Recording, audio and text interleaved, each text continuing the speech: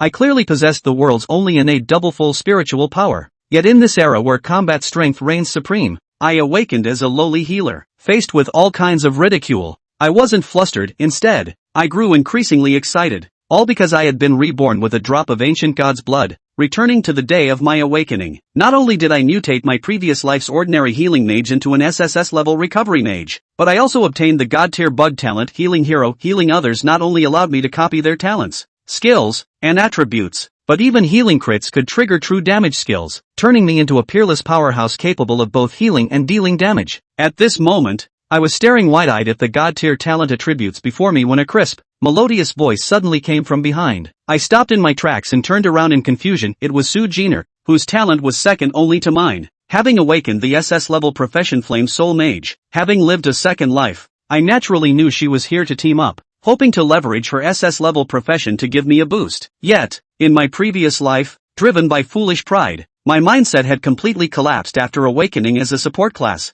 Filled with insecurity and resentment, I mistakenly believed she was here to mock me, so I lashed out at Su Jin'er, who had come with genuine concern. Looking back now, how foolish I had been. Chen Feng, are you okay? Su Jin'er's concerned voice rang out. I opened my mouth, momentarily at a loss for words. Don't listen to those nonsense talkers. Even support class professions are indispensable in small teams, she comforted. Don't worry, I'm not that fragile. A few mocking words won't knock me down. Jin'er, thank you for still being willing to say these things to me. Only then did Su Jin'er finally relax, a faint blush gradually appearing on her fair cheeks. Chen Feng, are you planning to train in the beginner's secret realm later? I have that intention. I nodded and answered truthfully. Su Jin'er bit her lip, seeming a little embarrassed. I'm also planning to go to the beginner's secret realm. My team still needs one healing sorcerer. Are you interested? Her bright eyes carried a hint of anticipation. A warm feeling surged through my heart. Su Jin'er was proactively helping me. With her SS class profession,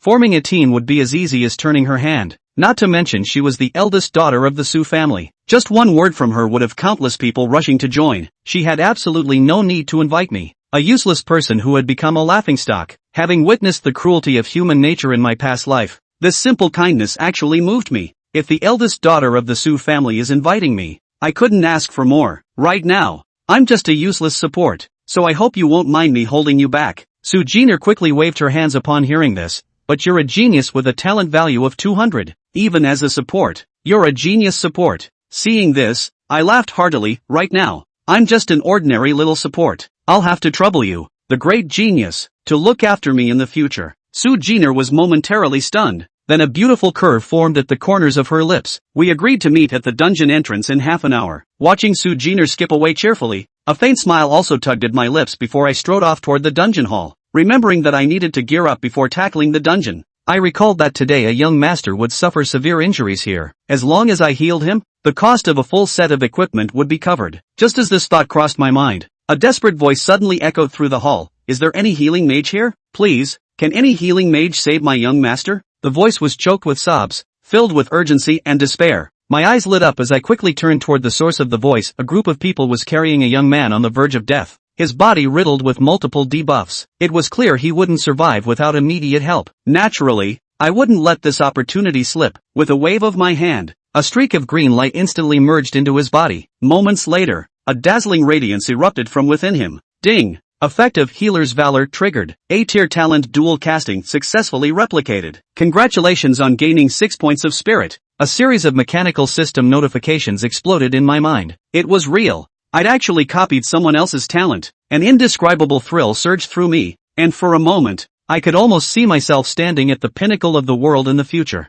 A clamor of voices snapped me back to reality. Following the noise, I saw the young noble I'd just saved, his health bar now fully restored. His wounds vanished, and all debuffs like poison, bleeding, and weakness completely erased. The boy stepped forward, his youthful yet inherently arrogant gaze fixed on me, as if a highborn lord looking down upon a lowly commoner. Was it you who saved me? His voice was crisp but laced with skepticism and uncertainty. I understood the doubt in his eyes. After all, I looked like a fresh-faced novice who had just completed their class change, without even a single piece of equipment to my name. My name is Chen Feng, and my profession is a healing mage. Chen Feng? That waste with 200 talent points who only awakened as a healing mage? A follower beside the young man blurted out instinctively, his tone dripping with mockery and disdain. The atmosphere around instantly turned awkward as more and more people stopped to focus their gazes on me. No wonder his healing spells are so powerful. It turns out he's the 200 talent point genius. Seems like he dumped all 200 points into healing magic, going all in to prove he's not trash.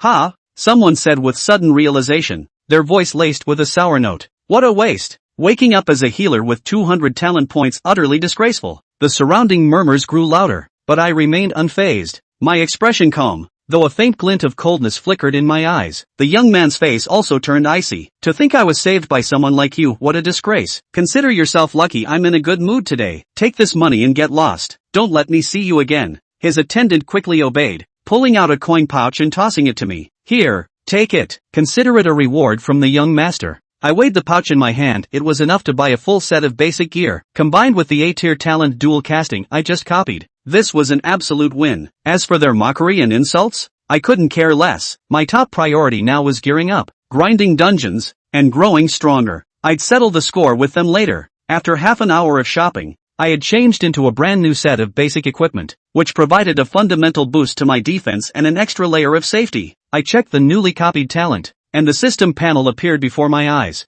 Double cast, A rank, when activated. Each skill used will be cast twice consecutively without any interval, and the second cast consumes 50% less resources. Cost, none. CD, 30 seconds. Looking at this talent, I felt reassured, as expected of an A-grade talent. The ability to cast spells without cooldown alone would make me stand out among peers of the same level. Not to mention my healing hero god-tier critical strike bonus. Once a crit triggers, the healing effect directly multiplies tenfold. Just as I was immersed in joy, a pleasant voice rang out, Chen Feng, have you been waiting long? I looked up toward the sound and saw Su Jin'er walking toward me, followed by two girls and a boy. Their faces still carried traces of youthful innocence, likely students from various high schools in Yang City. They must be the temporary team members Su Jin'er assembled for this dungeon expedition. The trio gazed at me with curiosity and scrutiny. After all, I was now somewhat famous, though infamously so as the useless one. I broke the awkward silence first. For now, let's focus on how to clear this beginner's dungeon. Su Jin'er revealed a confident smile. Just a rookie dungeon?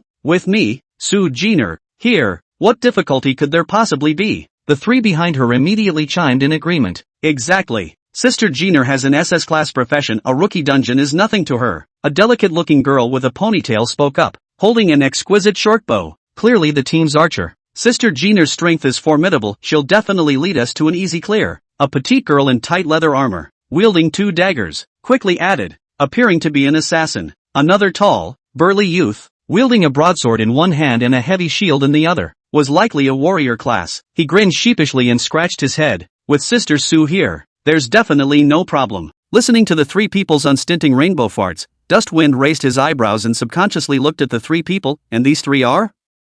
When the three saw Dustbreeze ask, they hurriedly introduced themselves. Louis E., B-ranked professional, occupation elf archer, from Yangcheng 3rd Middle School. Wang Wei, a ranked professional, occupation shadow killer, from Yangcheng No. 2 Middle School. My name is Wang Tang, a ranked professional, profession sword and shield warrior, from Yangcheng 2nd Middle School. I blanch? Wang Tang? I blanched a great emperor ah! Dustwind subconsciously exclaimed, and after seeing Wang Tang's confused eyes, he hurriedly smiled awkwardly. Ahem, you should all know very well who I am. Dusty Wind, B-ranked professional, profession reparative warlock, same as Jin'er are from the first school, so please teach me more next. Chapter 6 Entering the Secret World for the first time. After a few simple pleasantries were exchanged, the atmosphere of the team became much more cordial, and after the five of them had completed the teaming operation, Su Jin'er smiled sweetly. Let's go to the novice secret realm first. With that, she lightly led a few people towards the depths of the replica hall. The replica hall is extremely spacious. A glance cannot be seen at the end. The surrounding walls, carved with ancient and mysterious patterns, emitting a faint light, the entire hall illuminated as if it were day. The hall was bustling with people, and all kinds of cacophonous voices mixed together in a deafening manner. This was one of the core areas of Yang City, the Hall of Replicas, connected to countless secret realms and replicas, and was an important place for all professionals to enhance their strength. The secret realm for newbies, on the other hand, was one of the most special areas in the replica hall. Unlike other naturally occurring secret copies, the novice secret is a man-made secret. It was the forefathers of mankind who had teamed up to open it up in order to provide a safe and stable environment for budding professionals to grow. Each main city is equipped with a novice secret area. It's not too difficult and has moderate rewards, making it the best choice for newbies who have just completed their transitions, to gain experience and familiarize themselves with combat. Of course, just not too difficult. For those professionals who had a clear perception of their strength, even the novice secret realm was still full of challenges. At this moment, although the transfer ceremony had only just ended not long ago, quite a few people had already gathered at the entrance of the novice secret realm. They gathered in groups of 3 or 5, either talking in low voices, discussing the secret realm's strategy, or recruiting each other to form a team. Everyone's faces, with a look of excitement and anticipation, leapt to their feet. Dust Breeze's group, led by Su Jin'er, soon arrived in front of the entrance to the novice secret realm. It was a huge door of light, emitting a soft glow, and on top of the doorway, complex and arcane runes were inscribed, as if it contained some kind of mysterious power. Su Jin'er stopped her steps and looked at the portal in front of her with slight excitement. Ready? Her clear voice rang out with a hint of leaping anticipation. All 3 of their gazes converged on Su Jin'er, nodding in unison to indicate that they were ready and waiting for her next instructions. Dustwind looked at the slightly excited faces of a few people and laughed in his heart. It's just a novice secret realm, is there a need to be so excited? It's just a newbie secret. In his previous life, he'd been in and out of it I don't know how many times, and he'd long since lost any sense of it. However, his face was unmoving, and he nodded slightly, indicating that he was also ready. Seeing several people answering at the same time, Su Jin'er nodded with satisfaction. Well, off you go. Before the words left her mouth, she took the lead and took a step into the secret realm teleportation gate with her slender legs. As the group entered the portal, the crowd only felt a blur before their eyes, as if they had passed through an invisible film, and the surrounding scenery suddenly changed. The original bustling and noisy replica hall instantly disappeared, and in its place was a lush, vibrant, and flourishing forest. The sunlight filtered through the canopy of the trees, shedding dappled spots of light on the ground, the leaves rustled in the breeze, and the air was filled with the fresh scent of earth and grass. Everything seemed so real and strange. At the same time, the crisp and pleasant system beep sounded synchronously in Dust Breeze's ears. Ding! You have successfully entered the ordinary secret realm Crow Wolf Forest. Wow, this is the secret world. Louis let out an exclamation of surprise, her clear and bright eyes filled with curiosity and excitement as she looked around at the surrounding scenery. It's beautiful. Wang Wei also couldn't help but softly sigh in admiration, and a rare hint of delight appeared on her cool face. Although Wang Tang didn't say anything, he also stared wide-eyed, his naive face filled with astonishment. Although the knowledge related to secret realms and copies had been studied in the school textbooks, for them who had never been out of Yang City and had always lived under the protection of the main city, this was the first time that they had truly stepped into the wilderness and seen such a real secret realm scene. Everything seemed so fresh and inviting. Dustwind stood at the very back of the group, his eyes sweeping over the surroundings, but there weren't too many ripples in his heart. In his previous life, he had long been accustomed to secret realm copies, and had experienced even more difficult perils countless times. The Kangwolf Forest was nothing more than the most basic novice secret realm. It is not very difficult and the benefits are extremely limited. With Su Jin'er's occupational strength, coupled with herself, she could easily deal with even the highest difficulty novice mysteries, not to mention the normal difficulty novice mysteries. However, after all, Louis and the 3 of them were only newcomers who had just been transferred, and their actual combat experience was almost zero. It would be a good choice to let them start with the normal difficulty secret realm to get used to the real battle. Looking at the slightly agitated appearance of the 3, the corner of Dustwind's mouth slightly hooked up a hint of a smile, took out the wooden staff from his backpack, and gently knocked on the ground. Don't just look at the scenery, the monsters are about to refresh, all stay alert. He reminded with a smile, his tone light-hearted but with a hint of undeniable seriousness, instantly pulling a few people back from their sense of novelty about the secret environment. A few people sniffed and then snapped back to their senses, hastily collecting their minds and withdrawing their attention from the scenery around them as they drew their respective weapons. Su Jin'er also retreated to Dustwind's side at a rapid pace, and a red staff that looked like it was priced well appeared in her hand. Just at the moment when a few people had just prepared for battle, 2 faint lights suddenly flickered in the woods not far ahead. With a flash of light, the 2 robustly built pale wolves, covered in gray fur, appeared out of thin air in front of the group. The pale wolf's eyes were fierce and bloodthirsty, its fangs exposed, a low growl emanating from its throat, and its limbs slightly bent in a stance ready to pounce. Seeing this, Dust Breeze did not hesitate for a second and directly flung a scrying technique at one of the Tsong wolves. The light blue light instantly disappeared into the Tsong wolf's body, and a line of information panel then surfaced in front of Dustwind's eyes. At the same time, He also flew and shared the information of the monster panel obtained from the scrying technique into the team channel. Name: Coyote. Grade: White Plate. Level: LV1. HP: 100. MP: 60. Power: 5. Agility: 12. Spirit: 6. Physical fitness: 10. Skill: Biting.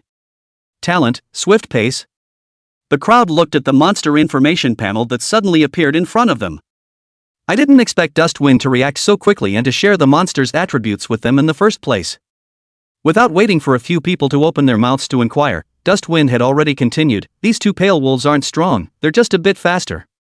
His gaze landed on Wang Tang and his tone was affirmative. "Wang Tang, you turn on the stances and resist one at random." Afterwards, his sight swept over Louis E and Wang Wei. "You guys try not to use skills, just focus on one in seconds with normal attacks."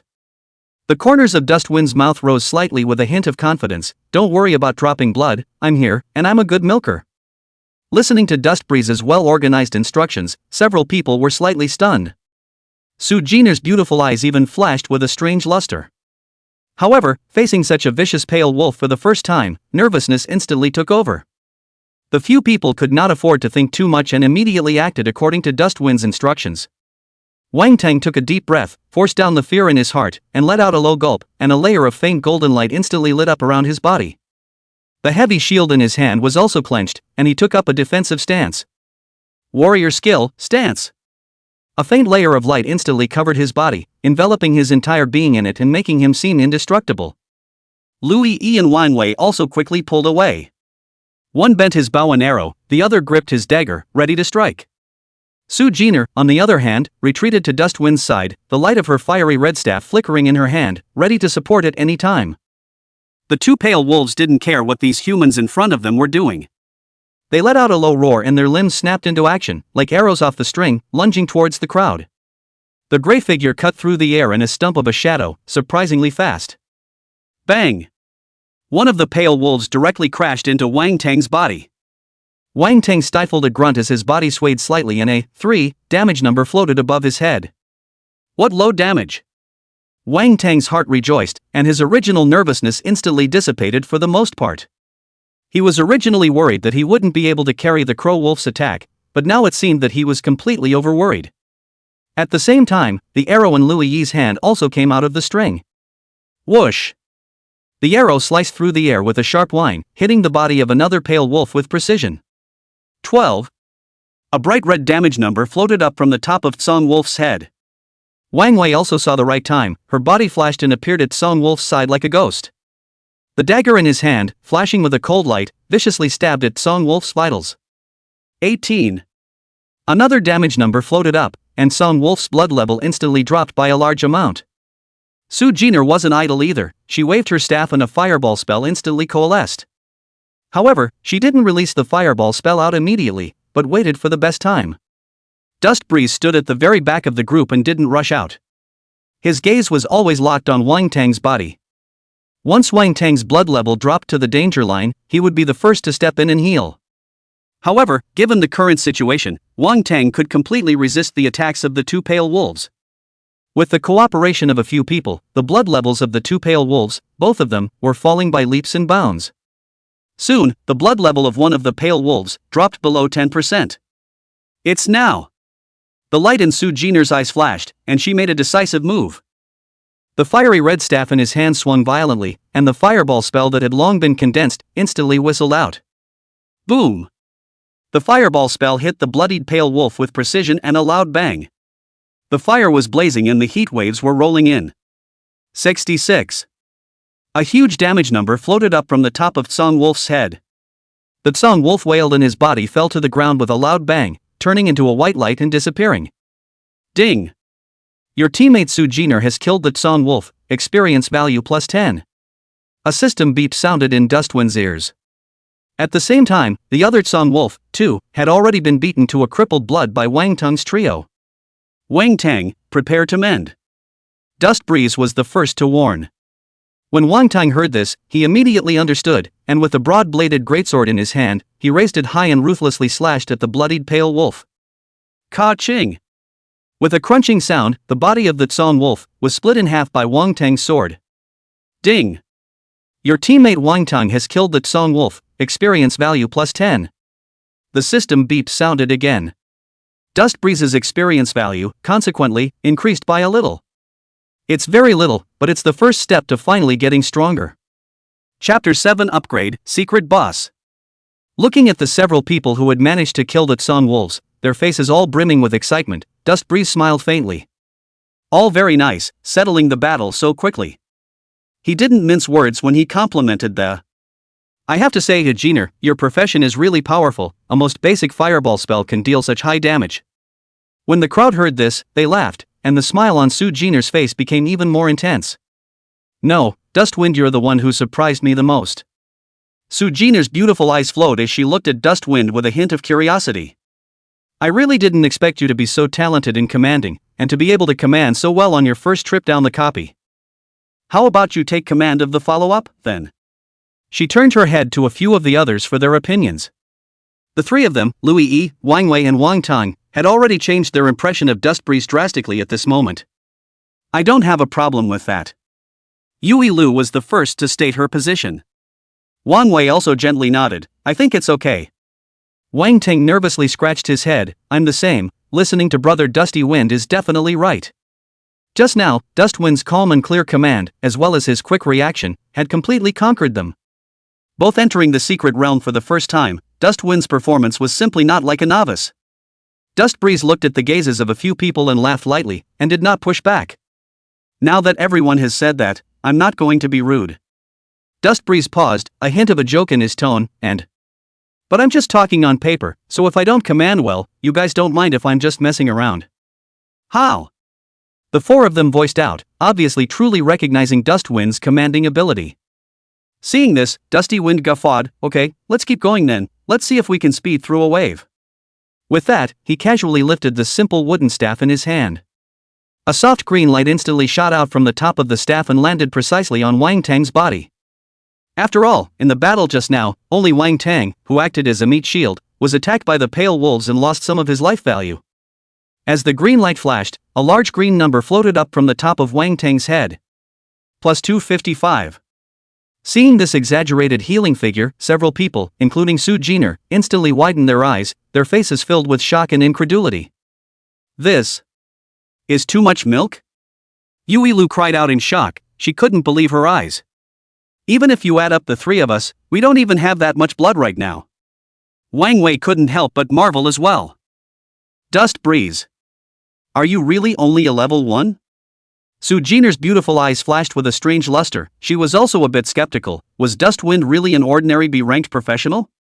The amount of milk, it's outrageous. Just as several people were shocked, Dustwind himself froze, the system beeps that rang out in his head one after another caught him a bit off guard. Ding! Healing Valor triggered. Skill Repair Technique copied successfully. Ding! Healing Bravery trigger. You have gained 2 power points. The system prompt sounded in Dustwind's ears, catching him a little off guard. Didn't it say that the probability is less than half? How? How did it trigger again so quickly? But why was the replicated repair skill?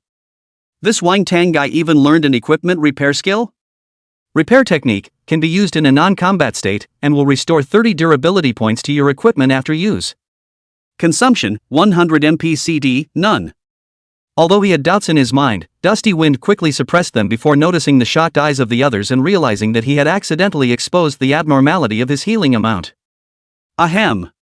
He broke the slightly quiet atmosphere with 2 quick coughs, a small helpless smile on his face.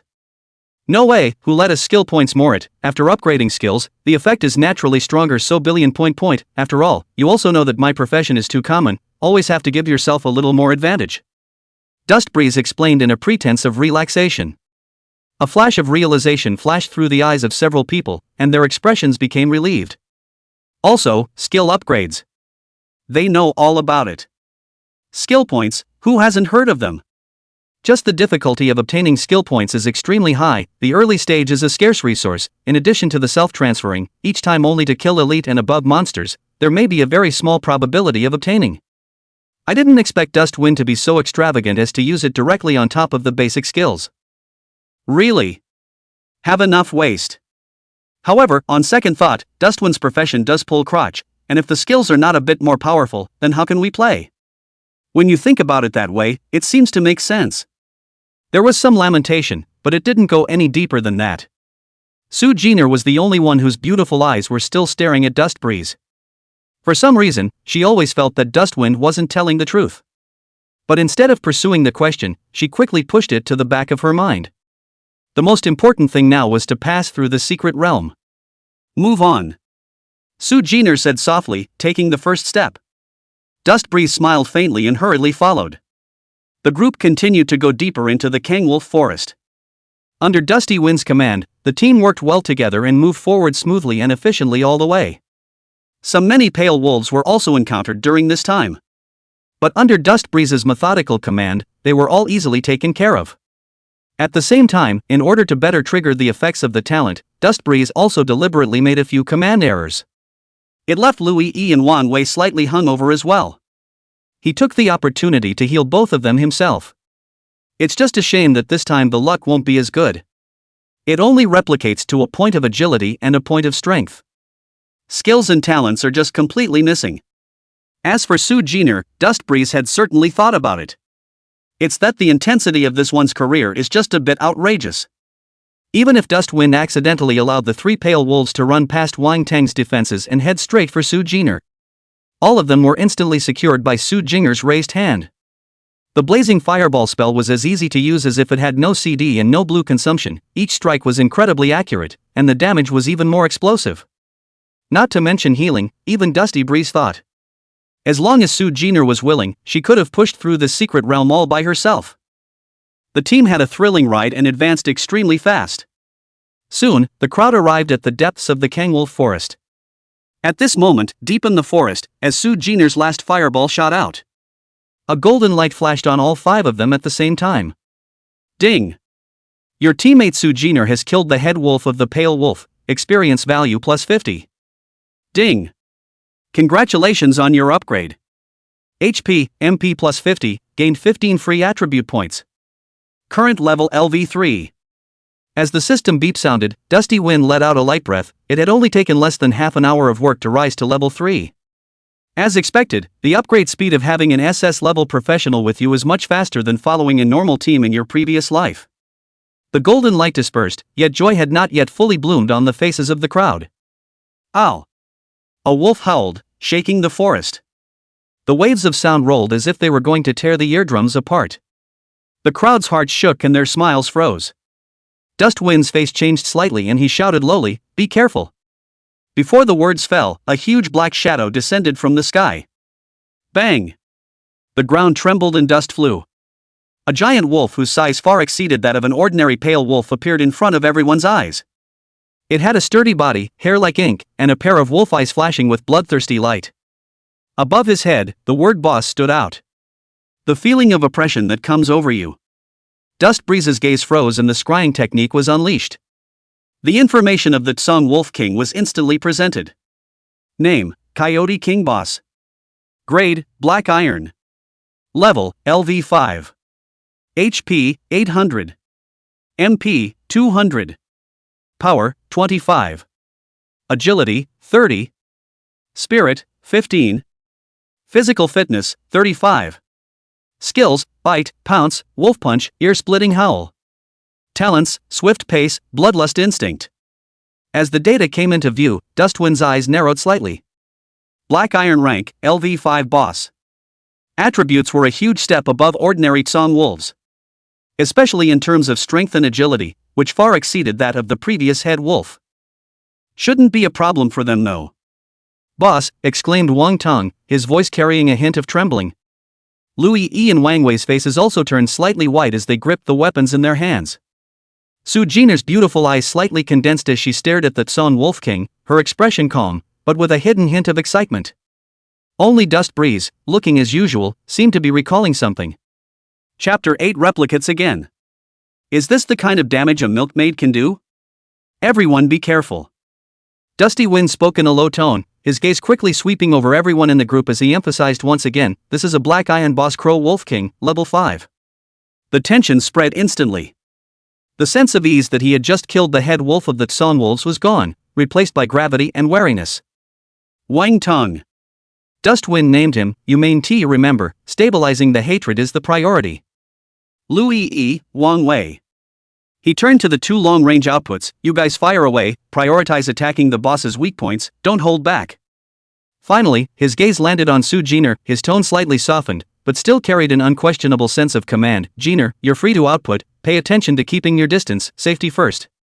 Dustwind methodically laid out his tactics. It was as if what was in front of him was not a powerful boss, but a slightly stronger wild monster. When several people heard this, their expressions immediately became grave, and the relaxed writing just now instantly disappeared, and they prepared for battle. Louis E. and Wang Wei, on the other hand, quickly pulled away to find a suitable output position.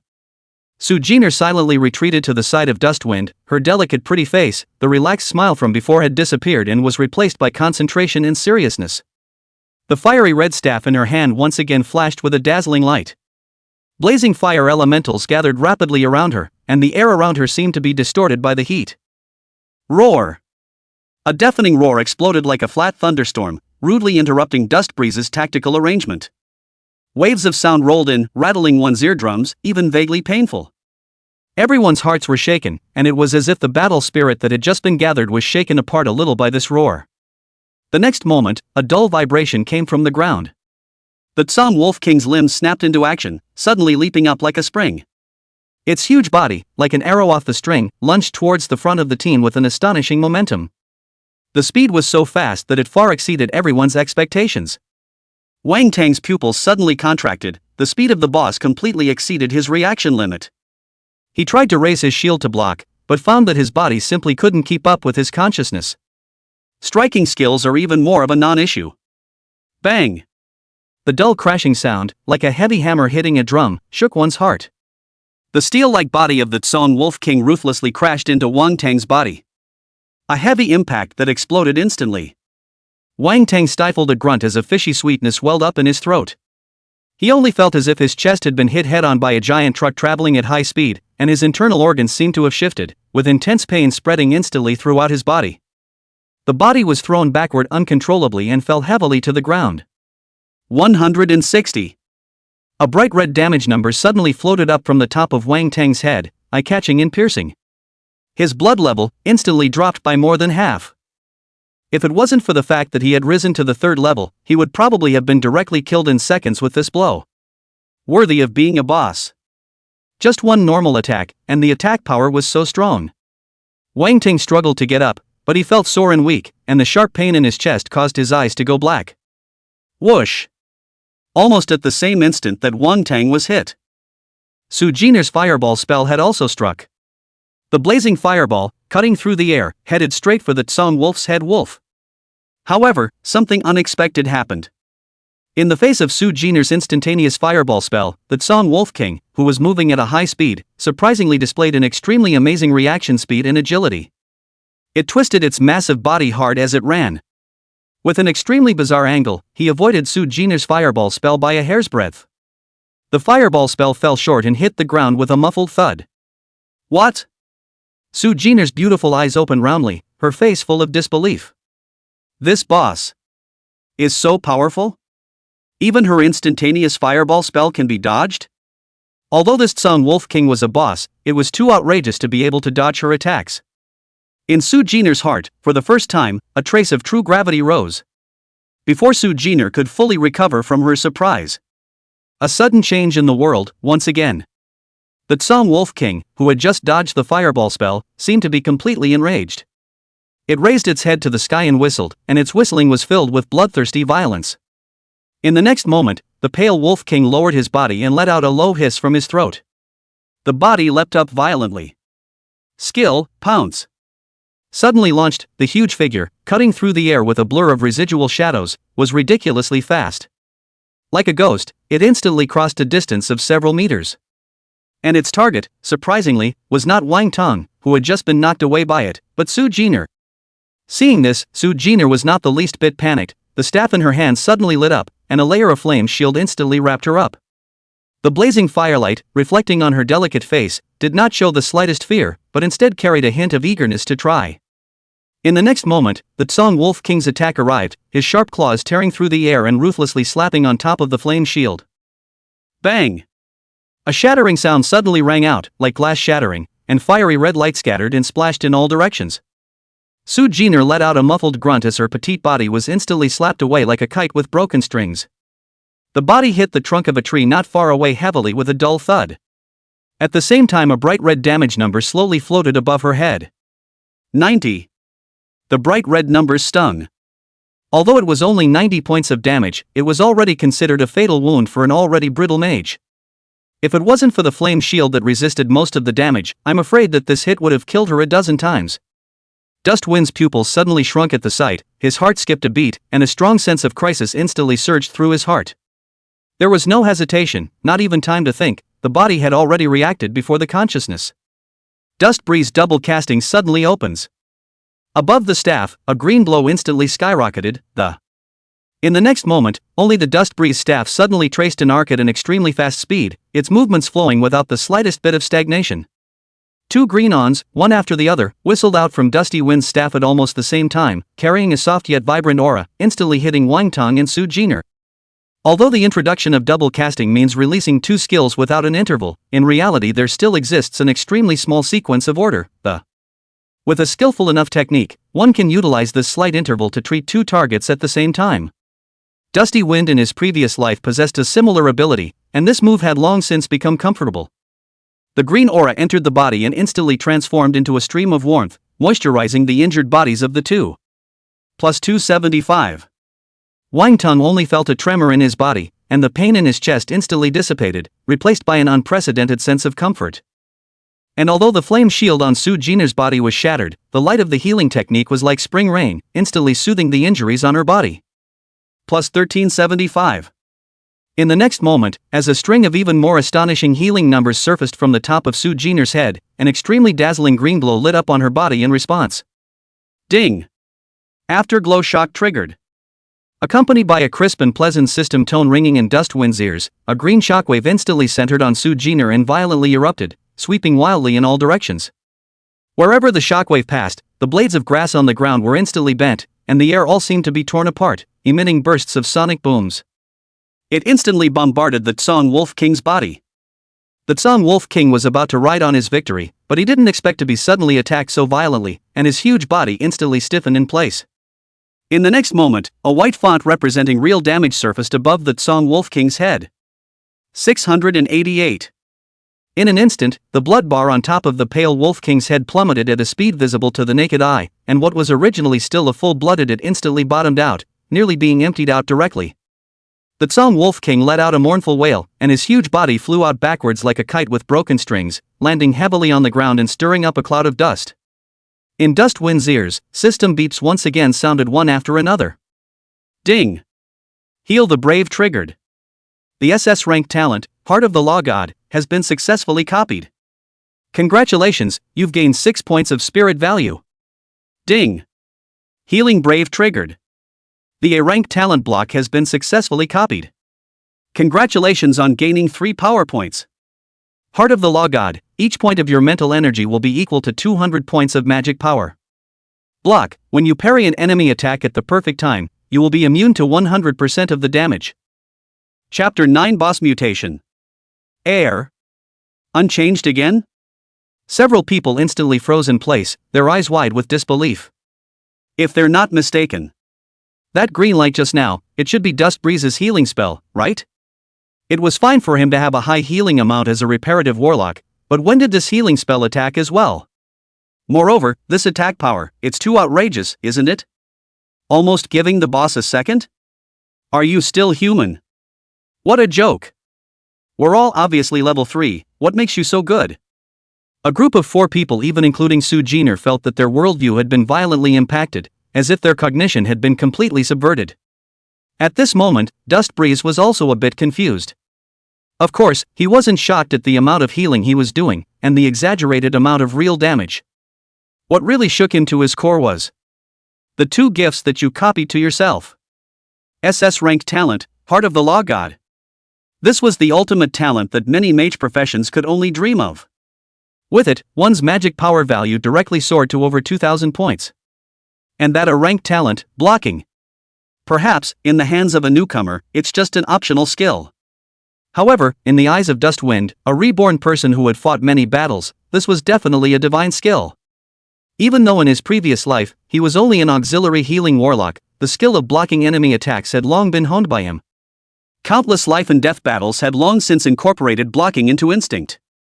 After all, even without this talent, as long as one can fend off the enemy's attacks through superb blocking skills, one is immune to a great deal of damage. What's more, now with this gift added. As Dustwind thought of this, an unspeakable excitement surged in his heart. Ow! Just as the crowd was shocked, an extremely angry wolf howl once again resounded throughout the entire secret realm space, bringing a few people back to reality from their shock. Dustbreeze instantly returned to his senses. Only the body of the Tsong Wolf King was currently convulsing violently. Every inch of muscle spasmed, as if something was about to break out of his body. Moreover, its body seemed to expand a tiny bit with each twitch. Seeing this scene, Dustbreeze's face suddenly changed. Retreat! Without any hesitation, Dustbreeze immediately roared out, his voice filled with anxiety and gravity. This Wolf King is going to mutate. He stared dead on at the Tsong Wolf King in front of him, whose body was convulsing violently, his face hardened to the extreme. Mutation! These two words struck the hearts of the crowd like a heavy hammer. This was an extremely rare situation, and generally only had a very low probability of occurring when the boss's blood level dropped below 15% in one breath. I didn't expect them to come across this first brush with the secret realm. This luck. Really do not know whether to say good or bad. Dustbreeze cursed in his heart, but it was too late to think about it. No one knew what the boss would become after its mutation and how much its strength would increase. But one thing is for sure. It was definitely not something they could fight against right now. Once the mutation is complete, I'm afraid that what awaits them is only death. Several people also instantly reacted when they heard Dustwind's roar. One by one, their faces turned white, their blood seemed to freeze instantly, and their eyes were filled with panic. Although they didn't know what a mutation was, just looking at the Tsong Wolf King's expanding body and the terrifying aura emanating from his body was enough to make their hearts tremble. The shadow of death looms large. Withdraw! Retreat! Su Jin'er's silver teeth clenched, and she made an immediate decision and let out a delicate cry. There was a hint of imperceptible trembling in the cool voice. Her profession was strong, but it wasn't much better than a normal mage until she grew up. Against the mutated boss, it was equally powerless. She's not stupid, it's a stupid thing to do when you know you can't do it. If they try to be brave, it is even possible that none of their group will be able to escape. Run away and there might be a chance of survival. If you don't run away, you're bound to die. However, just the moment Su Jin'er's words fell, a green light suddenly whistled out from Dustwind's hand and instantly disappeared into the pale Wolf King's body. Buzz. Next moment. What happened to Su Jin'er was directly repeated on the Tsong Wolf King. A green light flashed. Plus 1375. A huge green number surfaced above the Tsong Wolf King's head, instantly pulling its already bottomed-out blood bar straight to full. The Tsong Wolf King, who was originally on the verge of death, instantly recovered its life value to its peak state. Seeing this scene, the few people who were about to escape instantly froze in place. The step out of the way came to a hard stop. One was as immobile as if he had been cast in a fixation spell. Their eyes were wide and their mouths were open enough to stuff an egg. Shock and written all over his face. Clueless. What's the situation? People's bosses are going to mutate. And you're giving it back blood? Is this too much for them to die fast enough? A few people were spitting madly in their minds, almost breaking down inside, practically freaking out. They even wondered if Dustbreeze was scared silly. How else could you make such a stupid move? That's just, like, asking for trouble. Su Jin'er was also in disbelief. She stared blankly at Dustbreeze, her beautiful eyes filled with doubt and incomprehension. She really couldn't figure out why Dustbreeze was doing this. Doesn't he know the consequences of this? Just when a few people were speechless, the Crow Wolf King's originally expanding body unexpectedly calmed down in an instant. That terrifying aura dissipated. Ding! Alienation effect triggered.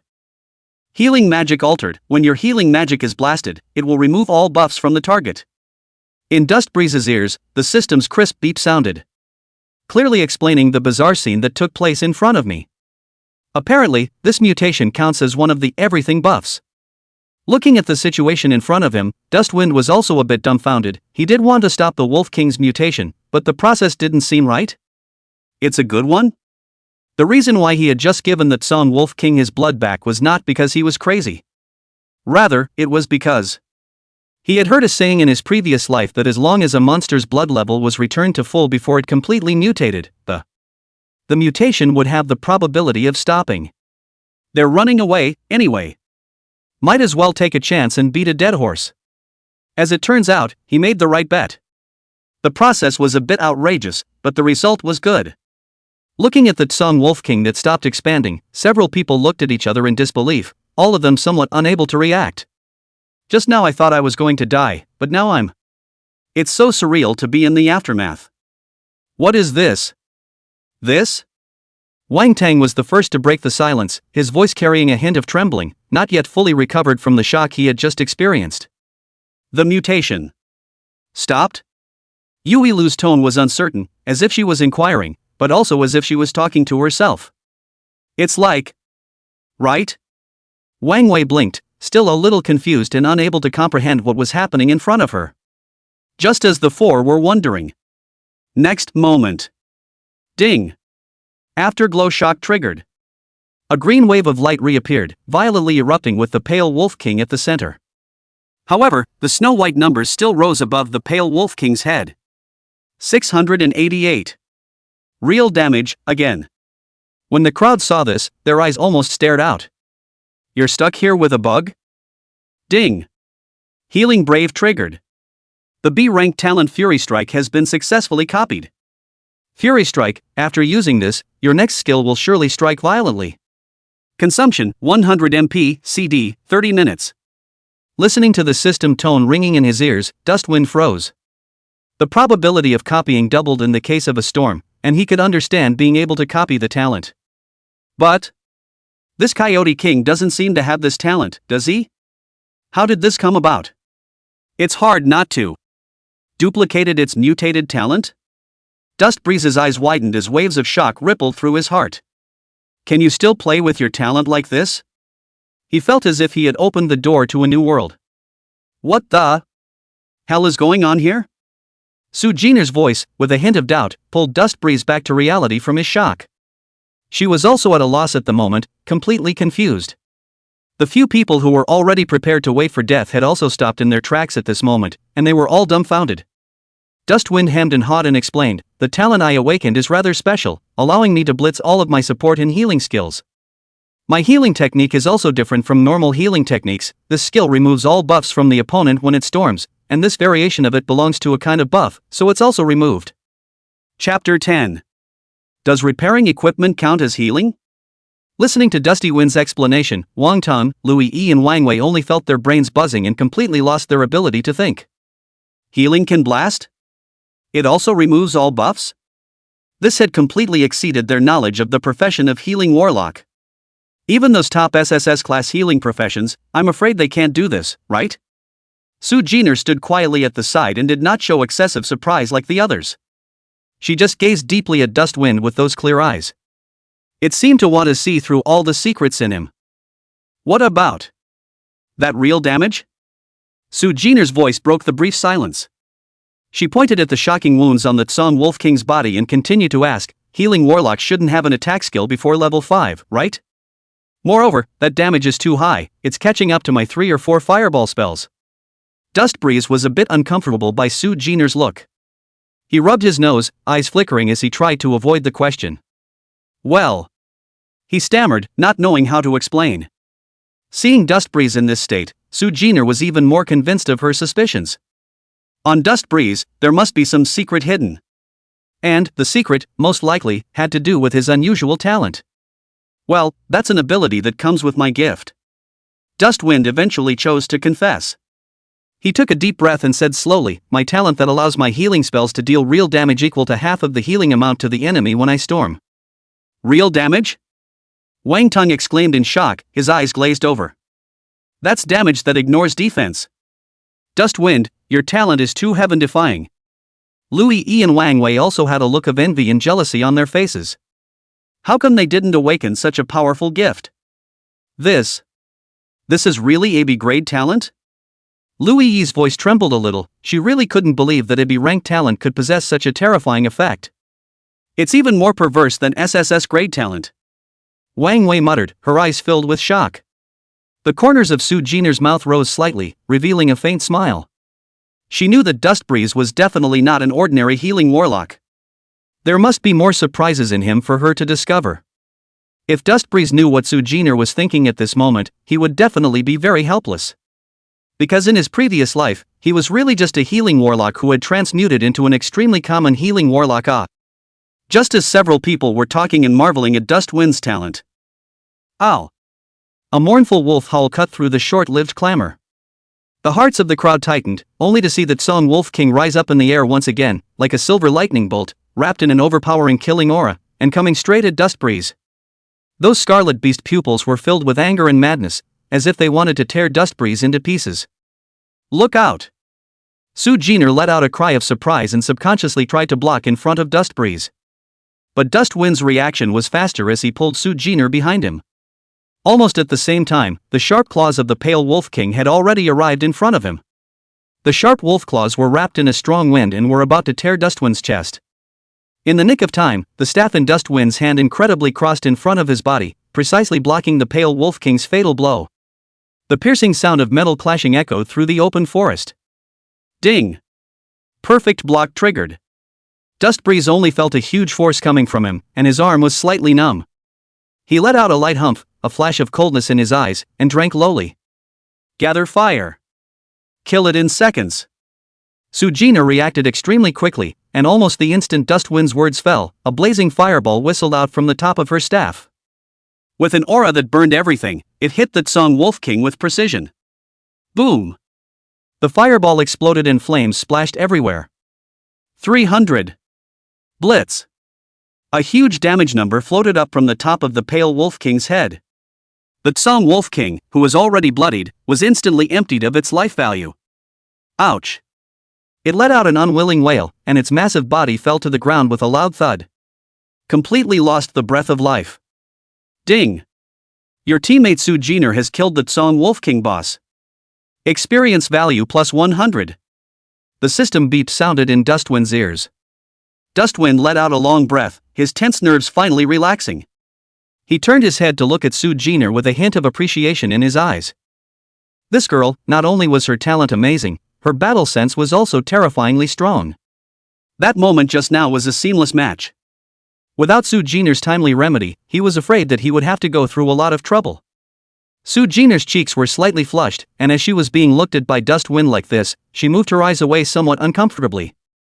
In her heart, however, an unspeakable joy welled up. It's nice to have that feeling of being side by side. It was only at this moment that Wang Tang, Lui Yi, and Wang Wei came back from their shock. They looked at the corpse of the Song Wolf King that had fallen to the ground, and then looked at Dusty Wind and Su Jin'er with disbelief in their eyes. This is the end? Wang Tang's voice trembled a little, he felt like he was dreaming. Lui Yi and Wang Wei also nodded vigorously in agreement. Everything that happened just now was too fast and too sudden, making their brains somewhat unable to react.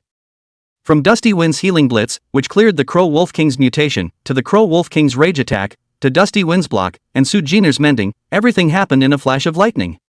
The fight was over before they even had a chance to strike. That's too much to believe. The eyes of the few people looking at Dustbreeze had completely changed. If before, they had only treated Dustwind as an ordinary healing warlock, then now, Dustwind had turned into an unfathomable monster in their eyes. A super monster that can fight, resist, and nurse. Ding! Congratulations on your upgrade. HP, MP plus 50, gained 15 free attribute points. Current level LV4. There was another flash of golden light, and everyone present rose to level 4. The sensation of being saved from a disaster made everyone let out a long breath, and their tense nerves could finally relax a little. Phew! Wang Tang sat on his butt on the ground, breathing heavily. Lui and Wang Wei also had a palpitating look on their faces were pale, obviously not yet fully recovered from the thrill they had just experienced. Only Su Jin'er still maintained that coolness, but the slightly raised corners of her mouth betrayed her mood at this time. Dustwind looked down at the staff in his hand. Durability, which was already down to a pitiful 1 point. That perfect block just now had blocked the Song Wolf King's fatal blow though.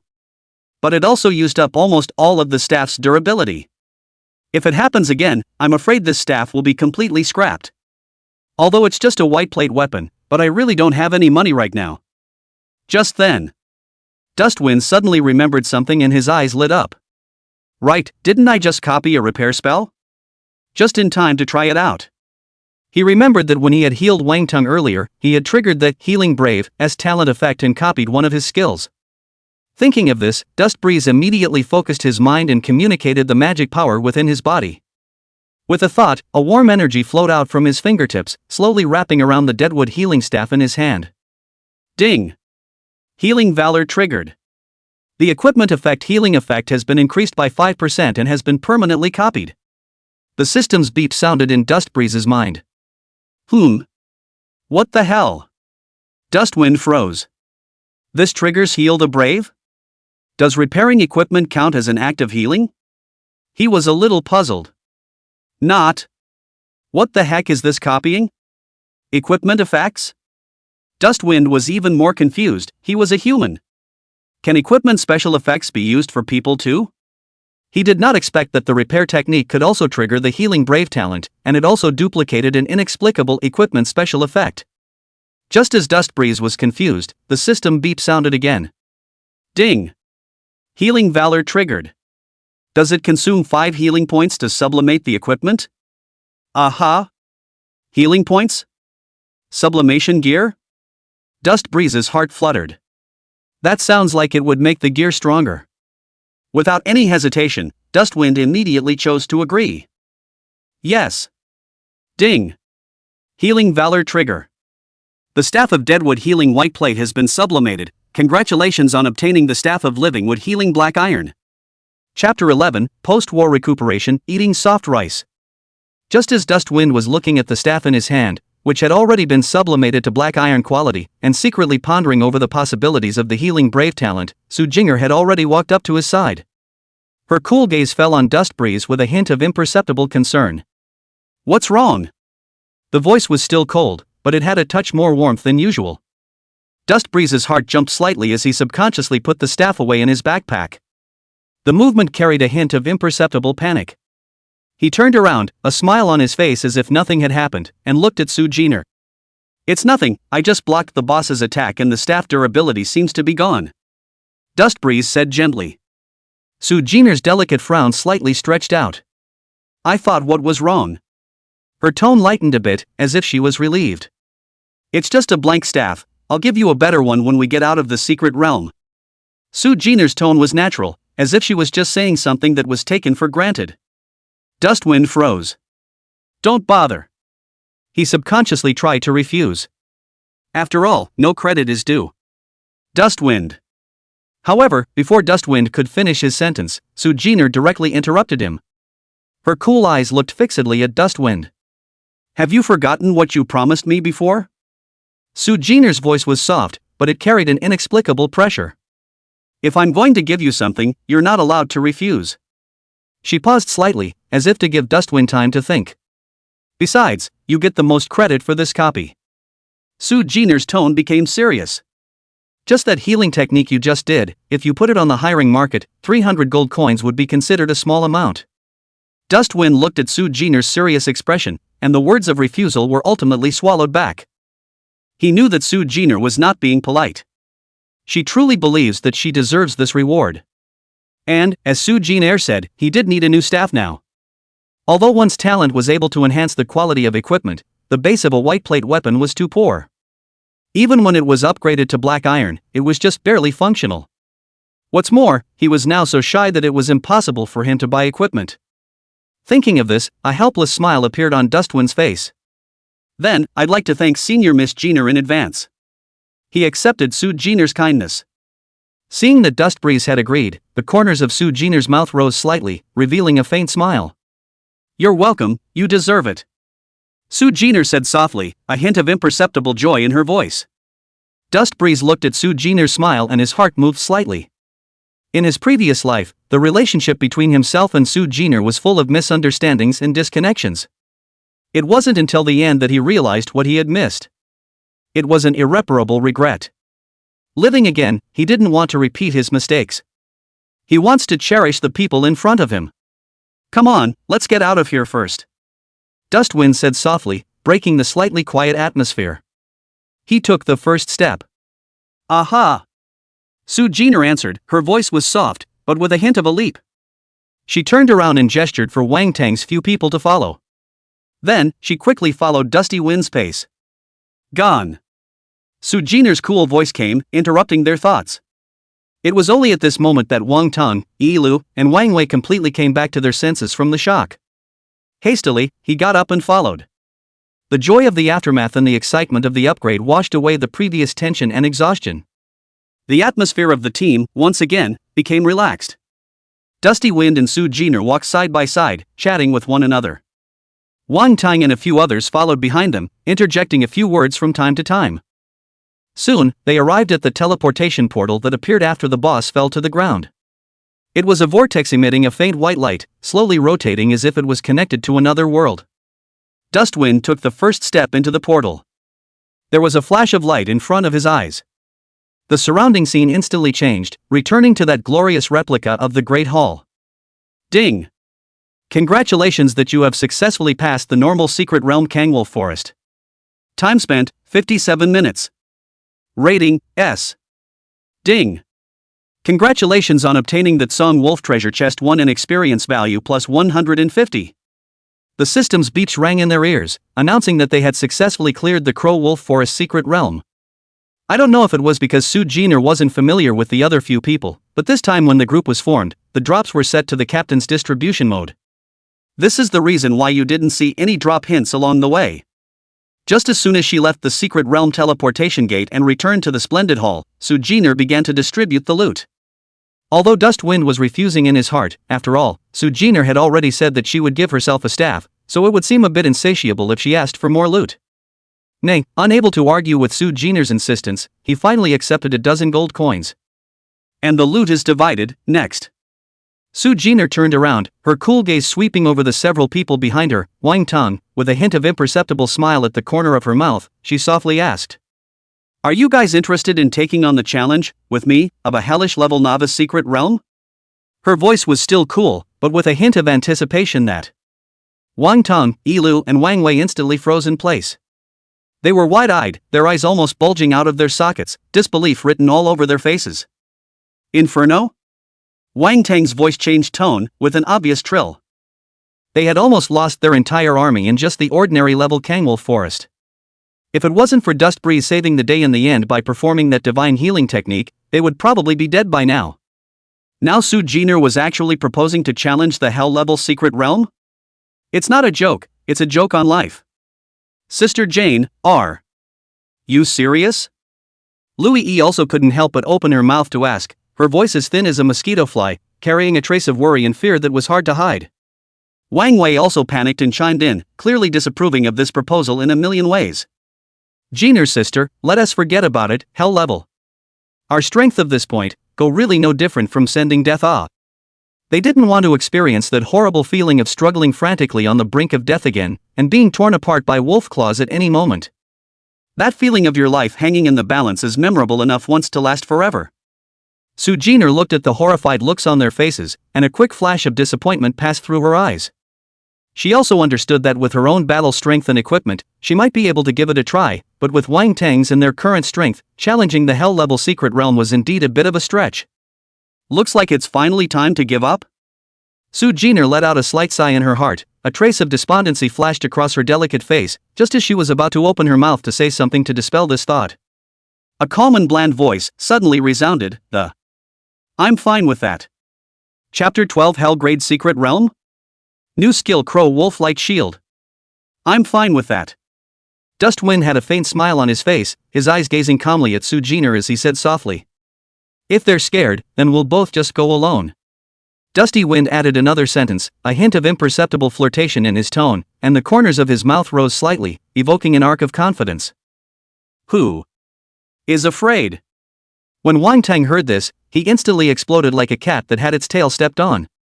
He strained his neck, reddened, and braced himself to say, I just don't see the point in taking that risk. Yeah, we've only just transferred and are only level 4, it's better to play it safe. Louis E also hastened to find a way to make up for it, for fear of being mistaken for cowardice. Hell level copies, there will be plenty of opportunities to challenge them later, there's no rush. Wang Wei also hurriedly made her attitude clear, and as if the three had found a common excuse, their tone became firm. Dustwind looked at their slightly comical appearance, the corner of his mouth slightly hooked up a smile, gently shook his head and said nothing more. He knew that they just needed to step down. Su Jin'er also understood this, and her cool eyes once again turned to Dusty Wind with a hint of inquiry in her eyes, as if she was asking for his opinion. So? We're both going? Good. Dust Breeze let out a light laugh, his tone relaxed and casual. It's not bad to be idle anyway, so there's nothing wrong with going to see a hell-level secret realm. He spoke lightly, as if the hell-level secret realm was just an ordinary excursion location. Even if it's a hell-level novice secret realm, it's just a novice secret realm. With the strength of our professions, we definitely won't have any problems. Su Jin'er looked at the confident expression on Dustwind's face, and inexplicable joy surged in her heart, and the corners of her mouth couldn't help but rise slightly. Yes. Su Jin'er nodded heavily, a hint of a leap of faith even in her cool voice. Then let's go now. She turned around and looked at Wang Tang's several people, her tone restored calmness, and her eyes carried a hint of unquestionable firmness. You guys go back first, Dusty Wind and I will go challenge the hell-level novice secret realm. Sister Su. Wang Tang wanted to say something else to dissuade Su Jin'er, but he was directly interrupted by Su Jin'er. There's no need to say more, with your current strength, you'd be dragging your feet if you went. Su Jin'er's tone was direct, without the slightest bit of politeness, as if she was stating a fact. Wang Tang opened his mouth, wanting to retort, but in the face of Su Jin'er's cool eyes, he eventually swallowed his words back. He knew that Su Jin'er was telling the truth, cruel but true. Then, Sister Jane, you guys be careful. Louis Yi said softly, a hint of worry in her eyes, her tone filled with complex emotions. Well, don't worry. Su Jin'er nodded, signaling that they didn't need to worry, and watched a few people leave the replica hall before turning her head to look at Dustwind with a hint of impatience in her tone. So we're going now? When Dustwind heard this, a hint of tears and laughter flashed in his eyes, and the corners of his mouth twitched slightly. At least let me rest for a while, I've just come out of the copy, and I haven't opened the Crow Wolf treasure chest yet. Besides, hasn't Miss Su forgotten that my main weapon has already been gloriously sacrificed in battle and completely shattered into crumbs? And rightly so. When Su Jin'er heard this, she realized that she seemed to be a bit hasty, and a faint blush surfaced on her pretty face as she spat out her tongue in slight embarrassment. Then rest while I have the staff brought over. With that, Su Jin'er got up and walked to the side, dialing a communication request. As Dustwind looked at Su Jin'er's slightly flustered back, the corners of his mouth couldn't help but rise slightly and a hint of a smile flashed under his eyes. It seems that this Su family's eldest miss doesn't seem to be as cool as she appears on the surface. Dusty Wind laughed lightly and sat directly on the sofa not far away, taking out the Tsong Wolf treasure chest that had been gifted by the novice secret pass. The surface of the metal case was engraved with the head of a rugged wolf, and it glowed with an eerie sheen in the dimly lit room. Dustwind rubbed his fingers over the cold lines of the box and opened it in his mind. Ding! You have opened the Crow Wolf treasure chest. Congratulations on obtaining the skill book, Crow Wolf Light Shield Black Iron. A soft light burst out from the cracks of the treasure chest, dispelling the shadows in the room, and an ancient scroll lay quietly in the treasure chest. The scroll takes on a deep inky blue color, with a wolf's head meticulously outlined in silver thread around the edges, mysterious and powerful. Dustwind picked up the scroll, a faint magic fluctuation came from his fingertips, he unfolded the scroll and the information of the skill came into his eyes.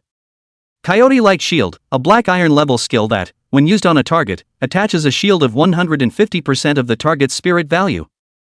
Lasts for 60 seconds. Consumption, 100 MP/CD, 10 minutes. A black iron grade shield skill. Dustwind whispered, his eyes quickly scanning over the skill's description. This skill was moderately effective and was a good defense for him at this stage. Especially the 150% spirit value shield bonus, with his current 110 points of spirit attribute, it could provide 165 points of shield value for 1 minute, which might be useful at a critical moment. Not bad, better than nothing. Dustwind said to himself, and with a thought the scroll directly turned into a stream of light and surged into Dust's body. Ding! Congratulations on your written skill, Coyote Light Shield. Seeing that Su Jin'er hadn't returned yet, he closed his eyes to check up on his current state. Character, Dust Breeze. Occupation, Reparative Warlock. Level, LV4. HP, 290. MP, 25,150 25,150. Power, 17. Agility, 14. Spirit, 125. Physical fitness, 14. Special effect, healing effect plus 5%. Skills, scrying, healing, repair, Coyote Light Shield. Talents, healing brave. Talent, healer's brave, mage's heart SS, blockade, fury strike B. Skill points, 200. Not bad, but I'll have to think about where to put my 200 skill points. At this moment, Su Jin'er hung up her communication and turned around, then she saw that Dust Breeze was leaning on the soft sofa, resting her eyes. The sunlight poured through the huge floor-to-ceiling windows, gilding his body with a faint golden glow and setting off his already handsome side face in a more three-dimensional way. She eased her footsteps and slowly walked over to Dustwind, looking at him quietly.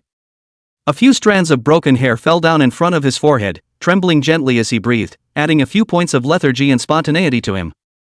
Ahem! Seemingly sensing Su Jin'er's gaze, Dustwind coughed gently and slowly opened his eyes. Seeing Dust Breeze open her eyes, Su Jin'er smiled faintly. What did the treasure chest open? Chapter 13 Star Staff, Silver to Gold? Dustwind said truthfully, not bad, opened a black iron level shield skill, Crow Wolf Light Shield. Crow Wolf Light Shield? Su Jin'er's eyes brightened slightly when she heard this, and the corner of her mouth curved into a nice-looking arc. Then our next trip to the Hell-level secret realm will definitely be more secure. Her voice was clear and pleasant, with a hint of imperceptible fluttering. Dust Breeze shrugged his shoulders, non-committal. After all, who would mind a secondary that can resist and fight? Just then, Su Jin'er suddenly took out a staff from her backpack and handed it to Dust Breeze. The staff was a deep inky blue color, with intricate magical patterns carved into the body, and a gemstone glittering with starlight set at the top, emitting a faint magical fluctuation. For you. Su Jin'er's tone carried a hint of not being able to refuse. From now on, this is your staff, no refusal allowed. Mine? Dustwind was a bit surprised as he subconsciously took the staff, which was cold to the touch. Before he could refuse, Su Jin'er added, take it, this is what you promised me, you will definitely take what I give you, and this staff should be able to be of considerable help to you. Looking at Su Jin'er's unquestionable eyes, Dust Breeze had no choice but to give up. The words of rejection in his heart were swallowed back. Alright, then thanks to Miss Su. Dust Breeze shrugged helplessly. With a thought, his scrying technique was activated, and the information of the staff instantly surfaced before his eyes. The next moment, Dust Breeze froze, an incredulous look on his face. Star Staff. Grade, Silver. Level, LV4. Spirit, plus 20. Durability, 200. Skill, Star Power Active, consume 50 MP points to gather the power of the stars, inflicting 150% of spirit value magic damage to the target, and a 10% chance to cause the target to fall into a stun state for 2 seconds. CD, 30 seconds. Equipment effect, magic increase, magic consumption of all skills is reduced by 10%. Surprisingly, it was a silver level equipment? This was an extreme piece of equipment that was a dream for newcomers who were generally still using white plate equipment. It was important to realize that there was a huge difference in the quality of equipment, and a single piece of silver equipment was enough to increase a player's strength by several times. Dustwind took a deep breath and his gaze toward Su Jin'er was filled with complex emotions. How is it, still satisfied? Su Jin'er looked at Dustwind's shocked expression, and the corner of her mouth rose slightly, revealing a smug smile. There was also a hint of playfulness on the cool face. It was as if giving away this valuable equipment was a trivial matter to her. Satisfied, of course. Dust Breeze let out a bitter smile and nodded. When eldest Miss Su makes a move, it is truly extraordinary. He exclaimed with heartfelt admiration. This is no longer extraordinary to describe. It was simply trenchant. After all, low-grade, high-quality equipment could be more expensive than high-grade ones. That's good. Su Jin'er hummed lightly, seemingly satisfied with Dustwind's reaction, and on her delicate face, her smile grew even wider. However, this equipment is too expensive, I can't take it for nothing. Dustwind frowned and said seriously. Although he needed this equipment, he didn't want to accept Su Jin'er's kindness for nothing. After all, he wasn't one who liked to owe people favors. Especially, it's a favor from Su Jin'er. Who said I should give it to you for nothing? Su Jin'er blankly glanced at Dusty Wind and said without a trace of humor, consider it as your payment for protecting me next, how about it? Protect you? Dust Wind froze for a moment and looked at Su Jin'er with some confusion. With Su Jin'er's strength and background, she needed her own protection? What about making a scene? That's right. Su Jin'er nodded and rightfully said, the secret realm of hell isn't a good place, it's full of dangers, I need a reliable partner to protect me. And you are the best choice for me. Su Jin'er's tone carried a hint of trust and dependence. Hearing Su Jin'er's words, Dust Breeze was also silent. He knew that Su Jin'er was giving herself a reason to accept this equipment. She didn't want to feel indebted to her, so she said it on purpose. Don't worry, Miss Su. The corners of Dust Wind's mouth curled into a confident smile, with me here, I definitely won't let you suffer any harm. Su Jin'er smiled faintly and nodded. I believe you. Dust Breeze smiled faintly and picked up the star staff, Since Su Jin'er trusted herself so much, he absolutely could not let her down. Miss Su trusts me so much, it really flatters Mr. Dust. Dust Wind let out a light laugh, his tone carrying a few hints of snark. Su Jin'er sniffed, her delicate chin lifting slightly, a hint of pride in her expression. That's natural, my vision, can't be wrong. After she finished, she stretched her waist, her delicate figure on display, her movements natural and casual. Without avoiding suspicion, he sat beside Dusty Wind, and the faint fragrance of the young girl's body drifted into the tip of Dusty Wind's nose. Then he said in a lazy tone, alright, let's rest for a while, and then we'll go and try out that hell-level secret realm later. Aha! Seeing this, Dust Breeze subconsciously pulled away a bit, not caring about Su Jin'er's reaction, and once again, his eyes fell on the star staff. Fingers gently rubbed the cool surface of the staff's veins, a strange tactile sensation coming from his fingertips. Right at this moment, a system beep that only he could hear suddenly sounded in his head. Ding! Will you use 100 healing points to sublimate this equipment? The corner of Dust Wind's mouth twitched slightly, sublimation? Silver to gold sublimation costs 100 healing points? That's 100 healing spells. He only had 20 healing points at the moment, are you kidding me? Dust Wind decisively chose to reject it. Can't afford it, can't afford it. Better to wait until later. He shook his head, putting the idea of sublimating his equipment behind him, and turned to repair arts. With a thought, he attempted to use the repair technique. However, there was no response from the skill, as if it had dropped like a stone. System alert, durability value is full, no need to repair. As expected, the repair technique could not be used in a full durability state. Dust Wind sighed slightly helplessly, it seemed that for the time being, it was impossible to directly copy the effects of the equipment. He put away his star staff and his eyes fell on his skill points. 200 skill points lay silently in the skill bar, as if silently tempting him. Those 200 skill points had to be used slightly. You can't really wait until the later skills, can you? After thinking about it for a while, Dust Wind clenched his teeth, since his healing spells had an alienation effect, he might as well add it all to his healing spells in one breath.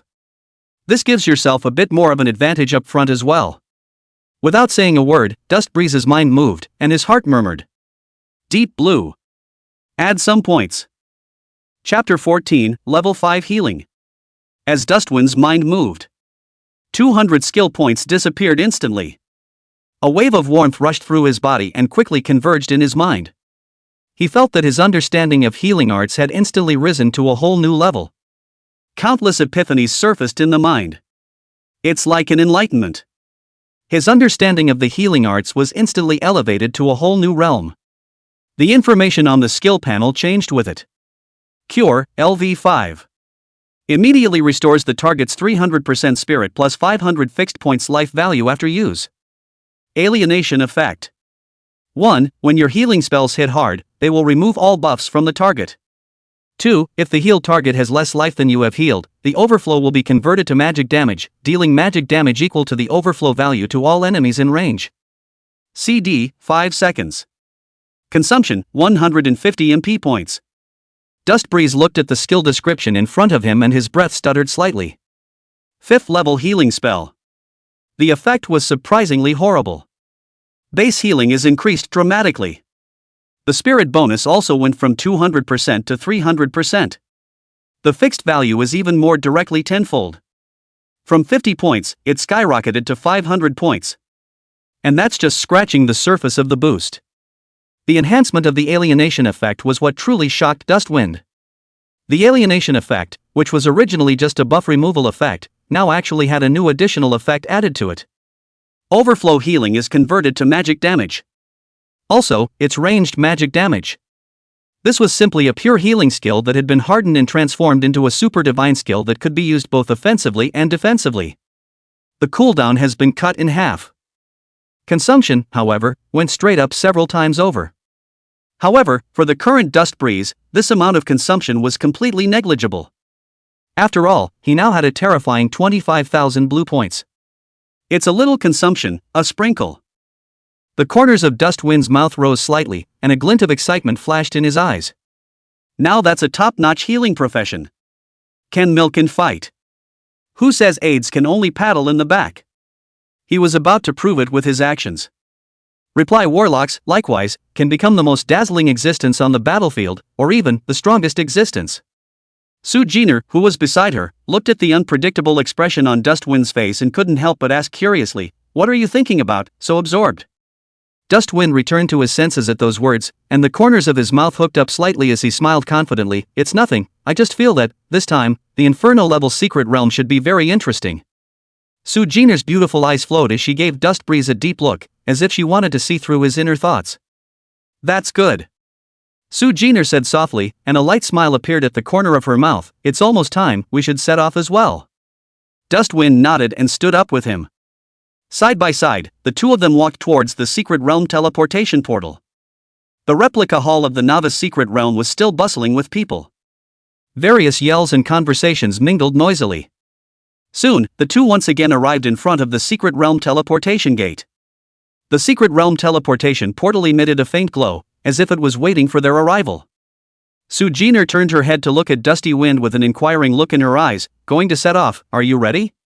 Dustwind smiled slightly and nodded. "You can start any time."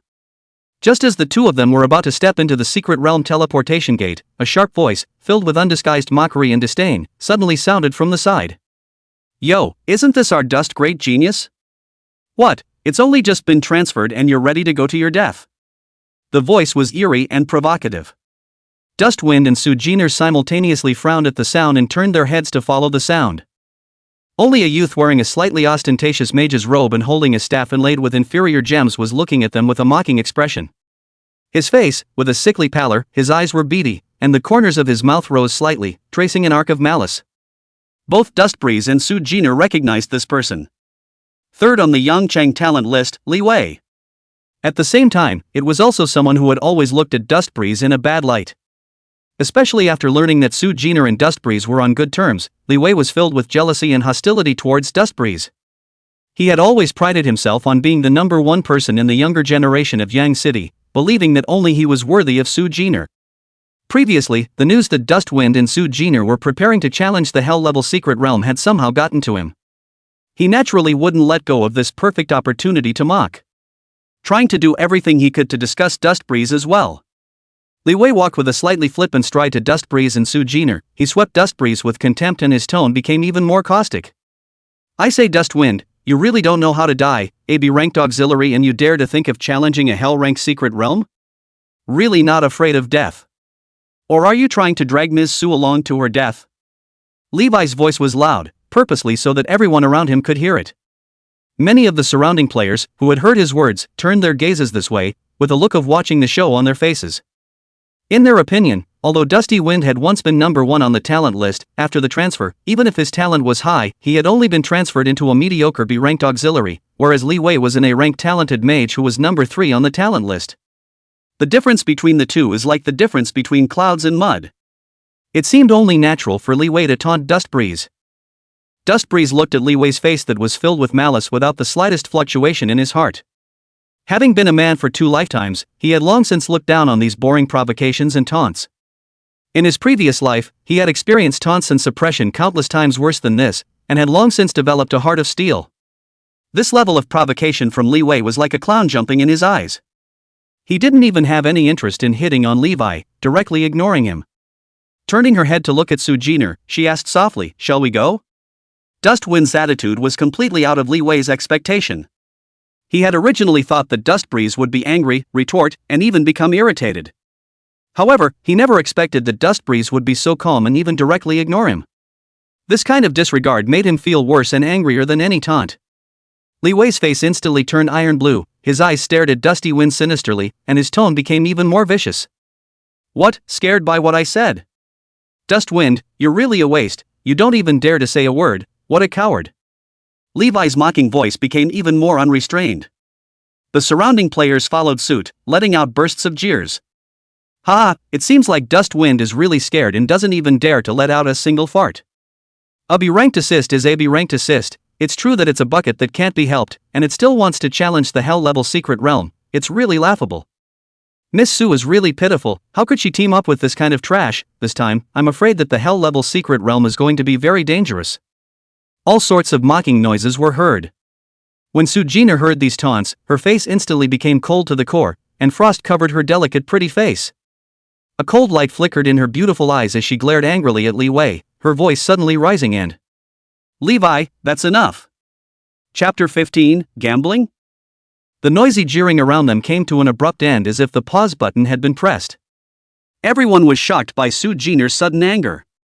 They had never seen Su Jin'er so angry. As far as I can remember, this Su family's eldest young lady is always a cool and indifferent appearance, as if everything in the world is difficult to stir up waves in her heart. At this moment, her delicate face was however slightly distorted by her anger, and her beautiful eyes were burning with fury like substance. Li Wei was also startled by Su Jin'er's reaction, the smug smile on his face instantly stiffened, replaced by a hint of panic and dismay. How could he not have expected that Su Jin'er would reprimand herself so harshly for the sake of Dustbreeze? One must know that he had always regarded Su Jin'er as his goddess, dreaming of obtaining her favor. In his opinion, he was the one who was most worthy of Su Jin'er, and so what if Dustwind was even more talented? It still wasn't a direct transfer into a wasteful B-ranked auxiliary that wasn't worth mentioning at all. However, now, the goddess was glaring at herself for this trash, which caused the jealousy and anger in his heart to erupt like a volcano. "Su Jin'er, are you as far as that for such a loser?" Li Wei's voice was a bit colorful, but it was still hard to hide the resentment in it. "He's nothing more than a B-ranked auxiliary, going to a hell-ranked secret realm will only drag you down. How dare you yell at me for such trash? What is he? A B-ranked auxiliary, not even worthy of your shoes." Li Wei's chest rose and fell violently, his fingers trembling as he pointed at Dustwind, the jealousy in his eyes almost overflowing. The surrounding players were once again in an uproar. No one had expected Su Jin'er to be so disrespectful to Li Wei for the sake of Dustbreeze. It was important to know that Li Wei was the third most talented mage on Yang City's talent list, and he had been pursuing Su Jin'er for more than a day or two. Although Dusty Wind was once number one on the talent list, nowadays he was just a B-ranked healing waste, completely incomparable to Li Wei. "Li Wei, I'll say it again, you've had enough." Su Jin'er's voice got colder and her delicate face was covered in frost, and anger rose in her beautiful eyes. Su Jin'er was really angry. "Su Jin'er, you." Li Wei was shocked by Su Jin'er's aura and was momentarily speechless, his face reddened like a pig's liver. He wanted to retort and curse angrily, but under Su Jin'er's icy gaze, it was as if he had been strangled, unable to say a single word.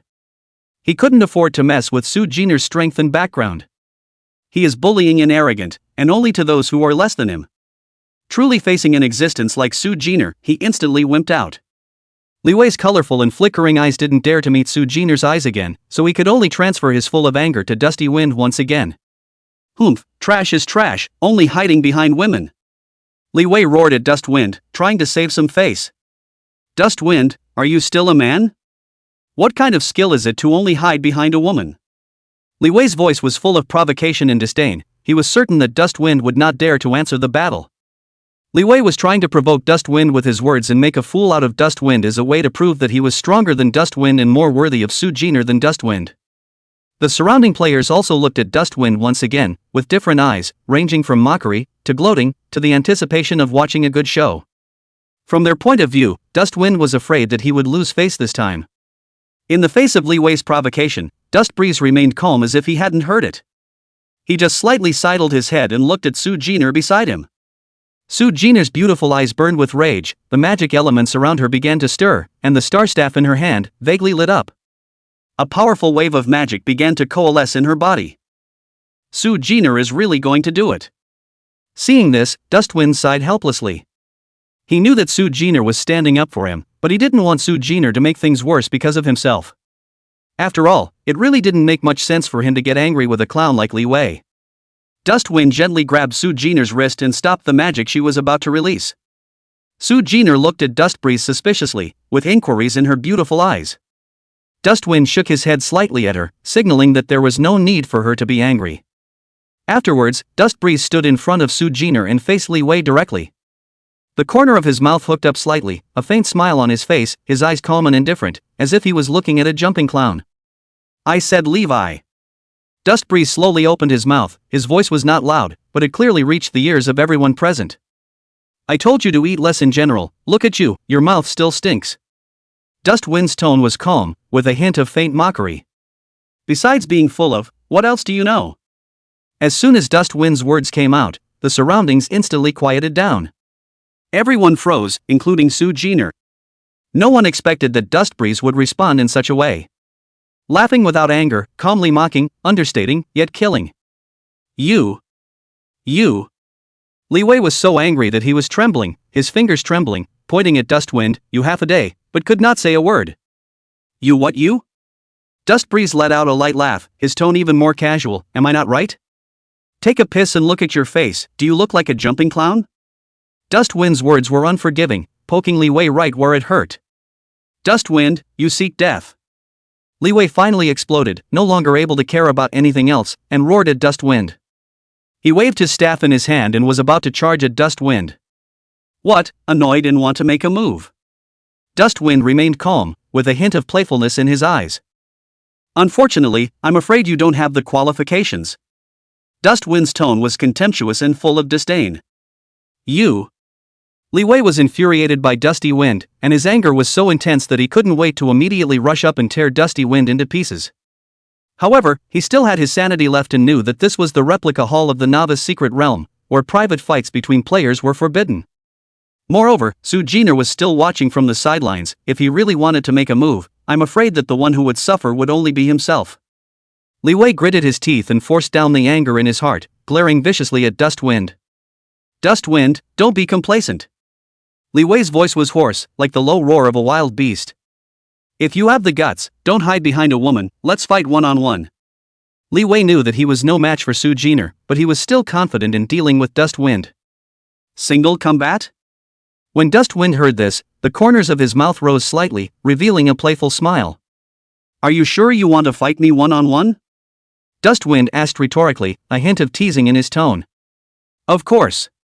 Li Wei replied without hesitation. He wanted to teach Dustwind a hard lesson in front of everyone, letting him know what would happen if he offended himself. "Fine, a single fight is a single fight." Dustwind let out a light laugh and said in a casual tone, "However, it's too meaningless to fight one-on-one, why don't we have a bet, how about it?" "Bet?" Li Wei froze for a moment and looked at Dustwind with some confusion, not understanding what kind of medicine Dustwind was selling in his gourd. "That's right, a bet." Dustwind nodded, the corner of his mouth curling into a meaningful smile. "Since you don't think I can do it, let's make a big bet."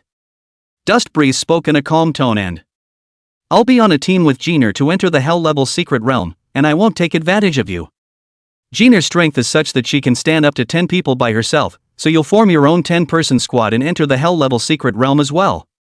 Dustwind pointed at the secret realm teleportation portal behind him and looked at Li Wei with a burning gaze. "Let's just race to see who gets through first, shall we?" Chapter 16, 2v10, Hell-level secret realm. "Bat?" Li Wei's pupils suddenly contracted as if he had been stabbed by a needle. His eyes flickered, a flash of panic fleeting but deftly concealed.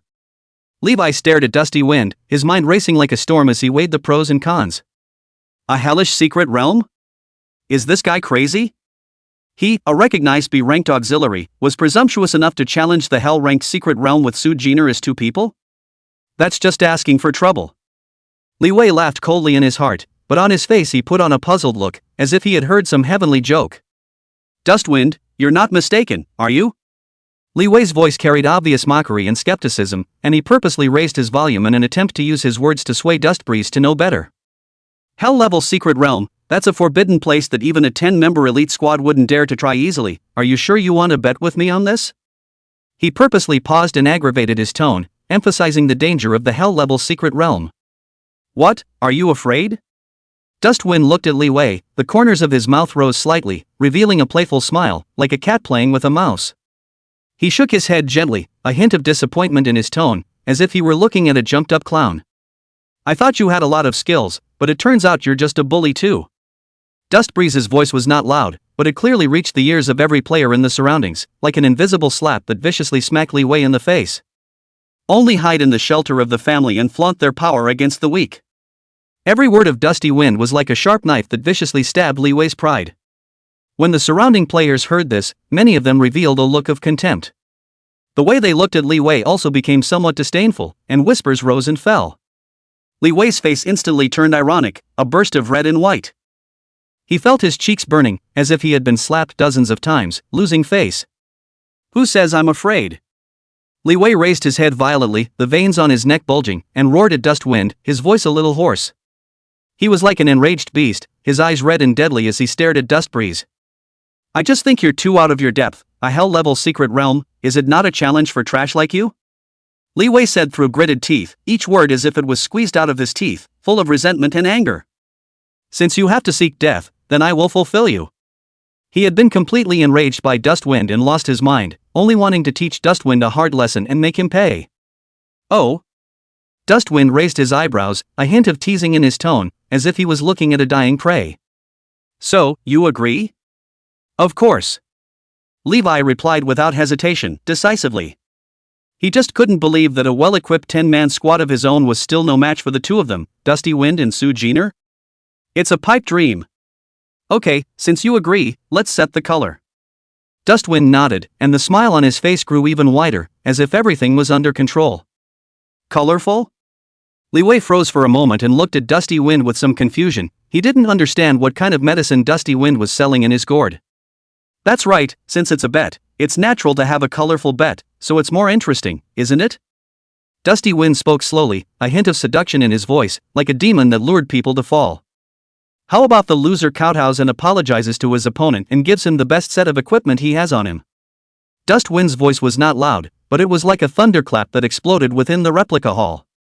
The surrounding players all sucked in a breath of cool air when they heard this, shocked by Dustbreeze's crazy actions. The stakes, no less. To kowtow and apologize, this was a great insult, especially in full view of the public. It was worse than killing the other party. And giving away the best equipment you have on your body is even more heartbreaking, like cutting meat. It is important to realize that a good piece of equipment is crucial for players, and can even be said to be a second life. Not to mention a whole set. That was worth a lot of money, enough to make an ordinary player instantly rise to become a party expert. Li Wei's pupils contracted violently, and a trace of imperceptible panic flashed in his eyes. But it was then forcibly suppressed by him, and replaced by an even more sinister sneer. He stared at Dustwind, his mind racing like a storm, weighing the pros and cons, calculating the gains and losses. Li Wei laughed coldly in his heart. He didn't believe that Dustbreeze could win at all. Dustwind, you're not mistaken, are you? Li Wei's face also became a bit ugly. He didn't expect Dustbreeze to propose such a ruthless bet. He was a bit hesitant, his mind began to drum, and for a while he was surprisingly unsure of how to respond. He was well aware of the difficulty of the hell-level secret realm. What, don't dare. Dustbreeze looked at Li Wei, the corners of his mouth rose slightly, revealing a mocking smile as if he was laughing at his cowardice. Or do you have no confidence in yourself at all? Dustbreeze pressed on step by step, mercilessly exposing Li Wei's hypocrisy. Who said I wouldn't dare? Li Wei was stimulated by Dustwind's words, and he slammed his chest, letting out a muffled bang sound. I just think you're too arrogant to propose such a bet. Levi said aloud, trying to hide his inner turmoil. Okay, I promise. Li Wei gritted his teeth and said, his eyes filled with madness. He had been pushed to the brink by Dustwind, there was no way back. Okay, it's a deal. Dustwind laughed, a glint of essence flashed in his eyes. He was waiting for this moment. He knew that Levi was completely hooked. You'll see, I'll make you lose. Li Wei glared viciously at Dustwind and turned around. He had to hurry to get ready, he must not lose to Dustwind. Su Jin'er didn't pay any attention to Li Wei. Her beautiful eyes rested on Dusty Wind in front of her, and the light in her eyes flickered. This confidence of Dustwind's was the thing that attracted her the most, as if everything was under control, making people want to get closer. At this time, Dustwind also turned back to look at Su Jin'er. Su Jin'er looked at Dusty Wind, and a faint smile flashed through her clear eyes, like a spring breeze warming the heart. She naturally understood Dusty Wind's meaning, which was nothing more than worrying that she would be implicated by him. After all, this bet, once you lose, the consequences are quite serious. Not only do you have to kowtow and apologize, but you also have to pay for a whole set of the best equipment. Don't worry. Su Jin'er smiled faintly, her voice was clear and firm, like a clear spring in the mountains, refreshing the heart. I'm a rank mage, I really don't put it in my eyes. Her tone was flat, yet she exuded a powerful confidence, as if everything was under her control. You can't lose with me. This confidence was not blind arrogance, but rather stemmed from her absolute trust in her own strength, as well as her trust in Dustwind. As the brightest genius of the Su family's current generation, Su Jin'er had the backbone and the strength. As Dustwind looked at Su Jin'er's confident appearance, the corners of his mouth rose slightly, revealing a relaxed smile. He knew that Su Jin'er was using her own way to express her support and trust in him and to put him at ease. Then I'll wait to hug Jin'er's thigh. Dustbreeze deliberately flirted, his tone relaxed with a hint of a joke. But take me flying. Dustbreeze blinks in an amused, begging for a belt manner. Su Jin'er was amused by Dustbreeze and couldn't help but laugh out softly, as pleasant as a silver bell. Yeah. She proudly raised her delicate chin like a high-flying queen. This hell-level secret realm, leave it to me. Su Jin'er's eyes glittered with excitement and she was eager to give it a try. She had long wanted to see the power of a hell-level secret realm. About 20 minutes later, Li Wei returned to the replica hall with his 10-man squad in a furious manner. 10 men, perfectly matched in lineups, well-equipped, all leveled above 5. At first glance, it was a well-trained elite team with good coordination and strength. Li Wei walked to Dustwind in large strides, his eyes were gloomy and as deadly as a poisonous snake. The corner of his mouth hooked into a sardonic smile, as if he had already seen Dustwind's miserable state on his knees begging for mercy. Dustwind, are you ready to die? His voice was low and provocative, and every word felt as if it had been squeezed from between his teeth. A hell-level secret realm is not for trash like you to get your hands on. The players behind Li Wei also had contemptuous smiles. The way they looked at Dustbreeze was like looking at a dead man, full of disdain and mockery. In their view, for two people, Dustwind and Su Jin'er, to challenge the hell-level secret realm was simply asking for death, and there was no way they could have any chance of winning. Oh? Yeah? Dustwind smiled lightly, not the least bit intimidated by Li Wei's aura. His eyes were still as calm as water. He slowly stood up and swept his gaze calmly over Levi and his crew as if he was looking at a bunch of jumping clowns. Then we'll see. Dusty Wind's tone was flat, but it was characterized by an unquestionable confidence, as if everything was under control. Still talking tough at the end of your life. Li Wei snorted coldly, his eyes became even more grim. He couldn't wait to see Dustbreeze's miserable state. I'll show you what it means to be desperate. With a wave of his hand, he led his team towards the entrance of the hell-level secret realm with an aggressive and murderous air. Just at the moment when Li Wei took a step and was about to step into that deep entrance, the staff in Dustwind's hand, the tip of the staff shimmered with a flash of light, so fast that it was almost impossible to catch. A stream of light, like a stray arrow, cut through the air and landed precisely on Li Wei's body, disappearing. Ding! Healing Brave triggered.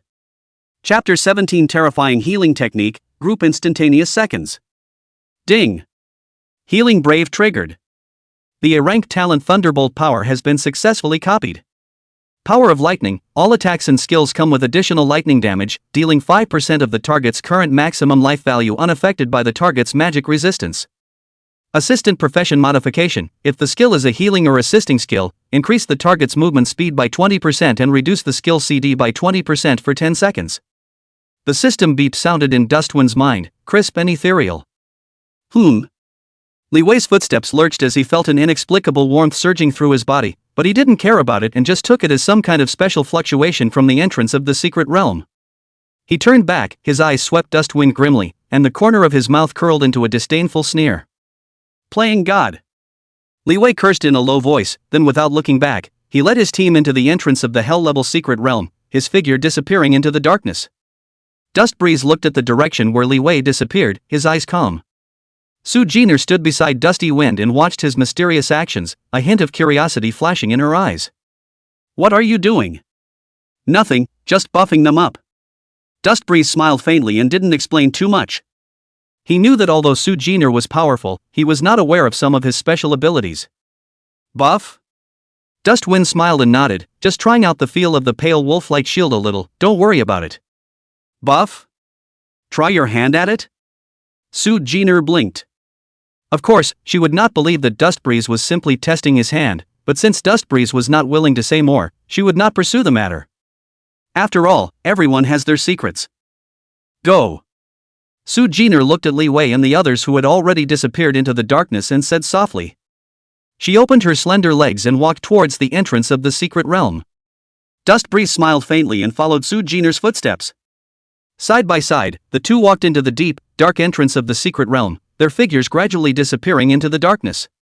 With a flash of light, the surrounding scenery instantly changed.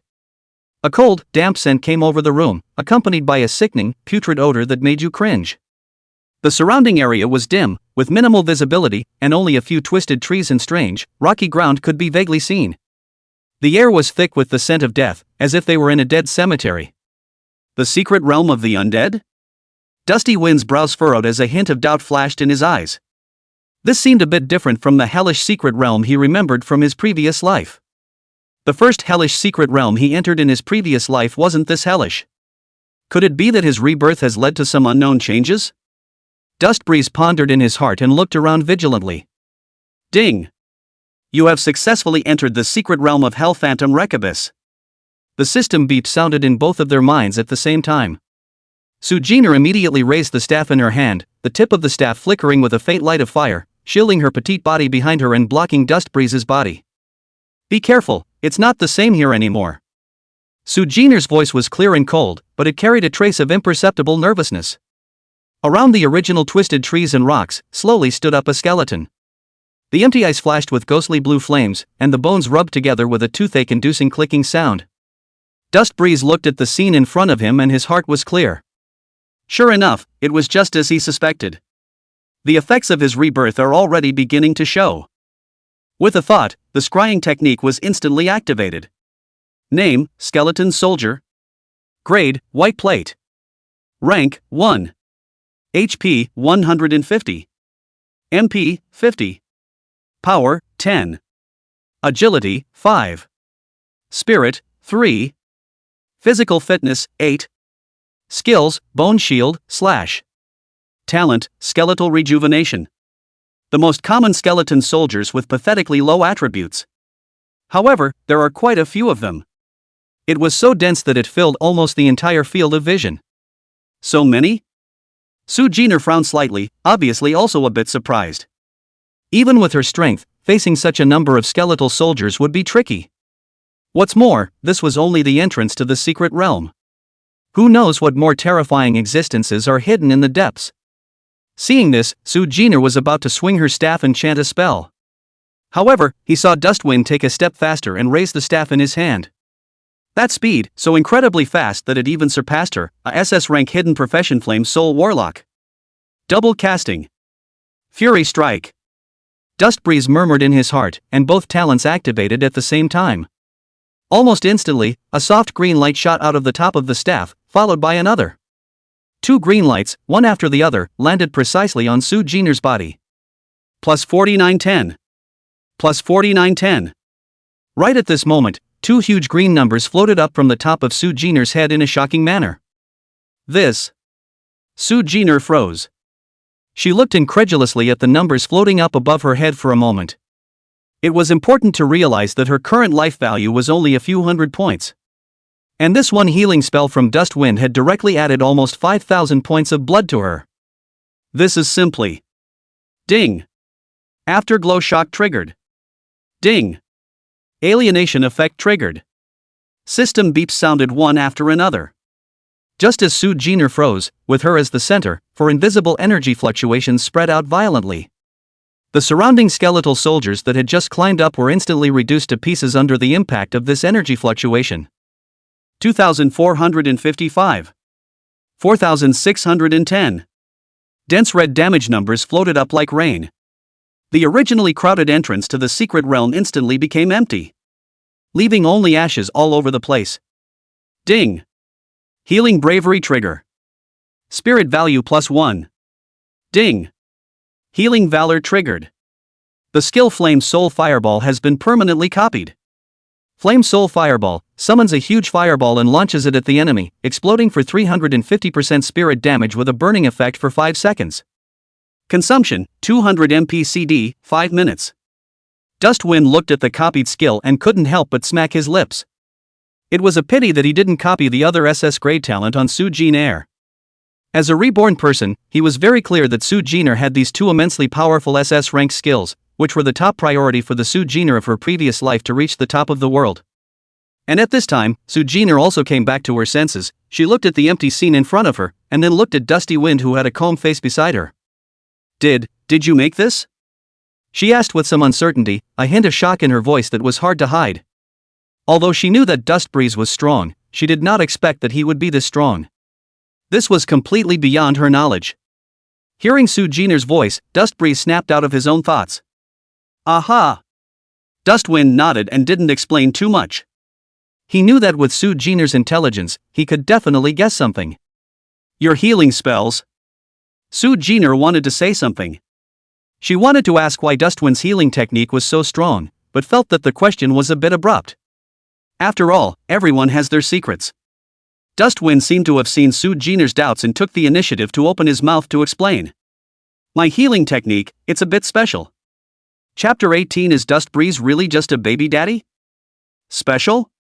A trace of eccentricity flashed in Su Jin'er's eyes. Dusty Wind smiled faintly. "Yeah, after all, my profession isn't an ordinary healing warlock either." Su Jin'er gazed at Dust Breeze. The doubt in those clear as water eyes increased. But at the same time, a hint of intense curiosity rose. This man always brings her unexpected surprises. "You should know that all healing spells can be used as attack skills to inflict damage on undead-type creatures, it's just that my healing spells are more effective against them." As he spoke, he raised the staff in his hand once more, the tip of the staff flickering with a faint green light.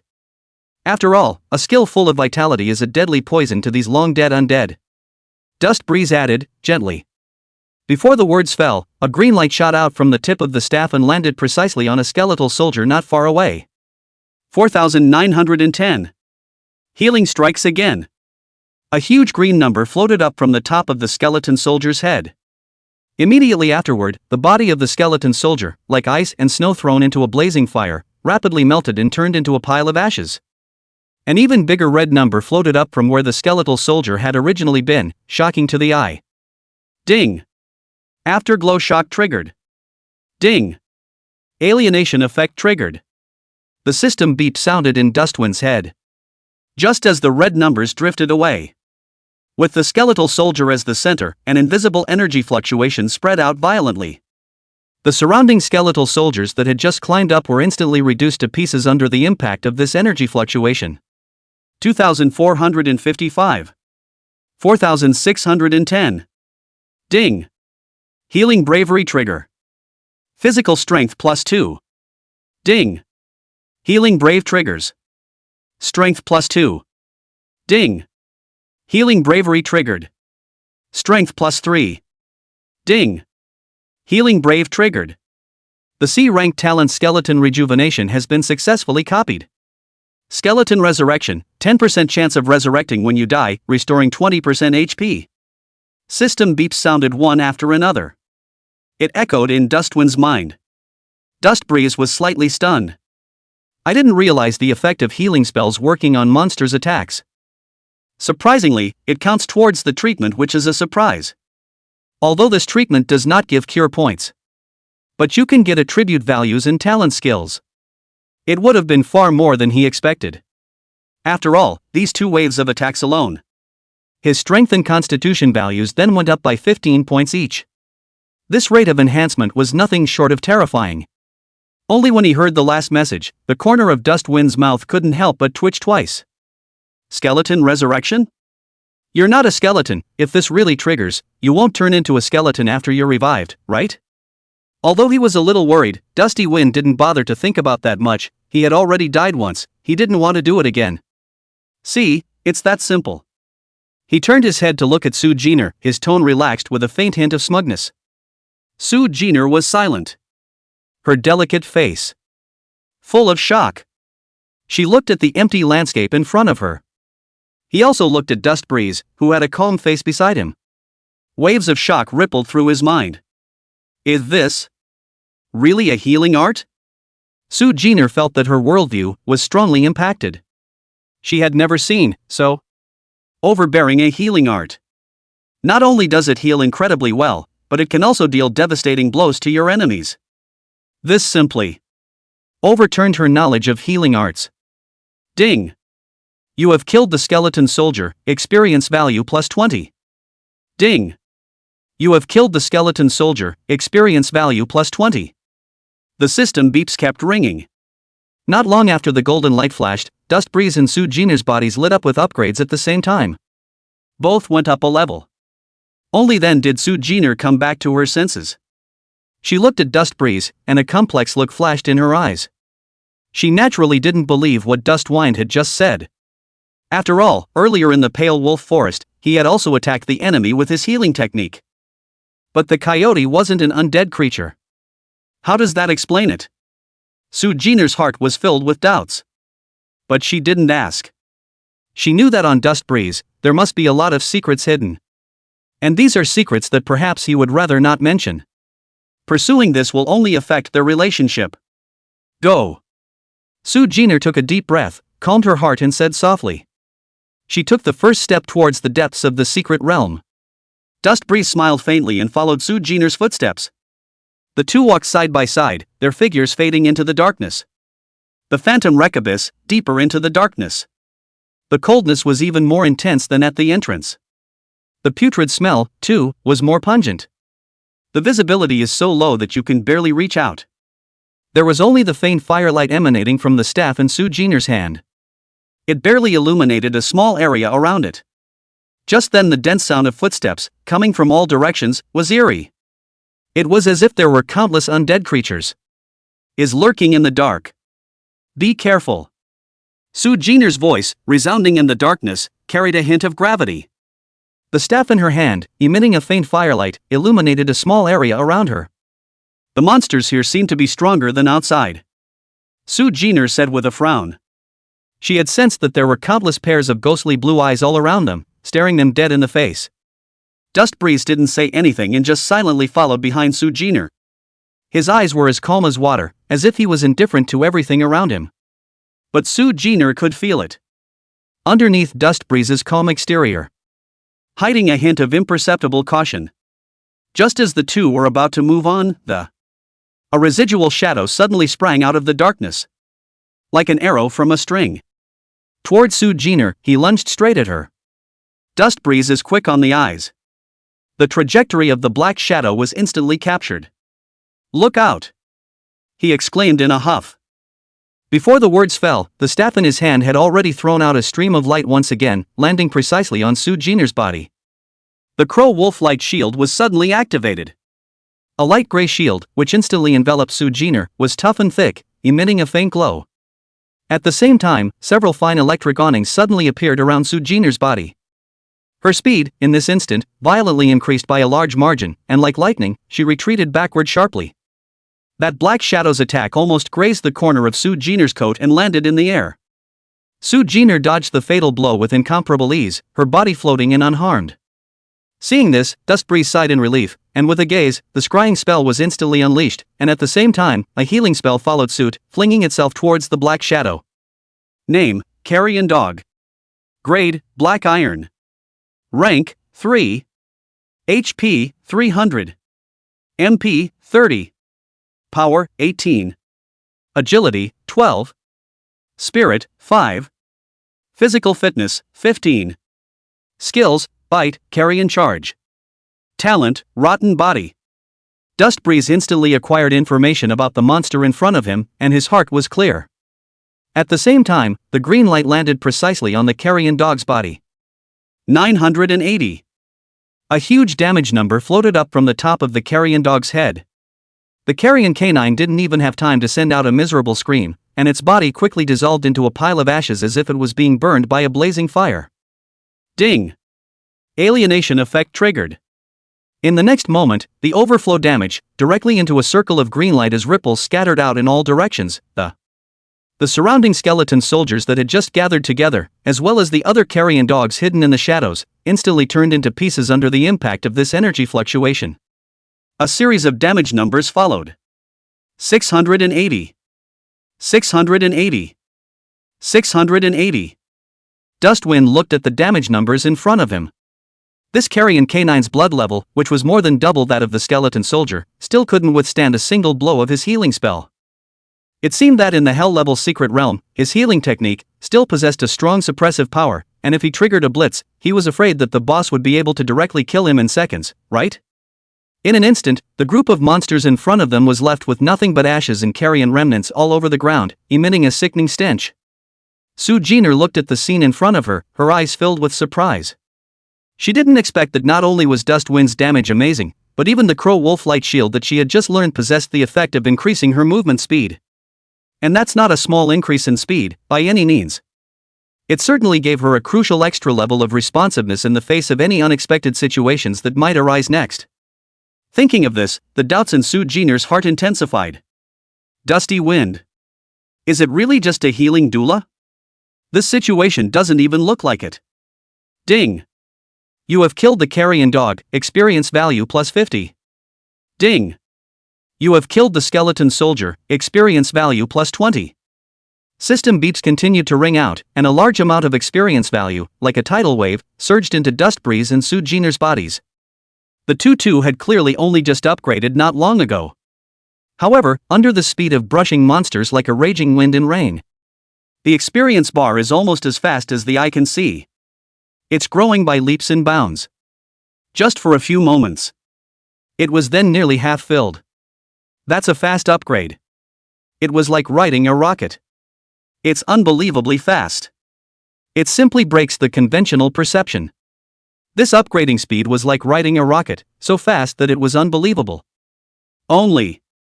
This time Dustwind's luck seemed to run out. Killed so many monsters. He had merely gained only 4 or 5 points of strength attribute value. Skills and talents. And yet none of them were copied. It couldn't help but make him feel some slight regret. Su Jin'er stood in place, looking at the empty scene in front of her, and then looked at Dusty Wind, who had a calm face beside her. A complex look flashed in her eyes. Obviously said yes in the beginning. It was up to himself to lead Dusty Wind to explore the secret realm of this phantom recabus. But now it seems he seemed to have become a dispensable liability instead. This perception. Let the always proud Su Jin'er. The heart is more or less in the wrong place. Let's go, we're competing against Li Wei, I don't want to kowtow to that guy. Dustwind let out a light laugh and took the lead in taking steps towards the depths of the secret realm. Su Jin'er took a deep breath and tried to calm her slightly complicated emotions as she silently followed Dustwind's footsteps. Chapter 19 The Panicked Su Family. Yuncheng, the Su family split. Inside family head Su Minggen's study, the atmosphere was so stagnant that it seemed as if water could drip out of it. Su Minggen sat behind the wide mahogany desk, his face somber. In his hand, the piece of emerald green jade that he was originally playing with was currently being tightly clutched, his knuckles turning white. Jin'er went into the hell-level novice secret realm? Su Minggen's voice was low, each word seemed to be squeezed out from between his teeth with an overwhelming anger. Standing across from him were his inner circle of men. At this moment, the henchman was hanging his head down, his body trembling slightly, not even daring to breathe. Yes, master of the house. He answered with difficulty, his voice almost faintly audible. Su Minggen's face didn't ease up because of his men's confirmation, but instead became more gloomy. Just get in. He took a deep breath and forced himself to calm down. With Jin'er's profession and equipment, plus those people we've arranged, there shouldn't be any major problems. Su Minggen tried to comfort himself, but there was a trace of imperceptible trembling in his voice. But... The henchman gulped, as if he had something to hide. Su Minggen raised his head violently, his eyes sharp as knives. But what? What's it like to stutter? The underling's body shook, and he hastily sped up his speech. That Missy went in with just a 2-person squad. What? Su Minggen's pupils suddenly contracted and his face instantly turned pale. He stood up violently, and the jade in his hand fell to the ground with a snap and broke into pieces. A two-man squad? Su Mingan's voice was sharp and piercing, as if he couldn't believe his ears. Didn't I tell you 1,000 times to send more men to protect Missy? He growled, his chest heaving violently, clearly enraged to the core. What he feared most still happened. A hellish secret realm, even at the novice level, was not something that two people could just break into. Su Jin'er's well-being made him anxious. What made him feel even more fearful was that if something really happened to Su Jin'er in the secret realm, the side of the main family of the capital city would definitely not let him off the hook. At that time, the entire Yanqing Su family branch would be doomed. Who did Missy go with? Su Mingan asked in a hoarse voice as he stared dead at his men. He wanted to know who, exactly, dared to be so bold as to take Su Jin'er on an adventure. Family master, the one with the big Mrs. Dustwind. The henchman answered in a shaky voice. Su Mingan was violently stunned, as if he was struck by a bolt of lightning, and his entire body froze in place. The teacup in his hand, no longer able to hold, clang fell to the ground, shattered.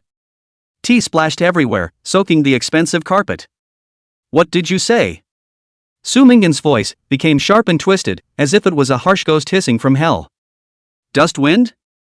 Which dust breeze? He stared his men dead in the face, his eyes filled with blood as if he wanted to eat him alive. The henchman was scared out of his wits by Su Mingan's appearance, and he shivered and replied, just that. Talent value of 200, B ranked. Reply Warlock. OB rank Repo Warlock? Su Mingan only felt a surge of hot blood rush to the top of his head, and his eyes blackened for a while. His body swayed and he nearly fell head over heels. AB rank Reply Warlock? What right does he have? How dare he take Missy into a hell-level secret realm? He's looking for death. No, he's trying to get Missy killed. Su Mingan's voice, which had gone completely out of control, became hysterical. He couldn't imagine what kind of help a B-ranked reparative warlock could provide to Su Jin'er. In a hell-level secret realm, a B-ranked reproduction warlock, I'm afraid, would have problems even defending himself. The more he thought about it, the angrier he became, the more fearful he became. If anything happened to Su Jin'er, he could not absolve himself of the blame. Prepare the car. Get the car ready. Su Mingan slammed the table and roared at his men. I'm going to the replica hall. I'm going to stop them. I'm going to get Missy out. His voice was hoarse, his eyes were bloodshot, and his entire body was on the verge of collapse. His only hope now was to be able to forcefully teleport Su Jin'er out of the secret realm through the replica hall's authority. Even if it cost him more, he had to do it. At the same time, in the secret realm of the spectral wreckage abyss, Dust Breeze and Su Jin'er had already penetrated deep into an ancient castle. Inside the castle, darkness was like sticky ink, slowly swallowing the light. The staff in Su Jin'er's hand, with its flickering firelight, could only illuminate a small area in front of her. The twisted carvings on the walls seemed to come to life in the flickering light, flailing and clawing. The scent of decay, mixed with a chilly dampness, continued to assault both men's senses. Su Jin'er followed closely behind Dust Breeze, not daring to take a step away. Her gaze, from time to time, fell on Dustwind's back. The eyes were filled with complex emotions. From the entrance to the secret realm, to this ancient castle. It took just over 20 minutes. The speed of this was so fast that it made her wonder. One should know that the record for the fastest passage of a hell-level novice secret realm was more than an hour. And they, in less than half the time. Su Jin'er had originally thought that she had teamed up with Dust Breeze in order to protect him. A B-ranked reparative warlock, in most people's eyes, was just a dispensable aid. But now it seems that everything is reversed. It wasn't her protecting Dustwind. Rather, it was Dust Breeze, who was taking her all the way to crush. This knowledge made Su Jin'er's heart feel a pang of loss. She used to think that she was the center of the team. It's the key to leading the team through. But now, she realized that she seemed to have become a dispensable presence. Even without Dust Breeze, she might not even be able to enter this castle. What's wrong? Dustwind's voice, which suddenly rang out, broke the silence within the castle. He turned his head, looked at Su Jin'er, and asked with a smile. There's a boss fight coming up. What are you thinking about? Su Jin'er returned to her senses and looked at Dustwind's face with a faint smile. She opened her mouth to say something, but didn't know how. The original self-confidence, at this moment, had actually produced a hint of shaking. I thought I'd be able to surpass you after the transfer, and was going to help you. Su Jin'er's voice, very light and low, carried a trace of imperceptible loss. I didn't realize. You were still better than me, and I still need you to take me. Dust Breeze was slightly stunned.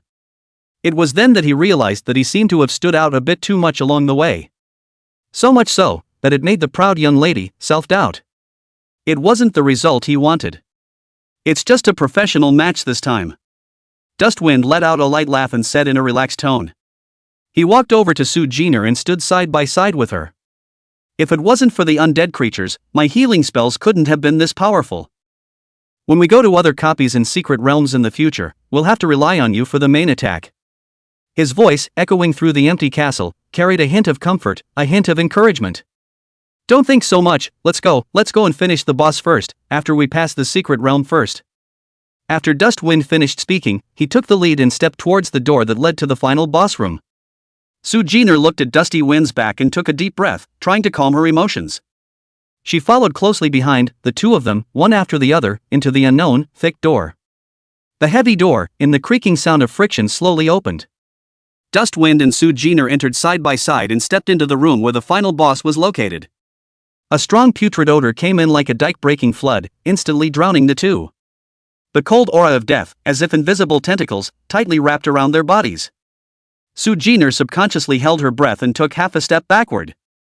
With the staff in his hand, the firelight danced violently, reflecting a huge shadow that twisted and writhed against the walls.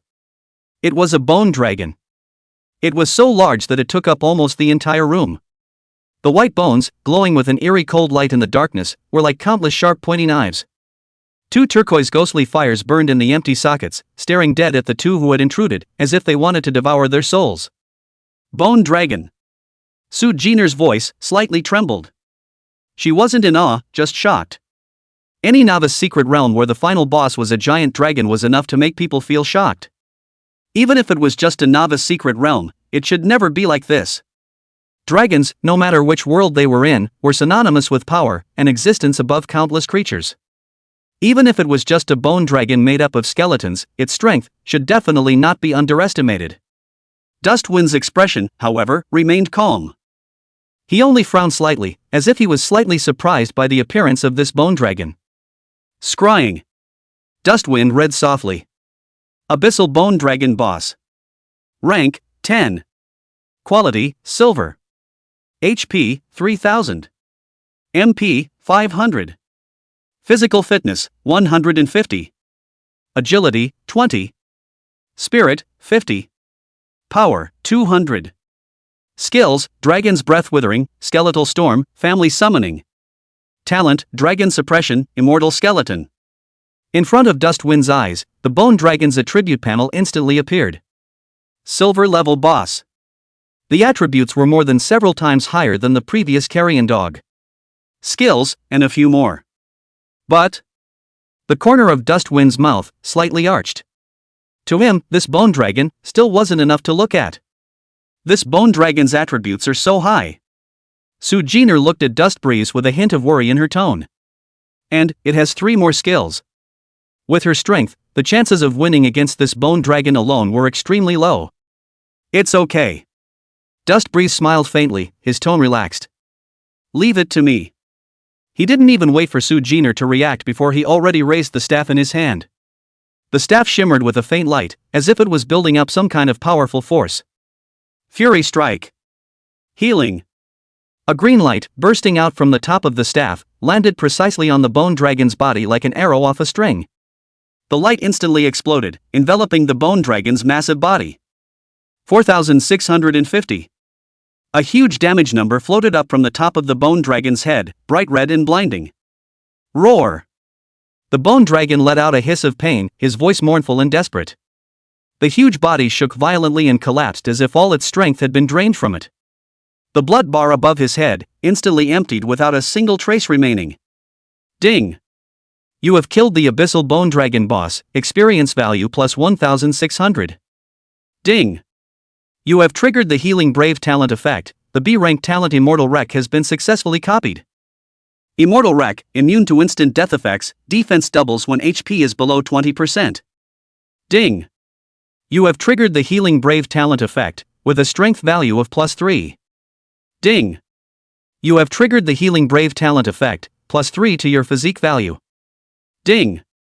Congratulations on your upgrade. HP, MP +50, gained 15 free attribute points. Current level LV8. System beeps, one after another. The smile on Dustwind's face became even more intense. The talent was copied and 2 attributes were added one after the other. Was this the difference between bosses? Far stronger than ordinary monsters. Su Jin'er stood in place, looking at this incredible scene in front of her, completely frozen. Her mouth dropped open and her eyes rolled back in her head as if she had seen some unfathomable sight, and her mind went blank. Seconds? A silver-level boss was actually killed by Dustwind with a single healing spell? How is this possible? Su Jin'er felt that her worldview was strongly impacted. She even began to wonder if she was hallucinating. Before, those small monsters were killed in seconds, even if it was. How even the boss was killed in seconds? This was a silver-level bone dragon. Even if it's only level 10, that's still a dragon. It is an existence above countless creatures. How can you be killed in seconds so easily? Su Jin'er felt like her perception was completely turned upside down. She couldn't understand or accept it. Done. Dustwind put away his staff and turned his head to look at Su Jin'er with a faint smile on his face. Let's go see what kind of goodies this bone dragon has exploded. His voice pulled Su Jin'er back to reality from her shock. Su Jin'er took a deep breath and tried to calm her inner shock and calm herself down. She looked at Dustwind with complicated eyes. This man. How many secrets are hidden? How strong is he, really? Su Jin'er realized that she could not see through Dustbreeze more and more. Is he really just a repo warlock? How is he more of a combat class professional than he is? The two walked over to the body of the bone dragon. Moory white bones, which had lost their luster, were scattered all over the place. Several items that shimmered with different rays of light lay silently among the pile of bones. Dustwind bent down and picked up those items one by one. Ding! You have obtained the bone dragon's spine cut. Ding! You have obtained bone dragon's sharp claw. Ding! You have obtained the equipment ring of the dead silver. Ding! You have obtained the dragon soul fragment cut. Ding! You have acquired the bone dragon staff silver. That much? Su Jin'er looked at the item on the ground that was emitting a faint glow with a hint of disbelief in her voice. One should know that normally, when killing a monster, it would be good to pop out 1 or 2 items, which was already considered extremely lucky. This bone dragon actually exploded 5 pieces in one breath. And there were 2 silver-level equipment in it. This is simply... Su Jin'er felt like she was dreaming. Everything seemed so unreal. Well, it was okay. Dustbreeze spoke lightly, as if it was just a trivial matter. There was a natural reason why he was so calm. Dustbreeze explained with a slight smile. The explosive rate of the dropped items is related to the speed of the kill and the number of attacks received. If it is a one-hit kill, the number and rarity of the dropped items will be increased to a certain extent. We've been quite lucky this time. Su Jin'er nodded slightly as she listened to Dustwind's explanation. So it was like that.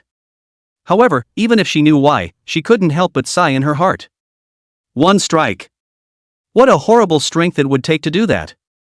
She asked herself that with her own strength, she would never be able to do it. Chapter 20, Hidden Copy. Dustbreeze picked up the scattered items one by one and stuffed them into a dusty cloth bag with a sharp movement, as if he had long been accustomed to such an operation. Let's go. He was just about to greet Su Jin'er and leave, but he suddenly let out a light heap and stopped in his tracks. The line of sight crossed over the messy skeleton and landed on the place where the bone dragon's corpse was originally perched. Su Jin'er froze and followed his gaze. The area that was originally obscured by the bone dragon's massive body was now unobstructed in front of the two. What's wrong? She asked suspiciously, a hint of curiosity in her cool voice. Instead of answering directly, Dustwind raised his hand and pointed in that direction, asking rhetorically. Is there a door before? There? His voice was low, with a hint of uncertainty. Su Jin'er's gaze once again fell to that location and scrutinized it. Only there, a half-hidden stone door stood silently. The stone door was covered with traces of age, mottled lines like the wrinkles on an old man's face, ancient and mysterious. It stood in stark contrast to the morose white bones around it, as if it were an out-of-place presence. This. Su Jin'er's pupils contracted slightly. She could be certain that there was definitely no such door here before. Her mind raced as countless thoughts flashed by. A possibility came to mind that made her heart skip a beat. Is it hard to believe that? This is the legendary hidden copy? Her voice trembled a little, a mixture of surprise at the unknown and excitement at the adventure to come. Dust Breeze slowly approached the stone door, looking extra cautious with every step. He reached out his hand and gently touched the rough lines on the stone door. A cold touch came from his fingertips, as if he could feel the passage of years and the settling of time. Crunch! He gently pushed, and the stone door made a dull scraping sound and slowly opened a crack. An eerie scent poured out of the crevice, very different from the previous putrid odor.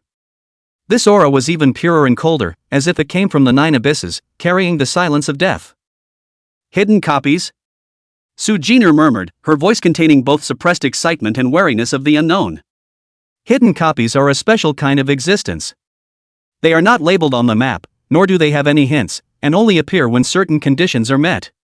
It's like a hidden egg waiting to be discovered by a lucky person. It appears under a myriad of conditions, some requiring specific props, some requiring a specific time, and some requiring the completion of a series of complex tasks. The trigger condition for the hidden copy in front of him was clearly related to the bone dragon that had just been killed, related to Dustwind's unbelievable strike. Hidden copies, which often mean greater risks, also mean greater rewards. Each hidden copy is like an unknown treasure waiting to be explored by the transmogrifier. It may contain rare equipment, powerful skills, or even an opportunity to change your fate. Su Jin'er was also very excited at this time. How could she not have expected that she would be so lucky as to encounter a hidden copy at the novice stage? It was like a gift of fate, a once-in-a-lifetime opportunity. Dustwind looked at Su Jin'er's excited appearance, and the corner of his mouth slightly curved up in an arc. He asked softly, "How about it, any interest in going in and breaking in?" His voice was low and magnetic, with a hint of seduction. "Now that I've come across it, of course I'm going." Su Jin'er replied without hesitation, her tone firm. There was a gleam of excitement in her eyes, a desire for adventure, a yearning for the unknown. "Go!" Dustbreeze nodded and took the lead in stepping through the stone door. Su Jin'er followed closely behind, and the two of them disappeared into the darkness, one after the other. The stone door slowly closed, shutting out all the clamor, leaving only endless darkness and silence. Passing through the stone door, what presented itself to the two was a long dark corridor. The walls on both sides of the long corridor were inlaid with a crystal that emitted an eerie green light. The faint glow, which provided a glimpse of the dark space, added a bit more eeriness. There was a faint smell of sulfur in the air, mixed with a hint of decay that was oppressive and unsettling. It was as if this was the entrance to hell, leading to a world of danger and the unknown. Click, click. A sound of metal clashing came from the depths of the long corridor, breaking the dead silence. The voice, like a hypnotic charm, made people's hearts tighten. Dustbreeze and Su Jin'er glanced at each other, both seeing a hint of gravity in the other's eyes. They moved forward cautiously, taking each step with extra care. Beneath his feet, there were cold stone slabs that echoed slightly with each step. As they went deeper, the sound of metal clashing became clearer and denser.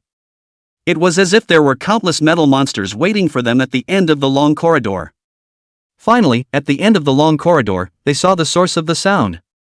It was a group of skeletal soldiers clad in tattered armor. They wielded rusty weapons and swung them mechanically, lifelessly. It was as if they were engaged in some kind of never-ending drill, or as if they were puppets being manipulated by some kind of power. Behind the skeletal soldiers, 4 figures dressed in black robes were chanting something in a low voice.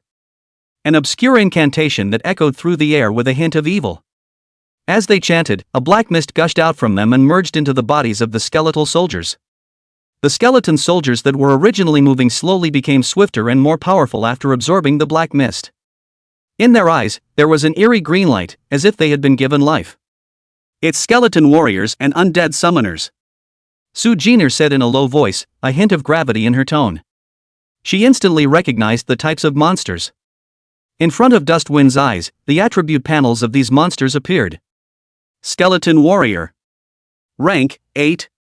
Quality, whiteboard. HP, 800. MP, 50. Physical fitness, 40. Agility, 10. Spirit, 5. Power, 40. Skills, none. Talent, none. Undead Summoner Elite. Rank, 9. Quality, Black Iron. HP, 1000. MP, 500. Physical fitness, 50. Agility, 15. Spirit, 50. Power, 30. Skills, skeleton summoning, skeleton strengthening. Talent, affinity for the undead. These skeleton warriors, with average attributes, were numerous and densely packed, and could not be seen at a glance. And those 4 undead summoners were the real threat. Their skill, skeleton summoning, allows them to summon a constant stream of skeleton warriors. If they weren't dealt with soon, the number of skeleton warriors would grow and eventually overwhelm them. These summoners summon skeletons so fast, we have to take care of the summoners first. Su Jin'er frowned as she looked at the skeletal warriors that kept rising from the ground. More and more skeleton warriors joined in wielding their weapons, and the scene became more and more chaotic. I know. Dustwind nodded, he naturally understood this. He took a deep breath and swept his gaze over the 4 undead summoners, already having a plan in mind. It was necessary to fight quickly and not be dragged down by this sea of skeletons. There was a sense of guilt and goodwill towards Su Jin'er. Chapter 21 Intelligent Monster? Without the slightest hesitation, Dust Breeze raised the star staff in his hand at the first opportunity. Whoosh! Whoosh! 2 emerald green rays of light, like arrows off the string, shot out from the tip of the staff, and with a sound that broke through the air, instantly disappeared into the group of skeletons. Buzz! The light landed on the ground and instantly burst apart, transforming into 2 huge waves of green light that spread in all directions at an astonishing speed, quickly covering half of the promenade. Wherever the light waves passed, the skeletal warriors were like snowflakes baked by the hot sun, rapidly melting away and turning into piles of scattered skeletons. Ding! You have killed the skeleton warrior, experience value plus 40. Ding! You have killed the skeleton warrior, experience value plus 40. Ding! You have killed undead summoner elite, experience value plus 135. The system beeps came in like a tidal wave, echoing continuously in Dust Breeze's ears, almost in succession. Dust Breeze's brows, however, wrinkled slightly. He clearly heard that there was only one hint of killing an undead summoner in the system beep. Only killed one? Surely that's still not enough range. Dustwind gripped his staff tightly, ready to put a shield on himself first and wait for the CD of the next healing spell, though he had other attack skills he could use as well, But Su Jin'er was still here, and it was better not to expose the copied skills for the time being. Just as Dustwind was thinking this, a violent explosion suddenly sounded, interrupting his thoughts. Boom! Boom! Boom! Dustbreeze subconsciously looked back, only to see Su Jin'er standing at the entrance of the long corridor, the staff in her hand constantly waving. A huge fireball fell from the sky like a meteor shower, landing precisely in the skeleton group and exploding. The flames rolled over, and the entire long corridor seemed to have turned into a huge furnace.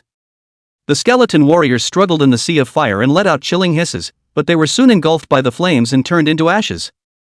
Su Jin'er's face was overflowing with excitement, her eyes were bright as if they were burning with 2 flames. Her skills, like a machine gun, poured out fire like crazy, with no intention of stopping at all. Each fireball could take away the life of a large swath of skeleton warriors. Dustwind looked at Su Jin'er's back and couldn't help but sigh in his heart. SS rank hidden professions, really powerful. Although Su Jin'er kept saying that she was the one who was leading her. But how could Dustwind, who was a reborn person, not know that Su Jin'er had not been using her full strength all along? As an existence that stood at the peak of the world in her previous life, Su Jin'er had 2 extremely powerful SS grade talents. One of them was the heart of a mage god that she had copied herself to, which could bring her tons of magical power value, and another talent called Gift of the Heavens, which allows all her skills to be CD-less. With these 2 talents stacked together, she could unleash her skills with impunity, not having to worry about magic consumption or skill cooldowns at all, Totally a walking magic Gatling. Ding! Your teammate Su Jin'er has killed undead summoner elite, experience value plus 135. Ding! Your teammate Su Jin'er has killed undead summoner elite, experience value plus 135. Ding! Your teammate Su Jin'er has killed undead summoner elite, experience value plus 135. 3 consecutive system beeps sounded, announcing the death of the last 3 undead summoners. Dustwind looked at Su Jin'er, who was full of excitement, and asked with a hint of a flirtatious tone as the corners of his mouth rose slightly. Finally not hiding your strength? Su Jin'er froze, then a playful smile appeared on her face as she winked and explained in a light tone. I'm not hiding my strength, it's just that. Only just learned a group attack skill. Dustbreeze naturally didn't believe Su Jin'er's explanation. With her 2 heaven-defying SS grade talents, even if she didn't have a group attack skill, just with the fireballs that poured out like machine guns, it was enough to rival any group attack skill. What's more, Dustwind clearly remembers that Su Jin'er in her previous life had shaken the entire world with the title of Flame Queen. Although she had only just awakened, how could she be weak with 2 SS rank talents? However, Dustbreeze didn't point it out and just smiled and shook his head. After all, everyone had their own secrets, and Su Jin'er naturally had her reasons for being willing to hide her clumsiness. He turned his head and looked deeper into the gallery. Dustbreeze took a deep breath and raised the star staff in his hand once again. Let's get on with it. Dustwind said softly. Aha! Su Jin'er nodded and responded obediently, following closely behind Dustbreeze. The 2 continued along the promenade, one after the other. The long corridor wasn't too long, and under Su Jin'er's CD-less bombardment, the 2 of them soon reached the end. At the end, a huge palace came into view. The palace was grand in scale and lavishly decorated, but the erosion of years had made it look dilapidated, and an unspeakable sense of decadence filled the air. In the middle of the palace, a throne made of some kind of red crystal was placed, and on the throne, a figure clad in black armor sat silently. The cracks in the armor let out wisps of blackness, as if a dark shadow from the abyss was hidden inside. Su Jin'er's footsteps slightly lurched, her eyebrows slightly furrowed. Even the always calm Dustwind felt a strong sense of crisis at this moment. It was a kind of trembling from the depths of their souls, as if the existence on the throne possessed the power to easily obliterate them. This is... Su Jin'er spoke softly, a hint of doubt and caution in her tone. Dustwind didn't reply, his gaze locked tightly on top of the throne. In the next moment, Dustbreeze's mind moved, and the light of the scrying technique instantly enveloped the figure on the throne. Shadow Monarch Projection Elite Boss. Grade, Crimson, Odd Item Grades, White, Black Iron, Bronze, Silver, Gold, Platinum, Diamond, Crimson, Dazzling Color, Immortal Spirit, Sacred Destruction, Divine Mystery, Heavenly Jedi. Rank, 10. HP, 20,000 20,000. MP, 5,000 5,000. Power, 800. Agility, 300. Spirit, 500. Body mass, 600. Skills, Shadow Extraction, Shadow Save, Shadow Swap, King's Domain. Gift, Power of the Dominator. Dustywind's pupils shrunk violently. What the hell? A Crimson Grade Elite Boss. Are you kidding me? Is this what a ING novice secret should be? And, Shadow King? Seriously? Isn't this the main character from some anime? If memory serves, this thing should be a summoning system, right? Is this really a monster that should appear in the novice secret realm? It's not like the level is 10, it's just that a level 10 professional can deal with it okay. What's more, it was only a projection. It already has such a terrifying attribute. How terrifying would it be if the real body descended? Crimson rank. Or elite boss. Su Jin'er had obviously seen the monster's message as well, and there was a hint of disbelief in her voice. They are just newbies who have just switched and the monster in front of them is a level 10 Crimson rank elite boss. The gap between them was like a heavenly rift. Can we beat that? Su Jin'er turned her head to look at Dustbreeze with a hint of uncertainty in her tone. Although she possessed 2 heaven-defying SS grade talents, the difference in attributes was just too great, so great that it made her feel a little powerless. Dustwind gulped, the knot in his throat rolled involuntarily, and his dry voice carried a hint of bitter laughter. You have to fight even if you can't, look behind you. Su Jin'er sniffed as if she realized something and turned back violently. The door where he originally came in had disappeared. This. Su Jin'er sucked in a mouthful of cool air, shock written all over her delicate face. The way back is gone? Isn't the beginner's secret realm not going to close? She remembered clearly that the novice secret realm was meant for newcomers to try out, and in order to ensure safety, traps that could not be returned would not be set at all. But now, not waiting for Su Jin'er to come back to her senses from the shock, a click-click-click sound of armor friction broke the silence. On the throne, the black armor, which was originally stationary, slowly moved. In the helmet, two crimson flames suddenly lit up like two burning eerie stars, emitting a haunting glow. Immediately after that, under the nervous gaze of the two, the black armor, surprisingly, slowly stood up from the throne.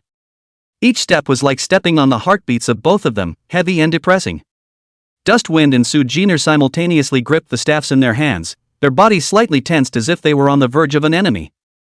An invisible pressure filled the air, weighing people down. Who? Dustwind took a deep breath and forced down the fear in his heart, trying to make his voice sound calmer. Don't panic, Jin'er, it's just a projection. Although his mouth said so, Dusty Wind's heart was not calm at all. I really didn't expect this copy to be activated, interesting. Right at this moment, a cold voice suddenly sounded in Dustwind's mind, like ice rubbing against ice, carrying a creepy gloominess. Dustwind's heart was startled, and he subconsciously looked at Su Jin'er beside him with a question in his eyes. Jane, did you hear anything? He asked, lowering his voice, a hint of uncertainty in his tone. Su Jin'er frowned slightly and shook her head, indicating that she didn't hear it. No, why? She looked at Dustwind suspiciously, her clear eyes filled with worry. Right at this moment, that morose voice rang out again with a hint of teasing. Oh? You actually heard me? Dustwind's body trembled slightly, and his pupils suddenly contracted. He jerked his head up to look at the Shadow Monarch on his throne. Only to see that in the Shadow Monarch's helmet, two crimson flames, like two burning bizarre stars, were currently staring at him with a deadly stare, as if they wanted to devour his soul into them. This is not an illusion. Dustbreeze could be certain that the voice was coming from the Shadow Monarch. And only he could hear it. What the hell is going on here? Chapter 22, Facing the Shadow King Alone. You. Dustwind gazed at the Shadow Monarch on the throne, each word seeming to be squeezed out from the depths of his throat with an uncontrollable trembling. Is it talking to me? Su Jin'er, who was beside him, subconsciously responded. I didn't say anything, why? The words just fell. It was only then that Su Jin'er suddenly realized that Dustwind's line of sight was not looking at herself at all. Instead, it landed on that throne, the boss that emitted a terrifying aura. Su Jin'er's pupils instantly contracted into the size of a needlepoint, and on her delicate and absolutely beautiful face, the color of blood faded, pale as paper. She even wondered if she had misheard or, perhaps, hallucinated. Will. The talking boss? Really? Really? Su Jin'er's heart, beating violently, as if it was going to pop out of her chest, shock, horror, disbelief, all sorts of emotions, like a flood that broke the dike, instantly drowned her. Weren't monsters of this level only found in the top-tier replicas and the Divine Demon battlefield? How come? How did it end up in a tiny novice secret? This is completely out of character. The Shadow Monarch's face, which was as black as ink, actually moved slightly under the cover of his helmet. That subtle movement fell in the eyes of Dustbreeze and Su Jin'er, but it was like a thunderous explosion. It gives the impression as if is smiling. Meh. Immediately afterward, Dustwind's mind once again resounded with the Shadow Monarch's voice that was eerily cold and with a hint of teasing. That voice, as if it resounded directly in the depths of the soul, could not be shielded or avoided. You're the only one who can hear me here, so naturally I'm talking to you. It's been a long time since I've met a human who could hear my voice, dang it's funny. The Shadow Monarch's voice was like a piercing wind that blew through the cold winter months, and like an icy viper that climbed upwards along Dustbreeze's spine. It made the sweaty hairs on his body stand up. An unprecedented sense of crisis, like an invisible giant hand, had a death grip on his throat, causing him to almost suffocate. Dustbreeze was clear. The more intelligent the monster, the more terrifying its strength. Like the Shadow Monarch, a monster that possessed an extremely high level of intelligence and could even communicate with people, not to mention this life, even in his previous life, he had never encountered it before. This unknown existence was far more terrifying and elusive than those monsters that only knew how to kill. What to do? Dustbreeze's heart, beating wildly, almost broke through his chest. His brain, racing at an unprecedented speed, frantically thought of a response. However, in the face of such a powerful enemy, yet he felt a deep sense of powerlessness that, as if sensing Dustwind's nervousness, the two red flames under the helmet of the Shadow Monarch on top of that throne pulsed slightly. Meh. What are you so nervous about, little one? Do I look that scary? The Shadow Monarch's voice once again sounded in Dustwind's mind. Low, husky, with a hint of laughter. However, this laughter, when it fell on Dustwind's ears, was more chilling than any threat. Hearing him say that, Dustbreeze nearly cursed directly in his heart. Not to mention your name and that horrible attribute. Just this aura on your body is enough to scare ordinary people to death 10 times over, okay? And ask me if I'm nervous? Dustwind spat madly in his mind. However, on his face, he did not dare to show the slightest bit of dissatisfaction, and even the slightest change of expression, he tried his best to control. He forced down the fear inside him and tried to make his voice sound calm. The Shadow Monarch looked at this increasingly nervous appearance of Dustwind. The red flame under the helmet pulsed even more violently, as if it was silently mocking Dustwind's timidity, and as if it was admiring its prey's dying struggle. Ha! The king is in a good mood today, seeing as you're still interesting. How about this, if you accompany this king to chat for a while first, this king can promise you a condition, how about it? The Shadow Monarch's voice sounded once again, with a kind of condescending charity. Hearing these words, Dustwind's eyes immediately lit up. Really? He asked subconsciously, a hint of uncontrollable excitement in his voice. Su Jin'er, who was on the side, was originally distracted by the boss that would speak. At this moment, when he saw Dustwind's reaction, a strong uneasiness surged in his heart. What kind of things is this boss discussing with Dustwind? Why, she couldn't hear their conversation at all. What's the conspiracy here? Her delicate eyebrows, tightly furrowed together, her clear eyes filled with worry, anxiety, and a hint of unspeakable fear. She opened her mouth to say something. But when the words came to his mouth, he didn't know how to speak, and could only watch Dustwind, step by step, walk towards the unknown abyss. The Shadow Monarch nodded slightly. The two red flames in the helmet seemed like two miniature suns, emitting a palpitating light, and like the eyes of two abyssal beasts, staring at Dustbreeze with a deadly gaze. Sure. But you can't go. Shadow Monarch added a condition. Dustbreeze also stalled. After all, one has to talk with him before he's willing to give himself terms. What's the point of talking if you're gone yourself? Su Jin'er looked at this picture of Dustbreeze being thoughtful, seemingly weighing the pros and cons. The feeling of uneasiness in her heart grew stronger and stronger, like wild weeds, almost devouring her. Dustwind! Don't you let him compel you. She couldn't help but open her mouth and cry out, a hint of anxiety and worry in her voice, as well as an imperceptible tremor. She knows it well. A monster of this level was definitely not something they could deal with right now. What's more, this boss could talk and possessed an extremely high level of intelligence. This added countless more variables, making the already slim chances of victory even slimmer. However, Dustwind did not pay attention to Su Jin'er's dissuasion. He took a deep breath, as if he had made up his mind, and as if, again, he was giving himself a pep talk. And please send my friend out of this hidden copy.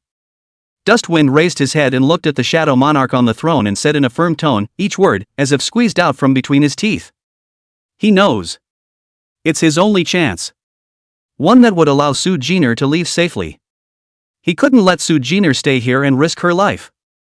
Hearing these words, Su Jin'er's expression changed violently, and her already pale face instantly became even more unsightly. What are you babbling about? I'm not leaving.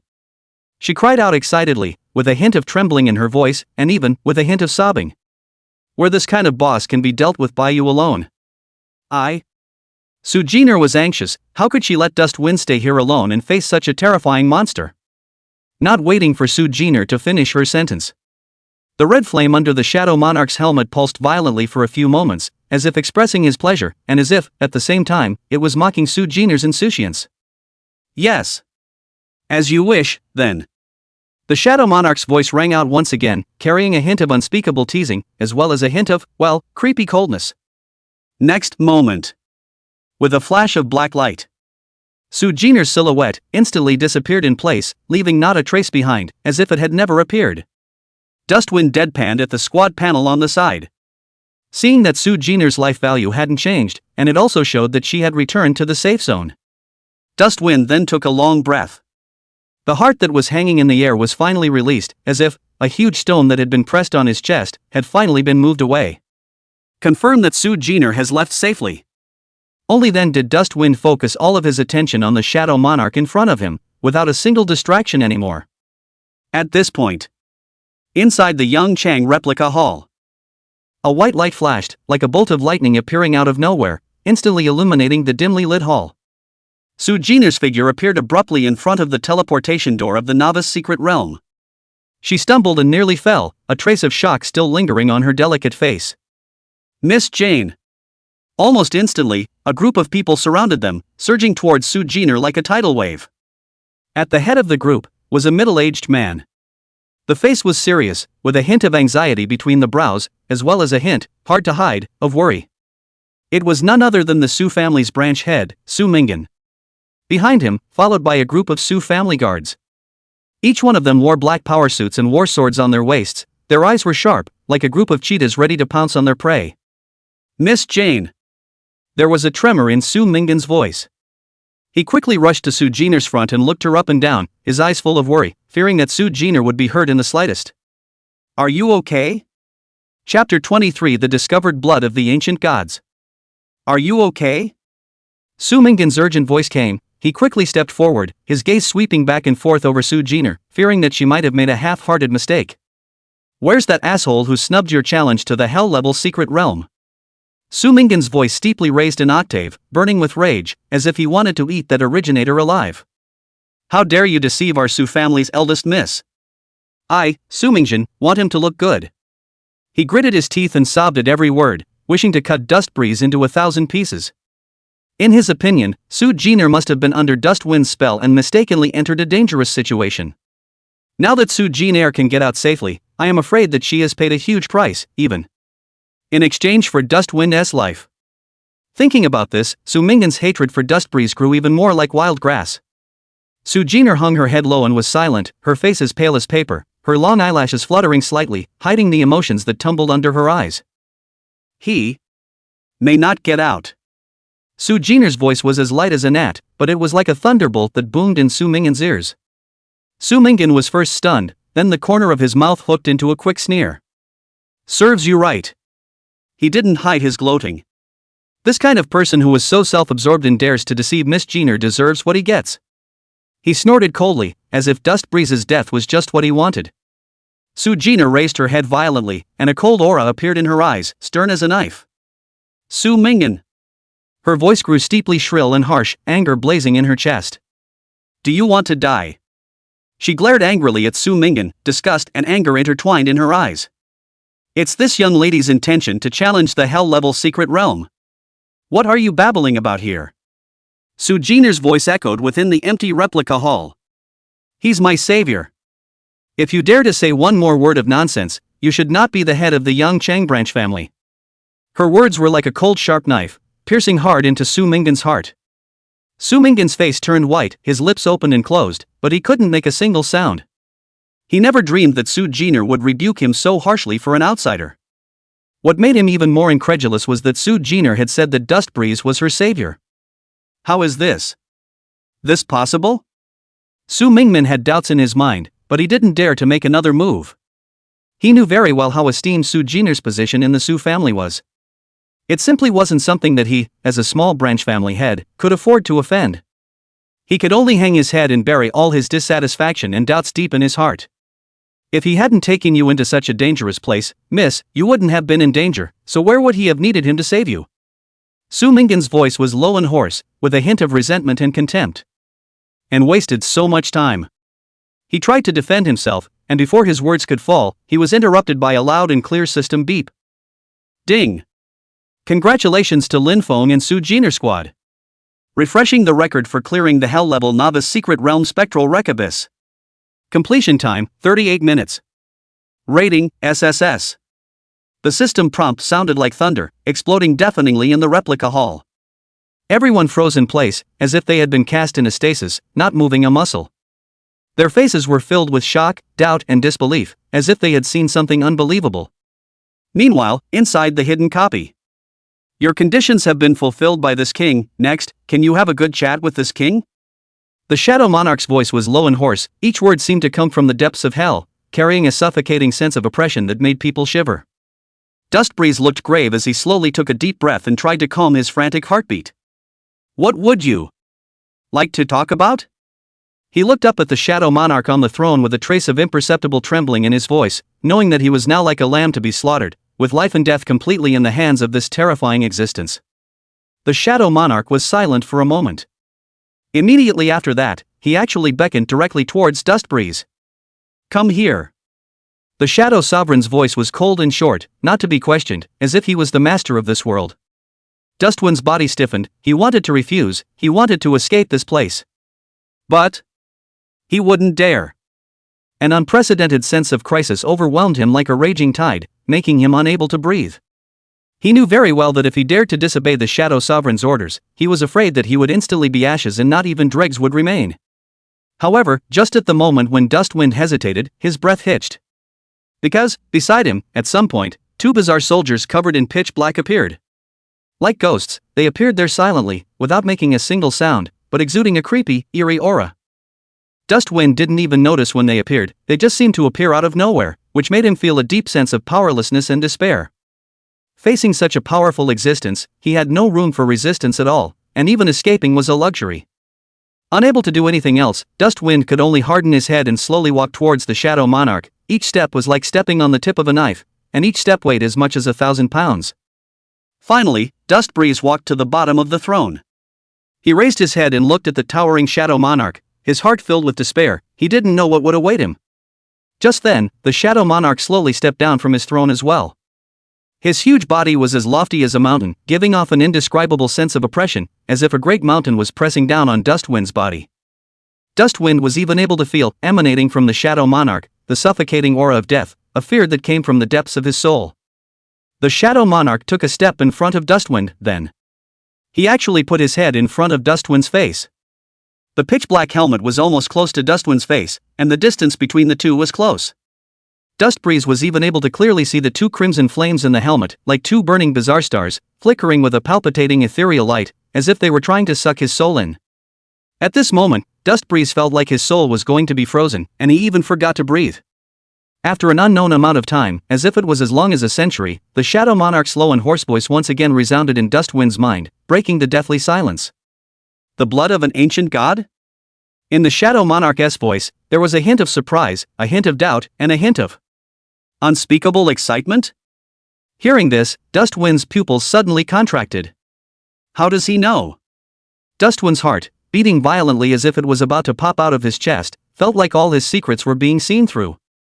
How did he know he had the blood of an ancient god?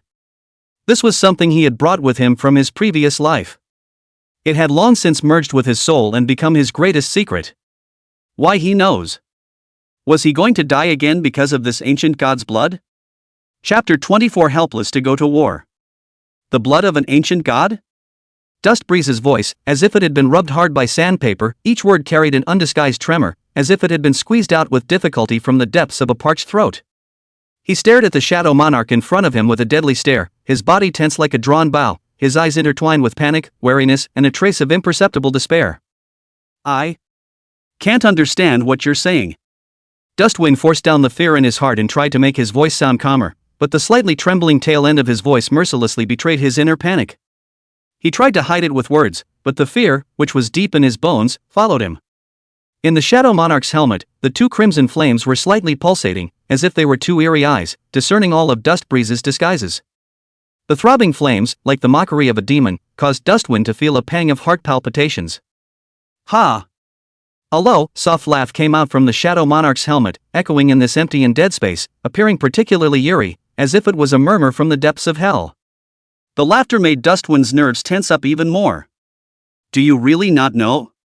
The Shadow Monarch's voice, still low and hoarse, carried a penetrating power that pierced through everything, as if it was able to strike right into the depths of Dustbreeze's soul, exposing all of his secrets mercilessly. Every word was like a sharp knife that pierced into Dustwind's heart. Dustwind felt as if he had been stripped naked and stood naked in front of the Shadow Monarch, with all his secrets hidden from view, without even the last bit of room to struggle. He clenched his teeth so tightly that his lips almost bled and his teeth cackled, trying to control himself from losing his temper, from letting the fear consume him completely. "Since you don't know, the king will take it himself." The Shadow Monarch's voice suddenly became cold and merciless, as if declaring Dustbreeze's fate, like the judgment of the god of death, which could not be questioned and could not be resisted. Before the words fell, a huge, completely darkness-condensed palm stretched out from behind the Shadow Monarch, and with a suffocating sense of oppression, it grabbed towards Dustbreeze's face. The palm was immense, covering the sky and the sun, as if it wanted to swallow Dustwind's entire being into it, along with his soul, and crush it together. No good. Dustwind's pupils contracted violently, an unprecedented sense of crisis instantly attacked his entire body, and the aura of death came over him, causing him to almost suffocate. Almost out of instinct, he tried to step backward to avoid the fatal blow. However, the instant his body had just made a move, a surge of electricity violently ran up from under his feet and instantly flowed throughout his body. Coyote Light Shield. A layer of light gray light shield instantly surfaced around Dustbreeze's body, wrapping his entire body in it, like a fragile egg protected by a thin layer of shell. At the same time, Dustbreeze felt that his body, as if being pulled by an invisible force, instantly retreated backwards, at an extreme speed. This sudden acceleration allowed Dusty to narrowly avoid the Shadow Monarch's deadly grasp. The giant palm of darkness almost grazed Dustwind's body and landed, bringing up a strong wind that caused the robes on his body to hunt and make a tearing sound. Dustwind only felt a chill that ran straight from the soles of his feet to the top of his head, causing the hairs on his body to stand on end, every cell screaming danger. Almost. It was so close that he was caught by this giant palm of darkness.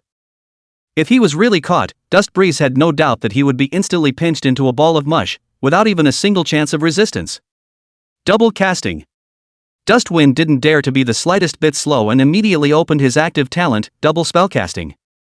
Almost at the same time, 2 emerald green rays of light shot out from the top of the star staff like 2 bolts of lightning, cutting through the darkness and instantly landing on the Shadow Monarch's body. Cure. Cure. 2 consecutive healing spells hit the Shadow Monarch with precision. This was the only means that Dustwind could think of at the moment that might pose a threat to the Shadow Monarch. Although he knew that his healing technique might be insignificant to an existence like the Shadow Monarch, he still wanted to give it a try. At the very least, buy yourself a little time. However, the next scene that occurred caused Dustwind's heart to completely sink to the bottom. The 2 emerald green rays of light, after landing on the Shadow Monarch's body, turned out to be like a mud cow entering the sea, without stirring up the slightest ripple. Even the top of the Shadow Monarch's head didn't have any damage numbers popping up. This. Dusty Wind's face instantly became as white as paper, without a trace of blood. How could he not have expected that his healing technique would be completely ineffective against the Shadow Monarch? How is that possible? Could it be that one's own attacks couldn't even break through the Shadow Monarch's defense? In Dustwind's heart, a deep despair welled up, as if he had fallen into a bottomless abyss. Feeling the green light that fell on his body, the Shadow Monarch froze for a moment. Not an attack?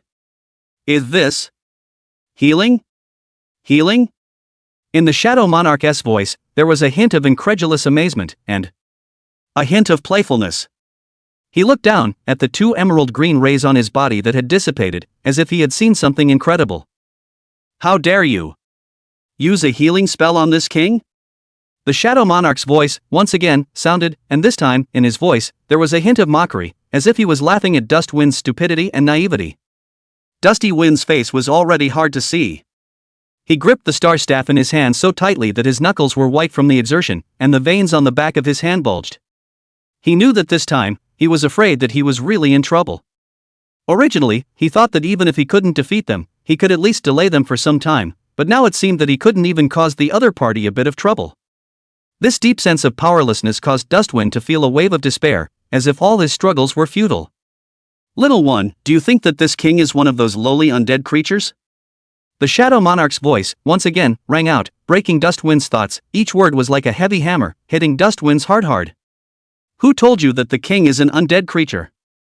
There was a hint of teasing in the Shadow Monarch's voice, as if he was mocking Dustwind's ignorance and self-righteousness. Dustbreeze was struck by lightning. He jerked his head up and looked at the Shadow Monarch, his eyes filled with shock and disbelief, as if he had heard something heavenly. You're not an undead creature? Dustwind's voice, all of it, trembled a little, with a hint of shock that he couldn't hide. The ancient god's blood is actually in the hands of an auxiliary profession, what a waste. The Shadow Monarch's voice carried a hint of regret, as if he was commenting on a precious treasure being casually discarded. His tone was more like he was mocking Dustwind's ignorance. Dustwind's heart, pounding violently. This ancient god's blood, it's better to leave it to this king. The Shadow Monarch's voice turned abruptly cold, carrying an unquestionable dominance, like an emperor who was at the top of the world, proclaiming his decision. The next moment, he moved. Without the slightest warning.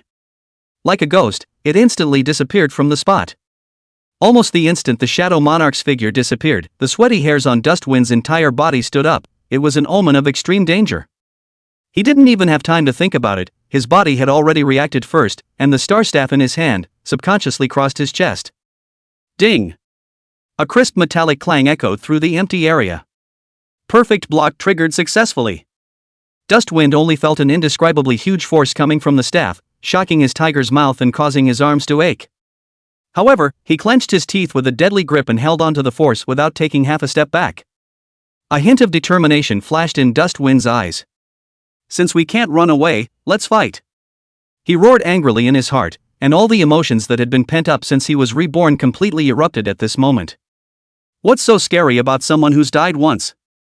He himself had earned even one more second of life. Even a god would have to bite a piece of flesh off of him.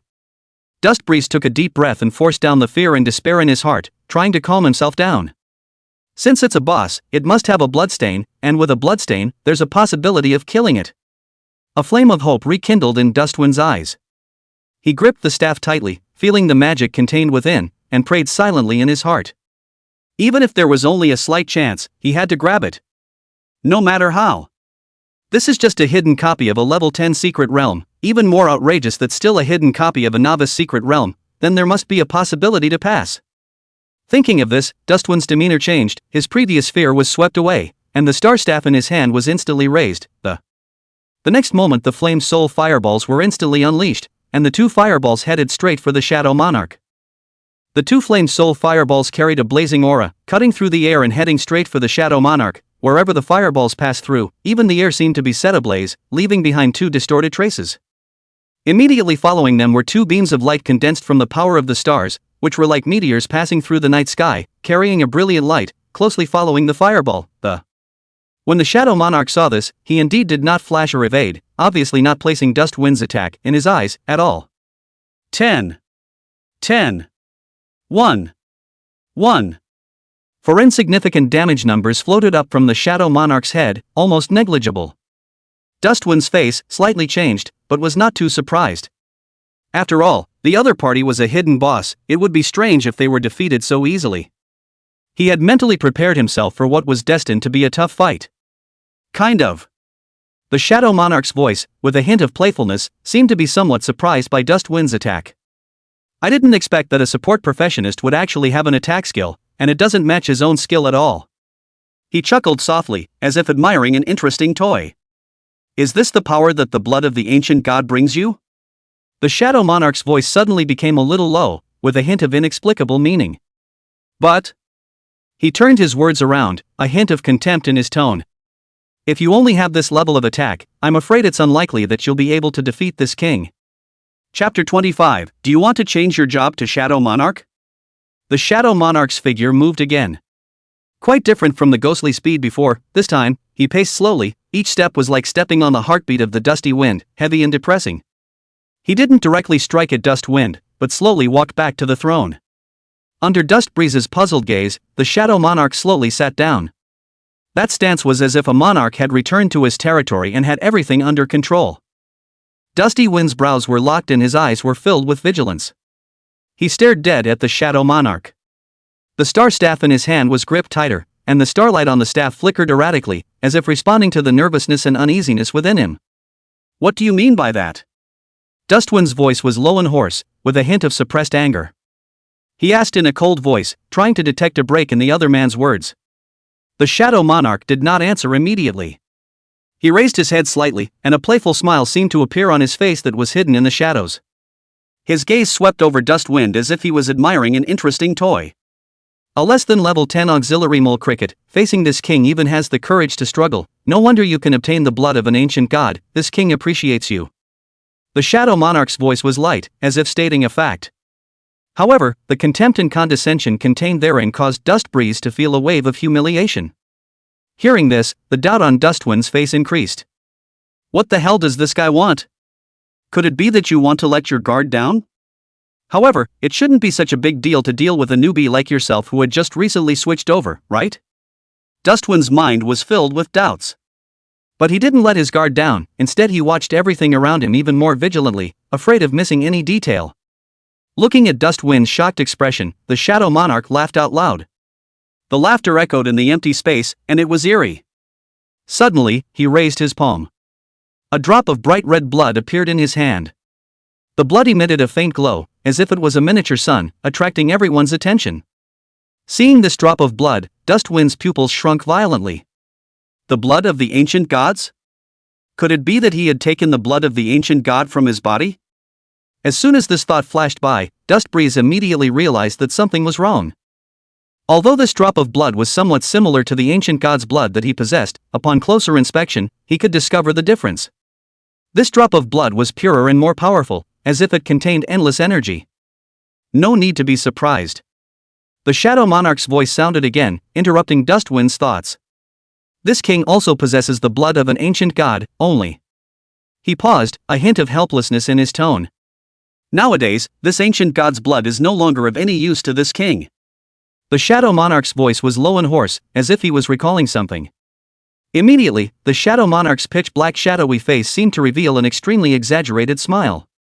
That smile was eerie and hideous against the shadows. Kid, I appreciate your courage and commitment. Would you be willing to inherit my profession and transfer to Shadow Monarch? The Shadow Monarch's voice sounded again with a hint of compulsion, as if it was luring Dustbreeze towards an unknown path. Hearing this, Dustbreeze froze. Shadow Monarch? Make yourself a Shadow Monarch? I blanch? Where is it?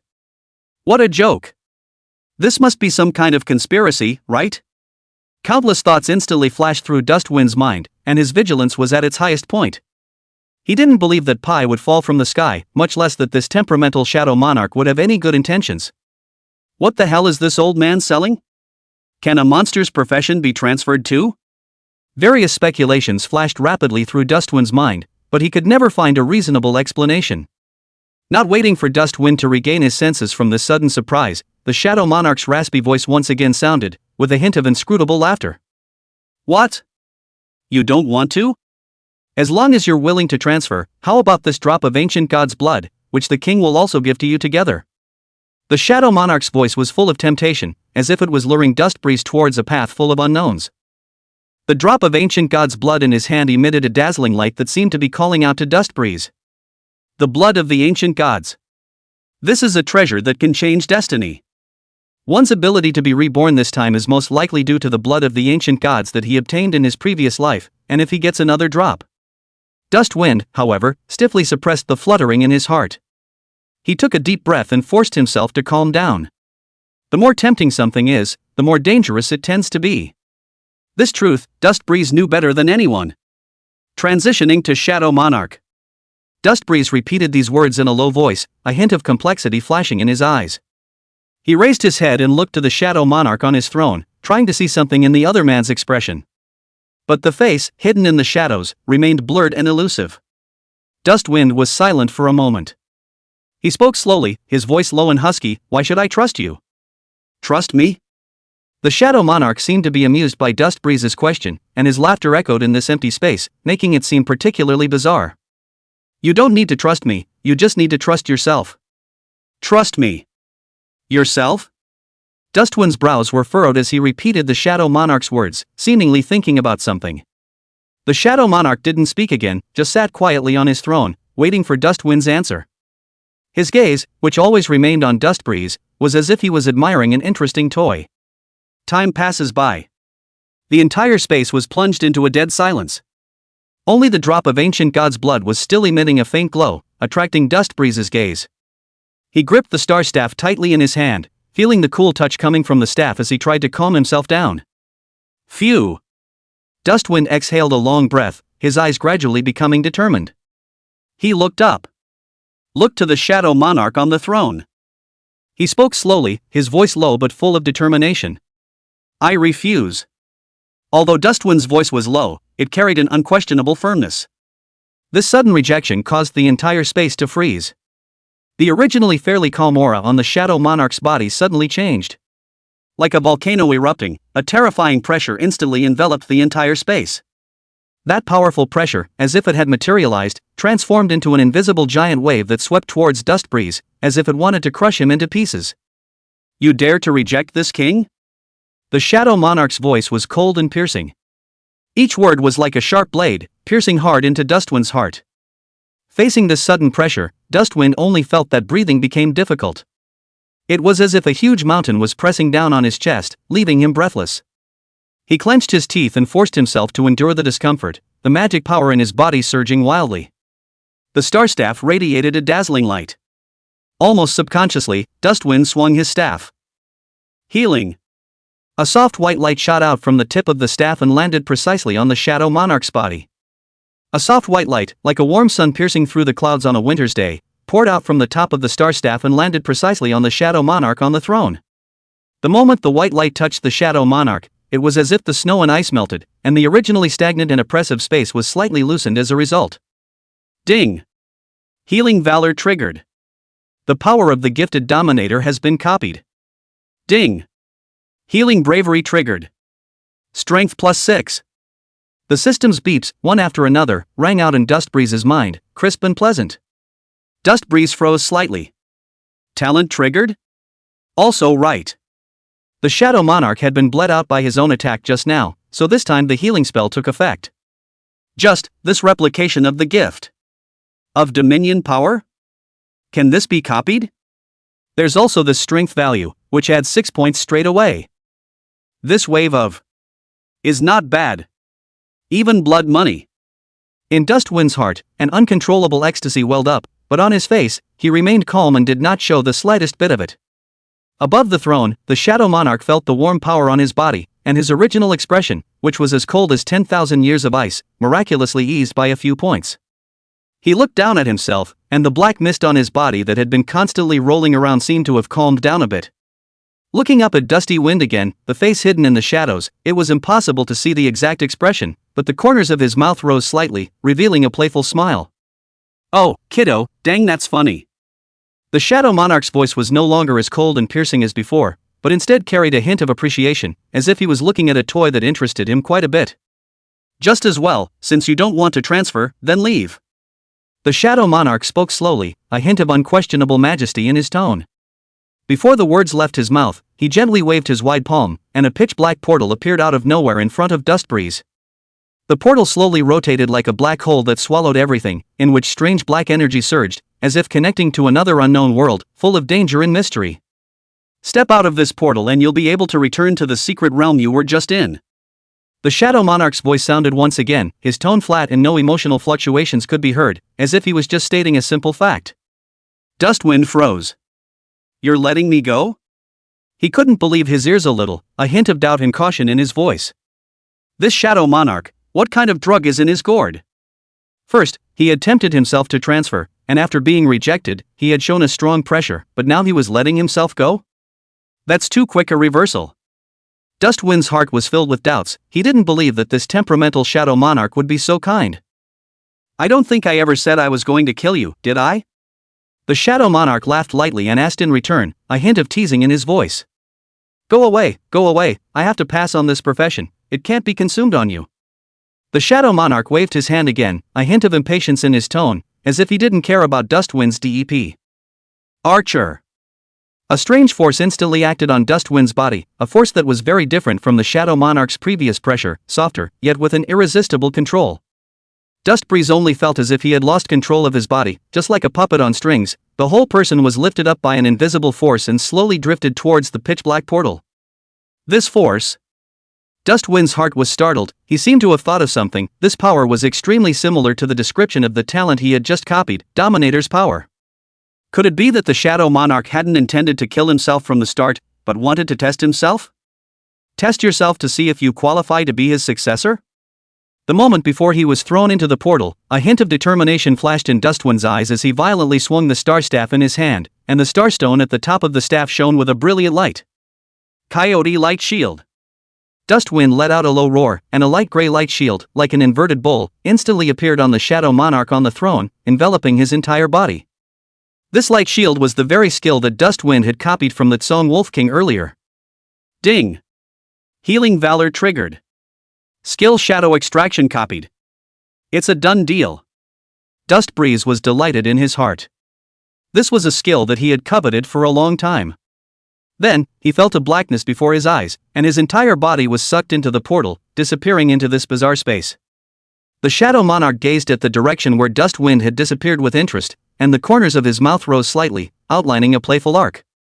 "Oh, did you use the ancient god power on me again?" He laughed softly, his low voice echoing in the empty hall with a hint of inscrutability. "The powers that this kid possesses, it's really powerful, even my exclusive skills and the power of the ancient gods can be copied over." "Interesting, really interesting." The Shadow Monarch rubbed his chin, his eyes glittering with a fine light, as if he was quite satisfied with Dustwind's performance. He had originally thought that the young man would succumb to his power and choose to turn into a Shadow Monarch. However, he didn't expect that Dustwind not only refused his offer, but also utilized that mysterious healing ability to copy his skills at the last minute. This unexpected reversal caused the Shadow Monarch to take a keen interest in Dusty Wind. In that case, the Shadow Monarch pondered for a moment and seemed to have made some sort of decision. "Even if it's not the Shadow Monarch, it doesn't seem like a big problem, does it?" He murmured, his voice low and magnetic, as if he were talking to himself and to some unknown being. As the words fell, the black dark shadows that were as thick as ink on the Shadow Monarch's body quickly receded like a tidal wave. The dark shadows dissipated, revealing a stunningly handsome face. It was a face that was enough to make any woman go crazy for it, with sword brows and starry eyes, high nose, thin lips pursed, and well-defined features that were as perfect as a knife and axe chisel. His eyes were deep and sharp, as if they could penetrate everything, with a faint hint of cynicism. Compared to the previous Shadow Monarch who was emitting a terrifying pressure, at this moment, he was more like a graceful noble gentleman. "Jägermeister." The Shadow Monarch called out softly, his voice low and magnetic. "Take this drop of ancient god's blood and give it to that kid." He flicked his fingertips, and a drop of black blood that flickered with a strange light appeared in front of him out of nowhere. This drop of blood, which contained the power of a powerful ancient god, seemed to possess a different kind of power. As soon as the words fell, a tall knight in blood-colored armor slowly emerged from the shadows. The knight's stout figure was more than 2 meters tall, and his body exuded a strong bloody aura, as if he had just come out of a mountain of corpses and a sea of blood. He knelt on one knee, his head lowered, and bowed respectfully to the Shadow Monarch, moving neatly without making the slightest sound. "Yes, my king." The knight's voice was low and raspy, as harsh as metal rubbing against metal. He received the blood of the ancient god and carefully put it away, then with a sway of his body, he merged into the shadows once again and disappeared. The whole process, swift and bizarre, left no trace. The Shadow Monarch silently watched what was happening in front of him, the smile on his face growing stronger. "Let's hope that this step will bring some variation in the future. Really don't want to keep reopening." He murmured softly, his voice ethereal, as if he were expecting something, and as if he were feeling something. Chapter 26, Dead Again? Correction of the King's Power? Ouch. Dustwind felt like his butt was going to crack as he fell heavily to the ground, grimacing in pain. He subconsciously rubbed his ass and stifled a low curse. Dusty Breeze struggled to his feet and raised his eyes to look around. The surrounding area was filled with an eerie aura of death, white bones were visible all over the place, and the gusty wind was chilling. "It's the phantom wreck abyss." Seeing his surroundings, Dust Breeze was slightly relieved. Compared to the suffocatingly terrifying pressure of the Shadow Monarch, this hellhole instead seemed much safer. At least, there wasn't the kind of presence here that could rub itself against the ground. However, before this breath was completely loosened, a strong sense of crisis, like a viper spitting, instantly struck his heart. Almost out of survival instinct, Dustwind's body shuddered violently, and without even thinking about it, he directly rolled on a lazy donkey. Whoosh! A dark shadow, almost grazing his scalp. Dust risked and narrowly avoided the sudden blow. He looked up in shock, only to see a tall figure clad in blood-colored armor, at some point, like a ghost, appear where he was originally located. The blood-colored armor, as if solidified from blood, wrapped the knight's entire person tightly, revealing only a pair of scarlet eyes in the cracks of his helmet. Those eyes, glittering with bloodlust and cruelty, as if they were two ghostly fires, danced in the darkness. The rich smell of blood came to the surface, almost suffocating Dust Breeze. Dust Breeze subconsciously swallowed a mouthful of saliva, alarm bells ringing in his heart. What the is this monster again? Where did it come from? He hastily activated the scrying technique. The results, however, left him in an iceberg. Not to mention the specific attributes, even this guy's name was displayed as a series of question marks. Name? Rank? Rank? The screen was full of question marks, as if mocking Dustwind's ignorance and weakness. Dust Breeze almost didn't cry. What kind of bad luck did he have in this life? First, a Crimson-level boss popped out of the novice secret realm, and a hidden copy was made. It's not easy to get out of a tiger's mouth, but this is another one of those things. Just standing there made one's legs go weak, and at a glance, it was not a master to be messed with. What's the point of this? Big brother, let us have a good conversation, don't make a move, okay? Dusty Wind forced down the fear in his heart and squeezed out a smile worse than a cry on his face as he tried to communicate with the other party. He tried to make his voice sound less shaky. However, the blood-armored knight acted as if he was deaf, turning a deaf ear to his words. He still stood there silently, his scarlet eyes staring at Dust Breeze in death, as if he was looking at a dead man. Again, it was like admiring a piece of prey that was about to arrive. Silence. Deadly silence. The oppressive atmosphere almost made Dustwind collapse. Suddenly, the knight in blood armor moved. He slowly raised the arm covered in cold metal. The movements were slow, but carried an unrivaled force. Dustwind's pupils suddenly contracted, and his body reacted faster than his brain. Almost as a reflex, he jerked backward, trying to pull away. He had to escape. However, it was too late. The speed of the blood-armored knight was incredibly fast, faster than Dust Breeze could imagine. Almost instantly, that arm crossed the distance between the two of them, and with a whistling sound that tore through the air, it ruthlessly penetrated Dust Breeze's chest. Intense pain instantly swept through Dust Breeze's entire body like a tidal wave. He didn't even have time to let out a miserable scream, and could only feel his life force, which was draining away at a terrifying speed. The vision began to blur, everything around them became distorted, and Dustwind's consciousness gradually lapsed. It was as if he had seen the scene from his last life, where he had died tragically under his teammates, again. Despair, resignation, anger. All sorts of emotions flashed through his mind like a walking light. No way. Dustwind's insides were roaring madly. I've only been reborn for one day. And this is how I'm going to die again? Are you kidding me, a rebirth experience card? Endless darkness began to erode his consciousness, and Dustwind's body gradually lost its strength, slowly falling backwards. He had even felt the icy breath of death. However, just in the nick of time, a cold mechanical beep sounded suddenly in Dustwind's mind, like a ray of light in a desperate situation. Ding! Unknown energy detected. The power of the king has begun to correct. As the system beep sounded, Dustwind's consciousness, which had originally begun to dissipate, miraculously returned again. His eyes snapped open. What the eyes saw was an intact chest. There was no imagined blood and flesh, not even a hint of pain. And the blood-armored knight who was supposed to kill him with a single blow disappeared without a trace as if he had never appeared. Around them, there were still skeletons all over the place, and the gloomy wind gusted in the phantom wreck abyss. It was as if everything that had just happened was just a nightmare, an illusory bubble. Dustwind stood frozen in place for a long time. He reached up and touched his chest and looked around again. After making sure that he really wasn't injured and that he didn't see that terrifying blood-armored knight, he then took a long breath of relief. The celebration of the aftermath made his whole body a little weak. What the hell is going on here? Doubt and incomprehension were written all over Dustwind's face. He was completely confused as to what had just happened. This is so weird. Ding! Monarch's power correction. Shadow save acquired. Ding! Monarch's power correction. Shadow swap acquired. Ding! Monarch's power correction. Shadow realm acquired. A series of system beeps, like a cold mechanical torrent, reverberated wildly in Dustwind's mind, shaking him to the point of dizziness. What the hell? Dustwind froze. Isn't this the Shadow Monarch's skill? How did you get it all yourself? It's clear that only one, Shadow Extraction, was copied. Dustbreeze hurriedly opened his character panel and his eyes flew across it. Sure enough, at the end of the skill bar, there were 3 brand new skills. Character, Dustbreeze. Occupation, Reparative Warlock. Level, LV10. HP, 880. MP, 53,050. Power, 60. Agility, 27. Spirit, 243 plus 20. Body mass, 43. Spell strength, 526 plus 50. Special effect, healing effect plus 5%. Skills, scrying, healing LV5, repair, coyote light shield, shadow extraction, shadow preservation, shadow swap, shadow realm. Talents, healing brave.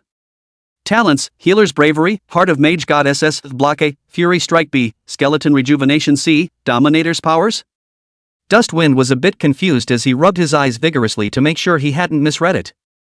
This skill. How the hell did that come about? Could it be the power of the king? Dustbreeze recalled the cold mechanical beep just now, which seemed to mention the king's power modification. Could it be that this so-called king's power is the power of the Shadow King?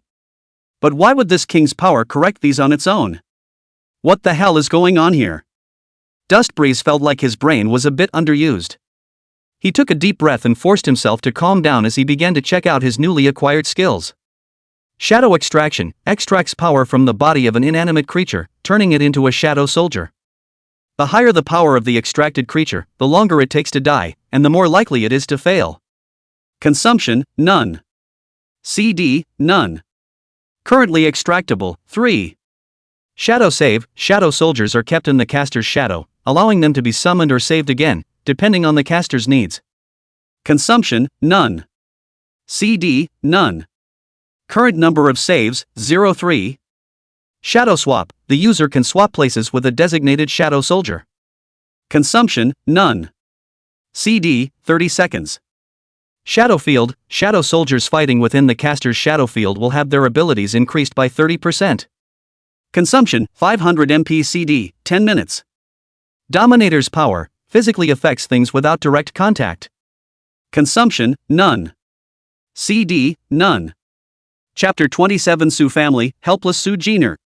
This king's power, what the hell is it? Dusty Wind's tightly locked brows almost twisted into a pimple as he stared dead at his skill panel, his eyes filled with confusion and disbelief. He desperately recalled the thrilling scene just now, trying to find a hint of clues from the fragments of his memory, and the cold mechanical beep that appeared out of nowhere, as if it was some kind of mysterious incantation, echoed in his mind over and over again. Unknown energy. King power correction. Dustwind muttered, each word as if it was squeezed out from between his teeth. He vaguely felt that this so-called king's power was definitely related to the towering and majestic Shadow King. It was even highly likely that it was the power of the Shadow Monarch himself. However, why did this breathtakingly powerful force appear in a tiny reply warlock like himself for no reason at all? And why would they be so kind as to take the initiative to correct and help themselves to those incredibly powerful skills? The more Dusty Wind thought about it, the more he felt a splitting headache. This was completely beyond the cognitive scope of him as a reborn person. It was like an elementary school student suddenly getting a college textbook, recognizing every word, but connecting them together made it completely unintelligible. Could it really be related to that drop of ancient god's blood? Dustwind's gaze became deep as he subconsciously touched his chest, as if some mysterious power still remained there, and he tried to recall that all the bizarre events that had happened to him since he was reborn seemed to be inextricably linked to that mysterious drop of ancient god's blood. Whether it's the inexplicable rebirth, or the mysterious hidden profession and powerful talent obtained during the transfer, or the crimson-level boss that suddenly popped up in the secret realm of the novice, as well as the thrilling escape from death scene just now. All of this was as if there was a large invisible hand manipulating it, and the source of this large hand was most likely that mysterious and unpredictable drop of ancient god's blood. Forget it, if you can't think about it, you can't think about it. After a long time, Dustwind sighed heavily and shook his head helplessly. He decided not to dwell on this issue for the time being. After all, with his current strength and insights, trying to figure out the mystery was tantamount to a fool's errand. Forget it, it's a blessing that can't be avoided. Let's get out of the secret realm first. Dustwind let out a long sigh and put the chaotic thoughts behind him as he stepped towards the exit of the secret realm not far away. Those profound and difficult things were not something he should consider for the time being. Shadow extraction is available, I wonder how effective it is. Dustwind was secretly calculating in his mind, but his footsteps did not stop. As he took one step, the surrounding scenery instantly changed, the blinding light dispersed, and he had already returned to the empty replica hall. Phew! Before Dustbreeze had a chance to look around, a faint fragrance hit his face, followed by a soft body crashing into his embrace. You finally came out, I thought you'd never come back. Su Jin'er hugged Dusty Wind tightly, her voice carried a hint of trembling, and seemed to be mixed with a few moments of crying, and her warm tears soaked the lapels on Dusty Wind's chest. Dusty Wind's body instantly stiffened. In his 2 lifetimes, he had never had such intimate contact with the opposite sex. For a moment he was at a loss for words, his hands and feet were powerless and he froze in place like a wooden stake. He could clearly feel the softness and trembling of the young girl in his arms, and with the faint fragrance of her body lingering on the tip of his nose, his heartbeat couldn't help but accelerate, and a strange feeling surged to his heart. I'm not out here, you let go first. There's someone else. Dustwind stuttered, his voice a little unnatural and his ears slightly red. He tried hard to break free, but he was afraid of hurting the other party, so he could only stand there stiffly and let Su Jin'er hold him. Ah! Only then did Su Jin'er react, letting out a cry of shock, her pretty face instantly turning red. She panicked and let go of Dusty Wind, lowering her head and twisting the corner of her clothes with both hands, not daring to look him in the eyes. The faint fragrance of the young girl's body still lingered on the tip of his nose, causing Dustwind's heart to still beat a little fast. He took a deep breath and tried to calm his inner agitation, but his gaze unconsciously glanced to the side. Su Jin'er hung her head low, her long eyelashes fluttering slightly, her white neck tinted with a layer of attractive pink color, her entire person exuding a charm that was hard to resist. It was in this awkward atmosphere that an untimely footstep broke the silence. "Miss Jane, watch the impact." Su Mingyu grimaced and led a group of people to walk quickly, his gaze sweeping back and forth over Su Jin'er and Dustwind with a hint of scrutiny and displeasure in his eyes. He was followed by a dozen or so black-clothed bodyguards, all of them with sturdy builds and tough breaths, and they were not good at all at a glance, obviously brought by Su Mingyu. When Su Jin'er saw Su Mingyu, she hastily organized her emotions and resumed her usual high spirits, saying faintly, "I know what's in my heart, I don't need you to remind me specifically." Su Mingyu seemed to have long gotten used to this attitude of Su Jin'er towards himself, and his gaze fell directly on Dusty Wind with a bit of contempt and disdain in his eyes. "You're Dustwind, aren't you? I've heard Miss mention you." Su Mingyu's voice was low and cold, and his tone carried obvious detachment and dissatisfaction, as if he was deliberately emphasizing the status gap between the two. Dustwind frowned slightly. He could clearly feel the hostility in the other party's words, but he didn't show any displeasure. He just responded lightly, "I'm Dustwind, may I ask who you are?" Although his heart was somewhat disgusted by Su Mingyu's arrogant attitude, Dustwind still maintained basic politeness. After all, the other party was Su Jin'er's elder, and he didn't want to make things difficult for Su Jin'er. Su Mingyu snorted coldly, carrying his hands behind his back with a lofty stance. "I'm Su Mingyu, the head of the Yang City Su family branch." He paused, his tone growing colder. "I know you were gifted and famous before your transfer, but that's all in the past. The current you is nothing more than an ordinary auxiliary occupation, and for people like you, I advise you to come and bother our Su family's young lady less." Su Mingyu's words were unforgiving in word for word. "This time, for the sake of the young lady's face, I will not bother with you about the matter of the secret realm. However, if you still dare to be so ungrateful and continue to pester our Su family's miss, then I won't blame our Su family for being impolite to you." Su Mingyu's voice rose steeply with a strong warning tone, and his eyes became sharp as if he wanted to see through Dustwind. The dozen or so black-clothed bodyguards behind him also took a step forward with him, all of them showing a ferocious face, staring intently at Dustbreeze, as if they would not hesitate to pounce on him as long as Su Mingyu gave the order.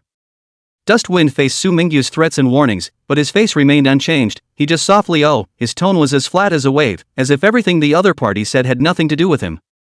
This light-hearted response from Dustbreeze was tantamount to a provocation when it fell on Su Mingyu's ears. Su Mingyu's face instantly grimaced as a trace of anger flashed in his eyes, but he didn't immediately snap. He only gave Dustwind a deep look, as if he wanted to memorize his appearance. After all, as the head of the Su clan's branch, he wasn't yet so common as to talk to a young man who had just switched jobs. What's more, this young man is also Su Jin'er's nominal friend. "Humph, young man, I hope you remember what I said." Su Mingyu let out a cold snort with a hint of warning in his tone before turning his gaze to Su Jin'er.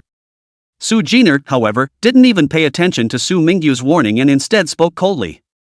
"Su Mingyu, if you're tired of sitting in this position as the head of a branch family, you should have said so earlier." The young girl's voice was as cold as ice, carrying an unquestionable majesty. "Who gave you the right to taunt my friend?" Su Jin'er's words exploded in Su Mingyu's ears like thunder, causing him to instantly freeze in place. He never expected that Su Jin'er would rebuke herself so unmercifully for an outsider.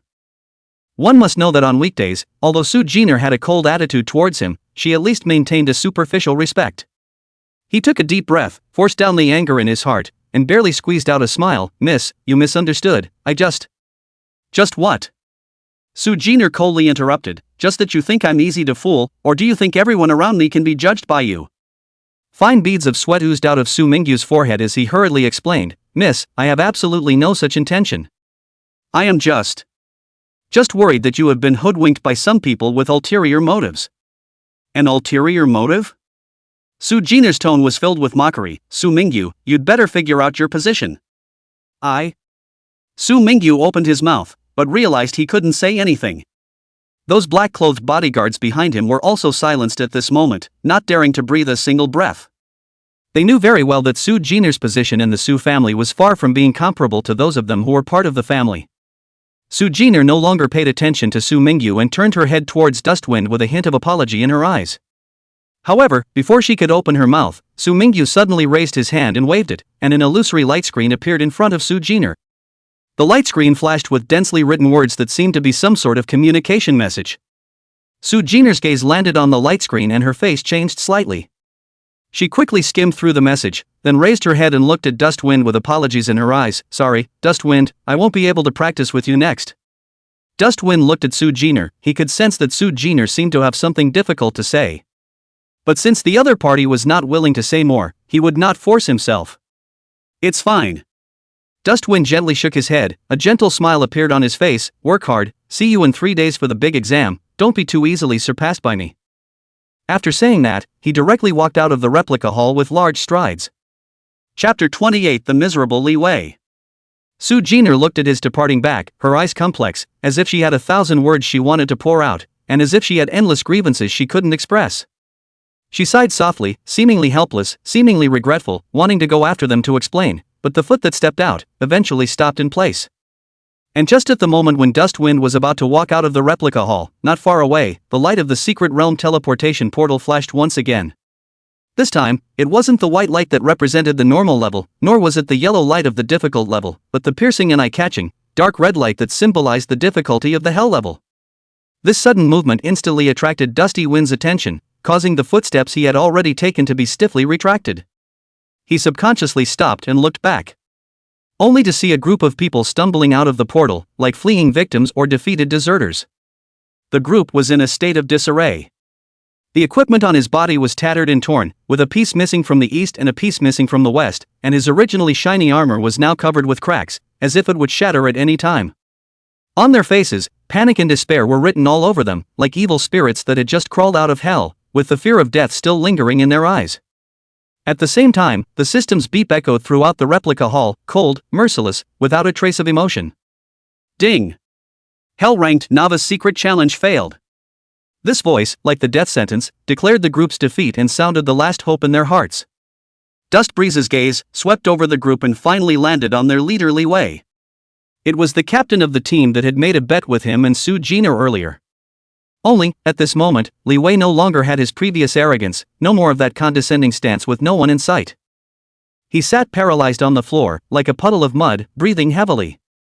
Trembling like a sifted chaff, like a frightened quail, scared to death.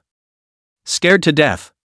Levi's voice was tinged with sobs as he repeated the words over and over again, like a frightened child seeking comfort. He slowly raised his head and looked around.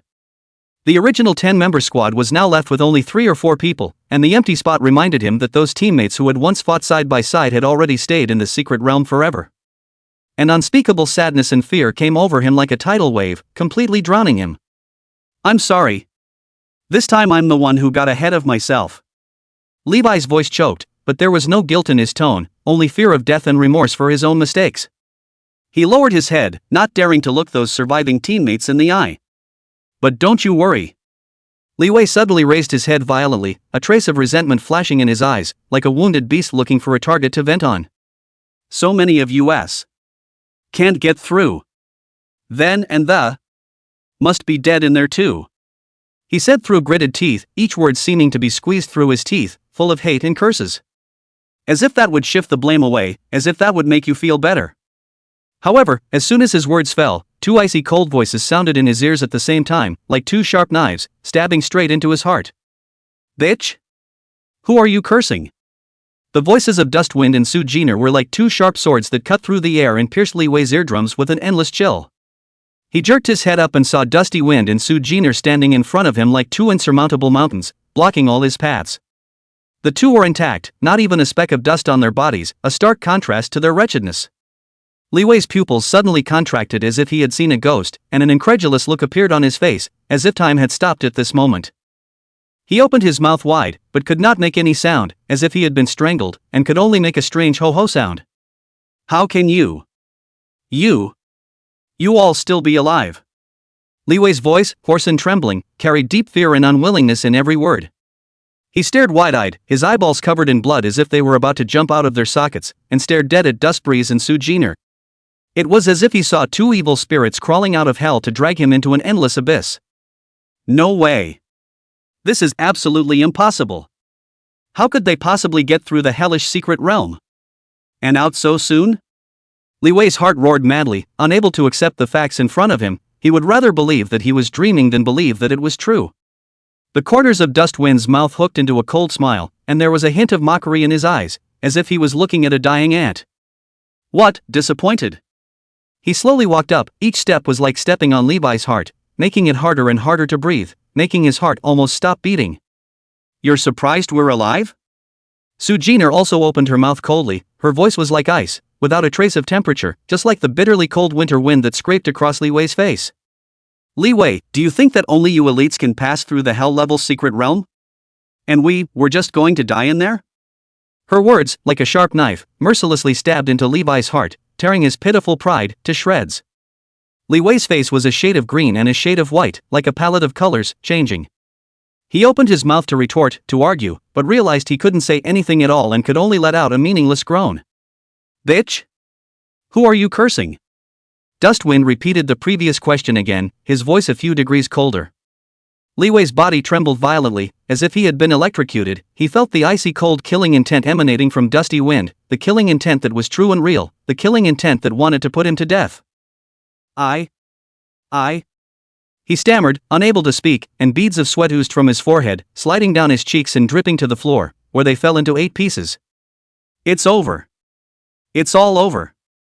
These two guys really passed the hellish secret world. Li Wei's heart was filled with despair. He knew that he had really kicked the iron plate this time, and it was still a red-hot iron plate. Right. It must be because you guys just went in and went out. Didn't really start breaking into the secret realm. Otherwise, how could you have been fine at all, much less come out ahead of me? Levi suddenly screamed frantically as if he had grabbed a life preserver, his voice sharp and shrill, like the sound of fingernails scratching through glass. That must be it. You two must be trying to trap me. I'm not going to believe it. He pointed at Dust Breeze and Su Jin'er and hissed, the muscles on his face twisting with a hideous expression. As if that would cover up their fear and weakness, as if that would give them back their pathetic self-esteem. Yeah, that must be it. They must have been scared, that's why they came right out like that. It came right out without a fight. Levi was frantically making excuses for himself in his mind, trying to convince himself, and trying to convince others, that he needed an excuse that would allow him to accept this fact. However, as soon as his words fell, a loud slapping sound echoed within the replica hall, crisp, loud, and deafening. Pop!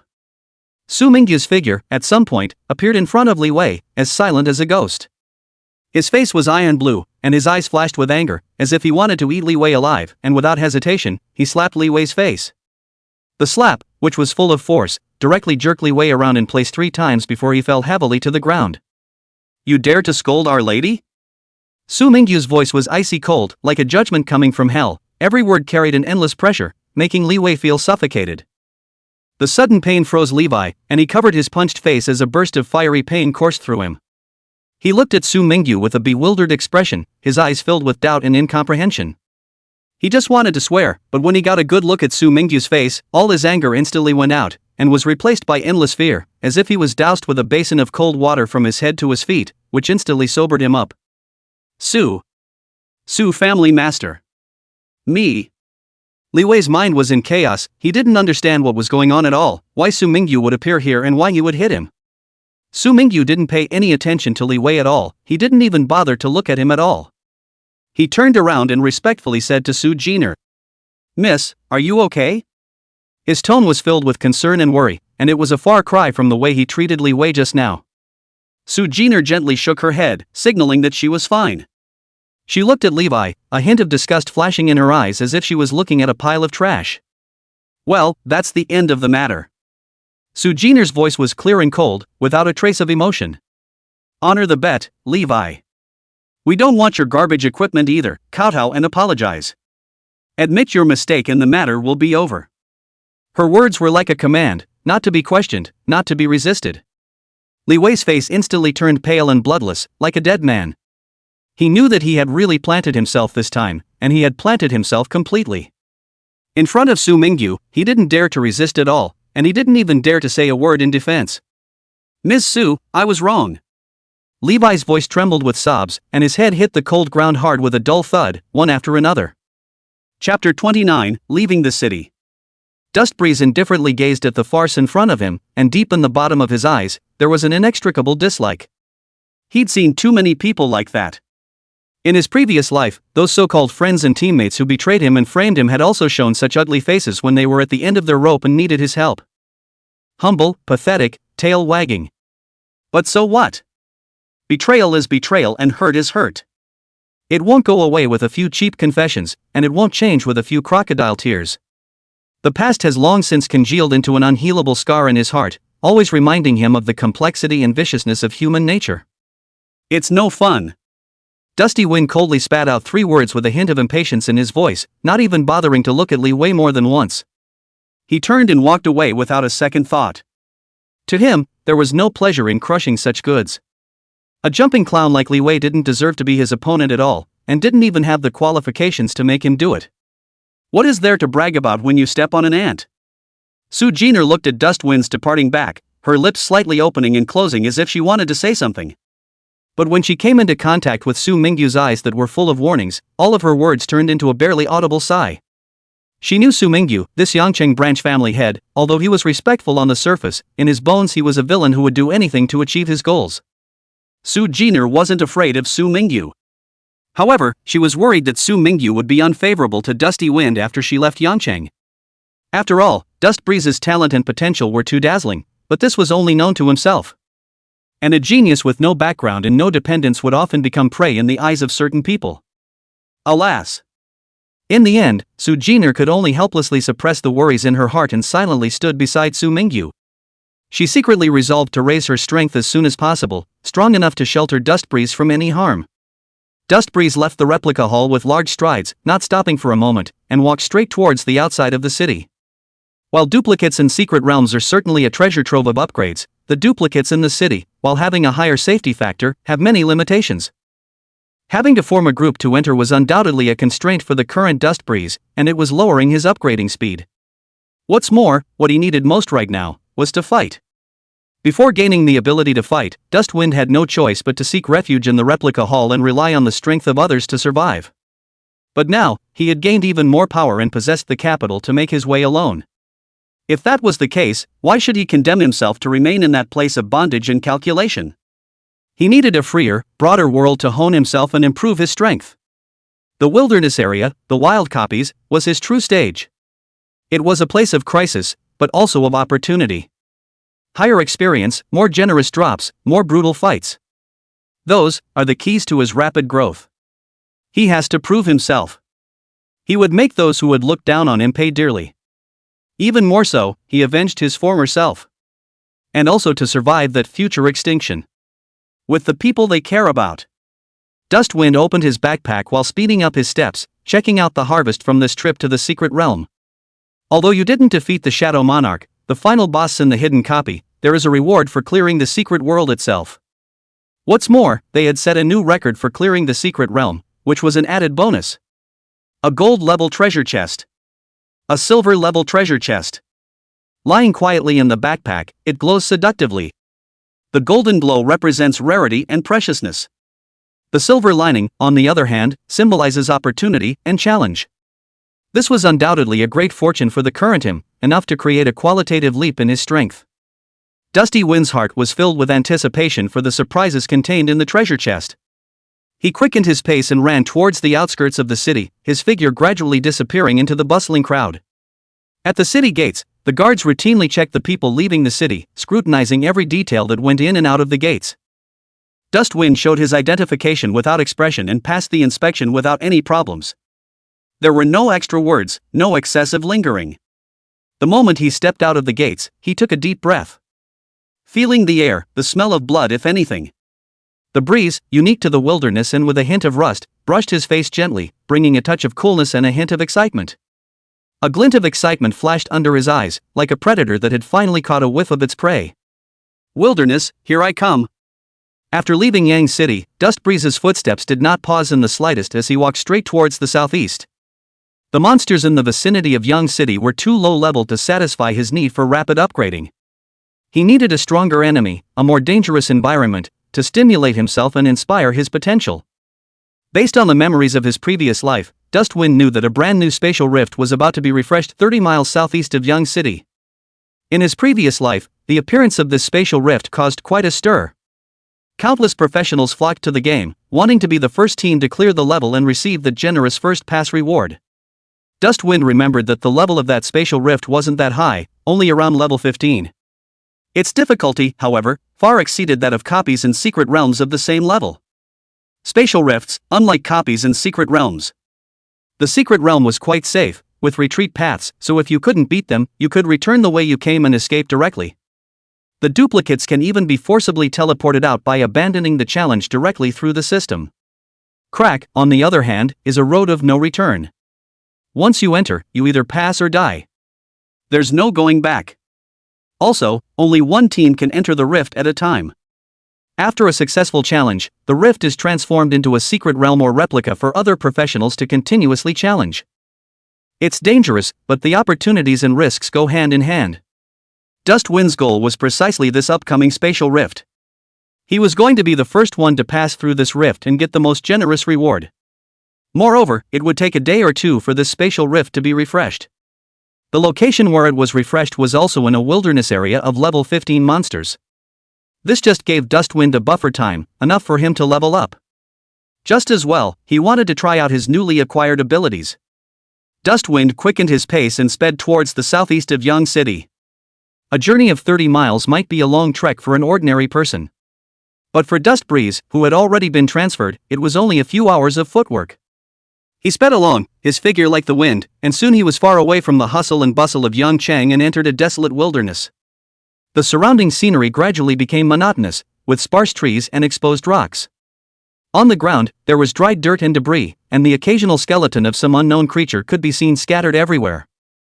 The air was filled with an even stronger odor of blood and a hint of decay. Everything signaled that this was no longer a safe zone. Dust Breeze slowed his pace and began to pay attention to his surroundings. He knew that monsters could appear here at any time, and he had to be on his guard at all times. Sasha. Suddenly, a slight rattling came from the grass not far away. Next moment, it was accompanied by a hissing sound. A huge black shadow instantly lunged out of the grass. It appeared in front of Dust Breeze in an instant. It was a huge wild wolf, covered in thick black fur, with roots standing up like steel needles. It lurks in the grass like a ghost in the darkness, waiting for an opportunity. The eyes of the coyote, flashing scarlet, were bloodthirsty cravings, the harbingers of death. Sasha. The breeze brushed by, the grass blade swayed, a subtle sound, but could not escape Dusty Wind's keen perception. Dust Breeze instantly activated the scrying technique. Name, Black Wind Wolf. Grade, Black Iron. Rank, 12. HP, 1500-1500. MP, 300-300. Power, 80. Agility, 50. Spirit, 20. Physical fitness, 70. Skills, bite, pounce. Talent, none. The attribute panel of the Black Wind Wolf was clearly presented in front of Dust Breeze's eyes, with each number representing its strength. Black Iron class. The corners of Dustwind's mouth rose slightly, outlining a cold arc. Just in time to practice on you. He whispered to himself, not the slightest bit of nervousness in his voice, but instead a hint of excitement. This was the first time he had actually fought since he was reborn. As if the Black Wind Wolf had sensed Dustwind's contempt, it let out a low growl, its voice filled with anger and violence. Fiercely, its limbs fired, and its huge body was like an arrow off the string, instantly pouncing out of the grass, aiming straight for Dust Breeze's throat. Sharp claws, glittering with a cold light that was the scent of death. The air, as if it was all torn apart by this sudden attack. The Black Wind Wolf's pounce was swift and ferocious, like lightning. Dust Wind, however, was unusually calm. He didn't even move his feet, just slightly sidestepped, a millimeter dodge. Swish! The Black Wind Wolf's attack fell short, and its sharp claws cut several deep traces on the ground, splattering debris. Amidst the dust, Dust Wind's figure appeared even more ethereal. After missing with one blow, the Black Wind Wolf did not pause for a moment as it quickly adjusted its stance and lunged at Dust Wind once again. This time, its speed was even faster and its attack was even more severe, as if it was a black whirlwind. However, just at the moment when the sharp claws of the Black Wind Wolf were about to touch Dust Wind. Clang! There was a crisp ringing sound, like metal clashing, clear and loud. The sharp claws of the Black Wind Wolf were unexpectedly blocked by an invisible force, unable to advance an inch. Ding! Perfect block triggered. A system beep sounded in Dustwind's mind. It was a fighting instinct, a skill honed from countless life and death struggles. At the same time, the huge body of the Black Wind Wolf was unexpectedly shaken back a few steps by an invisible force. A trace of surprise and doubt flashed through its scarlet eyes, clearly not anticipating such an outcome. This seemingly weak human in front of him was able to block his own attack. Dustwind's eyes were cold and did not give the Black Wind Wolf any chance to catch his breath. With both of his hands, he began to rapidly gather magic power. Two huge fireballs appeared out of nowhere, pulsing with blazing flames. The fireball exuded an astonishingly high temperature, and the air around it, as if ignited, became distorted. This was Dustwind's initial skill Fireball. Although it was the most basic skill in Dustbreeze's hands, it possessed amazing power.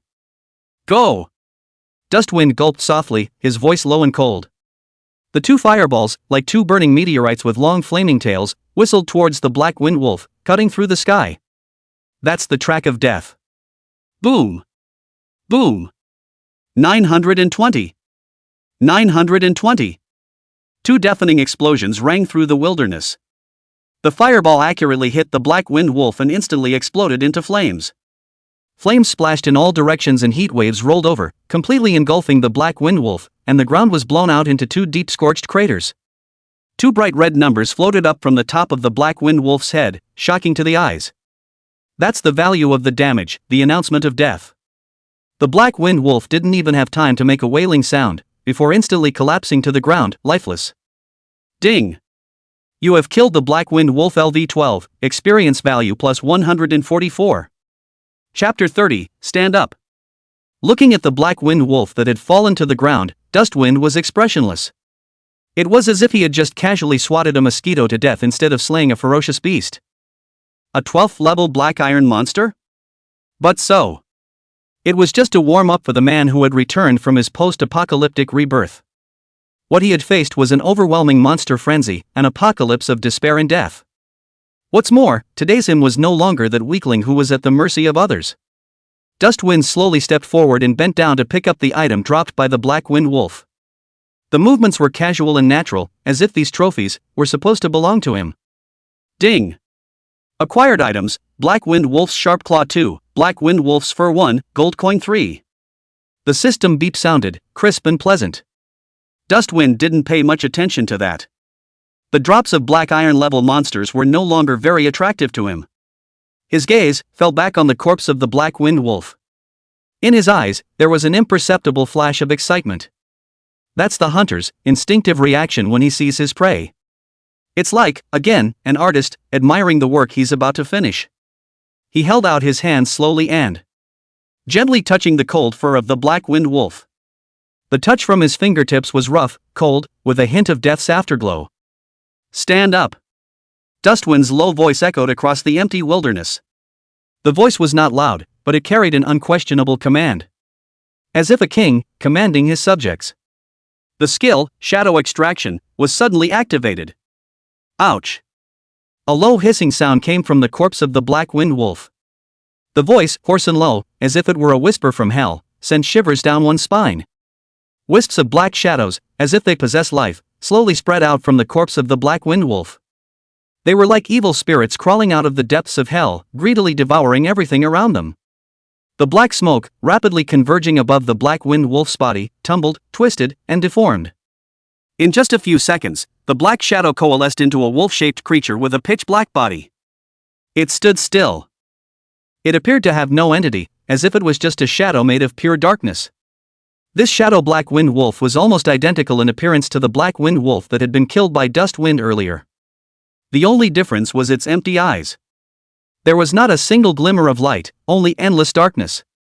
It was as if two deep, bottomless black holes were swallowing all light. At the same time, in front of Dust Wind's eyes, the information panel of the shadow black wind wolf appeared. Name, Shadow Wolf. Grade, Black Iron. Level, LV12. HP, 1800-1800.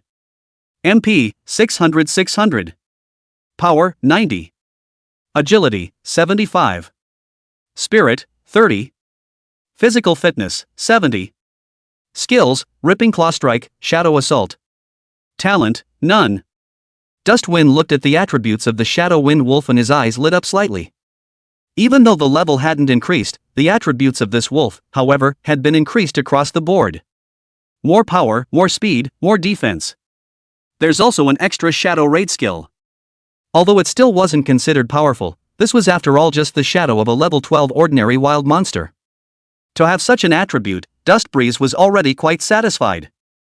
What's more, the true value of shadow servants didn't lie in the strength of their attributes, and in their near immortality, and the potential that can grow indefinitely. This was what made the skill, Shadow Extraction, truly terrifying. It was also Dusty Wind who dared to venture into the wilderness alone. Thinking of this, an uncontrollable excitement surged in Dust Breeze's heart. It was as if he could already see it, in the near future. A scene of himself leading an army of countless powerful shadow creatures, sweeping away all enemies. The monsters that had once struck him with fear and despair would all tremble before his legions of shadows. The once high and mighty will also prostrate and tremble at his feet. It's a feeling of being in control. A thrill of being above the crowd.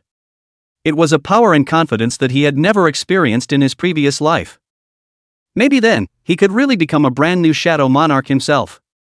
Go ahead and hunt, show me what you can do. Dust Wind looked at the shadow wind wolf in front of him and ordered in a low voice. With Dust Wind's command, the black holes in the eyes of the shadow wind wolves in front of them rotated slightly. It then turned into a black lightning bolt and instantly rushed out, disappearing into the vast wilderness. The speed is staggering. Dust Wind nodded in satisfaction, the corner of his mouth curving up into an imperceptible arc. Everything is under his control. He wanted to see if he could get experience from the monster that this shadow hunted. And is it true that it grows on its own as well, as described? Also look to see if there is a distance limit on the control of shadows. What happens if there is beyond the limit distance? All of these, he needs to verify one by one. Thinking of this, Dust Breeze's eyes scanned the surroundings, looking for his next target. He needed more subjects to test his conjectures. He needed more shadows to grow his power. Soon, his eyes locked onto the two wandering black wind wolves. These two black wind wolves were strong and had oily fur. At first glance, it's one of a kind. Excellent material for experiments. Without the slightest hesitation, Dust Breeze raised his hand and fired two flame soul fireballs. This was one of the few attacking skills that he had mastered, so far. It was also his most familiar and powerful means of attack. Two blazing flames that cut through the sky. With a long flaming tail, like two meteorites, it whistled, precisely hitting those two black wind wolves. Boom! Boom! A huge explosion echoed across the wilderness. The flames instantly engulfed the black wind wolf's body, emitting a gust of charred odor. The ground, all of it, was blown out into two deep, charred craters. 1840. 1840. Two bright red bludgeoning damage numbers floated up from the top of the black wind wolf's head. Striking and chilling. With just one strike, the two black wind wolves were reduced to corpses. There wasn't even time for a scream. Seconds.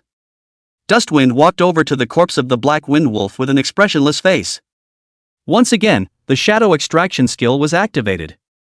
Skillful, smooth, without a pause. Wisps of black shadows spread out from the corpse of the black wind wolf. It quickly coalesced into two new shadow wind wolves. These two newborn shadow wind wolves were the same as the one before. The body was pitch black, the eyes were hollow, and it gave off an eerie aura. Dustwind ignored the two newborn shadow wind wolves. Instead, they left them in place to guard their sides. This was his shadow guard, his most loyal servants. Now, it's time to look at the previous harvest. Dustwind whispered to himself, a hint of anticipation in his voice. With a thought, he opened his system backpack. Inside the storage space, there were 2 treasure chests lying quietly. 1 gold, 1 silver. This was the treasure chest that the system had rewarded him with when he had previously cleared the Hell-level secret realm and broken the secret realm record. Only all the way over here, he didn't even get to open it. Now, finally, there's time to reveal the surprise. Dust Breeze's gaze first landed on that golden treasure chest. Gold treasure chests, which represent higher quality and rarer rewards. It was also the harvest he, by far, was most looking forward to. He took a deep breath and reached out to gently touch the treasure chest. Feeling the cold touch coming from the treasure chest, his heart was filled with anticipation. Turn it on. With Dustwind's command, the golden treasure chest slowly opened. There are no flashy special effects, no flare. There was only a brilliant golden light that burst out from the treasure chest, instantly illuminating the surrounding wilderness. The golden light dispersed, and an ancient skill book lay quietly in the treasure chest. It gave off a faint glow and was full of mystery. Ding! Congratulations on acquiring the skill book, Soul Link. Chapter 31 Testing Skills? Ding! Congratulations on obtaining the skill book, Soul Link. The system prompt was as clear and pleasant as heavenly music. An ecstatic smile instantly bloomed on Dustwind's face. It's almost as if someone gave me a pillow when I dozed off. He had just obtained Shadow Extraction, a powerful summoning class skill, and was worried about how to improve his survivability. After all, reply warlocks also belonged to the mage class of professions, and a weak body was a common problem. Especially in this crisis-ridden post-apocalyptic world, the slightest mistake can kill you. And now, with the Soul Link skill, all problems are solved. Soul Link, as the name suggests, connects the owner's soul to the summon. Causes the summon to take all damage for its owner until the summon disappears. What's more, while this skill is on, when the summon's life value is reduced, the owner's life value is not affected by any damage. What does that mean? This meant that as long as Dust Breeze's shadow servant didn't die, he would be an almost invincible existence. Who else could hurt him? Even if the shadow servant was injured, Dust Breeze didn't have to worry. Don't forget, he's a reply warlock. The best thing about it is the treatment. As long as the shadow servants weren't instantly killed, he could quickly restore them to full blood through his healing skills. It's simply a perfect combination. A shadow legion with near immortality, and a reply warlock with powerful healing abilities. The two complemented each other well enough to allow Dust Breeze to run amok in this cruel post-apocalyptic world. Without the slightest hesitation, Dust Breeze immediately chose to learn Soul Link. Ding! Skill learning successful. The system beep sounded again, and Dust Breeze felt that in his mind, he had gained some more knowledge and insights about soul linking. After the skills were learned, Dust Breeze directly struck while the iron was hot and grabbed the remaining silver treasure chest. He reached out and gently touched the treasure chest. Turn it on. With Dustwind's command, the silver treasure chest slowly opened. A dazzling light burst out from the treasure chest. The light dispersed, and a piece of equipment that emitted a faint glow appeared in front of Dustwind's eyes. Ding! Congratulations on obtaining your equipment, the Chain of Healing. Dust Breeze fixed his eyes on the necklace and realized that it was a necklace. The pendant of the necklace, a teardrop-shaped blue gemstone, was crystal clear and gave off a soft glow. He hastily checked the attributes of this equipment. Name, Chain of Healing. Grade, Silver. Level, LV10. Spirit, plus 30. Physical fitness, plus 10. Equipment effect, healing. Your single healing skill can take effect on multiple targets at once, and for each additional target, the skill consumption is boosted by 2 times. Durability, 100-100. What a powerful effect. A hint of surprise flashed in Dustwind's eyes. This piece of equipment was practically tailor-made for him. His healing spell, originally, could only work on a single target.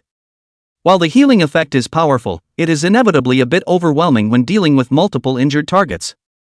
And now, with the Chain of Healing, his healing spells could take effect on multiple targets at once. It definitely greatly increased his healing efficiency and made his role in the team much more important. Though for each additional target, the skill consumption is boosted by 2 times. But for Dustwind, who had a massive amount of MP, this consumption was nothing. What's more, he also had the talent Heart of the Law God, which could reduce the magic consumption of skills. Stacking the two was enough for him to use his healing skills with impunity. Coupled with the alienation effect of his own healing technique, he could even turn this skill into a mega range group attack skill. The effect, though, made Dusty Breeze very happy. However, Dustwind did not equip the Chain of Healing immediately, but instead held it in his hands thoughtfully, as if he was pondering something.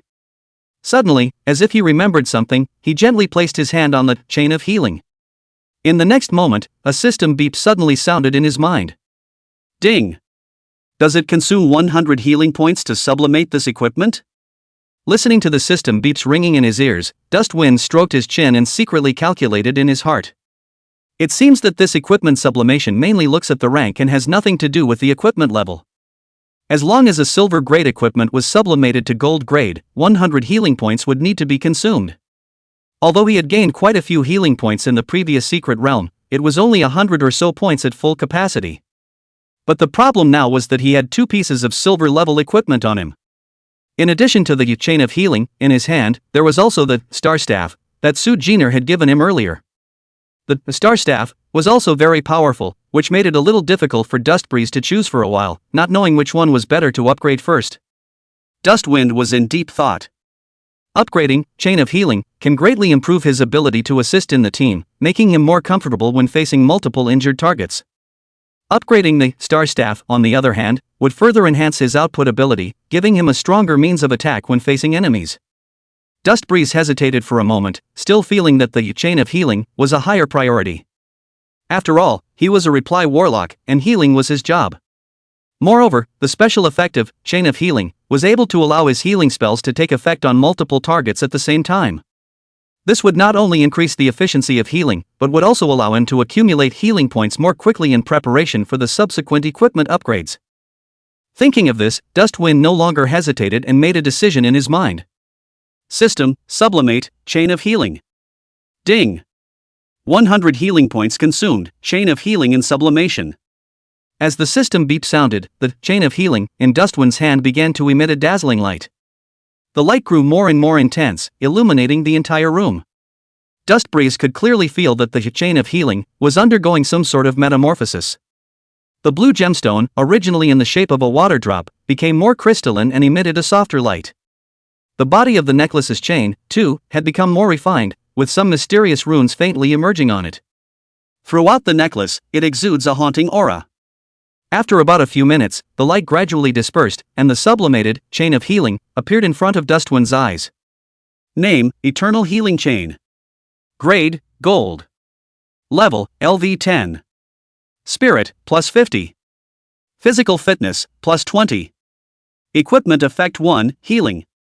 Your single healing skill can take effect on multiple targets at the same time, and for each additional target, the skill consumption is boosted by 2 times.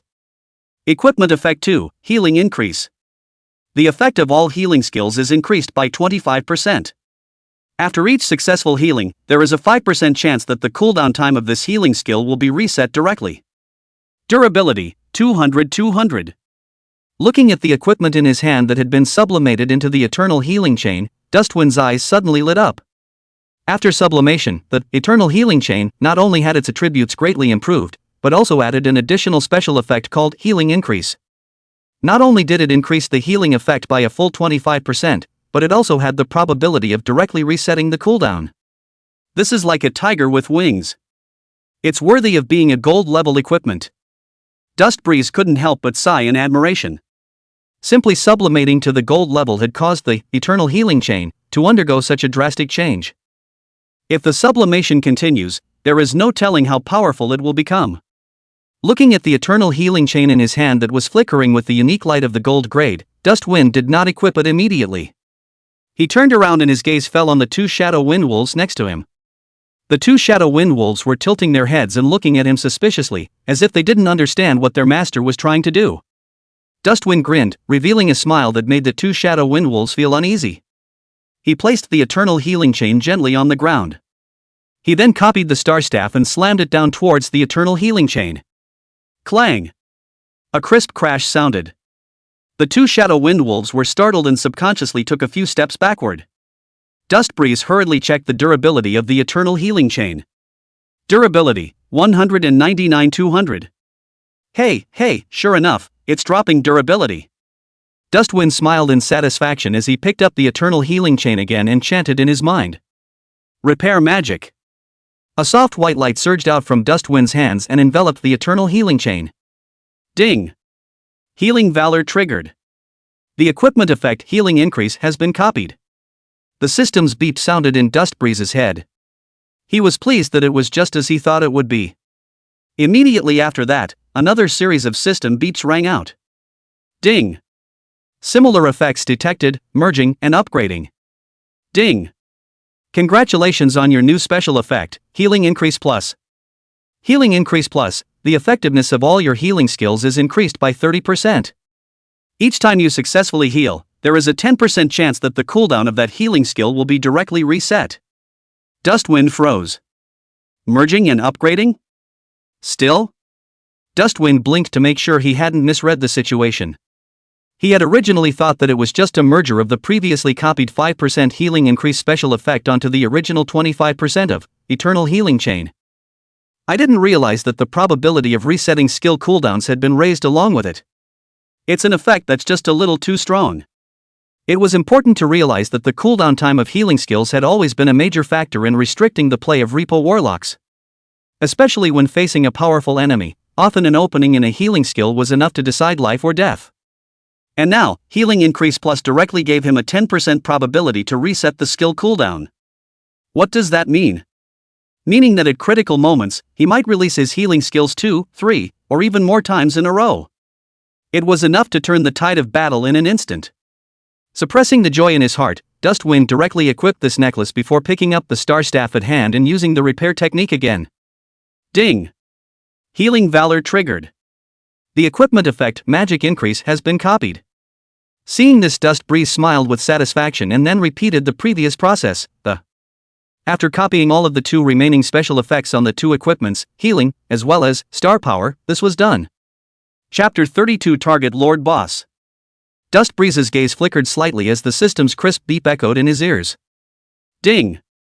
The Shadow Wind Wolf has killed the Black Wind Wolf. Experience value plus 120. Ding! Acquired items, Black Wind Wolf's Sharp Claw 2, Black Wind Wolf's Fur 1, Gold Coin 5. He gently stroked his chin, the corners of his mouth curving thoughtfully.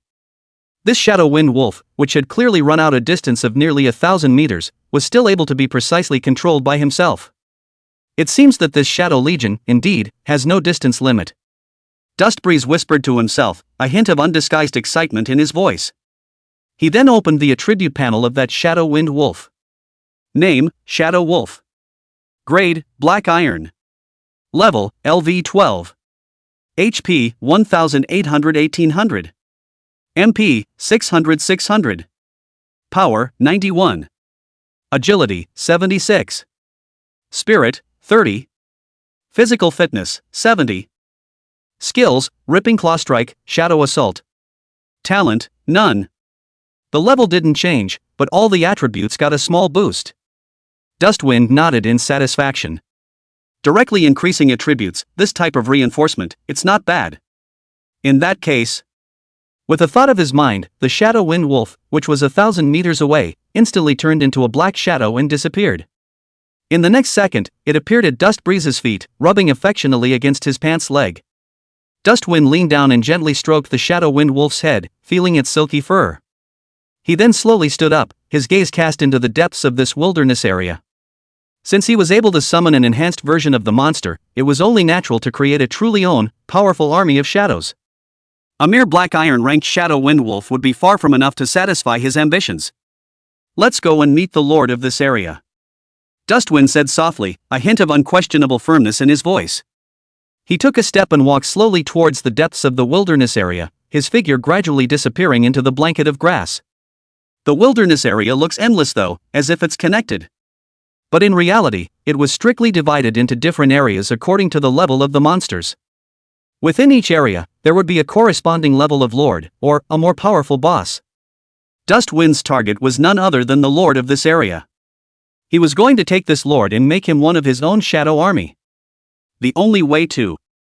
Dusty Wind's eyes became deep as those tragic memories of his previous life came to mind. He gripped the star staff tightly in his hand, his knuckles slightly white from the force.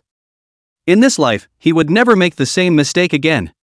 He was going to get stronger, strong enough to control his own destiny and protect everything he wanted to protect. The breeze whipped by, blowing the corners of Dusty Wind's coat and dispersing the flash of gloom under his eyes. He took a deep breath to calm his agitated feelings and continued to walk towards the depths of the wilderness area. As Dust Wind continued to go deeper and deeper, the surroundings began to change subtly. The grass, which had been fairly lush, gradually became sparse, and some bare rocks began to appear on the ground. In the air, a faint odor of blood filled the air, causing a pang of unease. Dust Wind's brows furrowed slightly as he could feel that the level of the monsters around him was gradually rising. He slowed his pace and raised his guard, ready for any danger that might arise. Sasha! A slight sound came from the grass ahead. Dustwind's gaze instantly became sharp as he stared tightly at the direction the voice came from, and the star staff in his hand began to flicker with a faint glow. A large-sized black wind wolf slowly walked out of the grass. Its scarlet eyes stared deathly at Dust Breeze, and a low hissing sound came from its throat. However, before Dust Wind could do anything, the other 3 shadow wind wolves directly pounced on it, instantly tearing that black wind wolf into pieces. The ding! Shadow Wind Wolf killed Black Wind Wolf. Experience value plus 120. Ding! Acquired items: Black Wind Wolf's Sharp Claw 2, Black Wind Wolf's Fur 1, Wolf Tooth Dagger, Gold Coin 5. Listening to the system beep that sounded in his head, a satisfied smile appeared on Dustwind's face. It's pretty cool to have soldiers under your hands. Without having to do anything themselves, they only needed to move their thoughts, and these monsters were taken care of by their own shadow soldiers. It's a feeling that just can't be beat. He smiled and was about to walk forward to pick up the items dropped by the Black Wind Wolf. Phew! A black wind blade suddenly came whistling from the side, fast to the extreme, instantly hitting Dustwind. Boo! Dusty Wind's entire body was directly blown away and fell heavily to the ground, raising a cloud of dust. At the same time, a shadow wind wolf beside him let out a mournful wail and instantly disappeared in place. The sudden change caused Dustwind's heart to tremble. Luckily, before he set off, he discreetly used a soul connection to link his life with that of one of the shadow wind wolves. Otherwise, I'm afraid that I would have been directly killed in seconds with that one hit just now. What the hell is going on here? Dustwind quickly rose from the ground, not caring about the pain on his body, and hurriedly took the star staff in his hand and looked around vigilantly. Only to see a giant wolf, which was several times larger than an ordinary black wind wolf, was slowly walking out from the grass not far away. Its fur was as black as ink, and under the sunlight, it glowed with a ghostly cold luster. A pair of scarlet eyes, like 2 blood lanterns, stared deathly at Dustbreeze, filled with bloodlust and brutality. At the corner of the giant wolf's mouth, there was still a trace of blood that hadn't dried up yet, and it was obvious that the wind blade just now was the one that it had sent out. Name: Blizzard Demon Wolf Elite. Grade: Black Iron. Level: LV 15.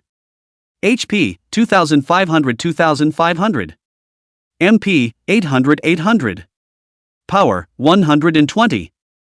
Agility: 105. Spirit: 40. Physical fitness: 90. Skills: Wind Blade, Wind Blast, Ripping Claw Strike. Talent: Wind Blast, 20% increase in movement speed and attack speed.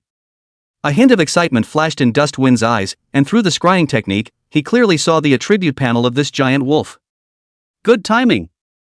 I didn't expect this to be a Black Iron ranked elite monster. Since you killed one of my shadow soldiers, populate yourself. Dustbreeze's mind moved. The other 2 shadow wind wolves, like arrows off the string, charged directly towards the Blizzard Demon Wolf. At the same time, Dustwind mouthed the words and instantly activated the dual spellcasting talent. Coyote Light Shield. 2 light blue rays of light fell on the 2 shadow wind wolves almost simultaneously, attaching a tough shield to each of them. Ding! Healing Bravery triggered. Strength plus 3. Ding! Healing Bravery triggered. Strength plus 3. Seeing 2 of its own kind rushing towards it, the Scarlet Devil Wolf's scarlet eyes immediately burned with the flame of anger. It let out a long whistle to the sky, its limbs fiercely stomped on the ground, and its huge body, like a cannonball, ejected out. Rip! The sharp claws of the wolves fiercely grabbed onto the shield of one of the shadow wind wolves, making a piercing friction sound. However, under the protection of the crow wolf-like shield, the shadow wind wolf was unharmed. The other shadow wind wolf took the opportunity to pounce and took a bite on the Blizzard Demon Wolf's hind leg. Ow! The Blizzard Demon Wolf let out a mournful howl as it suffered pain. It threw its head violently, its sharp wolf teeth biting fiercely at the shadow wind wolf that had attacked it. Just in the nick of time. Dusty wind staff swings. Flame soul fireball.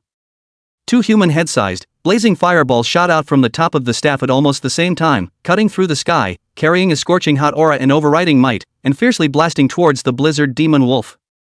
Facing the four rapidly approaching attacks, the blizzard demon wolf was unable to avoid them. Boom! Boom! The two attacks hit almost simultaneously. A huge explosion resounded throughout the valley. Fire and starbursts. The huge body of the blizzard demon wolf was directly lifted out by the shockwave of the explosion and fell heavily on the ground, stirring up a cloud of dust. 1096. 1096. At that moment, the body of the blizzard demon wolf, which had only lost a little bit of blood and skin, stiffened violently, and it was left with only a little bit of blood and skin. Ouch! It let out a low wail, as if it was in great pain. Seeing this, the corners of Dustwind's mouth rose slightly, revealing a trace of a satisfied smile. It's a good thing it wasn't a direct blitz spike, or it would have been a huge loss. He quickly adjusted his breathing, and his staff swung once more as Fury Strike activated. Immediately afterward, two emerald green rays of light shot out from the top of the staff like lightning, and instantly disappeared into the body of the blizzard demon wolf. Cure! Double casting. The green light flashed, and the blood bar on top of the blast demon wolf's head, at a speed visible to the naked eye, first surged up a cut, followed by instantly bottoming out. Ding! Healing Valor triggered.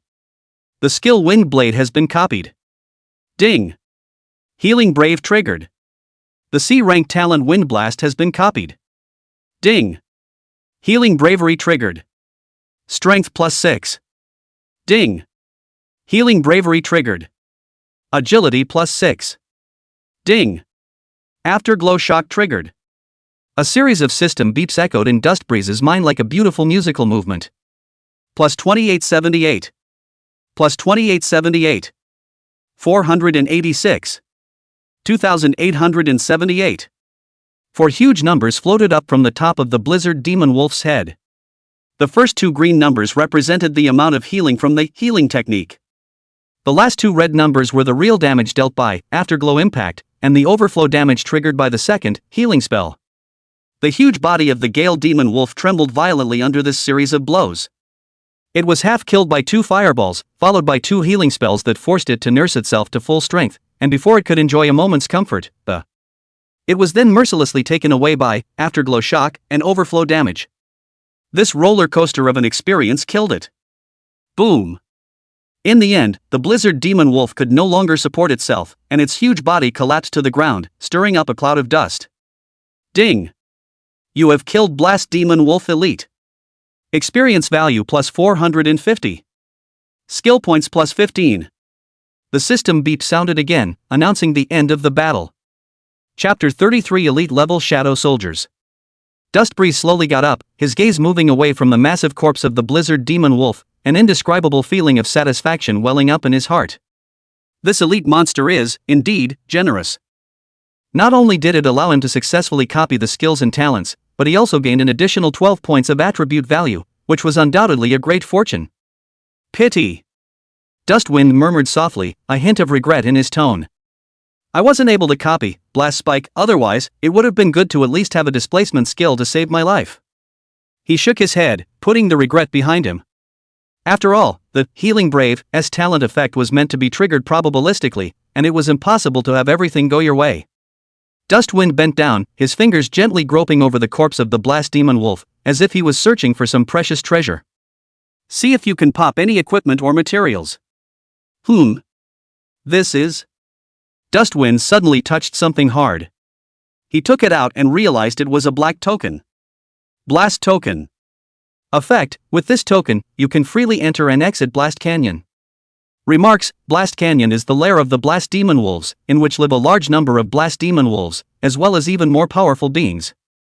A pass to Blast Canyon? Dustwind's pupils contracted slightly, and his fingers gently rubbed the surface of the token. The memories of his past life came to him like a tidal wave. Although he hadn't personally entered the Blast Canyon, all the rumors about this place had long been heard.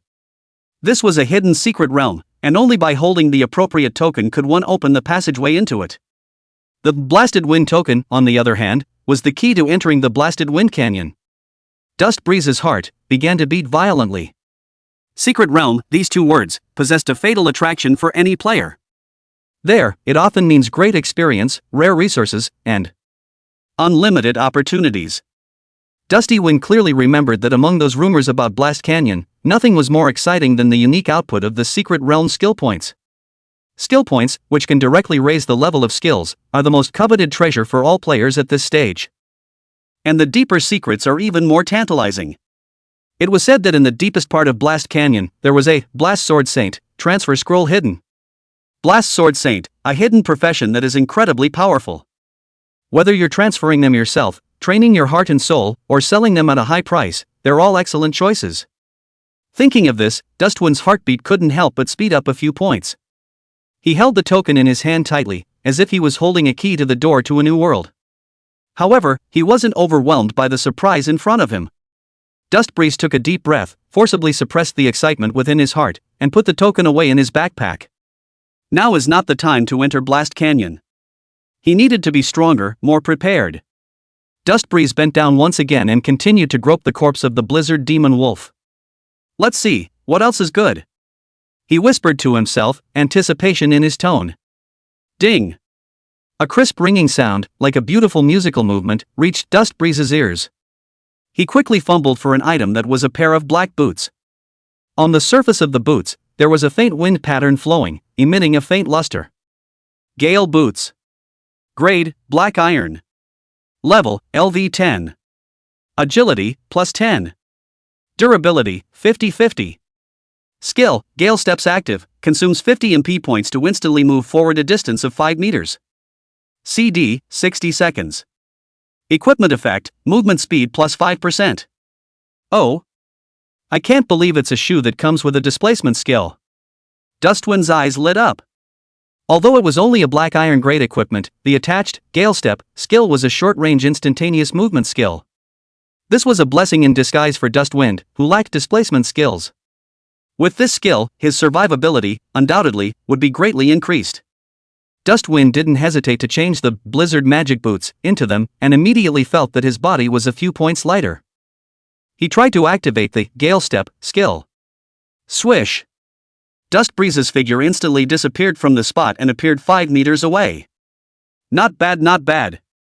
Dustwind nodded in satisfaction. This blistering wind step skill, whether it was used to rush or to avoid attacks, was excellent. He continued to fumble with the corpse of the Blast Demon Wolf and soon fumbled out some more materials. Fur of the Gale Wolf, X3. Gale Wolf's Claws, X4. Gale Wolf's Fangs, X2. These were materials for crafting equipment or potions, and although they weren't particularly precious, they were still worth quite a bit of money. Dustbreeze put these materials away one by one, and finally, his gaze landed on a crystal-clear bead. Wind Magic Core Intermediate. Effective use, contains 1000 points of magic power value, and can instantly restore 1000 points of magic power after use. Introduction, can be used for forging equipment, refining medicines. Direct use has a very low probability of acquiring wind skills. There's even a magic core. Dustbreeze was a bit surprised. This was a good thing, worth much more than those materials. A magic core, which is condensed from the magic power in the body of a magical creature after it dies. Magic cores of different grades contain different amounts of magic power. The magic power contained in this intermediate level wind magic core was already quite considerable. Dustwind carefully put away the magic core. This was a treasure that might come in handy at some point. In addition to these, Dustbreeze also touched out dozens of gold coins. This Blizzard Demon Wolf, it's really a big fat goat. Dusty Wind stood up with satisfaction, looking at the harvest of a backpack with a pang of emotion in his heart. Sure enough, killing elite monsters is the shortcut to getting rich. Stand up. Without hesitation, Dustbreeze walked to the corpse of the Blizzard Demon Wolf, his low voice echoing in the valley. As his words fell, a cloud of black mist rose up from the corpse and quickly coalesced into a brand new shadow soldier, the Wind Shadow Demon Wolf. Shadow extraction successful. The attribute panel of the Wind Shadow Demon Wolf appeared in front of Dustwind's eyes, and unsurprisingly, after being strengthened by shadow extraction, its attributes were even better than its original body. Name, Wind Shadow Demon Wolf. Grade, Black Iron. Level, LV15. HP 2800. MP 900. Power 132. Agility 115. Spirit 44. Physical fitness 99.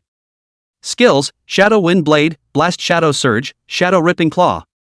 Talent: Wind Blast 25% increase in movement speed and attack speed. Dust Wind nodded in satisfaction as the attributes of the Wind Shadow Demon Wolf were fully upgraded, and the skills were all transformed into enhanced versions with the Shadow attribute. In particular, the talent Wind Blast, which added an additional 5% to its effect, made the Wind Shadow Demon Wolf's speed even more terrifying. Dust Wind looked at the brand new Shadow Wind Wolf in front of him, calculating the next plan in his mind. With this stronger Shadow Soldier, the rest of the quest would be easier. Dust Breeze took a deep breath, and the air was filled with the faint scent of blood and the fragrance of earth. "Depart!" Dust Wind ordered in a low voice, and the 3 Shadow Wind Wolves immediately followed him towards the depths of this area. Their footsteps were light and swift, barely making any sound as they silently followed behind Dust Wind.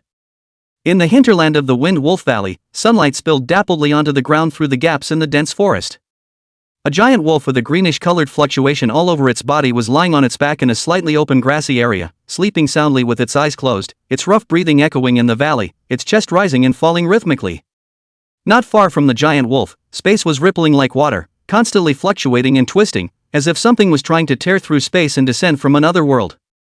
The giant wolf opened its eyes vigilantly, its ghostly blue pupils flickering with uneasiness and vigilance as it stared at the bizarre space, a low whimper emitting from its throat as if it was warning, but also as if it was guarding.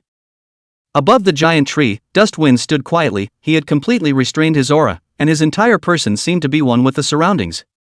He stood tall and took in the scene in the valley's hinterland. Should have guessed that this particular spatial rift must have a guardian.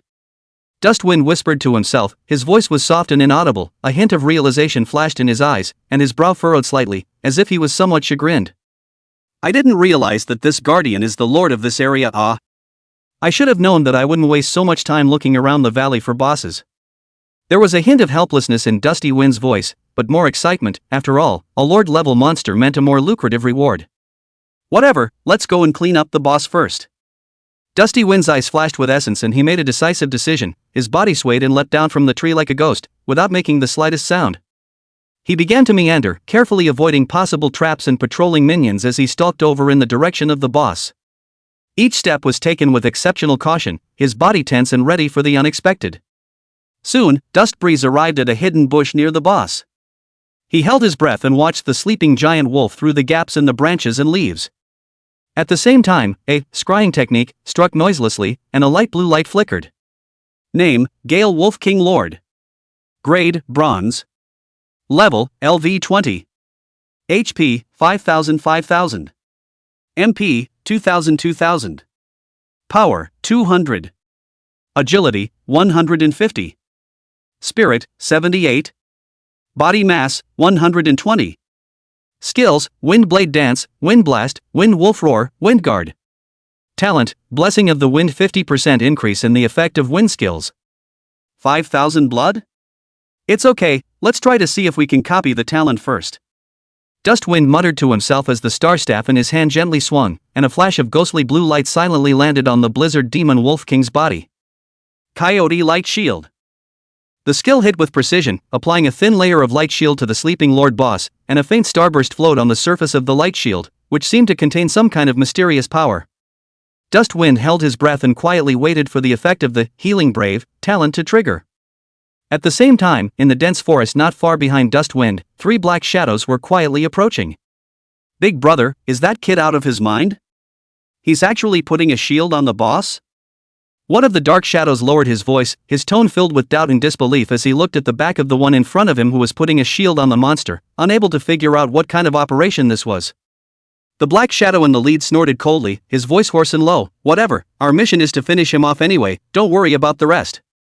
"But this kid did us a big favor. Not only did he lead us to the Lord Boss, but he also gave us a spatial rift that was about to open."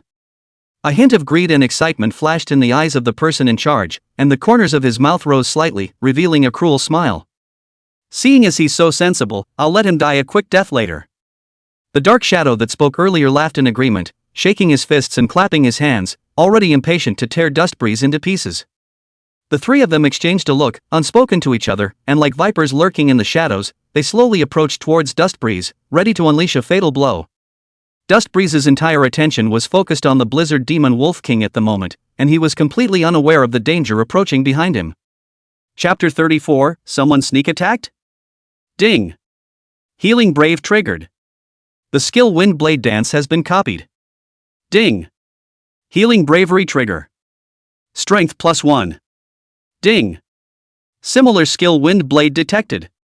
Merging and upgrading in progress. Skill Wind Blade Chaos LV2 has been copied. With the system's crisp beep echoing in his ears, the corners of Dustwind's mouth rose slightly as a wave of joy surged through his heart. It didn't replicate the expected talent, but this turned out to be pretty good. After all, Wind Blade Dance is one of the core skills of the Lord Boss, the power should not be underestimated, and now that it has been directly raised to LV2, it is even more like a tiger with wings. Dustbreeze took a deep breath, calmed his excitement, and prepared to unleash a thunderous strike. He intended to slam all of his skills into the Blizzard Demon Wolf King in a brainwave, striving to kill it in seconds in the shortest amount of time without giving it any chance to resist. However, just in the nick of time, a sudden change occurred. An arrow that flashed with a cold aura suddenly shot out from another direction, like a meteor that cut through the sky, heading straight for the Blastwind Demon Wolf King. This sudden change caused Dustwind's pupils to shrink violently, and alarm bells went off in his heart.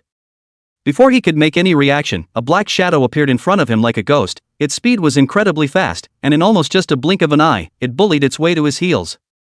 Immediately afterward, a dagger that shimmered with an ethereal light ruthlessly slammed into Dustbreeze's head. Ding! Lu Nong has used a smothering attack on you. You have been stunned for 3 seconds. The system's cold beep sounded in Dustwind's mind, his vision instantly became blurry, and the entire world seemed to be spinning. This sudden situation caused Dustwind's face to instantly darken, and a trace of icy killing intent flashed in his eyes. How dare someone sneak up on him? It's a death wish. In the stun state, Dustbreeze could not move, could not use skills, and even his thinking became sluggish. He could only watch as the arrow hit the Blizzard Demon Wolf King. 10. As an extremely weak number surfaced, it instantly enraged the Blizzard Demon Wolf King, who was originally still a bit confused. The Scarlet Beast pupil of the Blizzard Demon Wolf King stared at Dustwind with a death glare, which was filled with anger and bloodlust. Dustbreeze, as the closest human to it, naturally became its primary target of attack. However, Dustbreeze had expected this. He had soul connection and also possessed the skill Shadow Swap. His life-preserving ability was first-rate, so he wasn't afraid of the Blizzard Demon Wolf King's attack. What really made Dusty Wind feel angry were the guys who were hiding in the shadows and sneaking up on him. In his previous life, he died from the betrayal and sneak attack of his teammates. That feeling of being stabbed in the back was still fresh and engraved in his memory. I didn't realize that in this life, someone would try to pull the same trick again. A trace of icy killing intent flashed in Dustwind's eyes, and he secretly vowed in his heart that he would make these guys pay a painful price. He knew very well that the only reason why this group of people dared to strike at him so recklessly was because they thought that he was low-ranked, weak, and easy to deal with. Even more, they might want to use the Blizzard Demon Wolf King's hand to get rid of Dustbreeze, faking an illusion that Dustbreeze had been killed by the boss, thus covering up their crime. At the same time, they were able to utilize Dustbreeze's previous actions to deplete the Blizzard Demon Wolf King's state, creating favorable conditions for their next hunt. Killing 2 birds with 1 stone is a good move. Unfortunately, the one they encountered was Dustwind, and this calculation was considered a mistake. The corner of Dustwind's mouth curved up in a cold arc.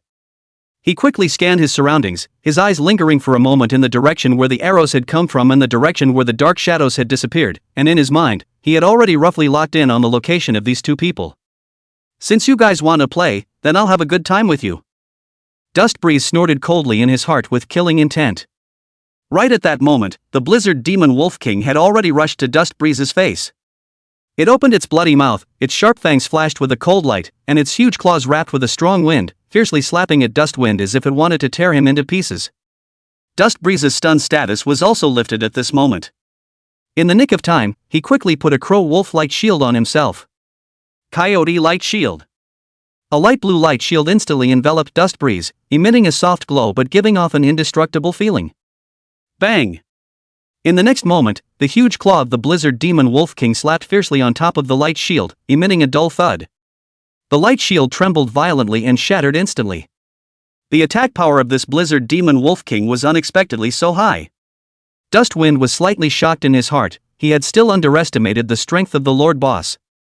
However, what made him feel fortunate was that even though that Son Wolf Light Shield had shattered, it had ultimately blocked the Blizzard Demon Wolf King's strike. Ding! Alienation effect triggered. Overflow damage has been resisted. The system beep sounded, causing Dustwind to be slightly stunned. Why was there another alienation effect? This pale wolf light shield didn't seem to be alienated in the beginning, right? He subconsciously looked at the Crow Wolf Light Shield's skill description. The original ordinary skill description had a new line of ability added to it at this moment. Coyote Light Shield Alienation Effect. If the shield is broken by a single blow, then any overflow damage that exceeds the upper limit of the shield will be completely resisted. Dustbreeze's eyes instantly widened, and a trace of disbelief flashed in his eyes. This skill is actually really alienated? An ecstasy welled up in his heart. Did it mean that all his skills could be alienated? Or can all support skills be alienated? If that's true, wouldn't one? Dustbreeze didn't dare to continue thinking about it because the possibility was just too tantalizing. He forced down the excitement in his heart and returned his attention to the battle in front of him. At that moment, the Blastwind Demon Wolf King seemed to be extremely dissatisfied with Dustwind's disregard, and it roared once again, its voice deafening. The huge wolf claws wrapped in the harsh wind pressure and once again came at Dustwind, as if it wanted to tear him into pieces. Dustwind frowned and whispered impatiently to himself.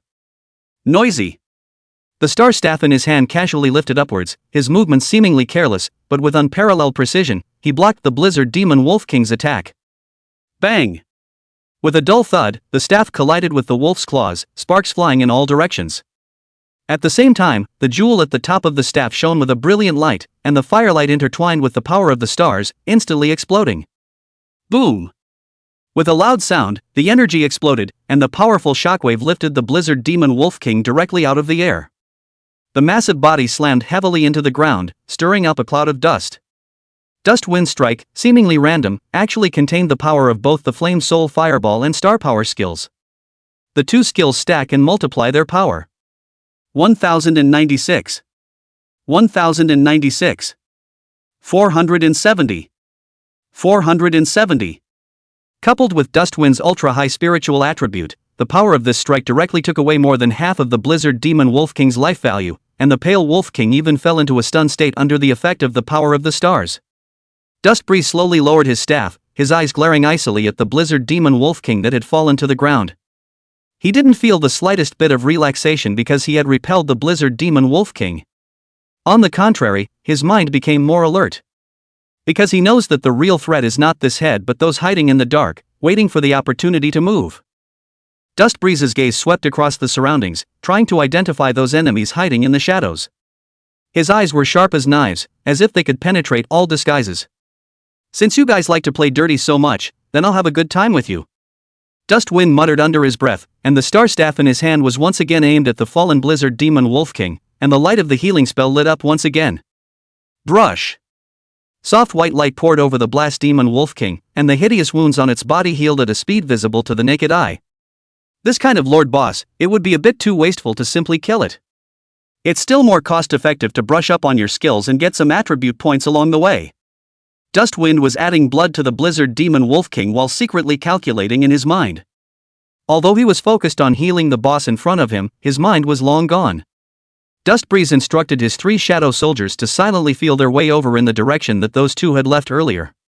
The shadow traveled through the dense forest like a ghost, without making the slightest sound. Meanwhile, not far away in the bushes, 3 figures were closely watching Dustwind's every move.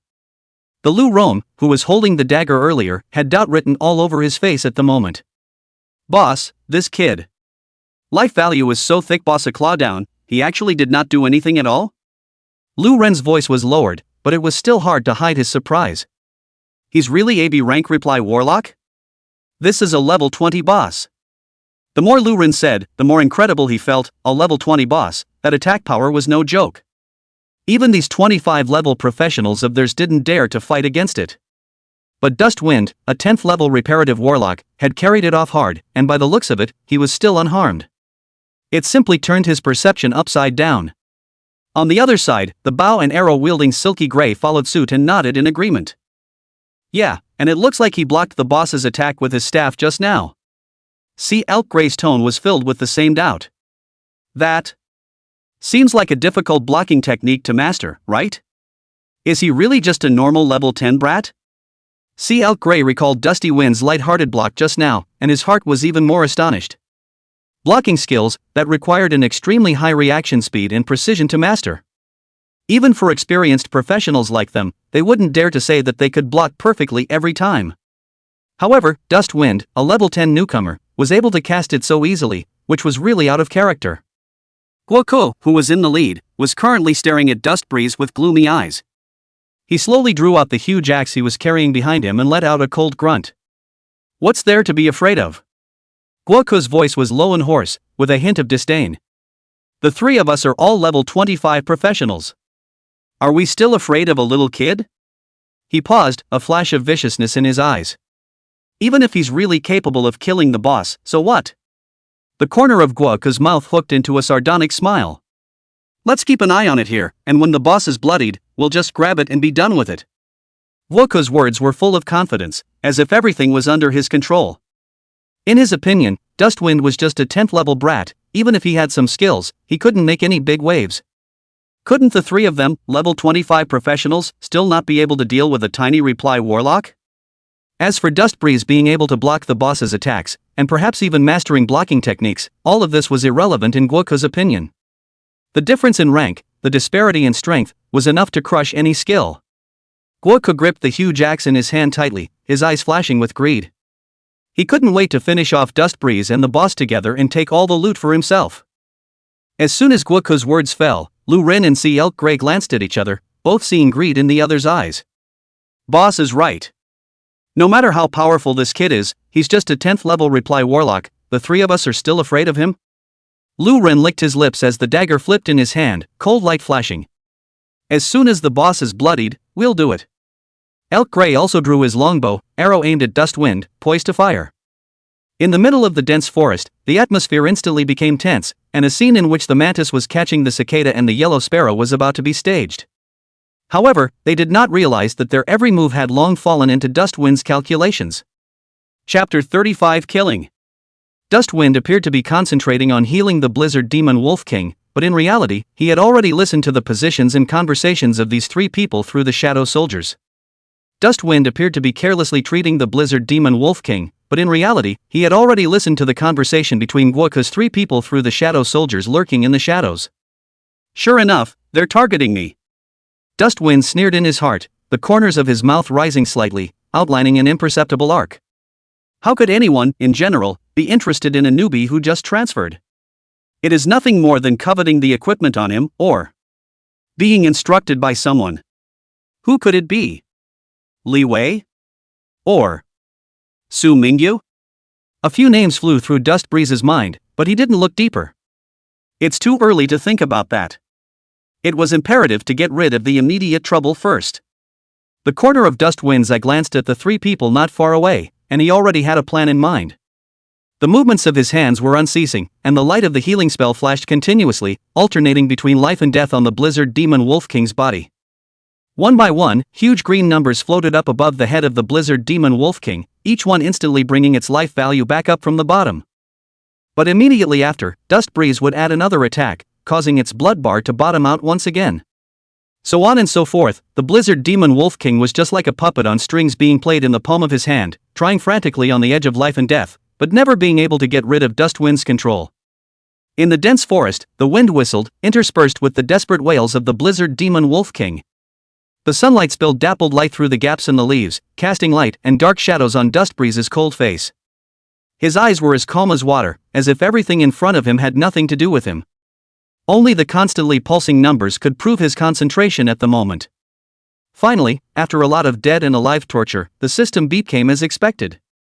Ding! Healing Valor triggered. This target's attribute point acquisition has reached its limit. Ding! Healing Valor triggered. This target's skill and talent has been completely copied.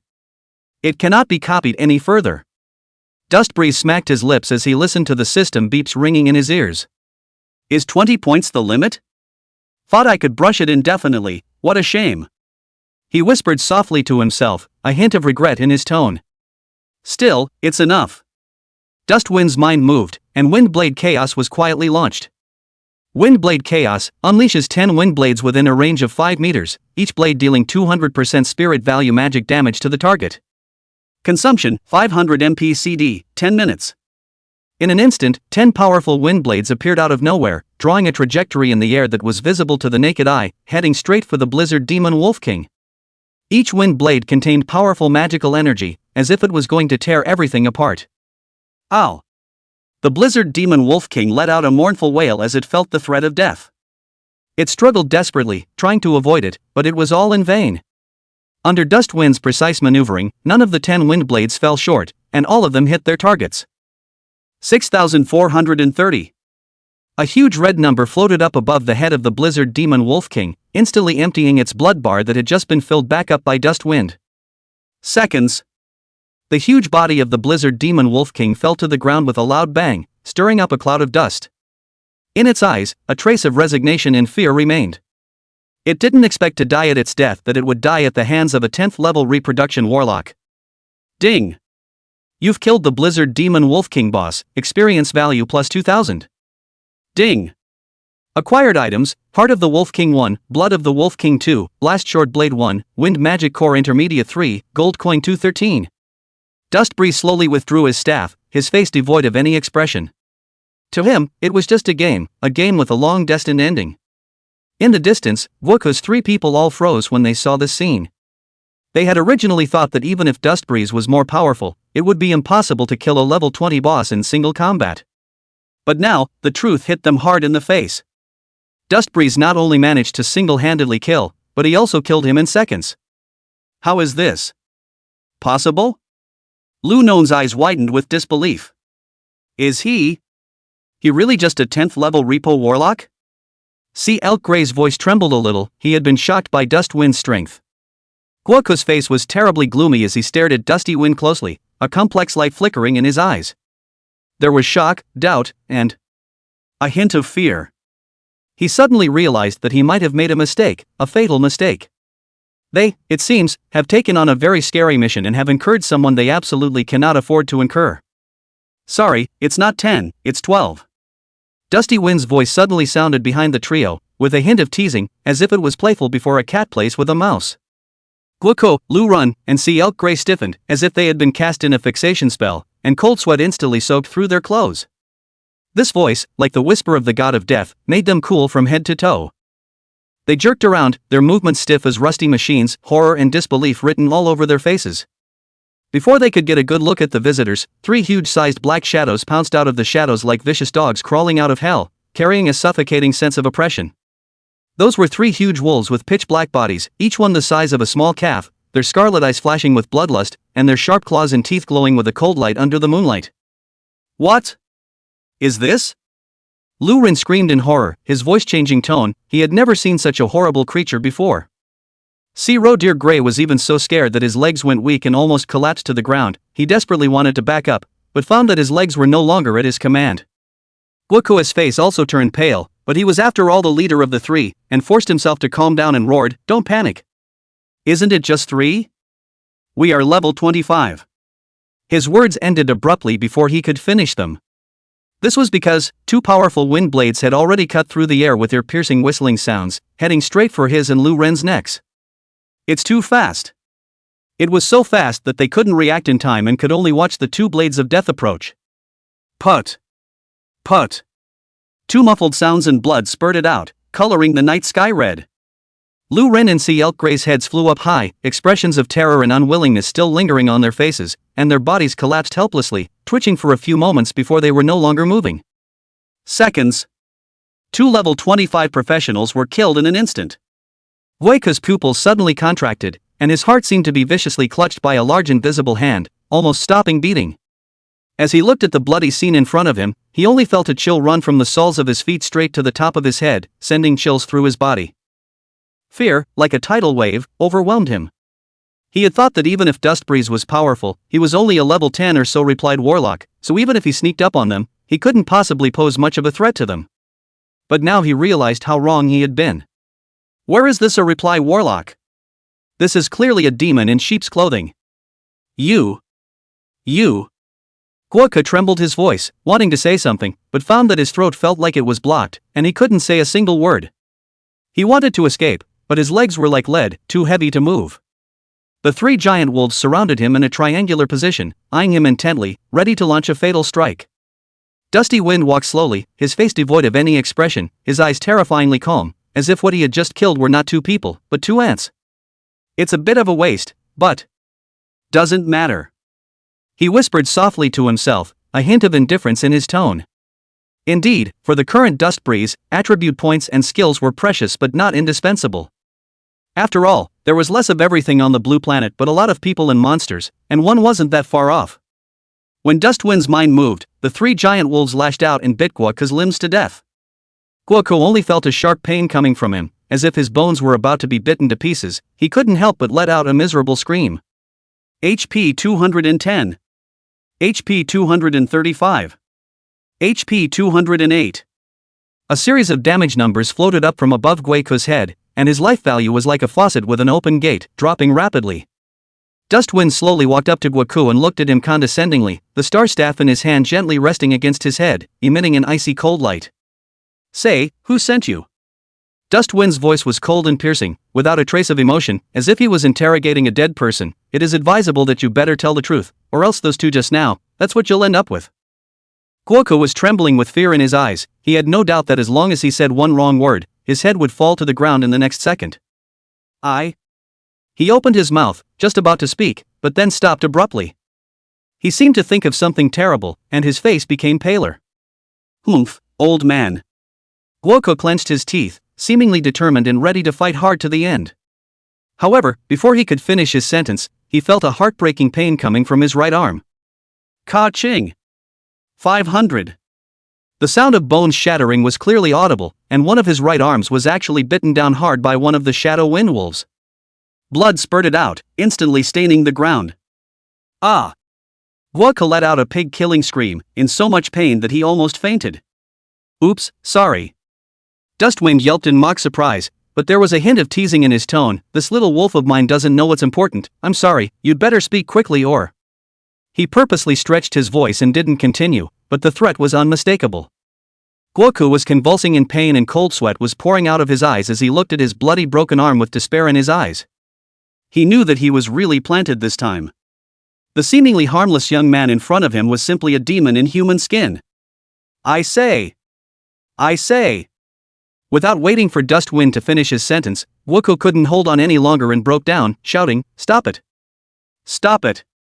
He felt his legs and left arm begin to ache violently as well, as if they might be torn off at any moment. The fear of death completely destroyed his mental defenses. It's the Li family. It's the Li family's second youngest master, Li Wei. Guoke used all his strength to hiss out these words, his voice hoarse and desperate. Chapter 36 Extracting Human Shadows? The Li family? Levi? A trace of icy killing intent flashed in Dustwind's eyes. It was really him. Looks like there's a way to get rid of this Levi early. Dustbreeze was secretly calculating in his mind. Thanks for your cooperation. In that case, I'll let you off. Dustwind's voice was still cold, but it carried a hint of imperceptible playfulness. Guoke sniffed and was like an amnesty, his taut nerves finally relaxing a bit. He thought he got away with it.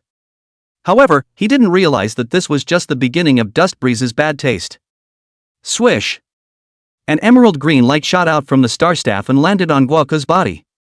HP plus 6944. Guoke, who was already on the verge of death, had his life value instantly returned to full and even overflowed a lot. He froze, not understanding what Dustwind meant by this. Who? Guoke let out a long breath, the fear in his heart receding slightly. But the next second, the sharp pain struck again. Ow! The three shadow wind wolves attacked again, their sharp teeth biting hard on Guoke's body. HP 215. HP 228. HP 241. Guoke's blood bar, like a roller coaster, dropped rapidly, but soon, it was pulled back by one of Dustwind's healing spells. Ah! Guoke let out a heart-rending scream as he finally understood Dustbreeze's intentions. It's a torture worse than death. He became the first being to experience the sensation of dying and living at the hands of Dustwind. It's a feeling that's worse than death. Please. Kill me. Kill me.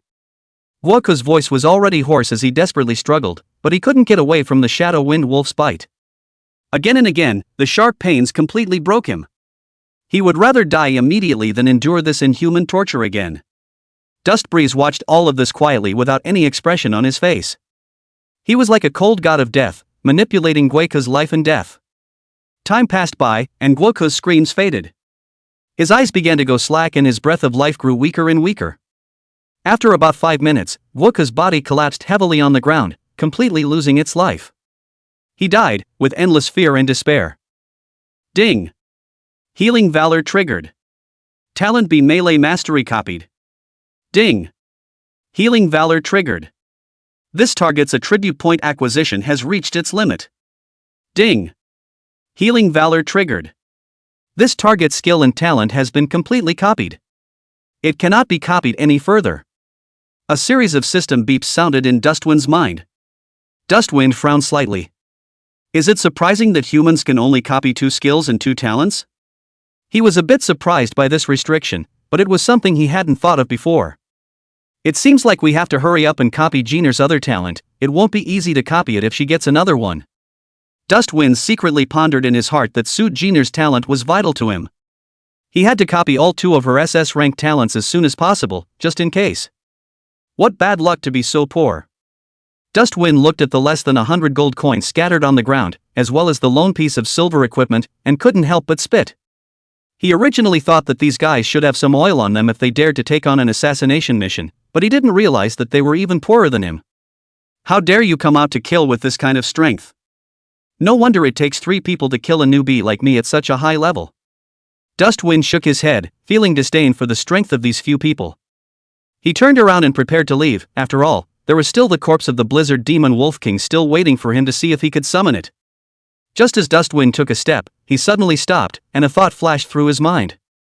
Can shadow extraction be used on humans like this? A glint flashed in Dustwind's eyes as he thought of an interesting possibility. He immediately turned around and walked over to Gwoku's body. With a thought, one of the 3 Shadow Wind Wolves that were originally guarding him instantly dissipated into a black mist. Dustbreeze took a deep breath and slowly placed his hand on top of Gwoku's body. Stand up! Dustwind let out a low gulp, a hint of anticipation and nervousness in his voice. This was his first attempt at using shadow extraction on a human corpse, and he wondered if it would work. As Dustywind's voice fell, a black shadow emerged, but it fluctuated twice and then stopped moving. No? Dustwind frowned slightly, a little disappointed. He had thought that since Shadow Wind Wolves could be transformed from monster corpses, human corpses should be able to as well. But now it doesn't seem to be the case. Could it be because he's not qualified? Dustwind suddenly thought of something and his eyes lit up. He remembered that shadow extraction seemed to require a certain level of strength from the target. The ones he extracted before were boss-level monsters, while Gwoku was far less powerful even though his level was higher than his. Try again. Dustywind didn't give up. He once again placed his hand on Gwoku's corpse and chanted in his heart. Stand up. This time, Dustwind's voice was filled with majesty and unquestionable power. It was as if he was the god of death who controlled life and death and could manipulate the fate of the dead at will. As soon as the words left his mouth, Gwoku's body shook violently. Immediately afterward, a black mist gushed out from his corpse and quickly coalesced into a blurry human form. The figure gradually became clearer and clearer, and eventually, a black shadow that looked exactly like Gwoku appeared in front of Dustbreeze. Only, this black shadow's eyes were empty and lifeless, without a trace of life, as if its intelligence had completely disappeared. Ding! Shadow extraction successful. The system beep sounded in Dustwind's mind, announcing his success. It worked! An excited smile appeared on Dustwind's face as he managed to transform Gwoku's corpse into his servant. Although it was only a black iron level servant, it was already a huge breakthrough. This meant that he could not only extract the shadows of monsters, but also of humans. It certainly opened up a whole new path of possibilities for him. Name, Giant Axe Warrior. Grade, Black Iron. Level, LV25. HP, 4800 4800. MP, 1000 1000. Power, 210. Agility, 100. Spirit, 45. Body mass, 160. Skills, Earth-splitting heavy axe, shocking slam, raging wave chop, splitting air chop. Talent. Melee mastery, you can use all melee weapons flexibly, and melee weapon damage is increased by 20%. Power burst, boosts one's strength by 70% for a short period of time, and increases the damage of the giant axe skill by 25%. Looking at the attributes in front of him, Dust Breeze raised his eyebrows slightly. Surprisingly, is it just a black iron level waist? What trash, ah! Forget it, it's better than nothing. Dustwind shook his head and pushed down the dissatisfaction in his heart. He knows that you have to eat your food one bite at a time and take the road one step at a time. The ability to successfully extract human shadows now is a huge step forward. As for the strength of the servants, they could be slowly raised later. Originally, I also wanted to raise my grief that the other two shadows were also extracted, but after seeing Guoku's attributes, Dustwind gave up. If this guy was this weak, the other two certainly weren't any stronger, so it would be better to extract the corpse of that boss. Go ahead and get rid of all their bodies. Dustwind gave the first order to the giant axe warrior. He didn't want to leave any traces here so as not to attract unnecessary trouble. The giant axe warrior didn't react and just mechanically carried out Dustwind's orders. His movements were quick, and in no time, the bodies of the other two were disposed of by him cleanly, without even a trace of blood left behind. Dustwind nodded in satisfaction, and his gaze turned to the massive corpse not far away, the Blizzard Demon Wolf King.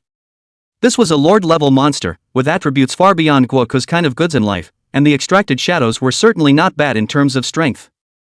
Just thinking about it made Dustwind look forward to it a bit. He slowly walked over to the corpse of the Blizzard Demon Wolf King and took a deep breath to calm his excitement. Stand up. Dustwind let out a low gulp and pressed his hand onto the corpse of the Blast Demon Wolf King. The black mist, as if it had a life, surged out from the body of the Blast Demon Wolf King, tumbling and surging. However, a few moments later, the black mist slowly dissipated again and everything returned to calm. Ding! Shadow extraction failed. Remaining count, 2. The system's icy cold beep sounded in Dustwind's mind. Failed? Dustbreeze frowned, a little surprised. He then remembered that the skill description mentioned that the longer the time of death, the lower the extraction success rate. Damn it, I blame those 3 losers for wasting my time. Dustbreeze cursed in his heart, somewhat chagrined. He had thought that with the strength of the Blizzard Demon Wolf King, he should be able to extract it successfully with ease, but he didn't expect it to fail. Again! Unwilling to do so, Dustbreeze let out a low cry once again. Stand up! This time, his voice was even lower and more powerful, as if it contained some kind of mysterious power. The black mist surged again, even denser and more violent than the last time. But eventually, the black mist dissipated. Ding! Shadow extraction failed. Remaining count, 1. The system beep sounded again, and Dusty Wind's mood, with it, sank to the bottom. There's only one last chance left. If he failed again, he would have no choice but to watch this Lord-class corpse go to waste. Dustbreeze took a deep breath, gritted his teeth, and with his full concentration, he once again drank low. Stand up! With all his strength, he let out a deafening roar. The voice was filled with unquestionable majesty, and a desperate determination. As soon as the words fell, the corpse of the Blizzard Demon Wolf King trembled violently, as if a powerful force was awakening. Black mist, like a volcano erupting, surged out crazily from its body, instantly enveloping the entire valley. The mist tumbled, surged, coalesced, and, in the end, transformed into a huge wolf-shaped black shadow. The black shadow slowly stood up, with a stout figure and imposing aura, exactly the same as the Blizzard Demon Wolf King from before. Only, its eyes were empty and lifeless, without a trace of life, only endless coldness and deadness. Ding! Shadow extraction successful. The system beep finally sounded, announcing Dusty Wind's success. Phew! Finally made it. Dustbreeze let out a long breath. It would be a shame if this was gone. He managed to transform the corpse of the Blast Demon Wolf King into his own Shadow Soldier. This was a Lord-level Shadow Soldier, whose strength far exceeded that of the previous Giant Axe Warrior. Dustbreeze calmed his excitement and began to check the attributes of the Blizzard Demon Wolf King. Chapter 37, The Space Rift Opens. Name, Shadow Wolf King Lord. Grade, Bronze. Level, LV 25. HP, 7000. MP, 2500 2500. Power, 250. Agility, 180. Spirit, 100. Physical fitness, 150. Skills, Dark Blade Dance, Shadow Strike, Shadow Roar, Wind Shadow Guard. Talent. Shadow Skill, each time you kill a target, you have a chance to teleport yourself behind the target with the lowest life value, and your next attack is bound to be a blitzkrieg. Blessing of the Wind, increases the effect of wind skills by 50%, and causes all wind skills to have 30% shadow damage attached to them, as well as increasing damage to shadow creatures by 25%. I'm going to call you Wolf King from today onwards, so please teach me more. Dustwind said with a smile, looking at the giant wolf in front of him, which was a head taller than himself. His heart was filled with joy. Looking at the Shadow Wolf King's attributes that far exceeded the previous ones, Dustwind was smiling from ear to ear. This wave was simply blood money. The Shadow Wolf King seemed to sense Dust Breeze's joy as it lowered its huge head and rubbed Dust Breeze's cheek affectionately with its furry head. Woo! A low whimpering sound, not like the fierce and violent before, but with a hint of meekness and submission. Dustwind happily rubbed the Shadow Wolf King's head, feeling the soft fur, his heart bursting with relief. As expected, this powerful monster, even after turning into a shadow, its intelligence was still very outstanding. Dust Breeze suddenly remembered something, and his mind moved. Swish! A dagger with a cold, flickering light appeared in his hand out of nowhere. It was none other than the Black Iron Quality Level 12 Equipment Wolf Tooth Dagger that had dropped when he had killed the Black Wind Wolf earlier. Wolfsbane Dagger. Grade, Black Iron. Level, LV12. Power, plus 15. Agility, plus 20. Durability, 250-250. Skill, Wolfsbane Raid Active. Consumes 60 MP points to quickly launch a single stabbing attack at the target, dealing 250% of agility value physical damage to the target with a tearing effect. The target will continue to take bleeding damage equal to 20% of the character's attack power for the next 6 seconds. If the target is in the bleeding state, the movement speed is reduced by 20% for 4 seconds. CD, 25 seconds. Equipment effect, Wolf's Wildness, increases the character's bludgeoning rate by 10%. Looking at the dagger in his hand, Dustwind directly put away his staff and held the wolf tooth dagger tightly. The equipment did not fall directly. Dustbreeze looked at the wolf tooth dagger in his hand with a look of incredible surprise on his face. It was surprising that he could actually equip this dagger. You should know that a reparative warlock is a typical law profession, and by definition can only equip equipment such as staffs or robes. And this wolf tooth dagger, it was an actual melee weapon. The gifts of this world are quite overbearing. Dustwind secretly sighed in his heart. He had vaguely had this speculation when he copied Guiku's melee proficiency talent earlier. The talent description at the time said that it was flexible enough to use all melee weapons. Dustwind wondered if this flexible use also included ignoring occupational restrictions and forcing equipment? Now it seems that his suspicions were correct. This talent was more powerful than he had ever imagined. Dustbreeze took a deep breath and calmed his excitement. He put away the star staff in his hand and turned to tighten his grip on the wolfsbane dagger. The dagger was cold to the touch, and a cold light flashed at the blade, giving it a stern feeling. Although it was the first time he had used the dagger, under the melee proficiency talent, Dustwind felt as if the dagger had become one with himself, and wielded it exceptionally smoothly. He casually waved his hand a few times, and the dagger drew a trail of shadows in the air, emitting a swish-swish sound that broke through the air. It's a bit shorter, but when you use it, it seems to be smoother than a staff. Looks like he'll have to get a whole talent similar to staff proficiency in the future. Dustwind muttered, a satisfied smile on his face. Although the staff is the standard equipment of the legal profession, for Dustwind, who has many powerful skills, the staff's bonus instead seems a bit ribald. Instead, this wolf-tooth dagger not only provided additional attribute bonuses, but also allowed Dustwind to have a stronger combat power in melee combat. However, the most important thing now is to upgrade. First, Dustwind forced down the excitement in his heart. Whether it was for the big exam in 3 days or for the extinction crisis in a few years, he needed to raise his power as soon as possible. He patted the Shadow Wolf King beside him, and the Shadow Wolf King rubbed against his palm affectionately, then raised his voice to the sky, his voice filled with excitement and anticipation. Let's go, Wolf King, start brushing the monsters. When the spatial rift opens, let's go in together. A sharp light flashed in Dustwind's eyes and his tone was firm. Ow! The Shadow Wolf King let out a low growl, as if responding to Dusty Wind's call, and took a sturdy stride, walking into the valley once again with Dusty Wind. Time passed like a white horse, and in the blink of an eye, 2.5 hours passed quietly. As night fell, the sky was drenched in ink, and the valley was filled with a light mist that made visibility extremely low. Dustwind once again returned to the territory of the Blizzard Demon Wolf King. This place was originally the boss's lair, and unusual monsters didn't even dare to approach, but the original lord had already been killed by Dusty Wind, and according to the rules of the game, it would take at least 3 days for the new lord to be refreshed. Dust Breeze was just about ready to rest here for the night and recuperate. After 2.5 hours of frantically brushing monsters, Dust Wind's level had also increased from level 12 to level 16. The experience bar grew at a rate visible to the naked eye, and this feeling of upgrading at a rapid pace made him addicted to it, making it difficult to extricate himself. However, as they leveled up, the experience value provided by the monsters in this area was already a bit of a drop in the bucket for Dusty Wind. Dustwind returned to the valley's hinterland with a slight frown on his face, and began to ponder whether or not he should change to a more advanced map in order to gain more experience value. Just as he was hesitating, the space crack in front of him suddenly fluctuated violently. The space that was originally as calm as a mirror was now as if a huge stone had been thrown into it, rippling with layers of ripples. Immediately afterward, it was as if a large invisible hand reached out from the void and violently tore at the spatial crack. Click, click, click.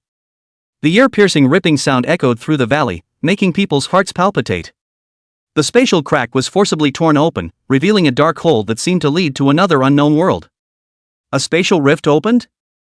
Seeing this scene, Dustwind's eyes instantly lit up, and his original hesitation instantly dissipated. He gripped the star staff in his hand tightly, his eyes glittering with excitement and anticipation.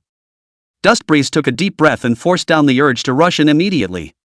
The prolonged battle had left him slightly mentally exhausted, and although the joy from the upgrade had dulled that feeling, he knew that staying in top form was the key to dealing with unknown dangers. He turned his head to look at the Shadow Wolf King beside him, who seemed to have sensed Dustbreeze's exhaustion as well, and quietly crouched down at his feet, gently rubbing his head against his leg. Dustwind gently stroked the Shadow Wolf King's silky fur as a warm current surged in his heart. He preferred this absolutely loyal beast pet to his teammates who could not be seen. Wolf King, you're tired too, aren't you? Let's take a rest and refresh ourselves before going in. Ow. The Shadow Wolf King responded in a low voice, a hint of lethargy in his voice. Ha! Just then, a soft eep suddenly rang out and the sudden sound broke the tranquility of the valley, making Dustwind instantly alert. He spun around violently, his star staff pointing straight in the direction the voice had come from, the tip of the staff glinting dangerously. In the field of vision, a petite figure slowly stepped out, and through the color of the night and the faint light emanating from the spatial rift, Dustbreeze was able to see the appearance of the visitor. It was a young girl, not very old-looking, around 20, wearing a black leotard and holding a sharp dagger in her hand. The young girl's appearance was clear, and her large eyes were filled with curiosity, but at the moment, there was a hint of surprise and vigilance in her eyes. What a guy! Dustwind snapped, his voice echoing in the empty valley. Instead of letting his guard down because the other party was a young girl, he became more wary. In this world where the game descends into reality, anyone can be an enemy, let alone near this space rift full of danger. Hearing Dustwind's heckling question, that young girl, however, did not have a trace of fear, instead, a trace of excitement surfaced in her eyes. However, soon after, this color of excitement was converged, and he immediately said with some disappointment. What the heck, I saw that this crack just appeared and thought I was the first to discover it, but it turns out that someone has already come. Without waiting for Dustwind to continue speaking, the young girl walked directly to Dustwind's vicinity, stopping her pace 5 meters away and rushing to greet Dustwind. Hello, my name is Shi Xiao. Are you interested in brushing this spatial rift with me? The young girl's voice was crisp and pleasant, with a hint of self-acquaintance, as if she and Dustwind were old friends who had known each other for many years. Dustwind frowned slightly, not letting his guard down because of the other party's enthusiasm.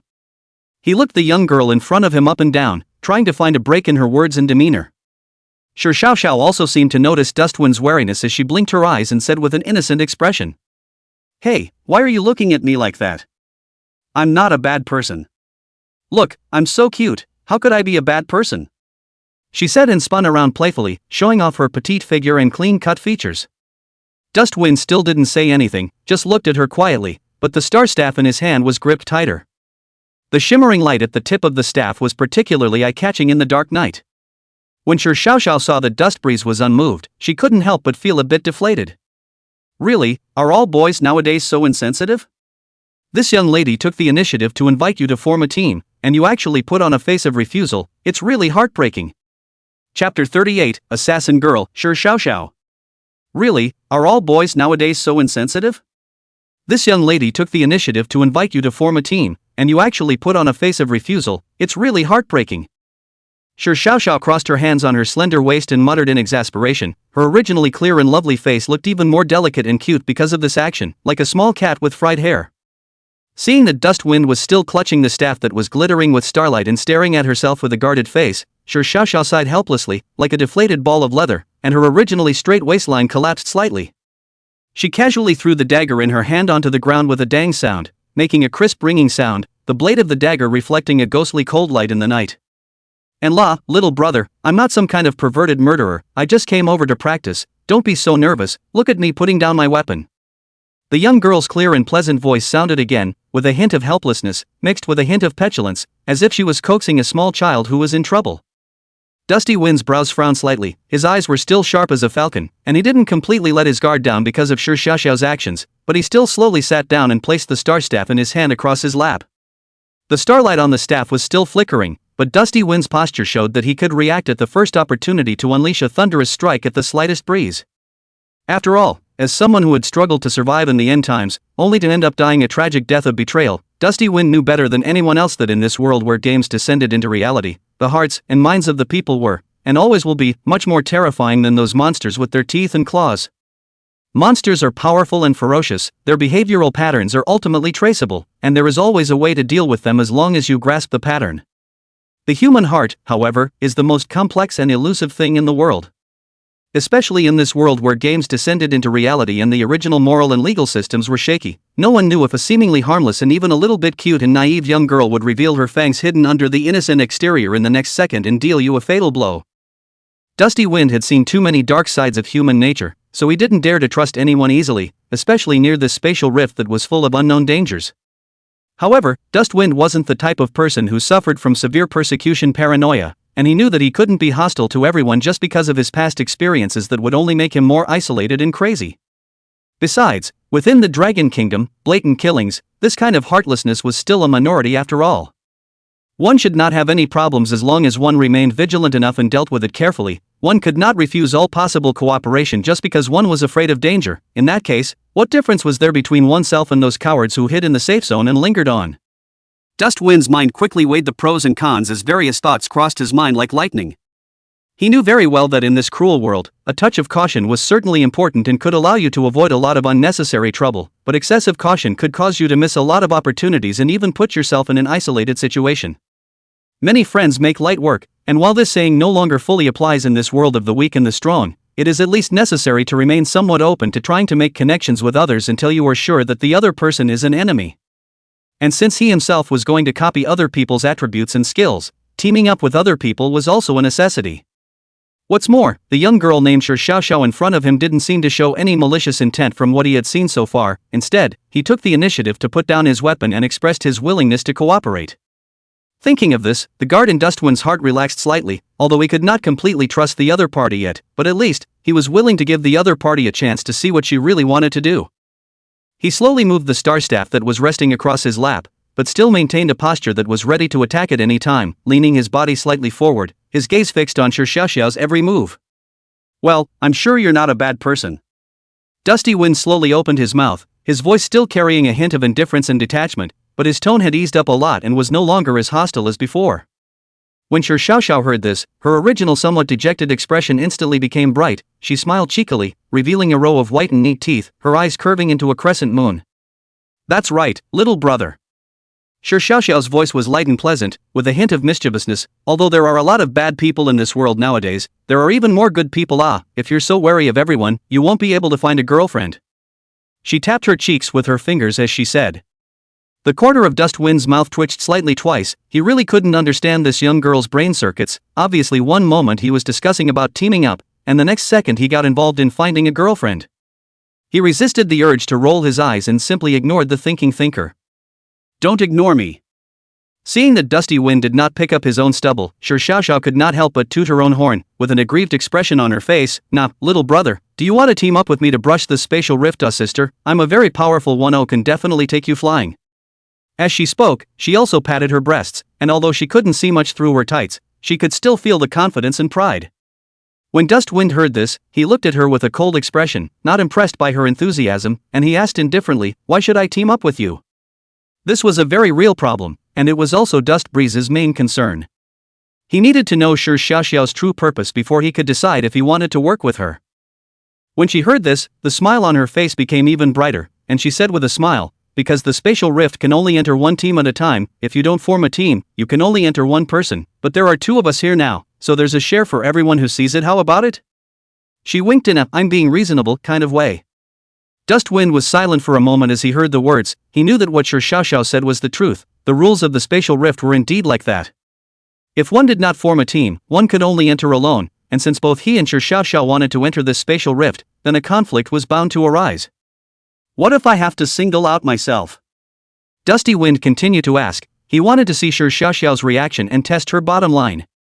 When she heard that, she smiled heatedly, showing a look of "You really would ask that?" as she said, "Then it depends on who is fast. My sister's agility points are 500 points. Her words were full of confidence, even with a hint of provocation. Hearing this, Dust Breeze closed his mouth and stopped talking. 500 points of agility. This kind of value is really not something he can fight against now. Not to mention running, even if he wanted to resist, I'm afraid he wouldn't even see a shadow of himself before he was gone. Dusty Wind quickly calculated in his mind that if he and Su Xiaoxiao clashed, what percentage chance of victory did he have? The answer is 0. After all, what a nurse like him was most afraid of was an assassin. With this kind of terrifying agility value, he was afraid that he wouldn't even be able to finish chanting his skills before the person was gone. Dust Wind pondered for a while, weighing the situation, and finally decided to give up the idea of soloing. So you came here specifically because you knew a spatial rift would appear here? Dust Wind raised his own question, wondering why Su Xiaoxiao had so coincidentally arrived just as the rift had opened. Su Xiaoxiao raised her willow eyebrows, seemingly not surprised by Dusty Wind's question. She said lightly, "It's none of your business. I have my abilities and intelligence. Ask you one last time, group or not. If you don't, then I'll just go in on my own." There was a hint of impatience in her words, as if she no longer wanted to waste time with Dust Breeze. Hearing Su Xiaoxiao's urging, Dust Wind knew that he had no more time to hesitate. He took a deep breath and slowly nodded his head. Group. Su Xiaoxiao heard, face immediately bloomed a bright smile, like a blooming sunflower, bright and dazzling. She a smile, revealing two cute little tiger teeth. This is right. Introducing myself again, level 15 space assassin, Su Xiaoxiao. Saying that, Su Xiaoxiao stretched out her white and slender palm at Dusty Wind, palm upwards, with her fingertips slightly bent as if she was waiting for something. Seeing this, Dusty Wind hesitated for a little while. Countless thoughts flashed through his mind as he looked at the small white hand in front of him, but in the end, he still extended his own hand, gently shook Su Xiaoxiao's fingers, and then quickly withdrew his hand. The 16th level, reply Warlock, Dustwind. Dust Breeze's voice remained cold and 16 levels? You're even higher ranked than me. When she heard Dust Breeze's rank, Su Xiaoxiao froze, her eyes widened as she looked Dust Breeze up and down, as if she was looking at a rare animal. You even upgraded faster than Sister Me. A trace of surprise flashed in Su Xiaoxiao's eyes, and then she resumed that smiling look. She gently patted Dusty Wind's shoulder with her hand, with a look of "I'm very optimistic about you." Not bad, not bad, a higher level than me, at least it won't hold me back. For your information, I've beaten a level 30 professional in single combat. Su Xiaoxiao added, with a hint of bragging in her tone, as if hinting at her own talent and strength. Upon hearing this, Dustwind glanced at Su Xiaoxiao in surprise, single-handedly defeating a level 30 professional? In a world where levels represented everything, to overcome an enemy across a dozen or so levels was indeed very impressive, and although he himself could do it, it was because of his own special ability. And this guy can have 500 points of agility value at level 15, that also means her talent is definitely not simple. Su Xiaoxiao seemed to enjoy this surprised gaze from Dustwind and said very happily, "Don't just look shocked, quip a couple quips," she said, with a look that said, "Come on, compliment me." Dust Breeze gave her a breathless blank look and said in a cold voice, "So much for that." He really didn't want to have too much interaction with this self-centered young girl, because he always felt that there seemed to be some secret hidden in this young girl's body. You're no fun for a little guy. Sure Xiaoxiao was speechless, and she skimmed her lips with an "I'm disappointed" expression on her face. Dust Breeze didn't bother with her and directly launched a group invitation to her. Chapter 39, Formation, Space Rift. Ding! Team up successful. With a crisp system beep, the two people's team application passed, and the team was officially formed. The corners of Sure Xiaoxiao's mouth lifted into a smug smile, as if she had already seen the rich rewards that would come with clearing the spatial rift. Her entire body looked extraordinarily excited. "Let's go!" Toki couldn't wait to say, with a hint of a leap in her voice, She didn't even wait for Dust Breeze to make any response before she directly took a step toward the depths of the spatial rift, with that impatient look, as if she was afraid that Dust Breeze would backtrack. Dustwind looked at Sure Xiaoxiao's back and helplessly shook his head. This young girl, she was really an acute person. He didn't rush to follow, but stood still, silently observing his surroundings. After all, as an experienced old player, Dustwind knew that before entering an unknown environment, maintaining sufficient vigilance was a necessary condition for survival. The moment the two entered the spatial rift, the light around them suddenly changed. Sure Xiaoxiao subconsciously raised her arm and blocked it in front of her eyes. Originally, it was still a pitch-black night outside the space rift, but here, it was already a bright sunny day. The strong sunlight made Sure Xiaoxiao's eyes feel a stinging pain, and she couldn't help but squint her eyes, and it took her a while to get used to it. Dusty Wind was not too affected, and his gaze quickly swept around, taking in his surroundings. It was a huge plain with an endless, open view and no cover. The grass on the plains took on a yellowish color, sparse and somewhat desolate looking. In the distance, some vague black shadows could be vaguely seen, moving slowly, seemingly some kind of creature. Dusty Wind's brow wrinkled slightly. From the side in front of him, this spatial rift, it wasn't a mode that required the player to go all the way through and defeat the guards of a few levels in order to pass the level, like the novice mystery realm. Instead, it's guard mode. In other words, they needed to be here, waiting for wave after wave of monsters to refresh, and then destroy them all in order to pass the level. This pattern was actually quite unfavorable for an oddball career pairing like Dusty Wind and Sure Xiaoxiao. After all, monsters in guard mode usually appeared in groups, were numerous, and tended to come from all directions. If there wasn't a strong meat shield profession in front to hold the monsters' attacks, then brittle professions like Dusty Wind and Sure Xiaoxiao would easily be overwhelmed by the monsters and be directly killed in seconds. Although Dust Wind could summon Shadow Wind Wave, that was after all one of his bottom cards, and he didn't want to easily expose his strength in the presence of outsiders. I didn't realize it was guard mode. At this time, Sure Xiaoxiao on the side also finally adapted to the change in light. She opened her eyes, saw her surroundings and couldn't help but sigh. There was a hint of surprise in her tone, as if she hadn't expected this to be the case. However, her face didn't show any worry, but instead carried a hint of excitement, as if she was looking forward to the upcoming battle. Sure Xiaoxiao's gaze turned to Dusty Wind, looking him up and down before she opened her mouth and asked, "You seem to be a healing auxiliary, right? Is there enough milk?" Her voice was crisp and pleasant, with a hint of flirtation, as if she was testing Dust Breeze's strength. Dustwind nodded slightly and didn't say anything more. He knew that the reason why Sure Xiaoxiao asked this was because the role of the healing profession was crucial in the guard mode. A healer with plenty of milk can greatly increase the survivability of the team and even turn the tide of battle. Then you must milk yourself. Don't die directly in the beasts. When she saw Dustwind nodding, she immediately patted Dustwind's shoulder, with a hint of concern and a hint of gloating in her tone. "Hey, what do you mean by that?" Dusty Wind's frown tightened as he felt as if there was some hidden message in Sure Xiaoxiao's words. "Literally." Sure Xiaoxiao shrugged her shoulders and said with an innocent look on her face. "I have a high agility value, they can't touch me. Don't worry, I'll find a way to save you, if you can hold out until I come to save you." Her words were full of confidence, and she seemed to be completely unconcerned about the danger she was in. The moment Sure Xiaoxiao's words fell, an icy system prompt sounded in the ears of the two. The first wave of monsters begins to invade. Black Wind Wolves. Number 30. As the system tone fell, 30 Black Wind Wolves appeared out of thin air and ran wildly towards the two of them. Without waiting for Dust Wind to use his scrying technique, the monsters panel appeared directly in front of him. Name, Black Wind Wolf. Grade, Black Iron. Rank, 12. HP, 1500-1500. MP, 300-300. Power, 80. Agility, 50. Spirit, 20. Physical fitness, 70. Skills, Bite, Pounce.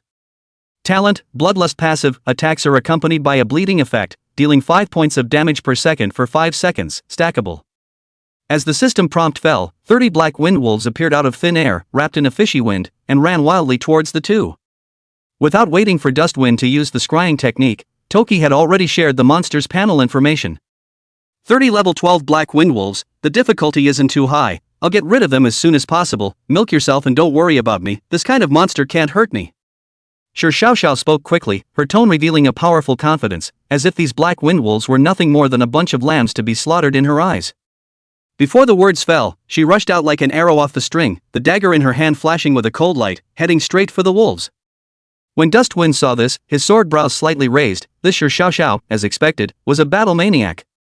He quickly chanted an incantation, his fingertips flickered with light, and a pale blue light shield instantly appeared on Sure Xiao's body. Coyote Light Shield. The moment the light shield appeared, wisps of electric light immediately surrounded Sure Xiao's body, and her speed once again increased, so fast that she could almost only see a residual shadow. Feeling the change in her own speed, a hint of surprise flashed in Sure Xiao's eyes. Obviously that totally didn't expect Dustwind's assisting effect to be so strong. She grinned, a hint of excitement in her smile, and instantly charged into the wolves. The dagger swung, cold light flashing, each attack precisely hitting the vitals of the black wind wolf. Dusty Wind, on the other hand, stood still and didn't rush out. He calmly gazed at Sure Xiao's figure, looking at the information that had been copied over with a somewhat odd expression. Ding! Healing Bravery triggered. Agility +3. Ding! Healing Brave triggered.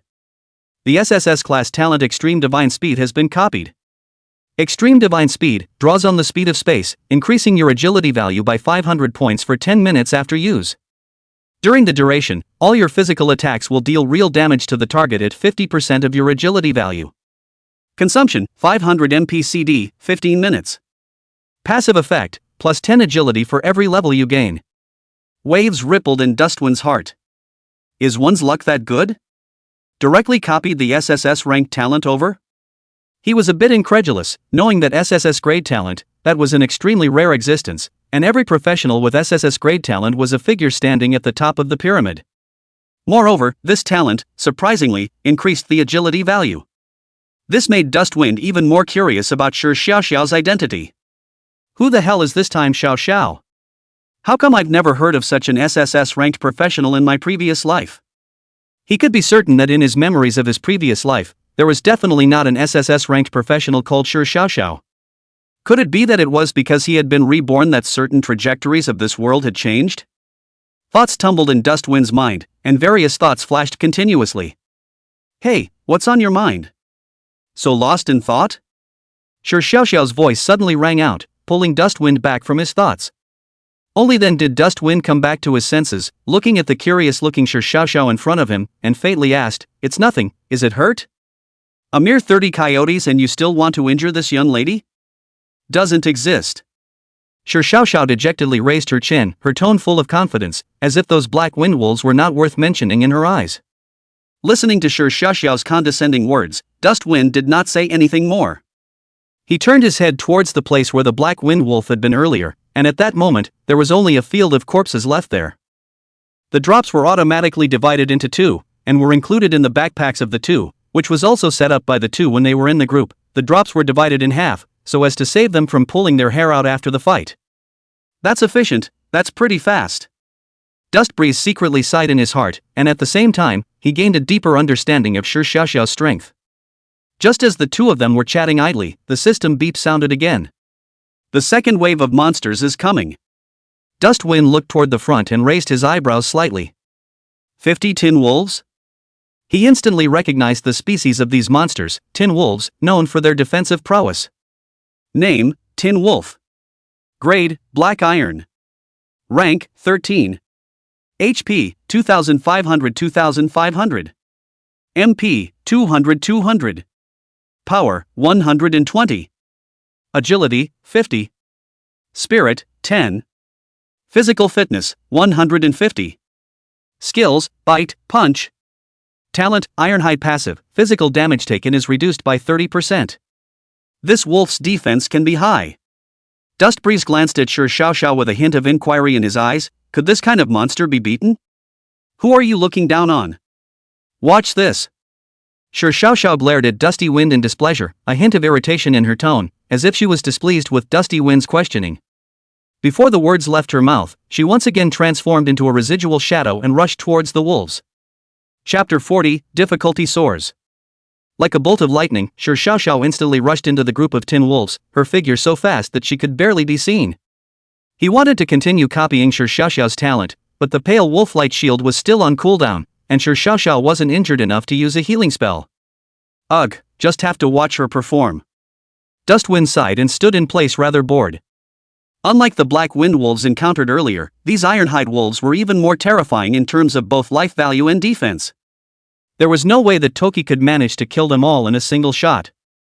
She was like a butterfly wearing flowers, weaving in and out of the wolves, each dodge just right, precisely dodging the attacks of the tin wolves. That dodging skill is textbook level. Dust Breeze muttered in his heart as he looked at Sure Xiao's figure. Ghost Shadow Steps? Not only is his profession and talent awesome, but he even has such a good grasp of combat skills. This guy, what the hell is he? He felt more and more that Sure Xiao's identity was mysterious and unpredictable, completely beyond his previous life's knowledge.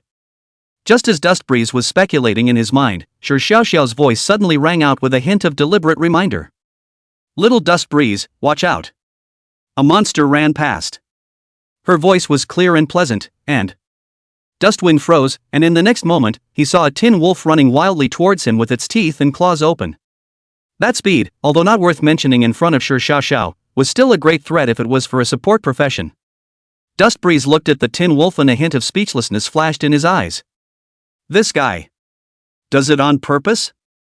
He was almost certain that Sure Xiao had definitely let this tin wolf over on purpose. Dustwind shook his head helplessly.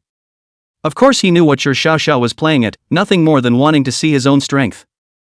After all, a support profession would usually look powerless when facing such high defense monsters. The power of the dominant. Dustwind's mind moved, and an invisible force instantly enveloped the furiously running tin wolf. Ow! The ironhide wolf let out a wail, and its huge body unexpectedly stopped hard in mid-air, as if it had been pinched by a big invisible hand. It struggled desperately, its limbs stomping about, but it was simply unable to break free from this force. Dustwind casually copied the star staff and struck a blow at the tin wolf. Bang! With a muffled thud, the staff slammed hard into the tin wolf's head. 168. A bright red number floated up from the top of the tin wolf's head. Dust Breeze skimmed, although the damage wasn't high, it was at least a break in defense. After all, his main attribute right now was still spirit, and his strength wasn't really high. Moreover, the star staff was only a silver-ranked equipment, providing limited attack power. Immediately after that, the starlight on the staff flashed, and a stream of light instantly struck the tin wolf. Star power. 623. A huge damage number floated up, and the tin wolf's blood bar instantly dropped by a large margin. Dust Breeze looked at the tin wolf's blood bar, and a glint of essence flashed in his eyes. In that case, the corners of his mouth rose slightly in a playful smile. Healing. Dustwind raised his hand and a green light instantly enveloped the tin wolf. Plus 1742. A shocking green number floated up from the top of the tin wolf's head, and the blood bar that had already been crippled by the power of the stars instantly returned to full strength. Ding! Healing Brave triggered. Gain 2 power points. Ow! The tin wolf froze, it didn't understand what was happening at all. It was obvious that he was about to die, but why was he suddenly full of blood again? This. Not far away, Sure Xiao, who was originally preparing to make a move to rescue her, also froze. Her eyes widened as she looked at Dustwind with an incredulous expression. Isn't this guy a milkmaid? How come there are still attack skills? Sure Xiao's mind was filled with doubts. And that's too much power for him, isn't it? To be able to hit a monster this far? According to common sense, a level 16 support profession should not have learned attack skills yet. Moreover, the skill that Dustwind had just used was clearly not a normal healing attack skill. Could he be bi-professional? A thought flashed through Toki's mind, but she quickly shook her head again. Dual careers are rare, but not unheard of. But the problem was that Dust Breeze's level was only 16. How is it possible to have 2 professions at the same time at such a low level? Sure Xiao was puzzled, she couldn't figure out how Dust Breeze did it at all. Just as Shi Xiaoxiao froze, the tin wolf, which had been milked full of blood by Dust Breeze, unexpectedly flew towards her once again. Shi Xiaoxiao let out a cry of surprise and hastily dodged to avoid it. Boo! The tin wolf fell heavily to the ground, splattering a cloud of dust. It struggled to get up, but realized it could no longer move. Silver light flashed around Shi Xiaoxiao's body, and her dagger stabbed out violently. Pust! 5,520. A huge damage number floated up, and the tin wolf in the air instantly perished. Shi Xiaoxiao casually flung her hand, and an impact directly killed all the remaining tin wolves in seconds. She quickly ran back to Dustwind and circled around him with great curiosity. Aren't you a milkmaid? Toki blinked, curious. Level 16 shouldn't have learned an attack skill yet, right? That skill of yours doesn't look like a normal healing attack skill either? Her voice was clear and pleasant, with a hint of doubt and inquiry. Dustwind looked at Shi Xiaoxiao's inquisitive eyes and secretly laughed in his heart. Secret! Dust Breeze said indifferently, deliberately selling out. Che, don't say never mind. Shi Xiaoxiao skimmed her lips, and although she was a little disappointed, she didn't continue to pursue the matter. That was quite a move you just pulled, though. Timothy turned the conversation around and smiled again. I can't believe I was able to milk the monster to full blood before having it fly over and attack me. What kind of tactics are you using? There was a hint of flirtation in her tone, as if she was hinting at Dust Breeze's insidiousness. Dust Breeze rolled his eyes and did not ignore her. Che, what's with the mystery? Seeing that Dusty Wind refused to say anything, Shi Xiaoxiao skimmed her lips, and although she was a little reluctant, she didn't continue to pursue the matter. After all, everyone has their own secrets. The third wave of monsters begins to invade. Inferno Wolves. Number 50. The system beep sounded again, interrupting the conversation between the two. Dustwind's brows instantly furrowed. Inferno Demon Wolf? This seems to be a silver level monster, right? How could a silver quality monster appear here? He was a bit surprised in his heart. According to common sense, a copy of this level shouldn't have silver level monsters appearing. Just as Dust Breeze was thinking this, a hissing sound resounded in all directions. Unlike earlier, this time the monsters didn't appear from the same direction, but spread out and surrounded them from all sides. Shi Xiaoxiao's face turned serious with it, and it was clear that the difficulty this time had been raised by more than just one notch. Looks like there's a bit of trouble this time. Shi Xiaoxiao said softly, a hint of gravity in her tone. Can you still handle it? Dust Breeze looked at Shi Xiaoxiao and opened his mouth to ask. A small one, but it will take a little while. Shi Xiaoxiao smiled confidently. Although the monsters had leveled up, she wasn't the slightest bit intimidated. Dust Breeze nodded and didn't say anything else. He believed in Shi Xiaoxiao's strength, and since she said she could handle it, there must be no problem. Just then, a giant wolf bathed in flames appeared in Dust Breeze's field of vision. The giant wolf was tall, more than 2 meters tall, and its fur was like a burning flame, emitting a fiery aura. Its pair of eyes, moreover, were like 2 balls of burning fire, full of rage and bloodlust. Name, Inferno Wolf. Grade, Silver. Rank, 15. HP, 3,500. MP, 1,000. Power, 180. Agility, 100. Spirit, 70. Physical fitness, 150. Skills, Flame Bite, Flame Punch, Inflammatory Explosion. Talent, Inferno Body Passive, flame damage received is reduced by 50%, attacks come with a scorching effect that deals 20 points of flame damage per second for 5 seconds and can be stacked. Dustwind casually threw out a scrying spell, and the panel of the Inferno Wolf appeared in front of him. Sure enough, it's a silver-level monster. Dustwind looked at the attributes of the Inferno Demon Wolf and sighed in his heart. The attributes of this Inferno Demon Wolf were more than a notch stronger than the previous Black Wind Wolf and Ironhide Wolf. Not only are the lifesteal and attack power dramatically increased, but the skills and talents don't look weak. Ow! The Inferno Demon Wolf let out a long whistle to the sky, its voice filled with violence and bloodlust. It lunged towards Dust Breeze, as fast as lightning.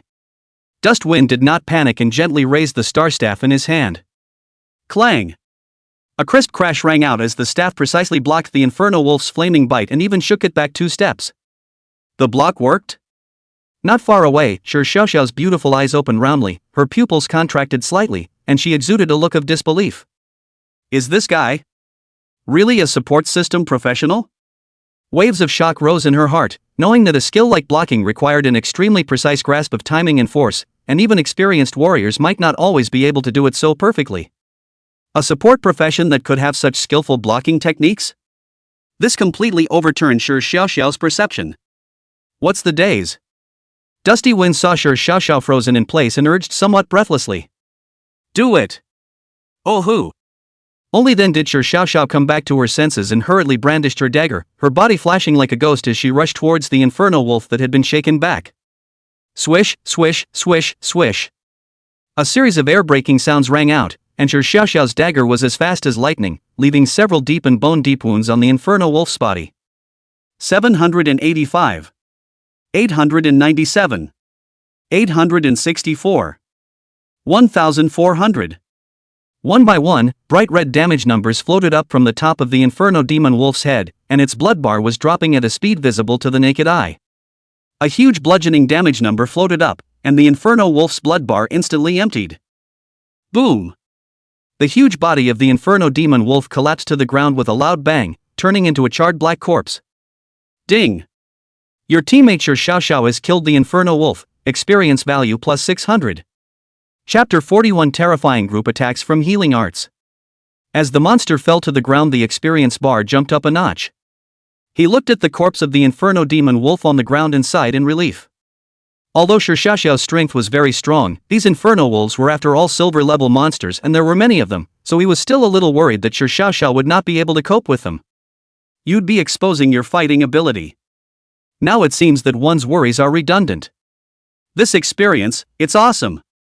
Dustwind looked at his experience bar and the corners of his mouth rose slightly, revealing a trace of a satisfied smile. At this rate, it wouldn't take long for him to rise to level 17. Hey, little Dustwind, who did you learn this blocking technique from? After Shi Xiaoxiao finished resolving the inferno demon wolf in front of her, she quickly walked over to Dustbreeze and asked with a curious look on her face. There was a hint of probing in her tone, as if she wanted to figure out Dustbreeze's bottom line. Talent. Dustbreeze faintly returned two words and didn't explain too much. Talent? Shi Xiaoxiao frowned slightly, clearly not satisfied with this answer. What talent could give you such strong combat skills for a support profession? She trailed off, a hint of resignation in her tone. I mean, I have an otherworldly talent for learning about combat techniques. Hearing this, Shi Xiaoxiao bristled, obviously not believing Dustbreeze's words. However, the curiosity in her heart towards Dustbreeze was growing stronger. This guy, how many secrets are hidden in his body? Shi Xiaoxiao muttered secretly in her heart, and the look she gave Dustwind became more and more complicated. Just then, more infernal demon wolves poured in from all directions. Ow! Ow! A deafening wolf howl rose and fell, echoing throughout the challenge space. As one looked around, densely packed inferno demon wolves came like a tidal wave and surrounded the two. Each of the inferno demon wolves was covered in burning flames, exuding a fiery aura as if it wanted to burn everything to the ground. That's quite a number. Dustwind looked at the surrounding inferno wolves and said, "Go for it, I'll keep an eye on your blood level." Don't worry, these little wolf cubs are not enough for this young lady to stuff her teeth with. Shi Xiaoxiao smiled proudly, and with a flash of her body, she rushed into the wolves. Swish, swish, swish. Her figure was like a ghost, quickly weaving in and out of the wolves, and her dagger brought up a cold aura as she waved it around. 855. 792. 1358. One by one, bright red damage numbers continued to float up from the top of the inferno demon wolf's head. Although these inferno wolves were silver-level monsters, they were somewhat inadequate in front of Shi Xiaoxiao, a top assassin. However, as Dustbreeze expected, although Shi Xiaoxiao was able to kill these inferno demon wolves with ease, she was not very efficient. After all, the defense and life value of the inferno wolves were far superior to the previous black wind wolves and iron skin wolves, and Shi Xiaoxiao needed multiple attacks to kill one. This is definitely a bit of a stretch for explosive assassins. On the other hand, Dustbreeze appeared to be much more laid back. He didn't take the initiative to attack, he just kept dodging through the wolves, dodging the attacks of the inferno wolves. Ow! An inferno demon wolf lunged at Dustwind, opening its bloody mouth, revealing its sharp fangs, and biting towards his neck. Dustbreeze did not panic, his body slightly sidestepped and aptly dodged the inferno wolf's pounce. At the same time, the star staff in his hand gently swung and impartially knocked on the inferno wolf's head. Clang! With a muffled sound, a minuscule damage number floated up on the Inferno Wolf's head. Dustwind didn't expect the Star Staff to do much damage, he just used it to block. Moreover, he didn't want to expose his strength too early. Dusty Wind knew that in this unfamiliar copy, hiding one's strength was the way to go. What's more, he didn't trust Shi Xiao as a temporary teammate. This guy's stance. Not far away, Shi Xiao was killing the Inferno Demon Wolves while observing Dustbreeze. The more she watched, the more she was shocked. Dustwind's stance was just too exquisite. There were no superfluous movements, and every dodge was just right, as if it had been practiced 1,000 times. It was even a few points more subtle than the ghost shadow step she was so proud of. Was this really a stance that a support professional could possess? Shi Xiao's mind was filled with doubts. Hey! Watch out! Just as Shi Xiao froze, Dustwind suddenly shouted. Shi Xiao snapped back to her senses, but she felt a sharp pain in her back. Boo! Her entire body was viciously swatted away by an Inferno Demon Wolf, and she landed heavily on the ground. 423. A huge damage number floated up from the top of Shi Xiao's head, and her blood bar instantly dropped by a large margin. Hiss! Shi Xiao sucked in a breath of cool air, only to feel a sharp pain all over her body, as if her bones were about to fall apart. She struggled to get to her feet, but realized she could no longer move. Ow! The Inferno Wolf that had succeeded in its sneak attack let out a triumphant howl and once again pounced towards Shi Xiao. Seeing that Shi Xiao was about to lose her life to the wolves, a green light suddenly descended from the sky and enveloped her. Plus 1742. An astonishing green number floated up from the top of Shi Xiao's head, and her blood bar, which had already bottomed out, instantly returned to full. Phew! Shi Xiao let out a long breath, a pang of fear in her heart.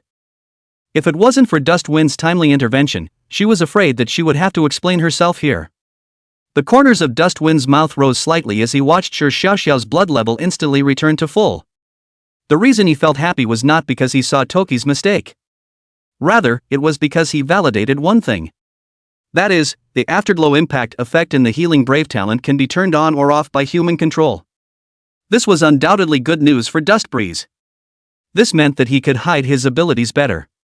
As for the damage caused by the healing technique mutation effect, Dustbreeze hadn't found a way to eliminate it yet. But it wasn't too much of a problem to slightly let Toki discover a little bit about her own abilities. Ding! Healing bravery triggered. Agility plus 6. Ding! Healing valor triggered. Skill space assassination copied. Space assassination, after briefly building up strength, instantly teleport behind the enemy and deliver a fatal blow, dealing 200% agility plus 100 strength true damage. Consumption, 100 MPCD, 5 minutes. The system's beep sounded in Dustbreeze's head. Space assassination. Dusty Wind looked at the newly copied skill and a glint flashed in his eyes. This skill, it's strong.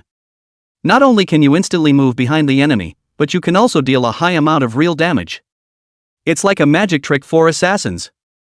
At this moment, Shi Xiao incredulously looked at the blood bars of the surrounding Inferno Demon Wolves, which were originally full, but at this moment, they had all strangely dropped by a small amount. Especially the Inferno Demon Wolf that had crashed into her earlier, its blood level was directly reduced by nearly 1/3. This. Shi Xiao looked around incredulously, the originally aggressive Inferno Wolves, but at this moment, it was as if they had been harvested by an invisible scythe, and their bloodstains fell by a hair's breadth in unison. Especially the Inferno Demon Wolf that had knocked her away earlier, its blood level was directly reduced by nearly 1/3, and a hint of fear actually showed in its originally ferocious eyes. Healing. Still does damage? Shi Xiao felt like her worldview had been shocked. She turned her head violently and looked at Dustbreeze, her eyes filled with shock and doubt. This guy, is he really a support?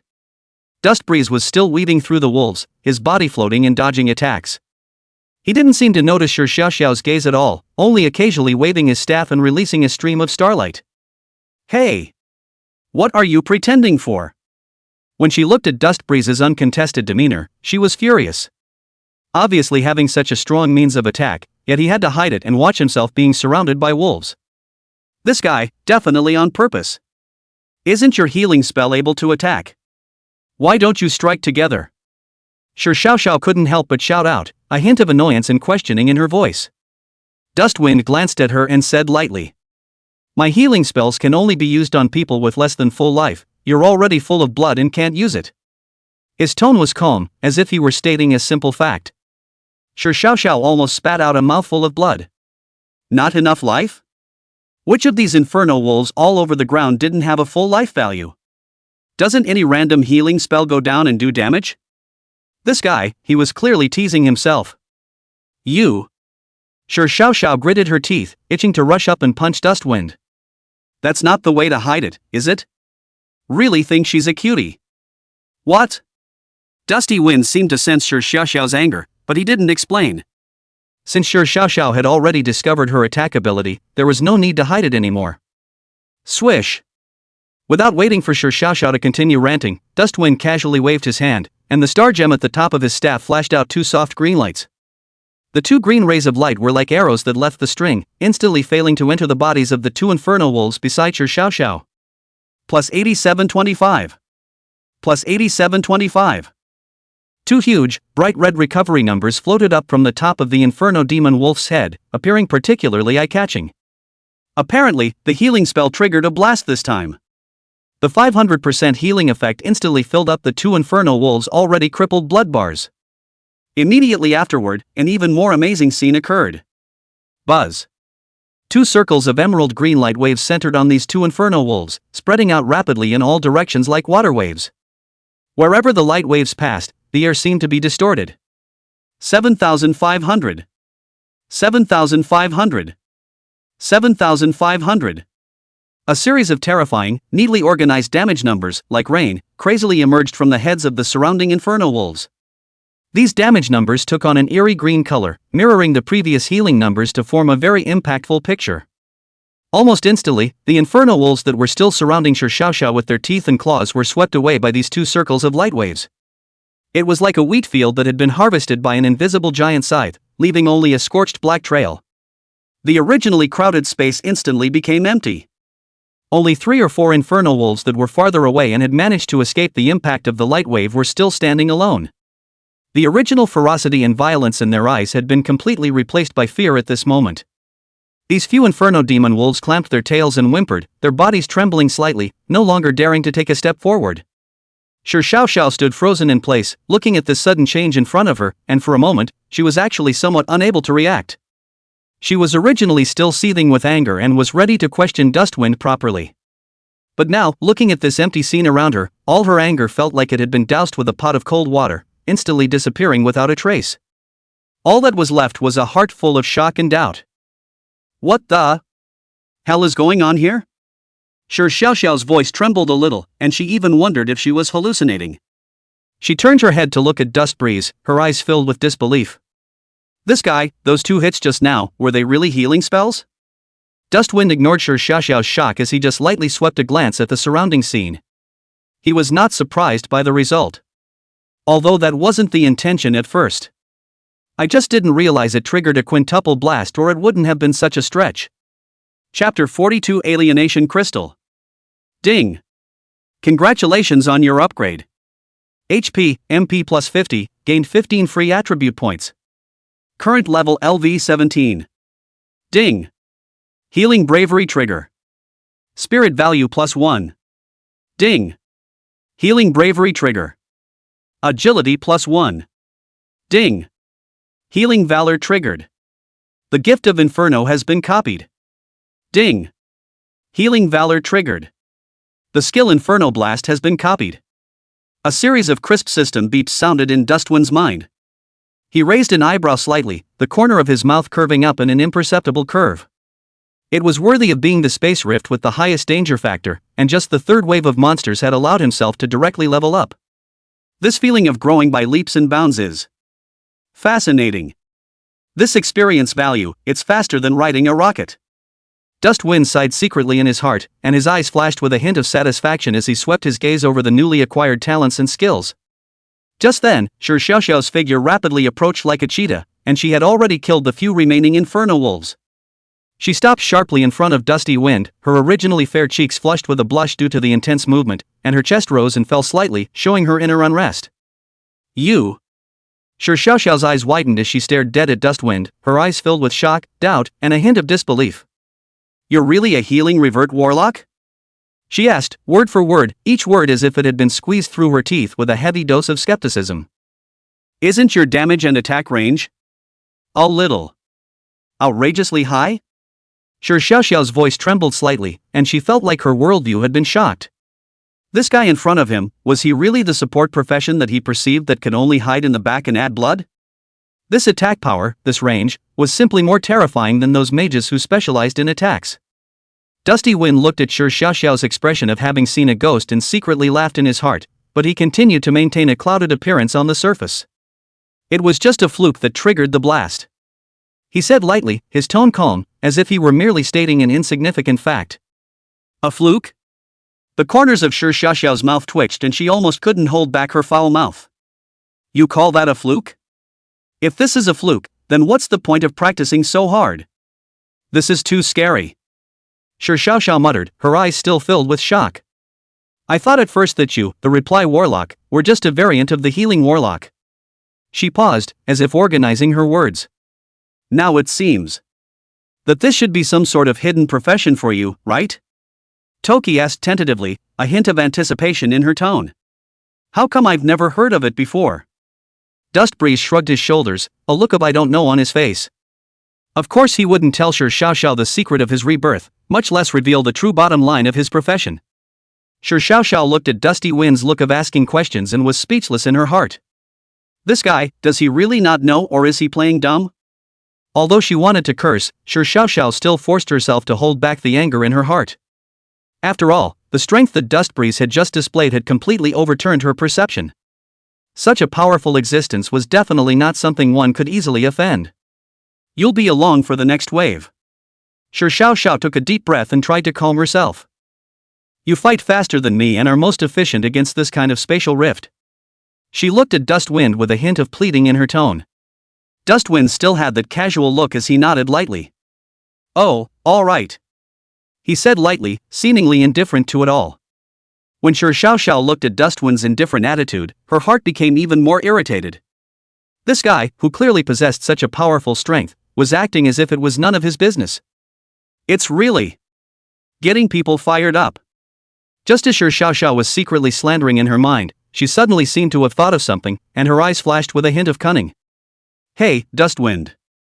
She spoke suddenly, a hint of inexplicable meaning in her voice. Seeing as you're so strong. She paused and deliberately stretched her voice. Any interest in playing a big game with me? Toki's voice was lowered, with a hint of seduction and a hint of excitement. Dusty Wind looked at Shi Xiaoxiao's mysterious look and raised his eyebrows slightly. This guy, he must be up to something again. Although Dusty Wind wasn't really interested in what Shi Xiaoxiao was proposing, he still patiently asked, what do you mean? He wanted to see what kind of drug Shi Xiaoxiao was selling. Shi Xiaoxiao hemmed and hawed and did not directly answer Dustwind's question, but instead stretched out her hand, palm up. A dark purple glow slowly condensed, and eventually, a walnut-sized crystal appeared in Shi Xiaoxiao's hand. The crystal was dark purple in color, its surface was covered with bizarre lines, and it emitted a haunting aura. The moment he saw this crystal, Dustbreeze's pupils contracted violently and his face became grave. Alienation crystals? Dustwind's voice was low, with a hint of surprise and a hint of caution. Of course he recognized it. In the future, the alienation crystal was a sought-after item, and countless guilds and strongmen fought over it, even triggering a bloody storm. Yo, not bad, you know your stuff. Shi Xiaoxiao raised his eyebrows in amusement, satisfied with Dusty Wind's reaction. She nodded proudly, as if showing off her baby. This is something I had a hard time stealing. Ahem, getting out of my house. Shi Xiaoxiao tossed the alienation crystal in her hand, her eyes glittering with excitement. How about it, want to play a hand together? She renewed her invitation to Dustwind, her tone filled with anticipation. Alteration crystal. A special prop that can cause certain specific copies, secret realms, or spatial rifts to undergo an alteration. Shi Xiaoxiao began to explain the role of the alienation crystal. Upon use, the monsters inside will gain substantial reinforcement, and an alienated boss is bound to appear. She paused, a flash of fervor in her eyes. Monsters that have been strengthened don't just have more experience, the drop items will also be more abundant. And there's also an alienation boss. That's a special existence that drops exclusive profession equipment. Upon hearing this, Dusty Wind said with an odd expression, "Exclusive equipment." If I remember correctly, it seems that only the person who kills the boss in the last hit can get it, right? See Dust Wind so say, when Xiao Xiao also was embarrassed to smile, original you know cough, this depends on we have to luck chant, who get is whose, how about it? Dusty Wind quietly listened to Xiao Xiao's explanation, but his mind was rapidly thinking. He was naturally aware of the value of the alienation crystal. But at the same time, he knew that the risks associated with the alienation crystal were also enormous. The monsters are substantially strengthened, and the alienated bosses. These are not something that the current ones can easily deal with. One slip up and the group could die here. Dustwind sighed in his heart as he looked at Xiaoxiao's look of eagerness to try. This guy, he's really a restless master. But a glint of essence flashed in Dustwind's eyes. Risks and opportunities go hand in hand. Although the alienation crystal was dangerous, if one could successfully kill the alienation boss, the rewards would be absolutely amazing. And Dustbreeze glanced at his attribute panel and had a hint of confidence in his heart. Occupation, Reparative Warlock? Level, LV 16. HP, 1670. MP, 83,750. Power, 120. Agility, 55. Spirit, 345 plus 70. Physical fitness, 72 plus 20. With his far superior attributes and the powerful effects brought about by the healing brave phrase, he might not be without a fighting chance. What's more, he had the experience of being reborn and knew the weaknesses and fighting styles of various monsters like the back of his hand. Thinking of this, a trace of wariness flared up in Dustwind's heart as well. Good. Dustwind nodded and agreed to Toki's proposal. But he paused, his eyes sharpening. In advance, if the situation is not right, I will retreat immediately. Dustbreeze wasn't the kind of cutie who would risk her life for a treasure. He knows exactly where his bottom line is. Don't worry. Don't think you're the only one who's hiding something. This lady has a lot of cards too, okay? Sure Xiao patted her chest with an air of confidence. With me, absolutely no problem. If you're not sure, how about we wait until there's only one last monster left in this spatial rift before turning on the alienation effect? She was still confident in her strength.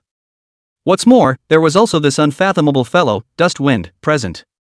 Sure Xiao believed that as long as the two of them joined forces, they would definitely be able to successfully kill the alienated boss and get the rich rewards. Dustwind was slightly silent for a while and said, "No need, just open it directly, the difficulty is only the boss, some of the reinforced small monsters are not as difficult." Hey, that's right. Toki smiled and raised the alienation crystal in her hand high. In the next moment, as Sure Xiao moved, the alienation crystal erupted with dazzling purple light, coloring the entire spatial crack into a demonic purple. Purple light filled the air like a demonic mist, quickly engulfing the entire spatial rift. Dustwind only felt that the air around them had become sticky, and vaguely, there seemed to be countless pairs of eyes peering at them in the dark with greed and bloodlust. Ding! Special energy fluctuation detected. Alienation begins.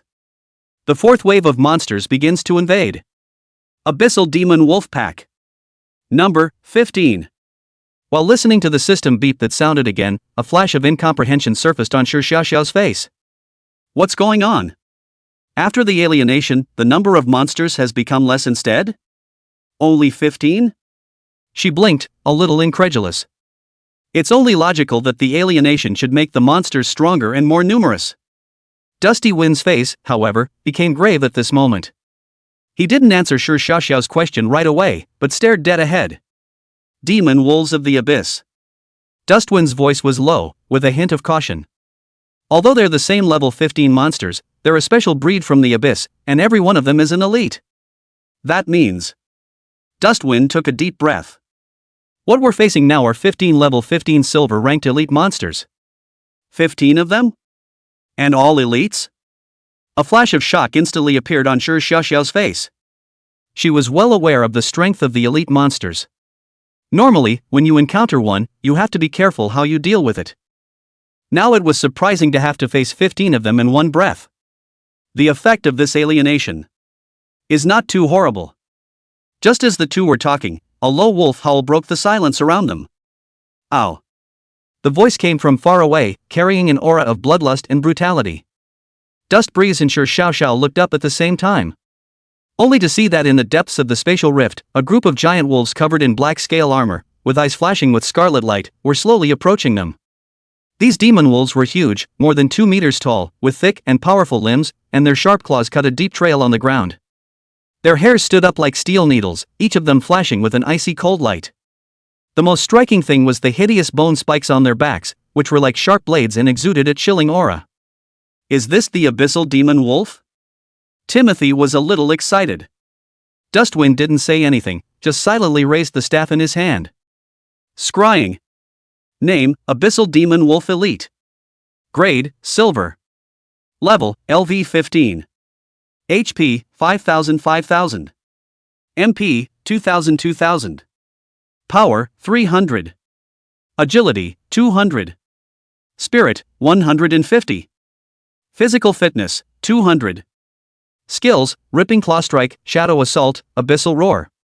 Talent, Bloodthirsty Berserker passive. The lower the life value, the higher the attack power. For every 1% of life value lost, the attack power is increased by 1%. Abyssal Magic Armor passive. All damage taken is reduced by 20%. Well. Seeing that Dusty Wind had finished reading the attributes of the demonic wolf, Shi Xiao hurriedly asked. Dust Breeze directly shared the panel with Shi Xiao without saying a word. Hiss. Timothy sucked in a breath of cold air. That's a bit of a tough attribute. Dustwind looked at the somewhat dumbfounded Shi Xiao and directly said, Don't be dumbfounded, take it seriously, there's no way back from the spatial rift, so don't hide if you really have a bottom card, be careful that you won't even be able to see the alienated boss. He didn't want to cause both of them to be accounted for here because of Shi Xiao's negligence. After all, this is no joke. Hearing this, Shi Xiao coldly grunted in displeasure. Don't underestimate my lady. Seeing as you're not bad at all, let me tell you, this young lady is an SSS-ranked professional. It's just 15 elite monsters in the district. This young lady is not afraid. Upon hearing this, a hint of realization flashed in Dustwind's eyes. Is it really an SSS-ranked professional? That's something I'll have to see how many SSS-ranked talents I can copy down from you. Chapter 43, Difficulty Soars. Wait. Dusty Wind suddenly pulled back Shi Xiao, who was about to rush out. Shi Xiao snapped her head back, her pretty face full of displeasure, her delicate eyebrows slightly raised, seemingly ready to explode at any moment. What are you doing? Before Shi Xiao could ask a question, Dusty Wind had already pointed ahead. Following the direction of Dusty Wind's finger, Shi Xiao's gaze landed on the back of those abyssal demon wolves. Behind those tall and powerful elite demonic wolves, in the shadows, there was actually a large group of relatively shorter wolf-like monsters. Although these wolves were smaller in size, they were incredibly numerous, densely packed around the spatial crack, their scarlet eyes flashing with bloodlust in the darkness, as if they were a surging red tide. Shi Xiao's pupils suddenly contracted, and her original expression of excitement due to the upcoming battle instantly froze. Didn't this system say there were only 15 elite monsters? How? Why did so many ordinary small monsters pop up again? Shi Xiao's voice trembled a little, obviously stunned by this sudden change of heart. Although she prided herself on her strength, she was inevitably a little frightened in her heart when faced with such a number of monsters. Dustwind didn't answer immediately, his face was horribly gloomy. He had encountered this situation in his previous life, but that was just a copy of the. At that time, they struggled for a long time, and finally chose to quit. I did not expect to meet this time again. The other normal monsters, they should be refreshed indefinitely. He slowly opened his mouth, his gaze deadlocked on the ordinary demon wolves that kept pouring out. Only by killing those 15 elite monsters can we terminate this wave of monster attacks. There was a hint of determination in Dustwind's tone. He knew very well that the current situation no longer allowed them to retreat in the slightest. The nature of the spatial rift doomed this to be a fight that would not end in death. Unlimited. Refreshes? Shi Xiao's face became even more ugly. She had originally thought that with her own strength, dealing with 15 elite monsters would be a bit of a challenge, but not impossible. But now, with the addition of these infinitely refreshed normal monsters, the difficulty of this battle was simply increasing geometrically. What should we do? So many monsters, can we beat them? There was a rare hint of panic in Shi Xiao's voice. She was jumpy, but not stupid. Faced with such a desperate situation, she also felt great pressure. Dust Wind did not directly answer Shi Xiaoxiao's question, but silently raised the star staff in his hand. Don't panic yet, we still have a chance. Although Dust Wind's voice was low, it carried an inexplicable firmness that seemed to be able to bring a ray of hope. He took a deep breath, and the magic power in his body began to surge wildly. Scrying. Dust Breeze gulped softly, and an invisible fluctuation spread out from the top of the staff, enveloping the smaller normal demon wolves. Name, Abyssal Wolf. Grade, White Plate. Level, LV13. HP, 1500-1500. MP, 500-500. Power, 100. Agility, 80. Spirit, 50. Physical fitness, 80. Skill, biting. Talent, none. Dust Breeze quickly swept a glance at the attributes of these ordinary demon wolves and let out a slight sigh of relief in his heart. The attributes of these ordinary demon wolves were quite a bit weaker than the elite monsters. There were a large number of them, but as long as they were handled carefully, they shouldn't pose much of a threat. These ordinary demon wolves don't have high attributes, but there are too many of them. We must fight quickly and not be dragged down by them. Dust Breeze shared the information he had scoped out with Shi Xiaoxiao. Got it. Shi Xiaoxiao nodded, and the panicked look on her face subsided quite a bit. She gripped the dagger in her hand tightly, her eyes sharpening back up. In that case, let me try to see what these guys are made of first. Swish. Shi Xiaoxiao's figure instantly disappeared in place, leaving only a residual shadow behind. She'd wanted to do something big for a long time, and she hadn't been able to let go because of Dust Breeze. But nowadays, in this crisis situation, if they were to hide their clumsiness again, they were afraid that the only thing waiting for them would be death. Seeing that Shi Xiaoxiao just rushed out, Dust Wind hurriedly turned on dual casting and activated the Crow Wolf Light Shield. Swish. Swish. Two light blue rays instantly enveloped Shi Xiaoxiao. The shield, which was already thick, had now become as substantial, emitting a reassuring luster. Timothy looked back and was shocked. This shield is too thick. Her original blood bar was already very long, but now, the thickness of this shield was even more than twice as thick as her blood bar. This is unbelievable. What kind of skill is this? Shi Xiaoxiao couldn't help but exclaim in shock, her voice filled with disbelief. Dustwind didn't reply, but only smiled slightly, signaling her to hurry up. Seeing this, Shi Xiaoxiao did not ask any more questions, took a deep breath, suppressed the shock in her heart, and turned around to rush towards the wolves. With this thick shield, she no longer had any worries and could exert her strength to the fullest. Extreme Divine Speed. Shi Xiaoxiao drank, and her natural skill was instantly activated. Buzz. A dazzling light flashed across her body and her speed suddenly increased. The figure that was already as fast as lightning, at this moment, it even turned into a stream of light, rapidly weaving through the wolves. Put. Put. Put. Wherever they passed, countless ordinary demon wolves fell down and turned into corpses. The attacks of these ordinary demon wolves were unable to break through the shield on Shi Xiaoxiao's body, and could not even leave a trace. And with every attack, Shi Xiaoxiao was able to take away the life of a demon wolf.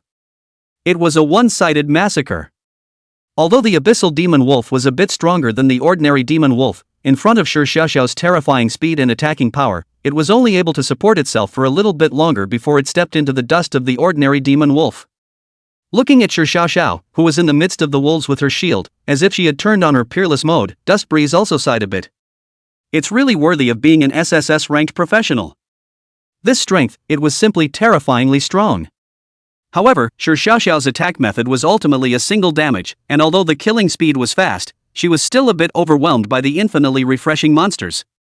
There were still countless monsters that bypassed Shi Xiaoxiao and rushed towards Dust Breeze. When Dustwind saw this, his eyes stared and the star staff in his hand was raised once again. Healing. He let out a soft gulp and a green light shot out of the tip of his staff and landed in a clearing in front of him. Buzz. The green light instantly spread out, forming a huge circle of light.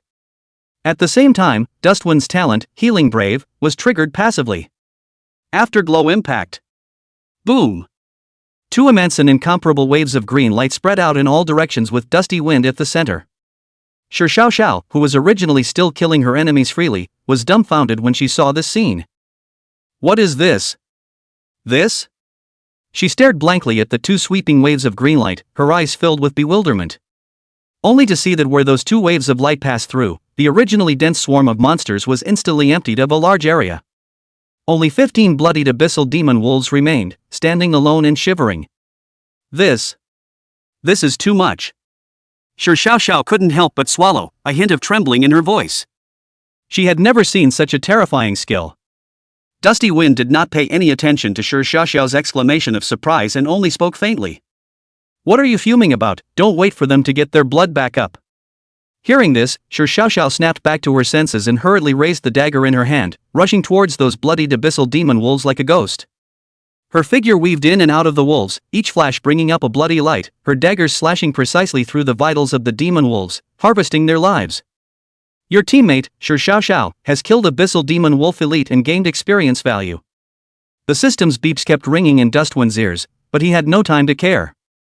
His gaze swept over the corpses of the fallen Abyssal Demon Wolves, and a trace of regret flashed in his eyes. Pity. These are the corpses of elite monsters.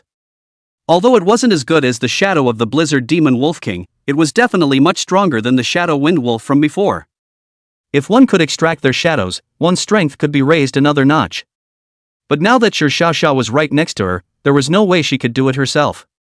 Dustbreeze sighed helplessly and could only give up on this tantalizing idea for the time being. Sure Xiao's movements were quick, and it wasn't long before the last Abyssal Demon Wolf also wailed and fell under her dagger. Phew! Done! Toki jumped back lightly, a hint of triumph on her face. Ding! Congratulations on your upgrade. HP, MP plus 50, gained 15 free attribute points. Current level LV 18. Congratulations on successfully clearing the 4th wave of monster attack. The 5th wave of monsters has begun to invade. Listening to the system prompts in his ears, Dustwind Gay's eyes narrowed slightly. This spatial rift is really not coarse. Don't give a minute's rest. At this time, Sure Xiao also came over and asked curiously, what did you say the 5th wave was? It should be a boss, after all, it's only a level 15 space rift, there won't be too many waves. Soon, a fluctuation came from the spatial crack once again. Unlike the previous wolf howl, this time, it was a low and hoarse sound, as if a demon from hell was whispering. Coming. Dusty Wind said softly, a hint of gravity in his tone. Sure Xiao also put away the relief on her face, gripping the dagger in her hand tightly and staring ahead vigilantly. Under the gaze of the two, a tall figure slowly walked out of the spatial crack. It was a humanoid creature, but with features very different from those of a human. Its skin took on a bizarre dark red color, and it was covered with dense black lines, as if it were some sort of ancient runes. Its head looked like a skull that had been skinned, and its 2 scarlet eyes burned in their empty sockets with a haunting glow. Its limbs were thick and twisted, covered in sharp bone spikes, and in its hand it held a huge bone staff with a black gemstone emitting an ethereal light. 5th wave. Abyssal Sentinel Boss. Number 1. Chapter 44 Powerful Boss, Can't Hide Anymore. Sentinel? Dustwind's face also became grave as he took a deep breath and tried to calm his inner fluctuations. A beast sentinel, as the name suggests, is best at driving various monsters into battle. Trouble. Dustbreeze muttered that he was most worried about this type of boss. Unlike those reckless people who only rampage, the Imperial beasts often possess a high level of intelligence and are able to summon a wide variety of monsters to aid in battle.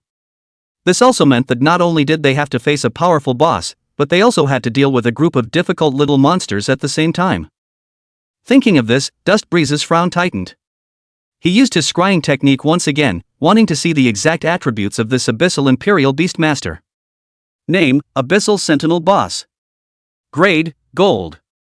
Level, LV 20. HP, 20,000. MP, 50,000. Power, 300. Agility, 200. Spirit, 600. Body mass, 400. Skill? Talent? Gold level boss. Dustbreeze sucked in a breath of cool air. He didn't expect that this was only a level 15 spatial rift, but a gold level boss would appear. It was important to realize that monsters, like equipment, were strictly graded. There is a world of difference between each of the grade levels. Generally speaking, the higher the grade of a monster of the same level, the stronger its attributes. Normally a level 20 gold level boss would require a full 10-man squad of level 30 to do the job. Now it was just him and Sure Xiao, and although both of them were far more powerful than normal, Dustwind still had no bottom in his heart when faced with this most difficult of bosses. At this time, Shi Xiaoxiao also detected the attributes of the boss in front of her, and although she, who was always calm, was not afraid, her face became ugly for a while. Gold level. Shi Xiaoxiao's voice also changed tone a bit, and she slightly turned her head sideways to look at Dusty Wind, with a hint of shock in her eyes that was hard to hide. Just because she's jumpy doesn't mean she's a cutie. On the contrary, as a top-notch assassin, Shi Xiaoxiao's perception of danger was far beyond normal. The sense of oppression brought to her by this abyssal sentinel in front of her was even stronger than all the monsters she had encountered before combined. What to do? This guy seems a bit too strong. Shi Xiaoxiao couldn't help but open her mouth and ask, a rare hint of anxiety in her tone. Dustwind did not reply, only staring closely at the abyssal imperial beastmaster in front of him, his eyes flickering. He was thinking, weighing. Do you have any more crushing tricks? Dustwind suddenly opened his mouth and asked, his voice low and hoarse. Shi Xiaoxiao sniffed and froze slightly, then shook her head with a bitter smile. I would like to have, but as you can see, I'm just an assassin. What I'm best at is single combat, this kind of group combat. I'm really not good at it. She paused and added. It's true that I still have skills that I haven't used, but I'm an assassin after all, and it's impossible for me to directly kill a level 20 gold level boss in seconds even if my skills are strong. Dusty Wind was silent for a moment, seemingly pondering over Toki's words. And, that's something. I should be asking you, right? Shi Xiaoxiao suddenly asked rhetorically. She looked at Dusty Wind with a lot of dissatisfaction in her eyes and. You used 2 skills from start to finish, a healing spell and a shield, you don. Think that's all you can do you?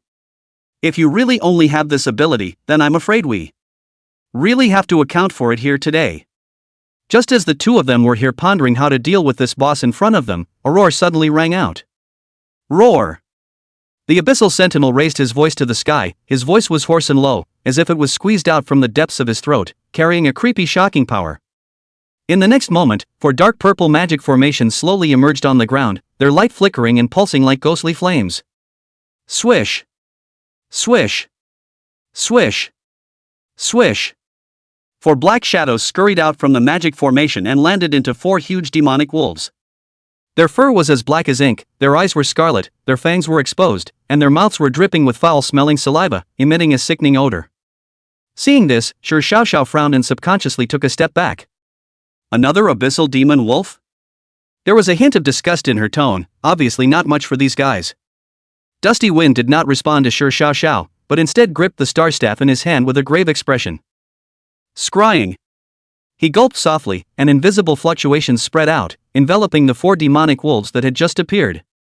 At that moment, Dusty Wind's frown tightened. This is the gold-level abyssal demon wolf elite. These 4 demon wolves were a notch stronger than those elite monsters that they had encountered before. Not only that, the demonic wolves summoned by the abyssal imperial beastmasters had even higher attributes than the ones from the previous spatial rift. Shi Xiaoxiao also saw the attributes of those demonic wolves and her face became even more ugly. Although she prided herself on her strength, it was inevitable that she was a bit beaten up in her heart when faced with 4 gold-level elite monsters. What's more, there was an even more terrifying abyssal beast royalist watching from the side. How does this fight?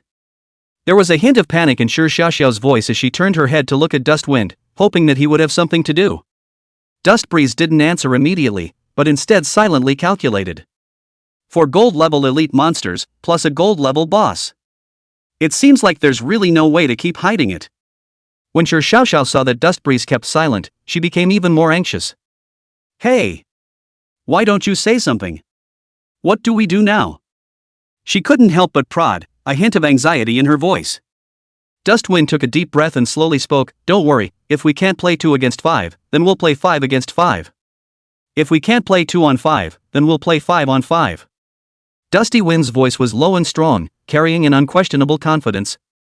When Shi Xiaoxiao heard this, she was first stunned, then her eyes widened with incredulity. What do you mean? Aren't there just 2 of us? You can't have 3 battle pets, can you? She looked Dustwind up and down, as if trying to find a few hidden magical beasts from him. Dustwind didn't reply, but only smiled slightly as the star staff in his hand gently tapped the ground. Dang! There was a muffled sound that seemed to strike at the heart of everyone. In the next moment, 3 dark purple shadows spread out from under Dustwind's feet, rapidly twisting and expanding as if they possessed life. Swish! Swish! Swish! 3 black shadows rose up from the ground and transformed into 3 hideous figures in Su Xiaoxiao's horrified gaze. On the left, a human warrior with a huge battle axe and iron armor, with ghostly blue flames burning in his hollow eyes and a chilling aura of death emanating from his body. In the center was a huge shadow wind wolf, its fur black as ink, flashing with a metallic luster, its scarlet eyes staring dead ahead at the enemy, its mouth emitting a low hiss. On the right, there was an even taller and more powerful shadow wolf king, which had a dense black mist wrapped around its body, and the unicorn horn on top of its head was flashing with an intimidating cold light, as if it was a king who was reigning over the world. In a slight movement of his mind, Dustwind summoned all 3 shadow soldiers that he had extracted and saved earlier. Giant Axe Warrior, Shadow Wind Wolf, Shadow Wolf King. Su Xiaoxiao's eyes almost didn't stare out of their sockets as she opened her mouth wide, half unable to speak. This. She pointed at the 3 hideous shadow soldiers and stammered, completely losing her usual jumpiness and pride. Isn't this guy a reply warlock? How does he still have summoning spells? Su Xiaoxiao felt like her worldview was about to collapse. A support profession that not only possessed a terrifying healing ability and an impenetrable shield, but now could actually summon 3 such powerful helpers? This simply subverted all her knowledge of the auxiliary profession. Dustwind looked at Su Xiaoxiao's shocked to the point of utterance look, and the corner of his mouth rose slightly, revealing a faint smile. They're not of the same quality as these guys, though. He pointed at the 4 gold-ranked Abyssal Demon Wolf elites summoned by the Abyssal Sentinel. But at least we can resist for a while, let's just focus on the boss. When Su Xiaoxiao sniffed, she barely managed to come back to her senses, and she took a deep breath, trying to calm her inner shock. What are they? Why can't I detect their properties? She asked curiously, pointing at the 3 shadow soldiers. Dustwind was also stunned. He didn't expect that the others would be unable to detect the attributes of the shadow soldiers. Detection. He tried to use scrying on his shadow soldiers, but it came up blank. That's good news.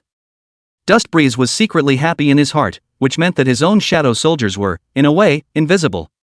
This is a special skill I learned unintentionally, similar to necromancy, so don't worry about them, it doesn't hurt to lose them. Dustwind smiled and explained, naturally he would not expose his biggest secret. Su Xiaoxiao glanced at Dusty Wind in disbelief, although there were still many doubts in her heart, the situation at hand did not allow her to ask more questions. Roar! The Abyssal Sentinel let out another roar, interrupting the conversation between the 2. It seemed to feel a hint of uneasiness towards the shadow soldiers summoned by Dustwind, and a bloodthirsty light flashed in its scarlet eyes. Swish! Swish! Swish! Swish! The 4 gold-level Abyssal Demon Wolf elites, under the command of the Abyssal Beast Sentinel, simultaneously lunged towards Dustbreeze and Su Xiaoxiao. They were extremely fast, like 4 streaks of black lightning, carrying a suffocating sense of oppression. Look out! Dustwind let out a low gulp, and the star staff in his hand was raised once again. The top of the star staff shone brightly. Without the slightest hesitation, he instantly activated double casting. Flaming Soul Fireball. Star Power. 2 huge fireballs, with a scorching wave of air, whistled out. At the same time, 2 streams of light condensed from the power of the stars followed closely behind, cutting through the air and emitting ear-piercing whistles. Boom! Boom! Boom! Boom! For loud bangs rang out almost simultaneously as the fireballs and streams of light accurately hit the 4 Abyssal Demon Wolf elites. The tremendous impact sent their huge bodies flying directly out, ruthlessly crashing into the ground in the distance, smashing out a deep pit. Su Xiaoxiao was dumbfounded as she completely did not expect that Dustbreeze would be able to unleash 2 skills at the same time, and with such amazing power. Is this guy really a support profession? Su Xiaoxiao's mind was filled with doubts, but the situation at hand didn't allow her to think much. Kill! Dustbreeze gave a low shout, and the 3 shadow soldiers beside him rushed out like arrows off a string. The giant axe warrior wielded his huge battle axe with the sound of whistling wind and ruthlessly slashed at an Abyssal Demon Wolf elite. The Shadow Wind Wolf and the Shadow Wolf King then pounced on the other 2, their sharp claws and teeth tearing into their flesh and blood without mercy. For a while, a 3-on-4 melee formed on the field. Dustwind did not join the battle, but instead turned his gaze towards the Abyssal Imperial Beasts. He knew very well that this boss was the biggest threat. Roar! The abyssal sentinel seemed to sense Dust Breeze's threat and once again let out a roar. The bone staff in its hand swung violently, and a black light shot out, heading straight for Dust Breeze. "Look out!" Shi Xiaoxiao exclaimed in shock and tried to rescue her, but it was too late. Dustwind's eyes stared as he didn't dodge, but raised the star staff in his hand. Coyote Light Shield. A light blue light shield instantly appeared in front of Dust Breeze, blocking the black light. Boom! With a muffled sound, the light shield trembled violently and instantly shattered. But Dust Breeze didn't lose a single drop of blood. The abyssal sentinel was slightly stunned, his huge skeletal head slightly askew, scarlet flames pulsing violently in his empty eye sockets. It seemed to have completely failed to anticipate that this tiny human in front of it would be able to block its own attack. One must know that strike just now, although it wasn't its full strength, it was still enough to kill any gold-level monster of the same rank in seconds. This guy. Shi Xiaoxiao also froze. She was all ready to dodge, but she didn't expect Dust Breeze to defuse the crisis so easily. She looked at Dustwind's bland expression, her heart filled with doubt and shock. "I'll interfere with him, you take the main offense." Dusty Wind's voice rang in Shi Xiaoxiao's ears, pulling her back from her shock. He glanced at Shi Xiaoxiao beside him, his tone calm and firm. Shi Xiaoxiao opened her mouth to say something, but in the end, she didn't open her mouth. She knew that now was not the time to dwell on this. The most important thing was to solve the immediate crisis. Wind Blade Chaos. Without waiting for Shi Xiaoxiao to respond, Dustwind raised the star staff in his hand once again and let out a soft cry under his breath. In an instant, the wind howled, and a green-colored wind blade appeared out of nowhere, sweeping towards the abyssal imperial beasts like a torrential downpour. Chapter 45, The Missing Shi Xiaoxiao. Each wind blade flashed with a sharp light, cutting through the air and emitting ear-piercing whistles. When the abyssal imperial beastmaster saw this, a trace of gravity flashed through his scarlet eyes. Roar! The abyssal sentinel roared in anger, and the bone staff in his hand swung violently. A black light shot out from the bone staff and collided with those wind blades. Boom! Boom! Boom! A series of explosions rang out, the wind blades and the black light annihilated each other, and the berserk energy raged in all directions, blowing out a crater in the surrounding ground. Seeing this scene, Dustwind eyes but a slight light, did not expect to be able to offset the skills of others in this way. However, he had accomplished his goal. Although it didn't cause any damage to the boss, the 20 wind blades brought by the double casting were enough to distract the boss' attention. The abyssal imperial beasts were held back by his attacks and were unable to attack them for the time being. It's now! Dustwind let out a low gulp in his heart, knowing that this was Shi Xiaoxiao's best chance to attack. Shi Xiaoxiao did not let him down, and almost at the same time that Dust Breeze launched her attack, her figure had already disappeared into thin air. Swish! A black residual shadow flashed by, and Shi Xiaoxiao appeared behind the abyssal imperial beastmaster like a ghost. The dagger in her hand flashed with a cold light and stabbed the back of the abyssal sentinel's heart without mercy. Put! The sound of a dagger entering flesh rang out, and Shi Xiaoxiao's attack hit the target with precision. 5,520. However, her face did not show the slightest bit of joy, but instead showed a hint of shock. It was because she felt as if her dagger had pierced into a hard rock, unable to move an inch at all. Roar! The abyssal imperial beastmaster let out a hiss of pain as it violently turned around and slapped at Shi Xiaoxiao. The huge palm carried a whistling wind sound and pressed down like a mountain. Shi Xiaoxiao's face changed. She wanted to dodge, but it was too late. Bang! With a muffled sound, Shi Xiaoxiao's body flew out like a kite with broken strings, ruthlessly hitting the ground far away. Put! She sprayed out a mouthful of blood, her face as pale as paper. Yet Toki was only in pain for a moment. 2 strands of rich green light filled with the breath of life then surged into her body, and the original fiery pain instantly disappeared, and her life value was pulled up to full in an instant, as if she had never been injured. At the same time, 2 waves of light followed and impacted the body of the abyssal imperial beastmaster, wrapped in a huge force. The abyssal sentinel's huge body was directly shaken back several steps by this sudden force, each step leaving deep footprints on the ground. 3,000. 1,500. 3,000. 1,500. Instantly, 2 big and 2 small 4 damage numbers instantly surfaced above the boss's head. The bright red numbers were shocking to the eyes, directly shattering nearly half of the boss's life value. When Shi Xiaoxiao saw this scene, her entire body was dumbfounded, her brain went blank, and she even forgot to breathe. Is this really a healing spell? She muttered, her voice filled with disbelief, How was this damage so terrifying? It was simply more exaggerated than her own full-strength strike. However, before she could recover from her shock, the abyssal Imperial Beastmaster once again let out a deafening roar. The roar was filled with anger and unwillingness, as if it was venting his pent-up frustration. Only to see an abyssal demon wolf not far away, its body suddenly burst apart and turned into a thick blood mist, which merged into the body of the abyssal sentinel at an extremely fast speed. The abyssal sentinel's life value, which was originally only about a quarter of its life value left, instantly recovered a large portion after absorbing this blood mist, and its wounds were also healing at a speed visible to the naked eye. The scarlet flames in its eye sockets danced violently once again, as if mocking the two for their powerlessness. Dust Breeze's eyes narrowed slightly as he watched this scene. This guy, he's pretty tough. He knew that this should be some kind of special skill of the abyssal sentinel, which could restore his life value through his own summons. Ho! The abyssal sentinel wielded his staff once again, and in the skull set at the top of the staff, ghostly green flames danced madly, as if brewing some terrifying attack.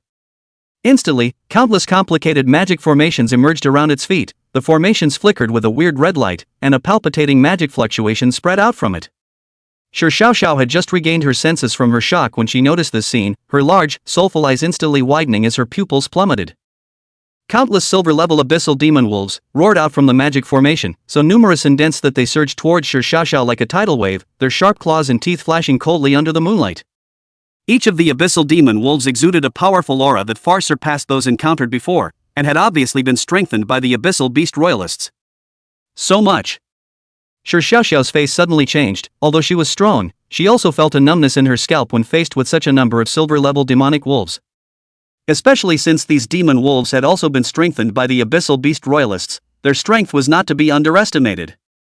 She instinctively tried to dodge, using the space assassin's amazing speed to avoid the siege of these demonic wolves. However, the moment she was ready to act, a warm green light suddenly descended on her. The green light was so familiar that it made Su Xiaoxiao subconsciously think that it was Dust Breeze's healing spell again. But immediately after, she realized that on the surface of her body, a layer of solid green shield emerged, emitting a powerful wind attribute aura and protecting her firmly. It was Dustwind's Wind Guardian. Su Xiaoxiao froze slightly and looked down at the shield. A faint halo of light flowed on the surface of the shield, and some mysterious runes could be seen flickering in it, giving it an indestructible feeling. She tried to mobilize the magic power in her body and sensed the strength of the shield, and her beautiful eyes were immediately filled with shock. 8,000 points. The value of this shield is surprisingly high at 8,000 points. Su Xiaoxiao couldn't help but exclaim in shock, her voice filled with disbelief. Knowing that her own life value was only a little over 1,000 points, this 8,000-point shield was almost equivalent to 7 or 8 of her lives. Dusty Wind, who was not far away, saw Su Xiaoxiao frozen in place, seemingly stunned by the sudden shield, and hurriedly spoke out to remind her. This shield of mine only lasts 10 seconds. Run! At the same time, a crisp system beep sounded in Dustwind's ears. Ding! Heal the brave triggers. Agility +3. Ding! Healing brave triggered. The SSS ranked talent Instant Kill Truth has been copied. Instant Kill Truth instantly blinks behind the target to unleash a surefire chop, dealing 300% agility plus 200% physical attack power true damage. Consumption, 500 MP CD, 120 seconds. CD decreases by 1 second for every 100 points of agility value. Passive effect, your physical attacks will be tied to your agility value. 1 agility equals 4 attacks. Upon hearing these two beeps, Dustwind was also slightly stunned, and a hint of surprise flashed in his eyes. Instant Kill Truth? Dust Breeze was shocked in his heart. The name of this talent was extraordinary on first hearing. He subconsciously looked at Su Xiaoxiao with a hint of inquiry in his eyes. This guy actually has such a powerful talent? Why doesn't it look strong? Dust Breeze frowned slightly, a little puzzled in his heart. Could she still be hiding? As soon as this thought surfaced, it was temporarily suppressed by Dustwind. No matter what, that strike that Su Xiaoxiao had just made did deal over 5,000 damage, which was already very impressive for a novice. By this time, Su Xiaoxiao had also returned to Dust Breeze's side. She let out a long, heartfelt breath and patted her chest. Phew! Good thing I have your shield, or else this would have been dangerous. Su Xiaoxiao turned her head and looked at Dustwind with gratitude in her eyes. Thank you, Dustwind, for saving me again. Dusty Wind heard this, but he shrugged his shoulders and said with an indifferent face. With your power, you can't die even without me, right? He didn't believe that a space assassin with SSS rank talent would be so easily taken down by a pack of silver rank demon wolves. When Shi Xiaoxiao sniffed, she playfully spat out her tongue and laughed lightly. I'm not as good as you think I am. She blinked, a wry glint in her eye. Dust Wind did not say anything either, and he could probably guess why Shi Xiaoxiao did not go all out. Guess I'll try to grab a tailblade. Dust Breeze secretly guessed in his heart. After all, it's hard to get career-exclusive equipment for hidden professions like them. He thought of his previous life and nodded with deep understanding. Looking at the abyssal demon wolves that covered the sky in front of her, Shi Xiaoxiao's face was a bit gloomy. What are we going to do with all these wolves? She turned her head to Dust Wind with a hint of worry in her eyes. Dust Breeze narrowed his eyes slightly and scanned the surroundings before speaking slowly. Wait for my CD. He paused, a cold flash in his eyes. When the CD is ready, we'll even spike this boss together. Shi Xiaoxiao froze at her words, and then a trace of excitement flashed in her eyes. Yes. As soon as Shi Xiaoxiao's words fell, the surrounding abyssal demon wolves came in like a tidal wave, their sharp claws and teeth flashing coldly under the moonlight, and their fishy odor poured out. The abyssal demon wolf boss in the distance also raised the staff in his hand once again. The eyes of the skull at the top of the staff flashed with a ghostly green light, and his mouth was reciting words, obviously brewing up some spells again. Facing this overwhelming attack, Shi Xiaoxiao's face was grave. She gripped the dagger in her hand tightly, her body slightly crouching down, like a cheetah ready to pounce on its prey. Soon countless abyssal demon wolves surrounded the two of them. While Dust Wind and Shi Xiaoxiao were constantly dodging and counterattacking amongst the beasts, slaughtering the nearly endless abyssal demon wolves in front of them. As for Dust Wind's 3 shadow soldiers, they had long since died in the wolves' attack. Only Dust Breeze was not in the least bit vain. This place lacked everything but monster corpses, and when one died, one was summoned. His shadow soldiers had all changed 3 or 4 times now, and if it weren't for the fact that he could only leave 3 of them behind in one breath right now, Dust Wind would have hated to take all the wolves here.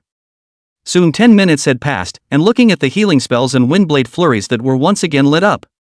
Dust Breeze took a deep breath, the magic power in his body surged like a rushing river, and he raised the star staff in his hand high, the staff glittering with a bright light. Get ready, I'm going to start. Dustwind's voice was low and strong, carrying an unquestionable determination. When Shi Xiaoxiao heard this, her spirit was lifted, and a glint of excitement flashed in her beautiful eyes. She gripped the dagger in her hand tightly, her body leaning forward slightly, like a cheetah poised for action, ready to pounce on its prey. The other hand, which was silently hidden behind his back, seemed to be brewing some secret means. Dustwind did not notice Shi Xiaoxiao's small movements, his entire attention was focused on the battle in front of him. Fury Strike. Wind Blade Chaos. Healing. In an instant, several waves of green light roared out, accompanied by countless wind blades just directly sweeping through the entire space. However, right at that moment, Shi Xiaoxiao's figure suddenly disappeared and just appeared out of thin air behind the abyssal Imperial Beastmaster. At the same time, 2 extremely ornate daggers were held in his hands, stabbing straight towards the abyssal Imperial Beastmaster's neck. Chapter 46, Robbing the Tailblade? Doesn't exist. Terrifying waves of green light, like an announcement of death, wrapped in countless sharp wind blades, inflicted devastating damage on the abyssal Imperial Beastmasters almost the instant they appeared. Those minions around them that were summoned by the abyssal Imperial Beastmasters were even more so. They went up in smoke under the impact of this force, not even having a single chance to struggle, and completely disappeared. The abyssal Imperial Beastmaster's blood level was dropping rapidly like a dike flood, and in the blink of an eye, it was already in jeopardy. Swish! Shi Xiaoxiao's attack followed closely behind. The dagger in her hand flashed with eye-catching splendor, carrying a chillingly terrifying might as it stabbed straight at the abyssal Imperial Beastmaster's neck. This strike had gathered all of Shi Xiaoxiao's power, and once it hit, the abyssal Imperial Beastmaster would definitely be instantly decimated. However, just in the nick of time, a sudden change occurred. Another green light whistled in, like a divine stroke, instantly enveloping the abyssal Imperial Beastmaster. The timing of this green aura's appearance was perfect, right at the moment when Shi Xiaoxiao's attack was about to hit, not a fraction of a second later. Bang! Shi Xiaoxiao's dagger viciously pierced the green shield with a dull crash. Immediately afterward, a gust of wind appeared out of nowhere, like a giant invisible hand, directly blowing Shi Xiaoxiao out. Her ambitious strike had fallen short, and all her efforts had come to naught. This sudden turn of events caused Shi Xiaoxiao's figure to sway in the air for a moment, and she did her best to control her balance before she barely managed not to fall. After landing, Shi Xiaoxiao raised her head violently, her gaze filled with dismay and incomprehension as she stared dead at Dustwind. That green shield was none other than Dustwind's skill, Wind Guardian. Only, this time, with the double casting of the spell, the value of the shield directly soared to 16,000 points, which was simply solid. Not to mention Shi Xiaoxiao's all-out strike, even if all of those abyssal demon wolves that had been purged just now were resurrected and swarmed up, within a short period of time, they wouldn't be able to shake this layer of tough shield in the slightest. Shi Xiaoxiao's face instantly turned iron blue, the original excitement and anticipation all turned into irritation and incomprehension at this moment, as if she had been poured a pot of cold water. She clenched her lips, her silver teeth almost crunching, and her beautiful eyes burned with a blazing rage, as if she wanted to burn Dustbreeze to the ground. "What are you doing?" Shi Xiaoxiao's voice was sharp and harsh, questioning with an uncontrollable anger. Dusty Wind, however, was calm, not affected by Shi Xiaoxiao's anger in the slightest. He didn't even look at Shi Xiaoxiao and just said lightly, "That's something I should be asking you, isn't it?" As he spoke, the star staff in Dustwind's hand flicked once again. A rich green light fell into the abyssal sentinel's body like sweet rain. Plus 9175. Plus 9175. Two huge green recovery values floated up from the top of the abyssal sentinel's head. The abyssal imperial beastmaster, who was originally left with only a sliver of blood skin and was about to die, unexpectedly had his life value returned to full in an instant. This amazing amount of recovery is simply jaw-dropping. Shi Xiaoxiao's face instantly turned iron blue, and her face, which was originally quite cute, now looked a little twisted due to her anger. She stared deathly at Dustwind, as if she was going to eat him alive with her gaze. "You!" Shi Xiaoxiao gritted her teeth and squeezed a word out from between her teeth, her chest rising and falling violently, obviously infuriated. "I'm ending this, boss. What are you stopping me for?" She practically growled the words, her voice so shrill it seemed to pierce her eardrums. Dusty Wind, however, let out a light laugh and looked as if he had not felt Shi Xiaoxiao's anger at all. He slightly tilted his head sideways and swept a glance at Shi Xiaoxiao from the corner of his eye, a hint of teasing in his tone. "My wind blade is enough to finish this boss off, isn't your behavior just trying to grab the tail blade? Do you really think I can't see it?" As he spoke, Dustwind's gaze fell on the daggers in Shi Xiaoxiao's hands, the two daggers that were clearly more ornate and sharper than the ones she had used before. "The gears all changed to something better, hasn't it?" Dusty Wind's tone was light, but it was like a sharp knife that accurately stabbed into Shi Xiaoxiao's heart. Hearing Dustwind's words, Shi Xiaoxiao's face also changed slightly. This guy really saw it coming. It seems that teaming up with someone too powerful isn't all good, it's not easy to play it safe. Shi Xiaoxiao secretly slandered in her heart, but on the surface, she remained strong and refused to show weakness. She took a deep breath, trying to calm herself, and grunted. "Now that you've seen it, my lady won't hide it." There was a hint of brokenness in Shi Xiaoxiao's tone, and she simply said all the thoughts in her mind. "Then it's every man for himself next. There's no point in pretending anyway when you've already been discovered." Dusty Wind let out a light laugh and didn't pick up on Shi Xiaoxiao's words. He hadn't thought he could resolve this spatial rift peacefully with this woman. From the very beginning, he knew that this woman's approach to him was definitely not because of some so-called group challenge. She must have her own purpose, and that purpose, definitely not simple. "In that case, there's no point in being wishy-washy," said Dustwind. Gaze then fell on his system information. Ding! Healing bravery triggered. Spirit value +6. Ding! Healing bravery triggered. Spirit value +6. Ding! Healing brave triggered. The S-rank talent bloodline connection has been copied. Bloodline connection, your summoned object will provide 20% of its own attributes to the summoner. No quantity limit. Ding! Healing valor triggered. The skill Soul Resonance has been copied. Soul Resonance LV1 allows the summoned object to fuse with the summoner, and the attributes of both are added after the fusion. Consumption, 500 MP minute. CD, 30 minutes. Bloodline connection? Soul Resonance? Dustwind looked at the two newly copied skills and a hint of surprise flashed in his eyes. These two skills are simply divine skills tailor-made for summoners. Especially the bloodline connection, which surprisingly allowed the summon to provide 20% of its own attributes to the summoner, and there was no limit to the number. This meant that as long as Dustbreeze had enough summons that were powerful enough, his attributes could be stacked indefinitely to an unimaginable degree. Soul Resonance is just as powerful, allowing the summoned object to fuse with the summoner, and the attributes of both are added after the fusion. Although there was a time and magic value consumption limit, it could definitely be a card that could turn the tide of battle at critical moments. No wonder this Abyssal Sentinel is obviously a mage-type boss with such strong melee attacks, so it's because of this talent. Realization dawned in Dustwind's mind. Earlier, he had wondered how a mage boss could have such high melee damage. It all seems to make sense now. The Abyssal Sentinel must have relied on the talent of Bloodline Connection, gaining a large number of attribute bonuses from the summons, to have melee combat abilities that far exceeded those of ordinary mages. Then the next step must be to directly kill this guy in seconds, otherwise once he uses his soul resonance, it won't be easy to kill again. Dustwind's eyes became sharp, and his mind had already made up its mind. He knew very well that once a boss like the Abyssal Imperial Beastmaster, who possessed a powerful talent, found an opportunity to launch a counterattack, the consequences would be unimaginable. The best way was to directly kill him in seconds before he unleashed his skills, not giving him any chance to turn the tables. Thinking of this, Dustbreeze no longer wasted any more time and directly charged towards the Abyssal Sentinel. His figure was as fast as lightning, and in the blink of an eye, he arrived in front of the Abyssal Sentinel. Shi Xiaoxiao, who was on the side, was also dumbfounded when she saw this scene. This guy is crazy, isn't he? He's a milkmaid rushing out to kill monsters like that? Shi Xiaoxiao's eyes widened with disbelief.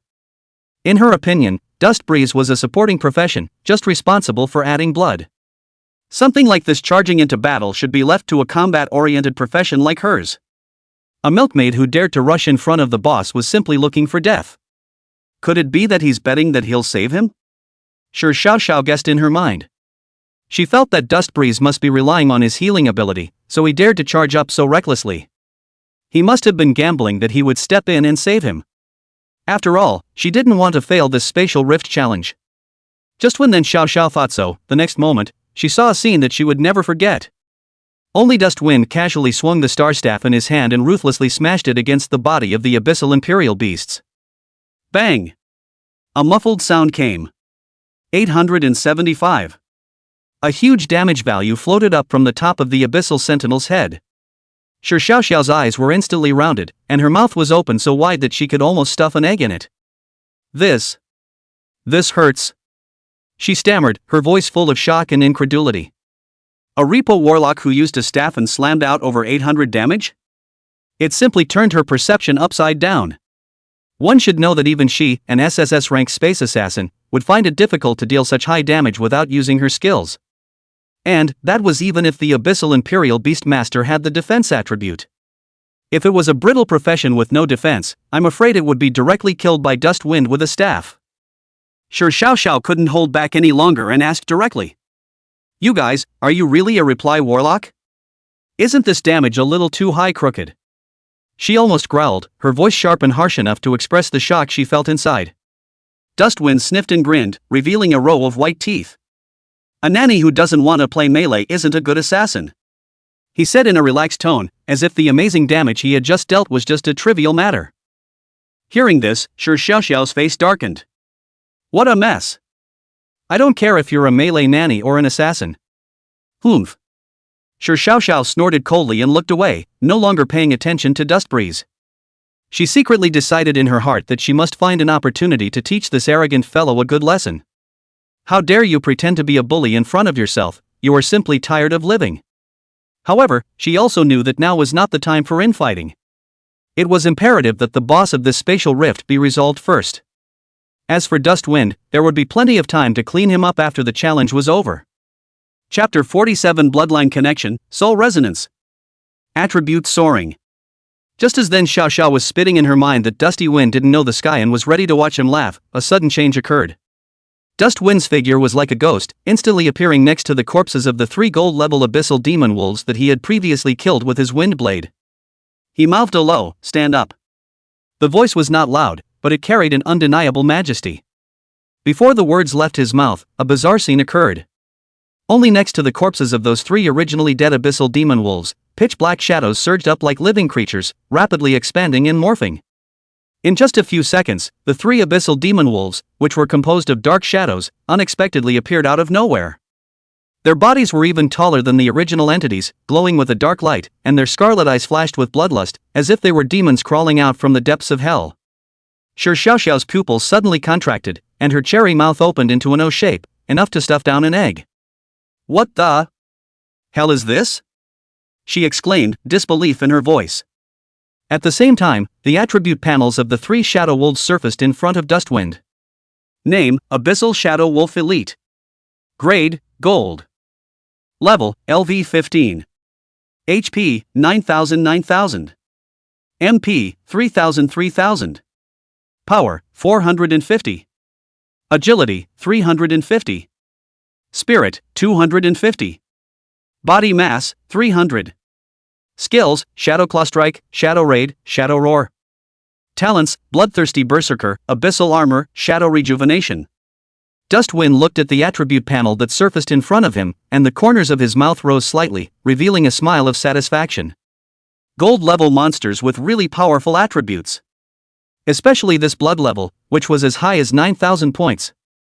It was important to know that a normal gold-level monster would only have a blood count of around 5 or 6,000. These 3 shadow wolves were simply natural meat shields. Moreover, they also possessed 3 powerful skills and 3 talents, and their strength far exceeded that of normal gold-level monsters. This made Dusty Wind feel confident about the next battle. It's not bad, this attribute, it's much stronger than the average gold-level monster.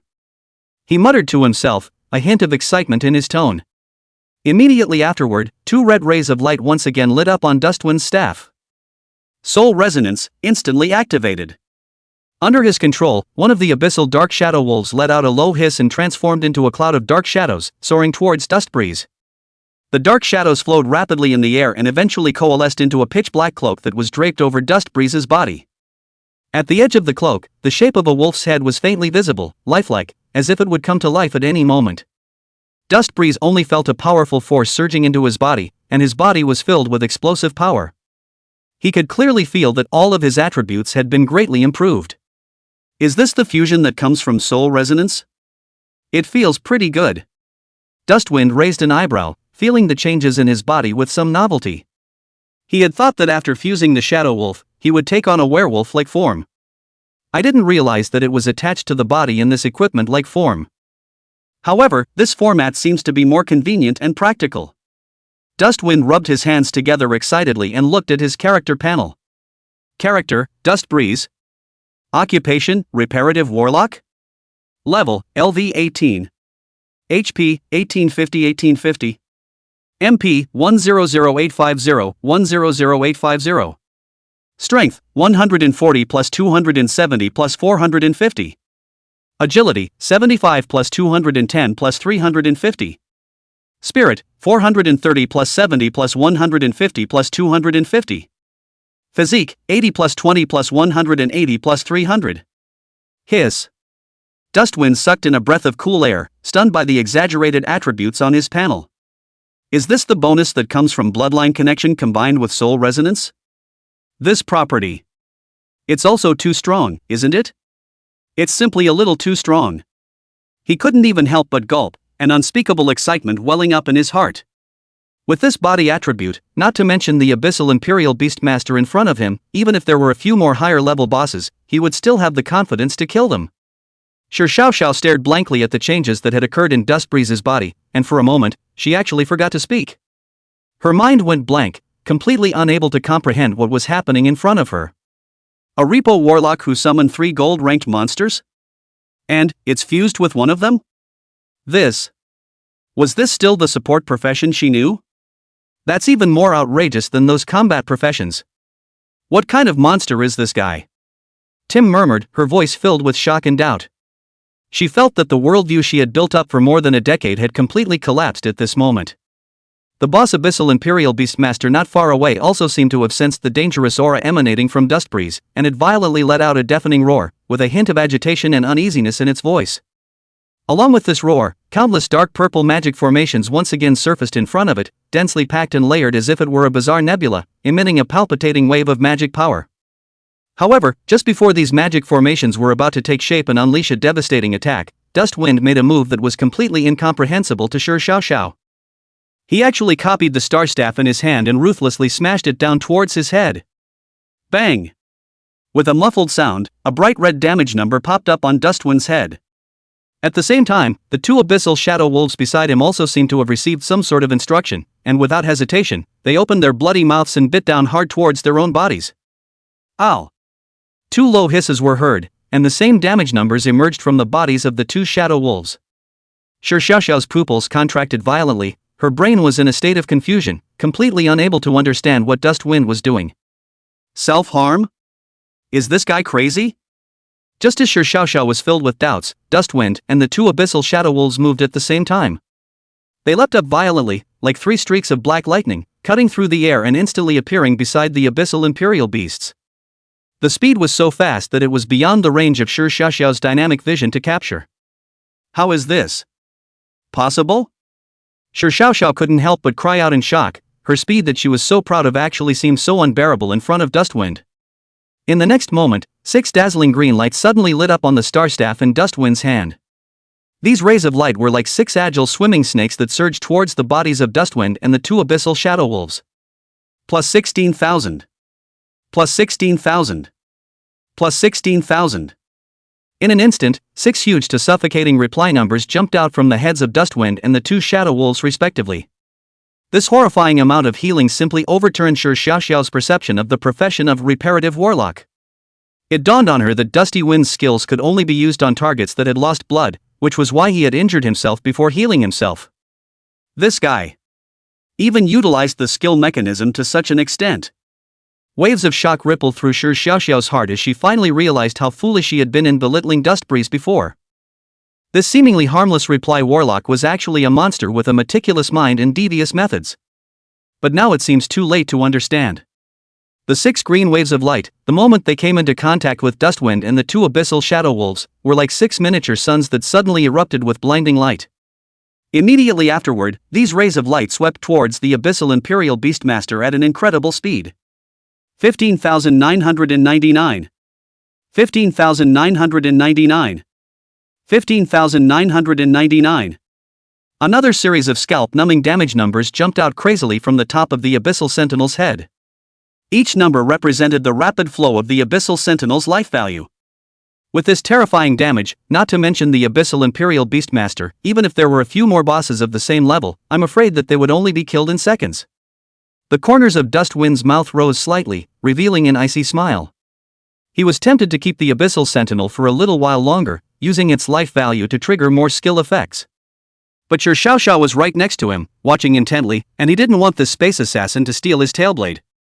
After all, the reward for killing the boss was the most generous. Ow! The abyssal sentinel let out a mournful wail, its voice filled with pain and despair. It could never have imagined that it would die at the hands of a reply warlock. It's just a strange shame. Boom! With a loud bang, the abyssal imperial beastmaster's huge body collapsed to the ground, turning into a cold corpse. Those magic formations around it that had yet to take shape also dissipated, turning into bits of starlight. Dustbreeze slowly landed on the ground, his gaze calm and cold, as if everything just now had nothing to do with him. Not far away, Su Xiaoxiao's face was cloudy, and her heart was filled with shock, doubt, and a hint of unwillingness. She hadn't expected Dustbreeze to be so powerful at all. For a replied warlock to have such a terrifying output ability, it simply turned her perception upside down. She had originally thought that she had disguised herself as an ordinary member of the team and followed Dustwind just to prevent this nurse from getting in her way of grabbing the tail blade. But now it seems that he is the one being used. This guy has been counting on me from the beginning. Su Xiaoxiao clenched her teeth as a strong sense of frustration welled up in her heart. She prided herself on being incredibly smart, but she never thought that she would be fooled by a seemingly insignificant reply warlock. It was a feeling that irritated her. Very upsetting. I'm not counting on you, I've just been on the defensive, especially when you took out the alienation crystal. I guess that it's this tail blade you're after. Dusty Wind's voice drifted in, his tone flat, but it was like a muffled blow to Su Xiaoxiao's heart, making her already upset mood even more irritable. This asshole, he was even defending himself from the start. Su Xiaoxiao clenched her silver teeth, and a hint of annoyance flashed in her beautiful eyes. She prided herself on being smart, and she had always been the only one who counted on others. When was it someone else's turn to count on her? What's more, the one who counted on her was a harmless-looking replied warlock. What are you talking about this now? Come to show off to my lady. There was a hint of suppressed anger in Su Xiaoxiao's voice. She admitted that she had indeed been set up by Dusty Wind, but she didn't want to admit defeat just like that. At least, you can't lose in terms of momentum. Dustwind, however, laughed softly with a hint of disdain in his tone, showing off. What's there to brag about? It's just a level 20 gold level boss, it's not enough for me to brag about. He looked at Shu Xiaoxiao with a slight sideways glance, a hint of playfulness in his eyes. Seeing as you contributed the alienation crystal, the drop, you take it first, it's a way of compensating you. Dust Breeze's tone was casual, as if he was giving charity. When Shu Xiaoxiao heard this, a hint of surprise flashed in her eyes. This guy, how could he be so generous? It was important to know that the drops from the alienated bosses were extremely precious, especially the exclusive equipment, which was even more unattainable. Dust Breeze would even voluntarily give up? Aren't you afraid that I'll take the exclusive equipment dropped by the alienated boss for you? Shu Xiaoxiao asked tentatively, wanting to see what Dust Breeze was playing at. Dusty Wind heard this but shrugged his shoulders with a disinterested look. Are you ignorant of how exclusive equipment drops? This thing is something that appears directly in the hitter's backpack. With that, Dustwind's mind moved and directly took out a scroll. The scroll had a light golden color throughout, with intricate patterns drawn on it, exuding a mysterious aura. It is the forging drawings that create exclusive equipment. Chapter 48 Shadow Commander. Talent Crystal. Dustwind played with the forging drawings in his hand, the corner of his mouth curled into a faint smile, as if he had anticipated Shu Xiaoxiao's reaction. And this is my exclusive equipment, so it's useless even if you take it. He put the drawings away and his tone turned with a hint of teasing, or do you not want the drop? If you don't want it I can. Shu Xiaoxiao was originally surprised by Dustwind's generosity, but when she heard his intentionally long ending, she immediately realized that this guy was clearly teasing herself. Who says the old lady doesn't want it? Shu Xiaoxiao glared viciously at Dust Breeze with a hint of annoyance in her tone. She walked quickly towards the corpse of the Abyssal Sentinel, vowing in her heart that she would take everything of value and make this abomination regret it. Humph. I'm going to get all the drops. As she spoke, Shu Xiaoxiao quickened her pace as if she was afraid that Dust Breeze would backtrack. Dusty Wind looked at Shu Xiaoxiao's huffing and puffing back and didn't say anything, only shaking his head slightly. With a thought, he lifted the state of soul resonance. Soul resonance lifted. In an instant, Dust Breeze felt as if his body had been drained, and his originally powerful strength quickly faded, and his attributes dropped by a large margin. This feeling of falling from the clouds caused Dustwind to frown slightly, but he quickly adapted. After all, this was his original state. Dust Breeze's gaze landed on the corpse of the Abyssal Imperial Beastmaster, and a hint of thought flashed through his eyes. Although the Abyssal Sentinel was dead, its massive body still exuded a powerful aura. Especially the shadowed Abyssal Demon Wolf beside it made Dustwind feel a hint of threat. Certain attributes of the darkened Abyssal Demon Wolf exceed this boss, if this boss is darkened. Dust Breeze muttered, a glint in his eyes. This attribute is afraid to reach an even more astonishing value. He rubbed his chin as if something interesting had occurred to him. Dustwind's eyes fell on his skill bar, and his gaze finally settled on the Shadow Field skill. Shadow Field, shadow soldiers fighting within the caster's shadow field will have their abilities increased by 30%. Lasts for 10 minutes. Consumption, 500 MP CD, 10 minutes. Dustwind looked at the skill introduction and raised his eyebrows slightly. It lasts for 10 minutes, and the CD is only 10 minutes, so it looks like it can be used without any gaps, so let's see if it can be used with Bloodline Connection, a talent set. He muttered, and with a thought, the Shadow Domain was instantly activated. Instantly, a pitch-black wave of light roared out from Dustwind's body, instantly enveloping the three abyssal shadow wolves beside him. In an instant, the attributes of the three wolves suddenly rose, and at the same time, Dust Breeze felt that his own attributes climbed quite a bit as well. Dustwind's eyes lit up. Sure enough. Just as Dust Breeze was getting excited, Shu Xiaoxiao slowly walked back as well. Nothing good, the rest is yours. Shu Xiaoxiao said with an irritated face. So soon? Dusty Wind glanced at the disgruntled Shu Xiaoxiao, turned around, and headed towards the boss's corpse. Just then, Shu Xiaoxiao suddenly opened her mouth. Hey, this time, this lady is considered to have fallen into your way, seeing as your profession is so special, is there any interest in hanging out with this lady? Shu Xiaoxiao crossed her arms and raised her chin slightly, proudly. My lady is not as strong as she seems, and our clan is powerful. She added, as if trying to increase her leverage. Dusty Wind's footsteps slightly lurched when he heard this, but he didn't turn around, he just said indifferently. Not interested. Are you kidding me? Hanging out with her? He was a born-again person with memories and experience from his previous life, so how could he possibly stoop to the level of a subordinate? What's more, Shi Xiaoxiao's purpose was unknown, so who knew if she was up to any tricks? Dust Breeze didn't want to get himself into trouble. Hearing Dusty Wind's dry refusal, a trace of imperceptible helplessness flashed in Shi Xiaoxiao's eyes. "Shay, what's the big deal?" She skimmed her lips, as if she had expected Dust Wind's reaction. After all, how could someone like Dust Wind, who possessed a special profession and strong potential, easily submit to others? In her heart, Shi Xiaoxiao knew very well that Dust Wind was definitely not the type of character that would willingly serve as a little brother to someone. This lady doesn't see you yet," Shi Xiaoxiao muttered in her heart, but on the surface, she pretended to be indifferent. She looked at Dust Wind's back as he walked quickly towards the abyssal Imperial Beastmaster's corpse, and the corner of her mouth suddenly curled up into a playful smile. "Dust Wind, I'll see you again." Shi Xiaoxiao's voice was soft, so soft that only she could hear it. Before the words fell, the space behind her rippled with a silver-colored ripple, and immediately after, Shi Xiaoxiao's figure disappeared as if it had never appeared. Only spots of silver light were left behind, slowly dissipating in the air. Dustwind seemed to have sensed something as he jerked his head back, but he only caught the fleeting silver point of light. "Gone?" Dustwind frowned slightly. He could sense that the way Shi Xiaoxiao had left was very special. It was by no means through a normal teleportation portal. Team disbanded. At the same time, the system's beep sounded in Dustwind's ears, confirming that Shi Xiaoxiao had indeed left the group. How did she get out? Isn't the portal still open? Dustbreeze muttered, a trace of doubt flashing through his mind.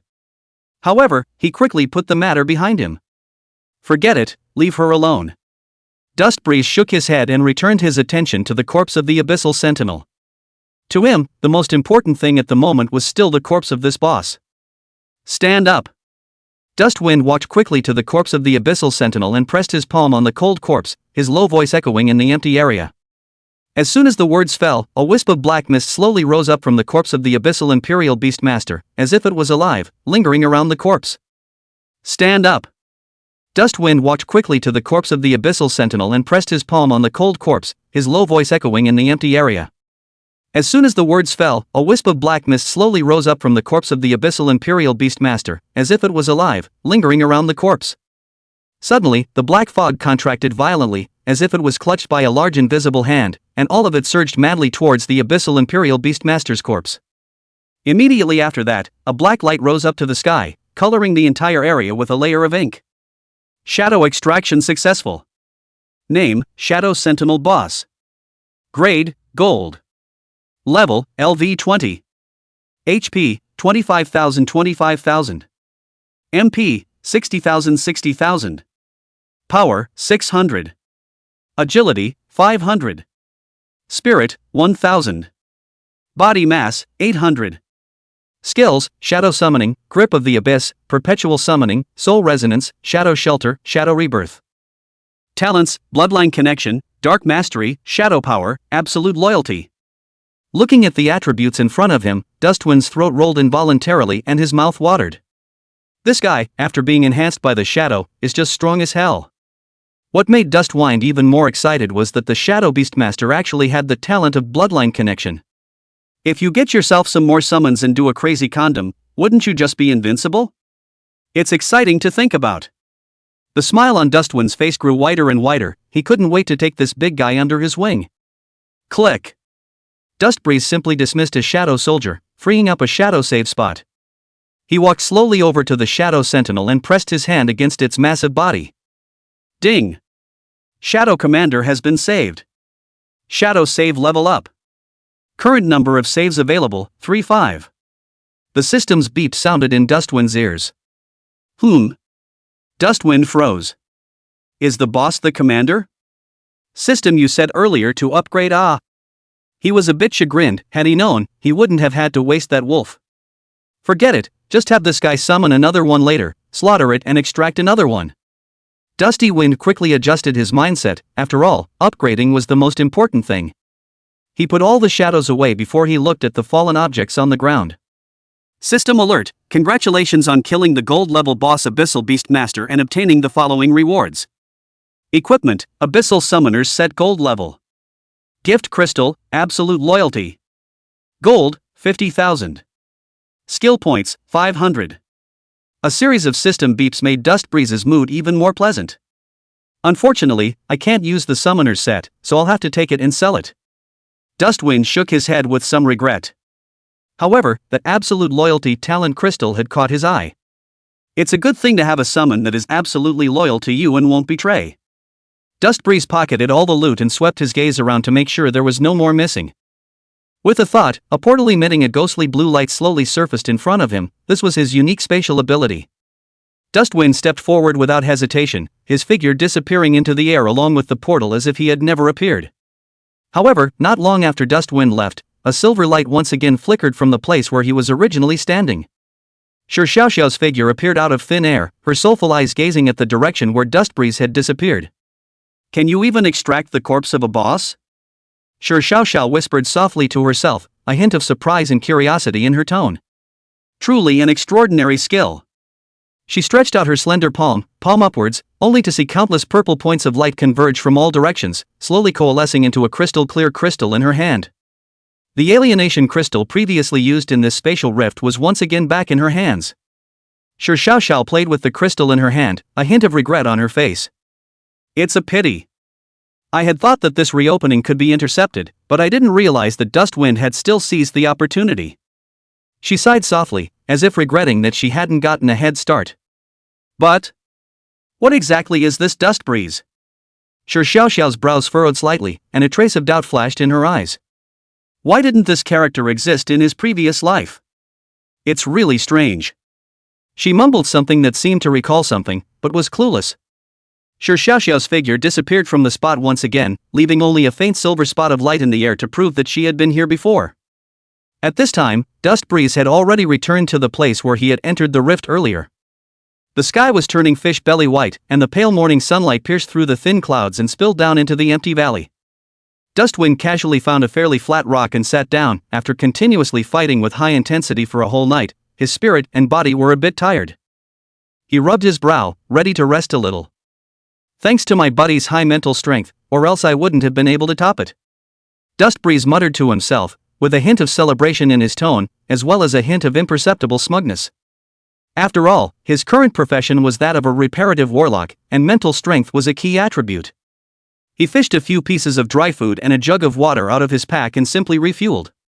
The food tasted bland as it entered the mouth, but Dustwind ate it with gusto. For him, being able to fill his stomach was enough for now. Dustwind looked at the talent crystal in his hand and this stuff wasn't common, and like the alienation crystal, it was a rare resource. The talent crystals, in particular, had a market price. After all, there was a limit to the number of talents and abilities that each professional could awaken, influenced by the rarity and strength of the profession. Talent crystals, on the other hand, can directly ignore career restrictions and access the talents of other careers. This kind of counterintuitive effect was enough to make any professional go crazy. Dustwind carefully raised the talent crystal in his hand to his eyes, and the morning sunlight refracted the 7-colored light through the crystal, flowing beautifully. Dustwind no longer hesitated, took a deep breath, and fiercely exerted his 5 fingers. Ka-ching! A crisp shattering sound rang out, and the talent crystal in his hand instantly turned into bits of starlight and dissipated into the air. At the same time, a warm energy surged into his body along his fingertips and quickly flowed throughout his body. Absolute loyalty has been acquired. Absolute loyalty, your pets and summons will always be 100% loyal to you. So it is. The corners of Dustwind's mouth rose slightly, revealing a confident smile. With a thought, he tried to summon the shadow soldiers he had extracted earlier. Come forth, my shadows. Dustwind whispered. As soon as the words fell, the shadows under his feet began to wriggle, and 3 pitch-black figures slowly rose from the ground, the very same shadow soldiers and shadow commanders that he had extracted earlier. Very good. Dustwind nodded in satisfaction and gave the first command to the 3 shadow soldiers. You guys, go guard the perimeter to prevent any other monsters from approaching. The shadow soldiers didn't respond in any way, they just silently turned around, blending into the shadows around them and disappearing. Dustwind looked at the direction they disappeared in, and an unprecedented sense of security surged in his heart.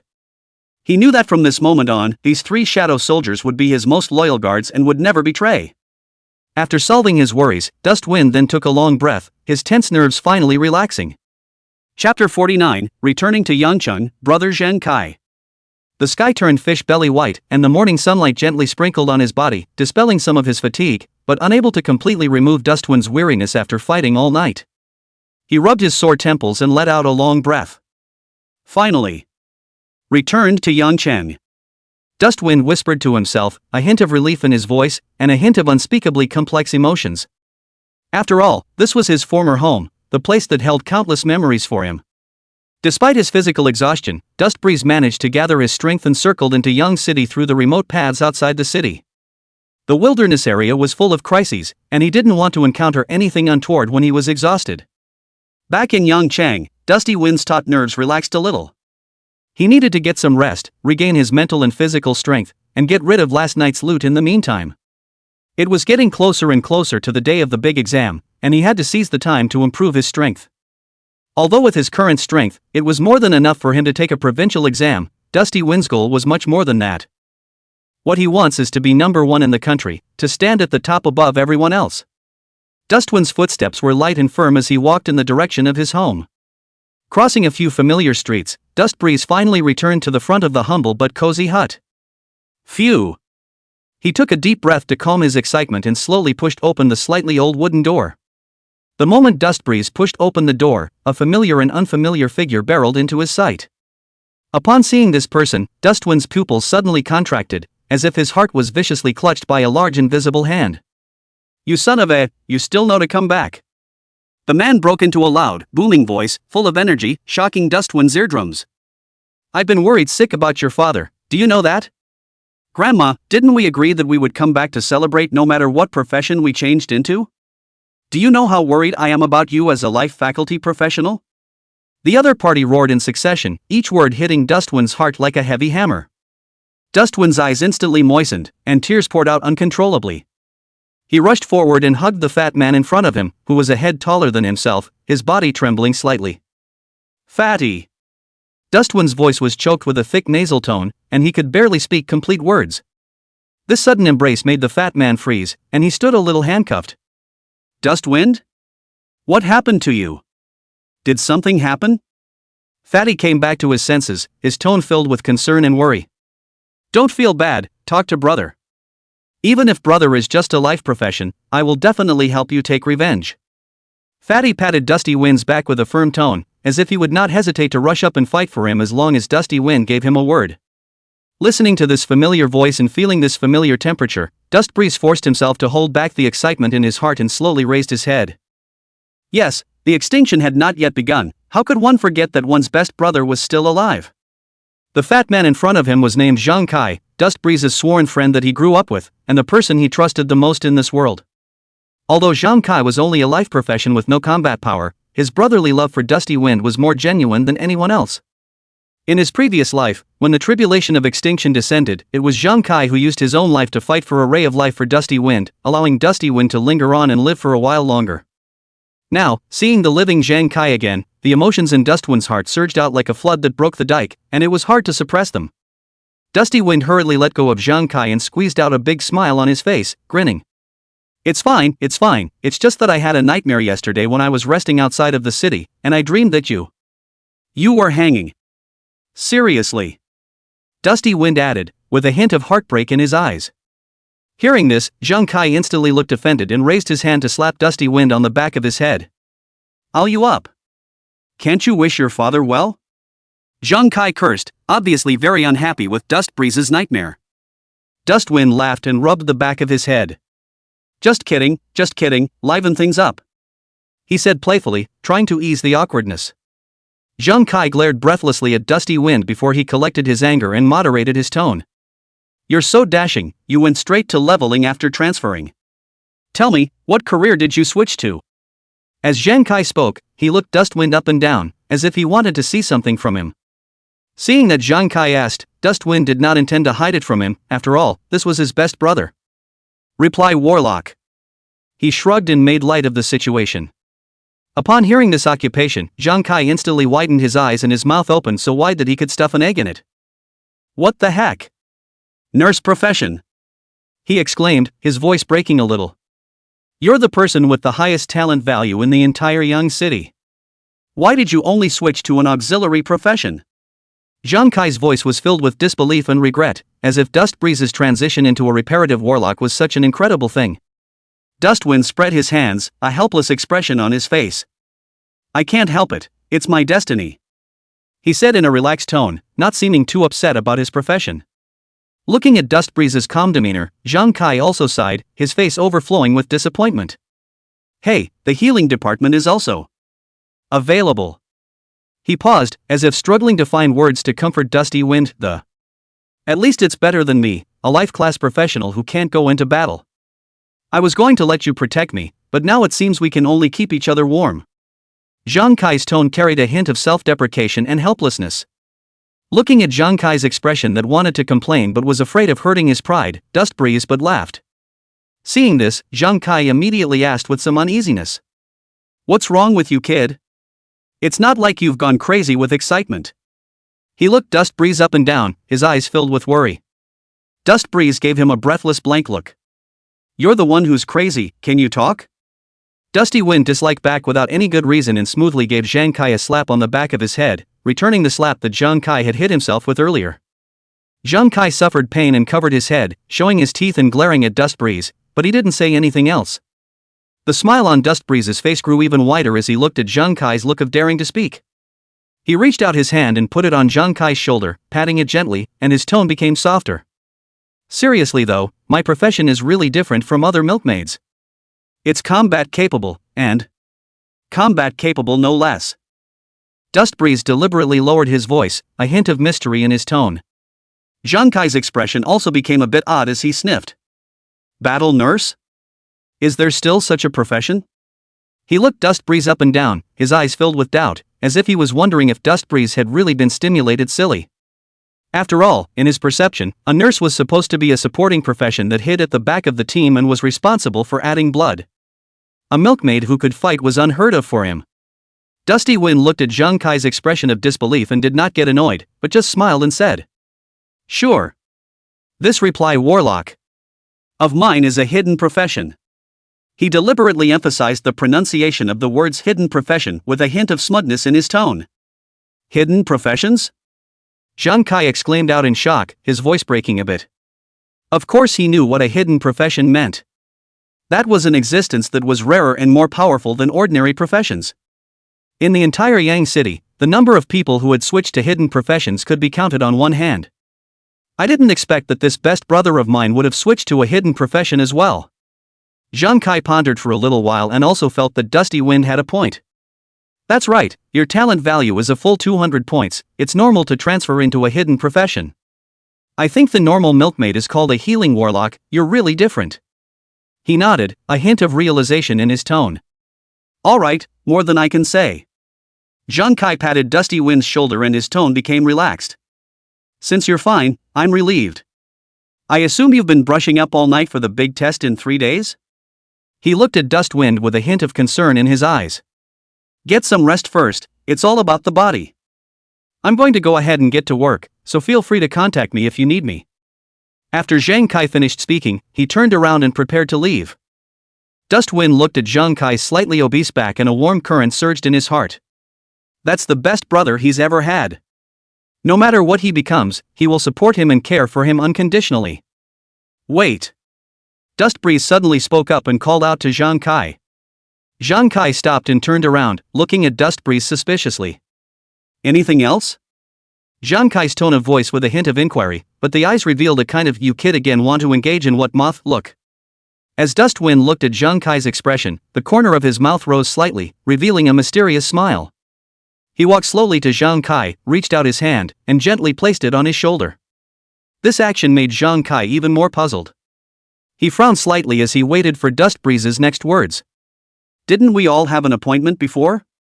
Dusty Wind opened his mouth, with a hint of flirtation in his tone, as well as a hint of imperceptible smugness. If I switch to a combat class profession, you'll be my logistics. I've been brushing monsters all night, but there's so many things I need you to help me with. Dustwind opened his backpack as he spoke. Claptrap. A crisp ringing sound came, and countless equipment and materials, like a tidal wave, poured out of Dustwind's backpack, instantly piling up on the ground. Various rays of light intertwined and flickered, and one of them, a summoner's set that glittered with a dazzling gold-colored light, was even more eye-catching, almost blinding Zhang Kai's eyes. Holy! Zhang Kai let out a cry of surprise, his eyes glazed over and his mouth opened wide enough to stuff an egg. He looked at the mountain of items in front of him, and his entire body was confused. Did you not go and rob a warehouse? Zhang Kai stammered as he asked, his speech a little sloppy. How did brush up so much in one night? His voice was filled with shock and disbelief, as if he had seen something incredible. Dust Breeze looked at Zhang Kai's shocked look and was secretly pleased in his heart. He hemmed and hawed, a hint of pride in his tone. I'm a very powerful hidden professional, this point is simple for me. He purposely paused, then approached Zhang Kai and lowered his voice. Alright, now these are in your hands, since you're a forger, if you think there are materials you can use, take them and use them, if not use them, sell them, I'm going to rest first. When Dustwind finished speaking, he turned towards the bed, ready to get some rest. After all, he had been brushing monsters for the whole night, and his body had long been exhausted. Zhang Kai looked at Dustwind's slightly tired back, and the shock in his heart was gradually replaced by worry. He hurriedly took a few steps forward, wanting to say something, but he didn't know how to open his mouth.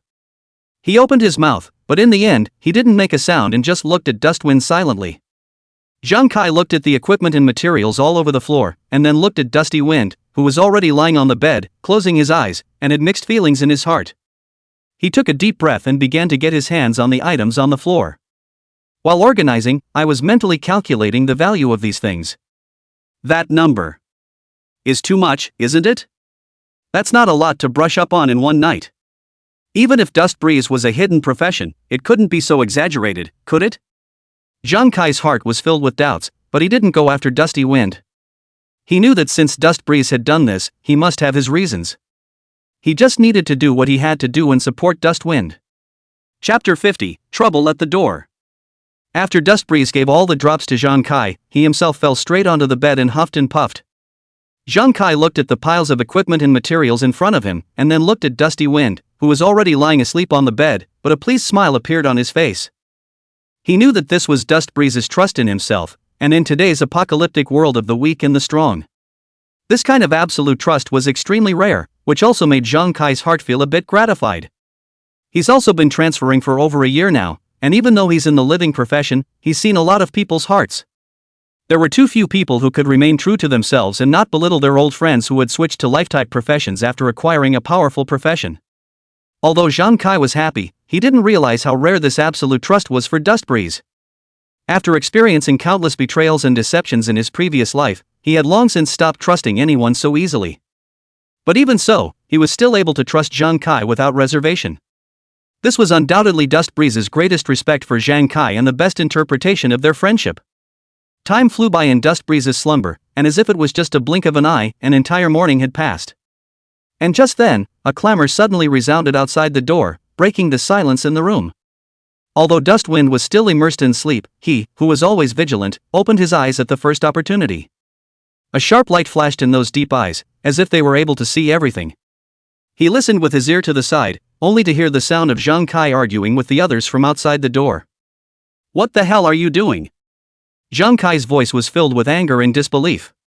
Since you guys are here to ask Little Wind to team up, you should at least wait until he's free. He practiced late yesterday and is still resting. Zhang Kai tried hard to keep these people out and protect Dusty Breeze's break. Just then, an unfamiliar man's voice rang out, his tone filled with arrogance and disdain. It's his honor that Our Lady is willing to find him a team. How is he entitled to rest? Get out of the way quickly. Otherwise don't blame us for being rude to you. These arrogant and domineering words caused Zhang Kai's anger to increase. Who are you going to be rude to? Right at this moment when the swords were drawn, Dusty Wind's voice suddenly rang out, as cold as ice, instantly causing the surrounding air to freeze for a few moments. The door to the room had been opened at some point, and Dustwind was leaning against the doorframe, coldly looking at the few people in front of him. His deep eyes shone with an icy cold light, as if they were able to penetrate the heart. Do you still dare to make a move against life-class professionals within the main city? Dust Breeze's voice was not loud, but it was full of intimidation. You're afraid you've lived a long life? At this moment, outside the door, the two men in heavy armor, hearing Dustwind's icy words with questioning in them, their faces immediately became even more ugly, as if they had been greatly insulted. One of them was even more furious, his fists were clenched tightly, and the bone joints made a clicking sound because of the force, as if he was going to rush up and tear Dustwind into pieces in the next second. So what if it's the main city? You think we're afraid of you? Believe it or not, we. The two men gritted their teeth, their voices low and hoarse, as if squeezed out from the depths of their throats, full of threats. However, before they could finish their words, they were interrupted by a clear female voice, as pleasant as a clear spring, but with an unquestionable majesty. Shut up! If you scare him off, I'll throw you out to the beasts. This voice was like a thunderbolt exploding in the ears of the two men, causing them to instantly come to their senses, and their original arrogance was instantly extinguished, as if they had been doused with a pot of cold water. It was then that the two men snapped to the realization that the teenager in front of them, who appeared to be lazily leaning against the doorframe, was the target of their trip. A flash of panic flashed in their eyes, and they hastily collected the anger on their faces and replaced it with a stiff smile, only the smile looked worse than crying. Zhang Kai stood at the side, looking at the dramatic scene in front of him, his heart filled with worry as he stared closely at the two heavily armored men, fearing that they would suddenly rise up and lash out. Crazy, watch out. These guys are afraid that they're not coming from a good place. Zhang Kai lowered his voice, his tone filled with vigilance and worry. He knew that Dustbreeze was strong, but the other party was after all outnumbered and none of them seemed to be good. Dusty Wind nodded slightly, signaling Zhang Kai to rest assured, and his deep eyes flickered with a hint of essence, as if he had long since gained insight into everything. Don't worry, I know what I'm doing. Dustwind's voice was calm and indifferent, as if everything was under control, giving people an inexplicable sense of security. Afterward, Dustwind's gaze fell on the young girl who had spoken out to stop the two. The young girl stood behind the two of them, wearing a long lavender dress that outlined a delicate figure, and a head of long black and shiny hair like a waterfall draped over her shoulders, lining her skin even more than snow. Her features were delicate and picturesque, with a hint of a young girl's delicacy between her eyebrows, but more than that, she had an innate nobility and arrogance, as if she were a queen high above the world.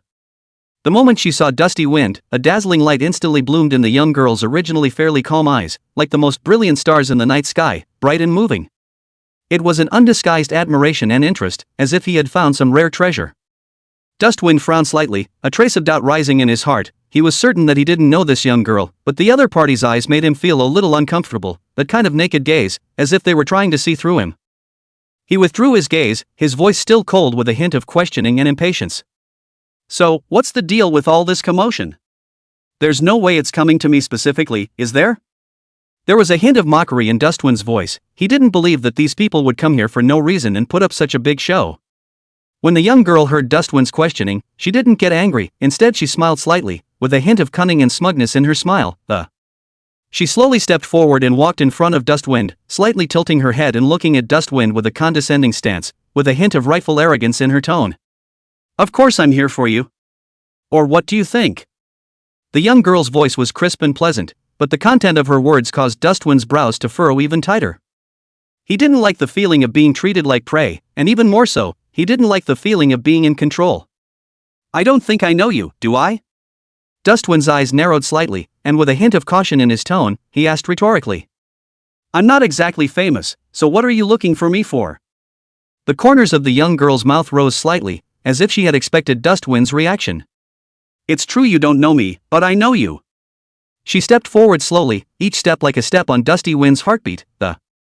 And you're famous, not to mention the fact that you brought that guy surnamed Su to set a new record for clearing the hell-level novice mystic realm. Just your 200 talent points that broke the talent record within 100 years in the Jiangnan province was enough to make a lot of people take notice of you.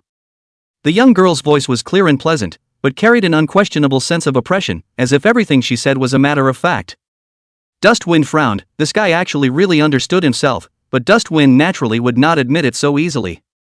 200 talent points I recognize, but setting a new clearance record is none of my business. Dustbreeze's tone was flat, as if he was stating a fact that had nothing to do with him. Jin'er is an SS-ranked professional, and she's the one who brought me to refresh my chances. I'm just an ordinary milkmaid.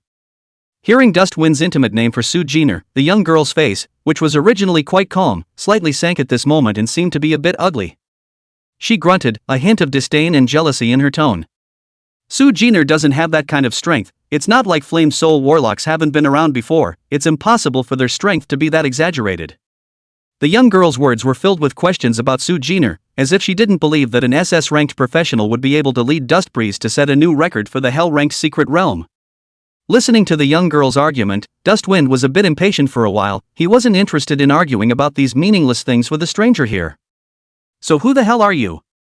Dustwind directly interrupted the young girl's words, with a hint of impatience and urgency in his tone. Just say what you have to say, okay? I don't have that much time to spend with you. All he wanted to know now was the true purpose of this young girl and what she really wanted to do. When the young girl heard this, her willow brows slightly knitted, obviously extremely displeased with Dustwind's insensitive attitude. She snorted coldly, a hint of oppression in her voice. This young lady isn't like that trash Su Jin'er, who doesn't even know about the particulars of your profession. I know the peculiarities of the reply warlock, and that little trick of yours can be hidden from others, but not from me. The young woman paused, a glint of shrewdness in her eyes, and a confidence in her tone that she was in control of the situation. There is naturally a reason why this young lady has personally come to find you. The purpose is to give you a chance to soar. With that, the young girl gently clapped her hands, signaling the guards beside her to come forward. The two guards beside her immediately understood. One took out a set of flowing equipment from his backpack, while the other took out a scroll that emitted a faint glow. The equipment was a dazzling golden color, with intricate patterns carved on it, and at a glance, it was no ordinary item, and it faintly emitted a powerful fluctuation of magic power. The scroll, moreover, was permeated with a mysterious aura that made people unable to resist wanting to find out what was going on.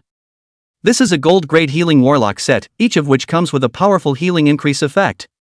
The young girl pointed at the set of golden equipment with a hint of bragging in her tone. There's also this one, ranked skill scroll Fountain of Life, capable of significantly increasing your healing ability and comes with a group healing effect. She paused, her eyes locked on Dustwind as if she was trying to see through him. I know, the reply warlock has the ability to alienate all support skills though, and even has a chance to give birth to an attack effect after alienation. However, as far as I know, reply warlocks don't automatically acquire any secondary skills in the later stages, except for the healing skill they comprehend at the very beginning. There was a certainty in the young girl's voice, as if she was extremely confident in her source of information. She raised her chin slightly and looked at Dustwind with a condescending stance. So, it's undoubtedly a huge waste for you to have an empty powerful talent but no skills to match it. As long as you join this young lady's team now, you'll never go help Su Jin'er again, and obediently be this young lady's subordinate. The young girl's voice carried an unquestionable tone of command. This young lady will then provide you with countless auxiliary skills and equipment, and give you glory and riches that you will never earn in your lifetime. She paused, a smug smile curling the corners of her mouth. Oh yeah, plus introduce yourself. My name is Lin Yikan, the Lin from the Lin family in Kyoto. Chapter 51, You're a milkmaid who wants to fight me alone? Oh yeah, plus introduce yourself. My name is Lin Yikan, the Lin from the Lin family in Kyoto. Lin Yikan deliberately emphasized the words Kyoto Lin family, with a tone that carried a sense of superiority and arrogance that was hard to hide. It was as if just reporting the name was enough to make everyone bow down to her. The Lin family in Kyoto? Dustwind's eyebrows twitched slightly. This name was as good as thunder. In the entire Dragon Country, the top two families, the Su family and the Lin family, were facing each other. However, the Su family has always been steadily over the Lin family, which also makes the Lin family to calculate, just to surpass. And Su Jin'er is the pearl of the Su family in Kyoto. Dusty Wind's gaze fell on the haughty young girl in front of him, and he softly repeated, the linehan of the Kyoto Lin family? This name, he had also heard of it in his previous life. It was just that, very different from Su Jin'er, who had ascended to the top of the Blue Star. Linehan, and even the entire Lin family, had chosen to betray when the tribulation of extinction came. They defected to the other world and became the target of the Blue Star humans' verbal attacks, being nailed to the pillar of shame. Never would I have thought that, reborn in a new life, this Lin family's eldest lady would personally come to his door and presume to take him as her subordinate? It's just a big joke. Whether it was Lin Yikan's lofty stance or his bone-deep loathing of the Lin family, it was all destined that he would never become a traitor to the Lin family, much less be associated with it. Dustwind gazed at the confident Linehan in front of him, but a cold smile spread in his heart. She may actually know about the specialness of replying to warlocks, but she doesn't know herself. Even if this profession couldn't automatically acquire skills, with his talent, wouldn't it be easy to copy other auxiliary skills? Why would he need charity from others? Excuse me. Dustbreeze didn't even think about it and bluntly refused. I'm not interested. It's crisp and clean, without the slightest hint of a drag. Linehan obviously did not expect Dustwind to refuse so dryly. A trace of dismay flashed across her delicate face, which was then replaced by annoyance. Her willow eyebrows rose up, and her eyes, which were already a bit arrogant, were even sharper like knives at this moment. You. Linehan took a deep breath and forced down the anger in her heart. She tried to make her voice sound calmer, but the slightly trembling tail end of her voice still gave away her mood at the moment. You. How dare you reject this young lady? Linehan's voice was so sharp that it almost pierced her eardrums. She stared at Dustwind with a deadly stare, her delicate face twisted with anger, as if she were an enraged lioness. In her knowledge, in the entire Dragon Kingdom, no one had dared to refuse the good intentions of her Lin family's eldest daughter. No one in the Dragon Kingdom dares to reject this lady yet. Linehan gritted her teeth, every word seemed to be squeezed out from between her teeth, carrying a bone-chilling chill. She waved her hand violently, pointing at the two men in heavy armor beside her, and snapped, "You too. Give me a hard lesson on this guy. Let him know what happens when he disobeys the Lin family." Linehan's voice echoed in the empty streets, carrying an unquestionable majesty and cruelty. Those two men in heavy armor stood behind Linehan like two iron towers. They were stout and muscular, exuding a brawny aura all over their bodies. Hearing Linehan's order, a bloodthirsty glint flashed through the eyes of the two men, and they answered in unison, "Yes. Miss." Before the words fell, the two of them were like two fierce beasts out of their cages, taking heavy steps and charging towards Dustwind. Each step seemed to step on the earth, emitting a dull sound that shocked the heart. Seeing this, Zhang Kai's face instantly turned white.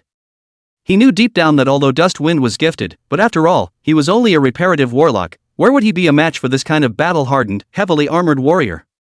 3 bits. There's something to talk about. Let's talk about it. Zhang Kai hurriedly stepped forward and tried to dissuade them, a hint of trembling in his voice. He stretched out his hands and tried to block in front of those two heavy armored warriors, anxiety and worry written all over his face. Don't hurt the peace. However, those two heavy armored warriors simply ignored Zhang Kai's dissuasion, and they only had dust breeze in their eyes, as if he was their prey. One of them even showed no mercy, directly lifting up his big feet wearing heavy combat boots and viciously kicking towards Zhang Kai. If this kick was solid, with Zhang Kai's small body, I'm afraid that he would be seriously injured without dying. Just in the nick of time, Dustwind's brows instantly tightened as a cold aura flashed across his eyes. His figure shifted, and his entire body appeared in front of Zhang Kai as abruptly as if he had moved in an instant. Swish! Almost at the instant that the heavily armored warrior's foot was about to kick Zhang Kai, Dust Breeze's hand had already steadily grabbed the opponent's ankle. That heavy armored warrior only felt a huge force coming from him, making him unable to move at all, as if he was firmly clamped by an iron vice. His face changed, and an ominous premonition surged in his heart. "What are you doing?" Dustwind's voice was cold and low, as if it was a demonic voice from hell, sending shivers down one's spine. He raised his head and his gaze was like a sword, staring deathly at the heavily armored warrior. "Do you really think I'm afraid of you guys?" Dust Breeze's voice was not loud, but it carried an unquestionable intimidation. That heavy armored warrior was intimidated by Dustwind's aura, and for a moment, he was actually a bit speechless. He had originally thought that Dustwind was just a weak and bullying milkmaid, but he did not expect his opponent to be so tough. You milkmaid, are still not afraid?" The heavy armored warrior forced himself to stay calm and tried to use words to hide the panic inside. He grinned, revealing a mouthful of yellow teeth, a hint of mockery and disdain in his smile. "Do you really think you're already invincible just because Miss said you're special?" The heavy armored warrior spoke as he tried to break free from Dustwind's bonds. However, the harder he pushed, the more he felt Dustwind's hands were like iron hoops, firmly locking his ankles, making it impossible for him to move the slightest bit. The heavy armored warrior's face gradually turned red, veins rippled on his forehead as he struggled desperately, but he was never able to get out of Dust Breeze's control. A wave of fear began to well up in his heart, and he realized that this seemingly harmless milkmaid in front of him was not as simple as he thought. Dust Breeze looked coldly at the heavily armored warrior without a ripple in his eyes. "We are still in the Dragon Kingdom today, so it's best to follow the rules of the Dragon Kingdom." Dustwind's voice was still cold, but there was a hint of playfulness in his tone. "Since you guys want to play, then I'll play with you." With that, Dust Breeze violently let go of his hand. The heavily armored warrior was caught off guard, and his entire body lost its balance, falling backward and landing hard on the ground. Bang! With a muffled sound, the heavily armored warrior fell in a sorry state. He struggled to get up, but he felt a sharp pain all over his body, and was unable to move for a while. At the same time, Dustwind's mind moved, and the system panel instantly appeared in front of his eyes. Without hesitation, he selected an option, and in the next moment, a battle invitation was sent out. Invitation to battle sent. Please wait for confirmation. This sudden scene caused the three people present to freeze. Invitation to battle? This is the only legal way to engage in combat in the main city. Battles could only be fought if both parties agreed. Even the brutal rule of unlimited life and death could be set. The two heavy armored warriors looked at the battle invitation panel that suddenly appeared in front of them and froze for a moment, then burst into earth-shattering maniacal laughter. Ha ha ha ha ha ha ha. Their laughter was filled with mockery and disdain, as if they had heard the world's funniest joke. You milkmaid. Even want to fight me one-on-one? One of the heavy armored warriors laughed so hard that he could barely catch his breath. He pointed at Dustbreeze and laughed so hard that tears were coming out of his eyes. It's so funny. Ha ha ha ha ha. Another heavy armored warrior also bent over in laughter as he slapped his thighs as if he had seen a great joke. You really don't know how to spell death. Ha ha ha ha ha ha. Worthy of being a special profession, reply Warlock. I'm so scared. Oh. Oh? Scared? Don't you dare? Dusty Wind asked with a cold smile, the corner of his mouth curling into a mocking arc. You said who wouldn't dare? A mere auxiliary professionist, how dare you be arrogant with us warrior class professions? One of the heavy armored warriors roared angrily, spittle almost spraying onto Dustwind's face. As he spoke, he was about to click to accept the battle invitation. However, his finger stopped just before he touched the accept button. He stared wide-eyed and deadpan at the battle invitation panel in front of him, as if he had seen something unbelievable. Another heavily armored warrior also noticed something was wrong and came over to take a look, and froze as well.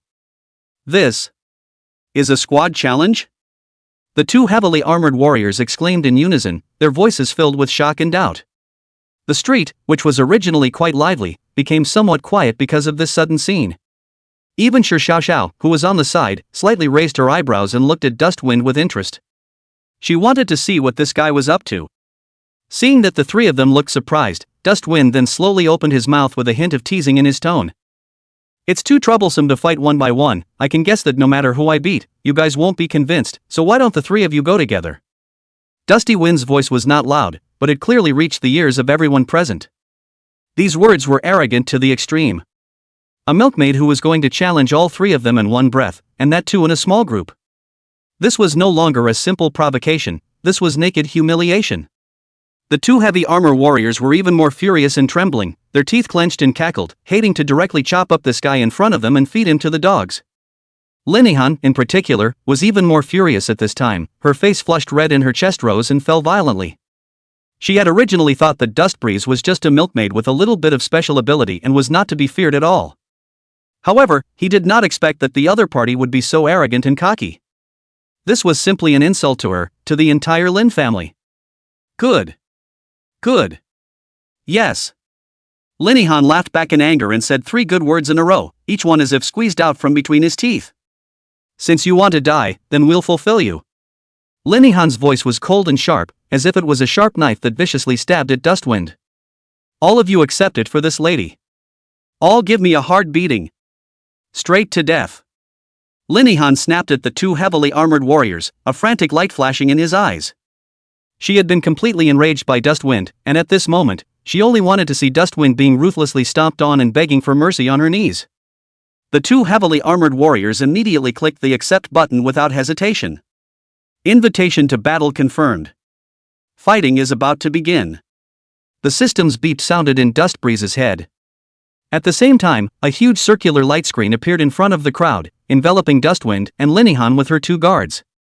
This was the battle boundary, within which both sides could fight to their heart's content without any impact on the outside world. Kid, you'll pay for your arrogance. A heavily armored warrior said with a sardonic smile, moving his wrists with a clicking sound. I'll show you what it means to be a true warrior. Another heavily armored warrior also said viciously, drawing a huge battle axe from his back, the blade of which shone with a cold light. Dustbreeze looked at the 2 imposing heavy armored warriors in front of him, but there was no trace of fear on his face. He slowly raised his right hand, and the star staff in his hand emitted a faint starlight. Come on, show me what you can do. Dust Breeze's voice was calm and indifferent, as if he was describing an insignificant matter. His eyes were deep and dark, making it impossible to tell what he was thinking. But under this calm appearance, what is hidden is incomparable confidence and killing intent. Chapter 52, Do you give a pair of glove shields? The movements of the two heavy armored warriors did not pause for a moment, and the moment the battle boundary was formed, they were like two furious rhinoceroses, one on the left and one on the right, charging towards Dust Breeze. Boom! Boom! The heavy footsteps shook the ground slightly and rolled up a gust of dust. One of the heavy armored warriors leaped high into the air, and the huge axe in his hand carried the sound of harsh winds as it slashed down on his head, as if it was going to split Dust Breeze in two. The other man swung his fist, which was wrapped in thick metal gloves, and with a sharp whistling sound, he headed straight for Dust Breeze's face. Linihan stood at the edge of the boundary, the corner of his mouth hooked into a cruel sneer, his eyes filled with pleasure. As far as she was concerned, Dustwind was dead. Faced with two heavily armored warriors in a pinch, it was impossible for any nurse to survive. What's more, these two heavy armored warriors were experts carefully trained by the Lin family, specially sent to protect her and bring him to practice, with a level as high as level 15, and their strength and equipment far exceeded those of the same professionals of the same level. Die, punk! Linihan cursed viciously in her heart. In the face of this ferocious attack, Dust Breeze's expression remained calm. He didn't even blink. Just at the moment when the giant axe was about to strike the top of his head and his fist was about to hit his face, Dust Breeze moved. He gently raised the star staff in his hand. The star staff gently swung, drawing an elegant arc in the air. There are no brilliant light effects or deafening booms. But it was this seemingly light swing that blocked the heavy armored warrior's huge axe and fist with unparalleled precision. Clang! Clang! Two crisp sounds of gold and iron striking each other echoed in the air like music. The two heavy armored warriors only felt a huge force coming from their weapons, shocking their tigers' mouths, their arms trembled, and their bodies involuntarily stepped backward. Their eyes were wide with disbelief. How is this possible? A milkmaid who had used a staff to block the full force of two of their heavily armored warriors? And it shook them back? This simply turned their perceptions upside down. The smile on Linihan's face also froze, the curve of her mouth still maintained its upward posture, but her eyes became stunned and blank. What did she see? She saw two heavily armored guards she was so proud of, being blocked with a staff by what she saw as a waste of a milkmaid? This is impossible. Linihan muttered, her voice filled with questions and disbelief. She couldn't accept the fact that what was in front of her was completely beyond her comprehension. Dust Breeze wouldn't give them time to be shocked. The moment he blocked away the attack, the star staff in Dustwind's hand was like a spirit snake coming out of its hole, transforming into a trail of shadows and slamming towards the two heavily armored warriors. No skills were used. Just purely physical attacks. But it was this seemingly ordinary physical attack that contained a terrifying power. Bang! A muffled sound. The star staff slammed hard into the chest of a heavily armored warrior. 1,500. A bright red number floated up from the top of the heavily armored warrior's head. The damage, it's shocking. Ha! This nigga! The commotion they made had long drawn many people's microscopic attention. After all, cutting PKs within the city was too rare. Seeing this scene, the few onlookers from other departments were all dumbfounded. A nursemaid, smashing people with her staff and dealing 1,500 points of damage? That's still a heavily armored warrior. What a heavily armored warrior with super high defense. This is simply higher than the damage of these output professions of theirs. Is this still a ING milkmaid? It's like a humanoid Tyrannosaurus Rex. The heavy armor warrior who was smashed was even more like a lightning strike. He felt as if his chest had been hit by a high-speed truck. The pain was incomparable. He looked down, only to see that the heavy armor on his chest had dented down a large chunk, and his blood bar, even more so, had instantly dropped by a large margin. If he wasn't a heavy armored warrior who was long on defense and blood, he was afraid that this stick would already be gone. How is this possible? The heavy armored warrior's voice was filled with horror and disbelief. He couldn't understand how it was possible for a milkmaid to have such a terrifying physical attack power. The other heavy armored warrior also reacted, and he roared with fury as he wielded his giant axe to slash towards Dustbreeze once again. Go to hell! He poured his entire body's strength into this axe, vowing to cleave Dustwind in half. Dustwind's eyes went cold, and the star staff in his hand swung once again. Bang!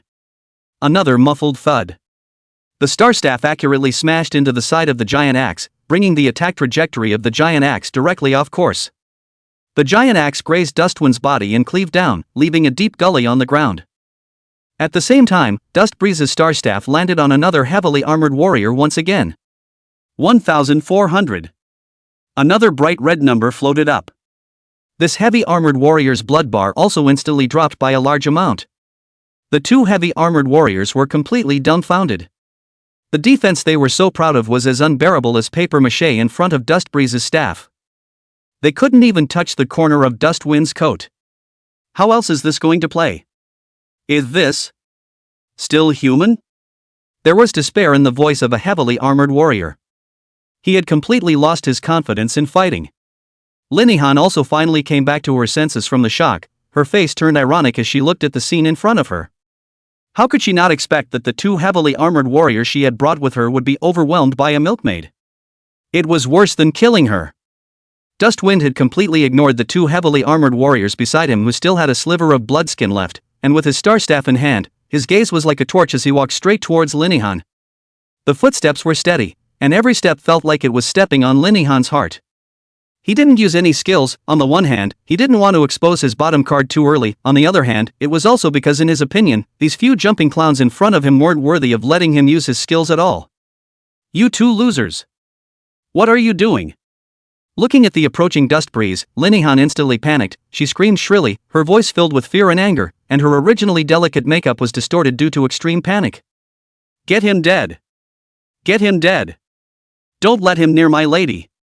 Linehan could no longer care about any elegant demeanor. She took her own longbow from behind her back with her hands in a hurry and pulled the bow and arrows. Her movements were hasty and messy, obviously already in disarray. The longbow was emerald green in color, with exquisite patterns carved on the bow, faintly emitting faint magic fluctuations, and was not a mortal product at first glance. As a possessor of an S-rank profession elf hunter, Linehan's archery skills were naturally not bad. Whoosh! Whoosh! Whoosh!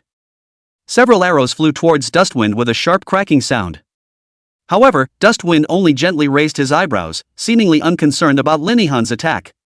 He didn't even pause for a moment as he casually shook the star staff in his hand, and all of the arrows were blocked by the Dustwind, while a dazzling light lit up above the staff. Rather forgetting that you're an S-rank elf hunter as well. Dustbreeze's voice was still calm, but it carried a faint hint of mockery. In the next moment, a stream of light shot out from the star staff, so fast that it was almost impossible to capture it with the naked eye. Linehan only felt a flash of light before her eyes, and the stream of light had already arrived in front of her.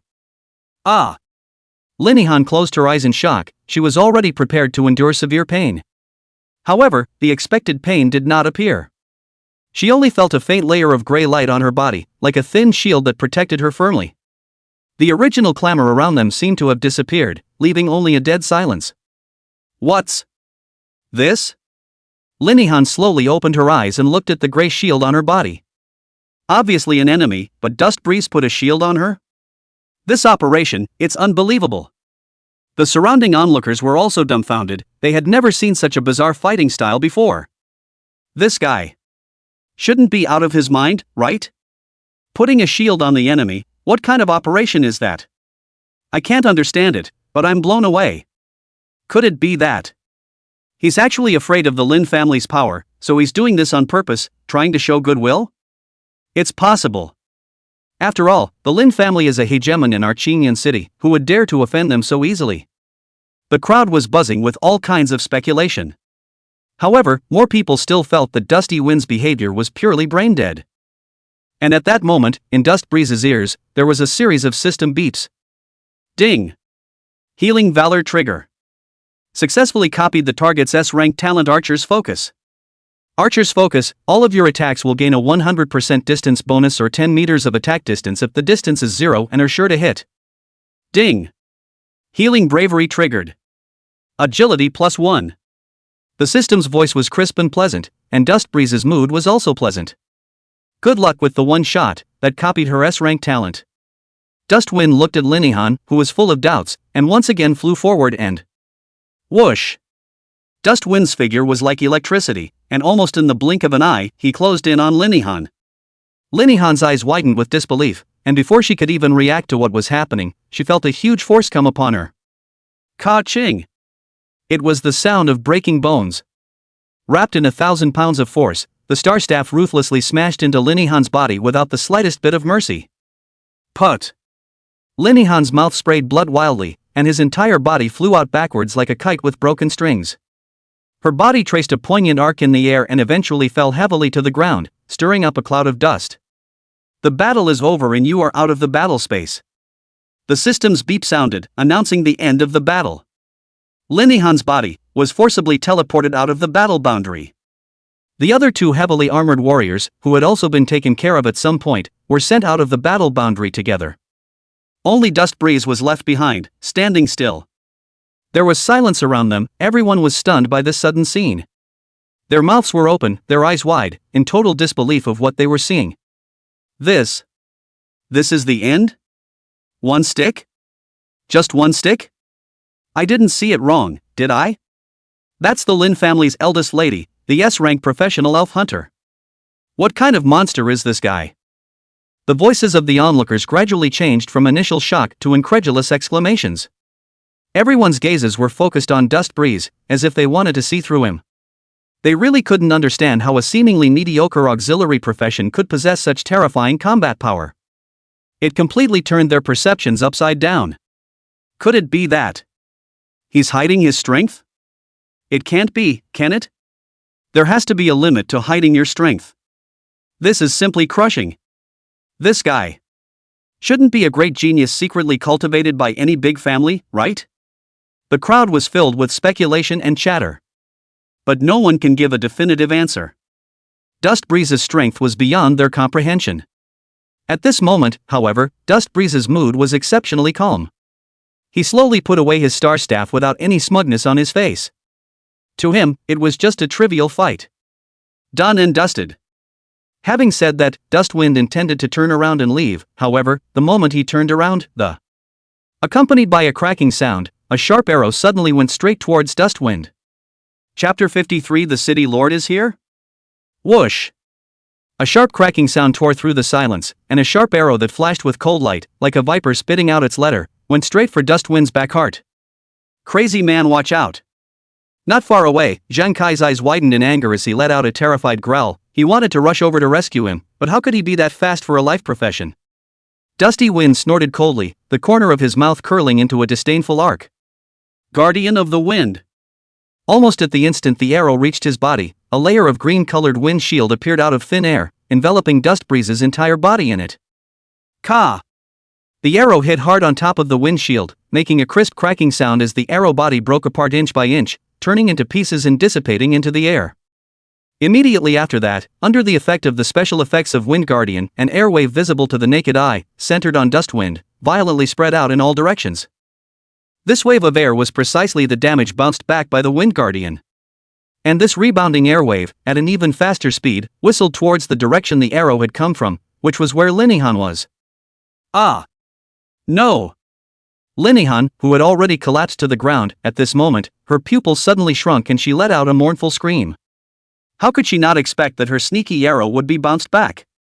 What made her even more desperate was that because of the PK lost just now, her current state was extremely poor, her life value hadn't recovered much, and she simply couldn't withstand the attack that bounced back. This one would definitely kill her if it hit. Dustwind! How dare you? I'm the eldest miss of the Lin family. If you dare to kill me, the entire Yang city will be buried with me. Linihan's voice was sharp and twisted with deep fear and threat. She tried to use her family's power to shock Dustwind and buy herself a chance at survival. However, Dustwind's eyes did not fluctuate in the slightest, and were as cold as a 10,000-year-old piece of ice. He slowly raised his head and looked towards the figure that was about to be engulfed by the airwave. Just in the nick of time, a black shadow flashed like a ghost and blocked Linihan's body. The black shadow reached out his hand, and with a flick of his hand, he slapped the raging wave of air away. Phew! The airwaves dissipated and calm returned to the surroundings, leaving only the sound of Linihan's violent gasping and the sound of the surrounding people sucking in cool air. Miss, are you okay? A low, husky voice rang out with a hint of concern. Lin Yihan raised her head in shock, and when she saw the visitor, a flash of ecstasy sprang up on her originally pale face. "Uncle Wang! You're finally here!" There was a sob in her voice as if she had grabbed a lifeline. The one who was called Uncle Wang was a middle-aged man wearing a black power suit, tall and sturdy, with a cold face and eyes as sharp as a falcon. "All right? How can it be fine? Uncle Wang, if you hadn't come, I would have been killed by him. You must help me kill him. Take it out on me." Lin Yihan's voice was sharp and twisted, with a sense of celebration and strong resentment after the robbery. She tugged at the corner of Uncle Wang's coat with a deadly grip, as if she was afraid that he would leave. The man who was called Uncle Wang gently patted Lin Yihan's head, his eyes full of favor. "Okay, I'll help the lady out." His tone was flat, as if he were talking about something trivial. The middle-aged man slowly got up, his tall body was like a tower of iron, giving people a strong sense of oppression. He turned around and faced Dusty Wind, his eyes instantly becoming cold as a falcon staring at its prey. "To make a move against my Lin family's eldest miss, you already have a path to death. Pay the price for your recklessness." The middle-aged man's voice was low and hoarse, each word seemed like it was squeezed out from the depths of his throat, carrying a thick killing intent. At those words, Dusty Wind's complexion, however, did not change in the slightest. "No matter how small Yang City is, it's still the main city of the Dragon Kingdom, so it's fine to make a move. Do you guys really dare to kill someone?" Dust Breeze's expression was calm and his tone indifferent, as if he was stating a fact that couldn't be simpler. He slowly raised his head and swept his gaze over the group of people in front of him. There was not the slightest bit of fear in his eyes, only an indifference that saw through everything. "Humph, it's just a mole cricket, so kill it. Yang Cheng isn't so bad as to offend our Lin family for a mole cricket like you." The middle-aged man snorted coldly, his tone filled with disdain and arrogance. His eyes were grim, as if he had already viewed Dust Breeze as a dead man. In his opinion, Dust Breeze's life and death was just a matter of his words, not worth mentioning at all. The atmosphere instantly became tense and oppressive. The air around them seemed to have frozen, and all eyes were focused on Dusty Wind and the middle-aged man, waiting for the clash that was about to break out. Right at this moment, a neutral voice suddenly rang out, breaking the grave atmosphere. "Wang Xing. You've taken yourself too seriously, haven't you? It's just a dog of the Lin family." The voice was loud and majestic, carrying an undeniable aura. "Do you guys really think that there is no one in my Yang City? Let alone Dust Breeze. Even an ant. It's not something you can kill just because you say so." Before the words fell, an old man wearing a tang suit, with a stout figure and a tough face, his hair white but meticulously combed, walked over like a dragon walking in a tiger's footsteps. Every step he took was like stepping on one's heartbeat, making one feel involuntarily nervous. As soon as the old man's words fell, the originally tense atmosphere instantly underwent a subtle change. Wang Xing, that is, the middle-aged man in the black power suit, whose eyes were originally as sharp and full of killing intent as a falcon's, at this moment, it was as if the flames had been doused by a pot of cold water, and he instantly collected all his sharpness. His tall body leaned forward slightly, and his original stance, which was as upright as a javelin, became somewhat stooped. "Greetings to City Lord Gu." Wang Xing respectfully bowed to the old man, his voice low and humble, a far cry from his previous arrogant and domineering behavior that regarded human life as if it were grass. Although he was an expert hired by the Lin family, he was usually considered to be a bully in Yang City, and no one dared to mess with him. But he knew in his heart that he was ultimately just a helper of the Lin family, and to put it bluntly, a dog. He could rely on the Lin family's power to lord it over others. He could even disregard some of the smaller clans in Yang City, but he had to bow his head in the face of City Lord Gu. Because what City Lord Gu represented was not just him personally, but the official power of the entire Yang City, a reflection of the will of the nation. Not to mention that he was just a helper of the Lin family. Even if the Lin family's family head was present in person, in front of City Lord Gu, he would have to be respectful and would not dare to show the slightest bit of impudence. "Humph, Wang Xing, do you still have me in your eyes as the City Lord?" City Lord Gu snorted coldly, his eyes like knives, looking straight at Wang Xing, his tone filled with majesty and dissatisfaction. Although his hair was white, he was hale and hearty, his gaze was like a torch, and the aura emanating from his body made people dare not look directly at him. Fine beads of sweat oozed from Wang Xing's forehead, and he knew that City Lord Gu was truly angry. Gu City Lord rest his anger, the villain never had such intentions. "It's just that this kid made a move on my Lin family's missy, and I was in a momentary hurry, which is why." Wang Xing hurriedly explained, trying to put the blame on Dustwind. "Anxious? I think you're used to being a bully because of the Lin family's power. Do you really think you can cover the sky with one hand? City Lord Gu interrupted Wang Xing without mercy, his tone even harsher. Not to mention Dust Breeze, even if it's an ordinary person, it's not something you can kill just because you say so. City Lord Gu's voice was loud and clear, and every word was like a heavy hammer hitting Wang Xing's heart, causing him to feel a wave of suffocation. Yes, City Lord Gu is right to teach me a lesson, I know I'm wrong. Wang Xing nodded his head repeatedly, his attitude humble to the extreme. He knew in his heart that if he couldn't give City Lord Gu a satisfactory explanation for this matter today, he was afraid that it would be difficult for him to get out in one piece.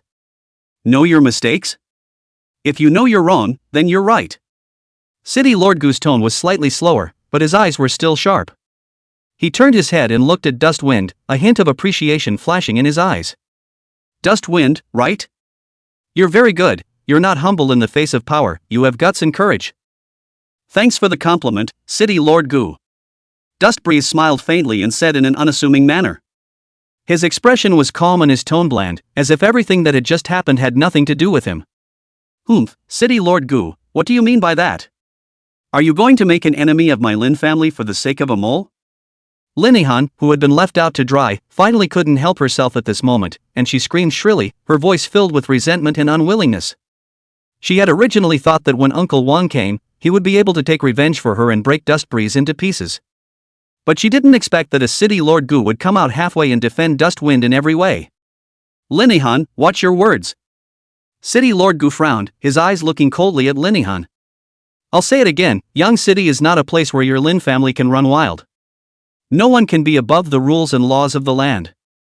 Let alone the fact that you're merely a little girl of the Lin family, even if your Kyoto Lin family head personally came. It wouldn't work either. Linihan was intimidated by City Lord Gu's aura and instantly didn't dare to speak anymore, but only stared at Dust Wind with spiteful eyes, as if she wanted to eat him alive. Seeing this, Wang Xing hurriedly stepped forward and blocked Linihan's body. He knew that although Linihan was the eldest miss of the Lin family, she was after all young and impetuous and did not know how to hold back. If she was allowed to continue, I was afraid that she would completely enrage City Lord Gu, and by then, things would be even harder to end. City Lord Gu, miss, she's young and ignorant, don't be ignorant with her. Wang Xing said in a low voice. Young and ignorant? I think she's so arrogant and spoiled that she really thinks she can be lawless. City Lord Gu snorted coldly, clearly having an extremely bad impression of Linihan. City Lord Gu, this matter today, it's our fault, I apologize to you on behalf of the young lady. Wang Xing took a deep breath and bowed. However, it is also true that this boy injured the young lady, you see. What do you want? City Lord Gu asked indifferently. This. Wang Xing was momentarily speechless. He originally wanted City Lord Gu to punish Dusty Wind, but now it seemed obvious that this was impossible. City Lord Gu, not only did this brat injure me, he also spoke out of turn and insulted my Lin family, you can't just let it go. Seeing that Wang Xing didn't speak, Linihan couldn't help but interject again. Shut up. Wang Xing let out a low gulp and glared fiercely at Linihan.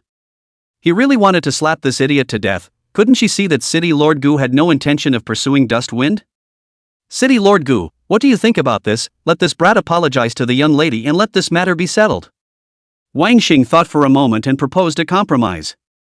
Apologize? Dusty Wind's voice was not loud, but it carried an unspeakable contempt, as if he had heard the world's funniest joke. If you're going to apologize, she should be the one to apologize to me, right? Other than that, it seems like she was the one who made the first move, right? I just used a shield skill on myself, what? When is protecting yourself a mistake? Wang Xing's face stiffened, he didn't think that Dust Wind would really not give their Lin family any face at all. In front of City Lord Gu, he didn't dare to make a move, but he couldn't bow down to a mole cricket. Chapter 54 Making a Scene? I'm not afraid. Dustwind looked at the two men's appearance and didn't bother to continue to tangle with them. I'm not interested in your apologies, and insincere apologies are meaningless, so just leave me alone in the future. Dusty Wind spoke lightly, without the slightest ripple in his tone, as if everything just now had nothing to do with him. He didn't even bother to glance at Linihan and Wang Xing. This kind of jumping clown was not worth his time. When Wang Xing heard this, his taut nerves finally relaxed, as if relieved. He was originally worried that Dust Wind would be unforgiving, but now it seemed that he had been overly concerned. In that case, we'll take our leave. Seeing that Linihan was about to open her mouth again, Wang Xing hurriedly interrupted her. City Lord Gu, we'll leave first and come back to visit another day. After saying that, he didn't give Linihan any chance to react, directly pulling her and leaving without looking back. That speed, it was faster than running for your life. Linihan struggled all the way, but she simply couldn't break free from Wang Xing's constraints, and could only let him drag herself away, with sharp cries and curses coming out of her mouth, only for the sound to become more and more distant, and ultimately disappear into the crowd. Dustwind looked at the backs of the two fleeing in a sorry state, and the corner of his mouth curved up into a faint arc. Only then did he turn around and look at City Lord Gu, who had been standing at the side, silent. He had to admit that this City Lord Gu's aura was very strong, and although his face was amiable, he exuded a kind of superior's majesty between his hands and feet, so that no one dared to underestimate him. Even though there was some doubt in his heart about City Lord Gu's act of coming to his aid, Dustwind still expressed his gratitude. Many thanks to City Lord Gu for relieving the situation. Dustwind owed his body slightly, his tone sincere. Regardless of what City Lord Gu's intentions were, at least he did help himself out of trouble just now. Hee, it's not considered a relief, this group of worldly children are really getting more and more licentious, we'll have to give them a good hammering some other day.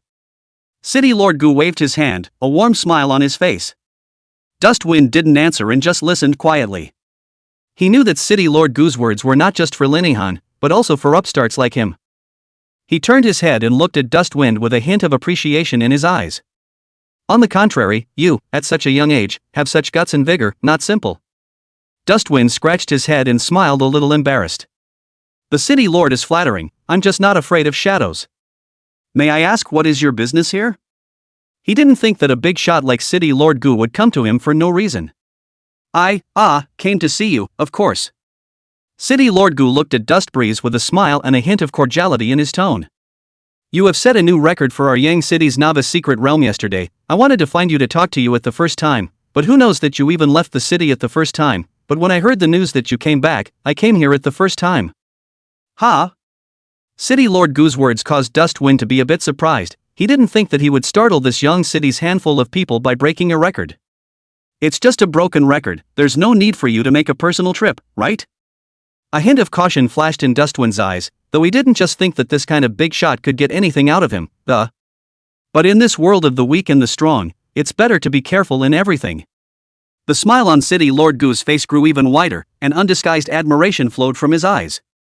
That's a hellish level copy you've passed through, and you're almost 30 minutes ahead of second place on a cliff, not to mention a team of only 2 people. A glint of essence flashed in City Lord Gu's eyes as he continued. Don't you dare try to use that girl Su Jin'er as an excuse. I'm still clear about how strong Flame Soul Warlock is. SS-ranked professions are indeed powerful, but even with the top-tier equipment, it's not possible to pass through that secret realm in such a short period of time. Dustwind was slightly stunned, not realizing that City Lord Gu knew so much about himself. He had originally wanted to use Su Jin'er's strong strength to cover it up, but it seemed that he couldn't hide it from this shrewd City Lord. From that perspective, the only thing that brings variance, then, is you little guy.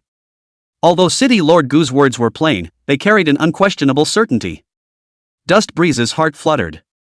He knew that he had really caught the attention of this young city powerhouse this time. City Lord is too kind, I'm just a bit lucky.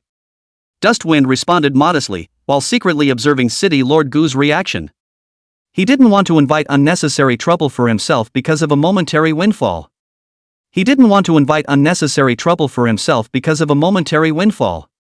Luck?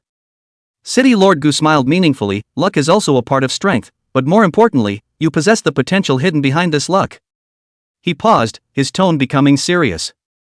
Young man, I hope you understand that in this world, talent and strength are important, but what's more important is how to use them. Dustwind nodded in agreement. City Lord Gu's words were both like a caution and an expectation. City Lord, I understand everything you said, and I will keep it in mind. Dustwind responded, with a sincere attitude. Aha! City Lord Gu nodded his head in satisfaction, and then his words changed, with a few moments of consideration in his tone. The big exam will start tomorrow, can you be sure to strive for a provincial scholar? When Dustwind heard the words, although he had complete certainty in his heart, he couldn't fill his mouth with words. He laughed nervously and scratched his head. You're joking, City Lord, I'm just a healing auxiliary, this first prize, how can it not be my turn? Dustwind's modesty, on the contrary, caused the look of satisfaction on City Lord Gu's face to increase. He stroked his beard and a glint flashed in his eyes. If that group of people from the Lin family can know the special features of the reply warlock, how could an old man like me not know?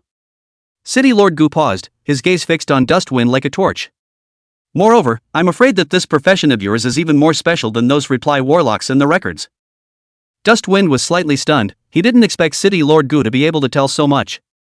After a moment of silence, he slowly spoke. I'm not sure what the City Lord means by that. City Lord Gu laughed out loud, his voice so loud that it shook Dustwind's eardrums slightly. Come with me, little one.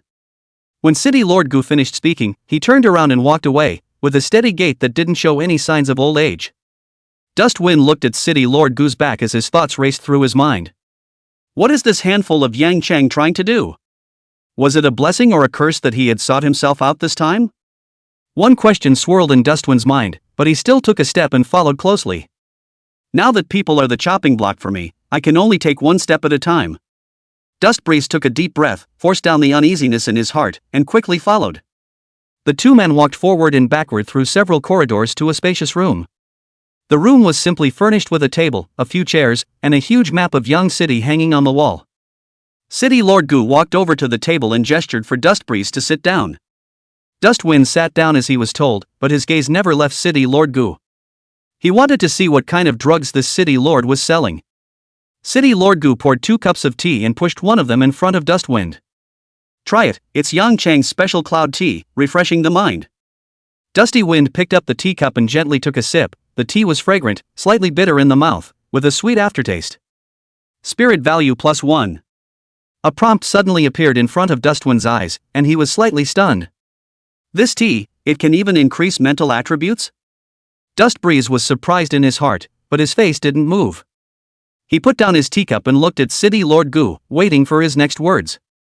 As City Lord Gu looked at Dusty Wind, a trace of appreciation flashed in his eyes. Good tea. Dustbreeze commented lightly in response. City Lord Gu laughed and didn't continue to dwell on this topic, directly turning his words around. Little fellow, do you know that this year's grand examination is different from previous years? Different? Dustwind raised his eyebrows slightly, a hint of doubt flashing in his eyes. Of course he knew that this year's big test was different because he was reborn right back from the future. But at the moment, he had to pretend he knew nothing about it. City Lord Gu nodded, and the smile on his face tightened for a few moments, replaced by gravity. That's right, this year's big test is very different from previous years. He paused, as if organizing his words. I can't tell you exactly how it's different right now, it's the rules. City Lord Gu's voice was low, with a hint of mystery. But what I can tell you is that this year's big test is going to be even more brutal and important. Dustbreeze listened quietly without interrupting. He knew that since City Lord Gu had taken the initiative to mention it, he would definitely finish his sentence. Sure enough, City Lord Gu took a deep breath and continued. This big test is not only about your personal future, but also about the future of our Yang City. His voice rose steeply with a hint of unspeakable pressure. Even, the future of the entire Dragon Kingdom is at stake. The future of Yang Chang? The future of the Dragon Kingdom? Dustwind muttered, his brows locked, his eyes filled with doubt and shock. He really couldn't connect a big exam for high school students to the future of Yang City or even the entire Dragon Kingdom. This was too much of an exaggeration, wasn't it? How did he not know about this in his previous life? Was he too trashy to be exposed to it at that time? City Lord Gu seemed to have seen Dustwind's doubts, and instead of directly explaining, he continued, I know that you have a lot of questions right now, but there are some things that are not suitable for you to know right now. I can assure you, however, that everything I've said is true. City Lord Gu's voice was low and strong, carrying an unquestionable majesty. Dustwind was silent. He knew that with City Lord Gu's status and position, there was no need to deceive himself. Just what is the secret hidden behind this? Jin'er is an SS class professional, is she not even considered a top talent?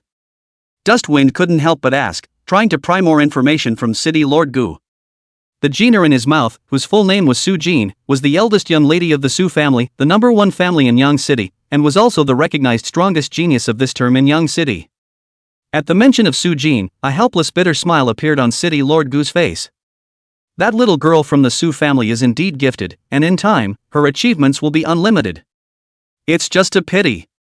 Gu City Lord shook his head and sighed. She is a member of the Su family in Kyoto and is not considered a member of our Yang city. Dust Breeze froze, and then remembered that although Su Jin'er grew up in Yangchang, she was indeed from the main lineage of the Su family in Kyoto. So, old man, I'm worried.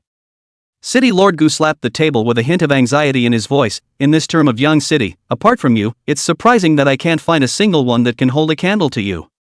So, will you help me? City Lord Gu stared at Dust Wind with a burning gaze, anticipation in his eyes. This help won't make any difference to you. You'll be doing all you can to deal with the big test anyway whether I ask for it or not, but I'd still like to invest a little in you as a rising star. Thoughts raced through Dust Breeze's mind. City Lord Gu's meaning was obvious. He hoped that Dusty Wind would be able to fight for Young City's glory in this great examination. His so-called investment was obviously a gesture of goodwill towards Dust Wind, and a kind of solicitation. Investment? Dust Wind raised his eyebrows, a playful smile appearing at the corner of his mouth. You mean if I accept your investment, I have to join the Gu family? In Dust Wind's perception, a big shot like City Lord Gu was bound to have a huge family power behind him. When he proposed investment, it was mostly because he wanted to recruit Dust Breeze under his command. When City Lord Gu heard this, he first froze, and then laughed out loud, his voice so loud that it shook the entire room. You kid, you don't know anything about our Dragon Kingdom. City Lord Gu's laughter withdrew as he looked at Dust Wind, a hint of appreciation flashing in his eyes. Those of us who are city lords have no family or power, we represent only one, and that is the Dragon Kingdom. Chapter 55. A team arranged by the City Lord? Dust Breeze's pupils contracted slightly as his eyes moved away from City Lord Gu's face with a faint smile and landed on the cup of tea in front of him that had cooled slightly. On the surface of the tea, a circle of tiny ripples gently swept away, resembling the waves within his heart at the moment. Since you have no thoughts of recruiting me, is there something you've come to see me about specifically? Dustwind's voice was soft, but every word seemed to be well thought out, carrying a composure that did not fit his age. What kind of drug is this Lord Gu selling? If you don't have anything to offer, you're either a traitor or a thief. I've never heard of this in my previous life. Thoughts raced through Dustwind's mind as he tried to find clues from City Lord Gu's words. City Lord Gu did not answer immediately, but instead picked up his teacup and gently took a sip, seemingly savoring the aftertaste of the tea and seemingly weighing his words. It's just a matter of trying to improve your record. City Lord Gu put down his teacup, his tone casual as if he was talking about today's weather. But Dust Breeze knew that things were definitely not that simple. Improving political performance? Dustwind raised his eyebrows slightly and repeated himself, a hint of doubt and probing in his tone. You mean the big test? Dustwind's mind flashed, instantly connecting City Lord Gu's words with the future of Yang City and future of the Dragon Kingdom mentioned earlier. Ha! City Lord Gu let out a light laugh and nodded, a hint of bitterness that was hard to hide in the smile on his face. The results of each main city's grand exam are tied to the city's resource allocation, you should know that, right? Dustwind nodded, this he knew. The Dragon Kingdom had limited resources, and in order to incentivize the development of each city, resources were allocated every year based on the results of the grand examination. The better the grades, the more resources you get, and vice versa. We, Yangchang, have been at the bottom of the grand examination for several years in a row. There was a hint of helplessness and exhaustion in City Lord Gu's voice as he said slowly, each word like a boulder weighing on his heart. Resources are getting scarcer every year, and talent is withering away every year. He raised his head and looked at Dustwind, his eyes filled with complex emotions. What's more, this year's big test is much more important than any previous year. So, no matter what, I need a seed, a hope. City Lord Gu said, looking at Dustwind with anticipation in his gaze. Listening to these words, Dustwind also understood the reason why City Lord Gu was looking for his meaning. After pondering for a little while, he once again opened his mouth in doubt, however. City Lord, isn't it a bit hasty of you to believe in my potential and talent just because of the secret realm breakthrough record for this one reason? The smile on City Lord Gu's face grew even wider, as if he had long predicted that Dustwind would ask this question, and he gently shook his head, a hint of mystery in his tone. Then naturally I have other sources to ascertain the information, as for what exactly? I'm sorry, I promised that person to keep it a secret, I can't tell you for now. Dusty Wind frowned as a hint of helplessness flashed in his eyes. This City Lord Gu, always speaking in half and leaving half, making one's heart itch, but there was nothing one could do about it. If it's just this kind of thing, there's no need for City Lord Gu to come and see me in person, right? What exactly do you want me to do? Dusty Wind bowed his head slightly, his fingers gently rubbing the rim of the teacup, a hint of helplessness and doubt in his tone. He still didn't understand what drug Lord Gu City was selling in this gourd. It doesn't really require you to do anything, it's just a squad for you. The smile on City Lord Gu's face grew even wider as he looked at Dustwind's thoughtful look, and he spoke slowly, his tone relaxed. Although they are not as powerful as you, they are still considered to be the talented newcomers who can barely hold their own among the transmigrators who are at the same time as you this year in our Yang City today. City Lord Gu paused, seemingly giving Dust Breeze time to digest. While there's still a day before the big test, you guys are just in time to brush up on your replicas and grind a little bit. As City Lord Gu said that, he took out a scroll and a staff directly from his system backpack and gently placed them on the table. The scroll was golden in color, with complex magical patterns drawn on it, emitting a faint glow. The staff, on the other hand, was made of an unknown metal, with a brilliant gemstone set on it that flowed with color, and was not a mortal product at first glance. This is a gold-level copy teleportation scroll, leveled at around level 15, and can be used twice. City Lord Gu pointed at the scroll and introduced it, then pointed at the staff. This, on the other hand, is a gold-grade staff specialized for healing professions. It's considered my investment in you, what do you think? When City Lord Gu finished speaking, he picked up his teacup and gently took a sip, with a hint of anticipation in his eyes as he quietly waited for Dust Breeze's reaction. Dustwind's eyes swept over the scroll and staff, his mind quickly calculating. Gold-level copy scrolls, this was a good thing. It couldn't be bought on the market at all, only the officials had them. A gold-level copy at around level 15, although the level might be slightly lower for him, the gain from the gold level would be enough to fill the gap. As for the gold-level staff.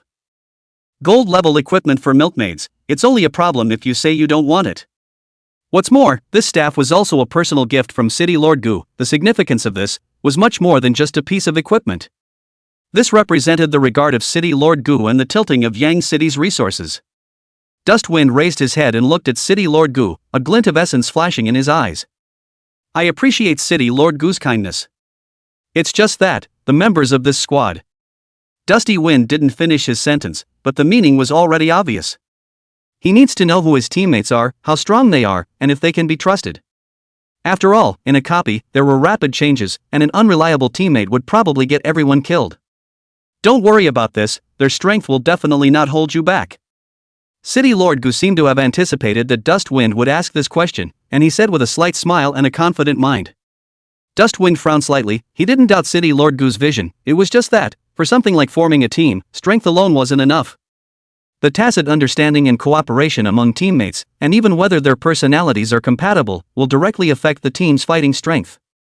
City Lord Gu, as you know, there are many dangers in the duplicates. If teammates can't trust each other and work together silently, it's easy to. Dusty Wind paused and didn't say the words to death, but the worry in them was already self-evident. City Lord Gu laughed, as if he had expected Dustwind to ask this question. You can rest assured of this, these few students I've selected are not only strong, but they are also, well, how should I put it, they are all young people with a lot of personality. As City Lord Gu spoke, there was a hint of playfulness in his tone. Between them, there may be some small friction, small conflicts, but this, on the contrary, can stimulate their fighting spirit and make them grow faster.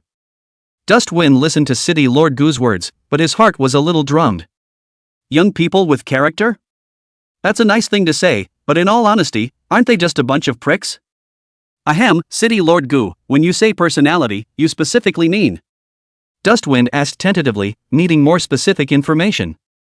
City Lord Gu smiled mysteriously and slowly spat out a few names. Lin Yuan, Li Wan'er, Li Guang, and Su Muqing. When Dustwind heard these names, his brows instantly furrowed into a Chuan character. Lin Yuan, Li Wan'er, Li Guang, Su Muqing. What kind of people are these? Lin Yuan, the son of the Lin family of Yang City, had good talent, but his character was extremely arrogant, with his eyes high above the ground and no one else in sight. Li Wan'er and Li Guang, a pair of siblings from the Li family in Yangchang. Li Wan'er has excellent talent and is a rare ice mage, but her character is extremely cold and unapproachable. As for Li Guang, he was the younger brother of that Li Guang from before, and with this matter of Li Guang in place, he would definitely not look at himself favorably.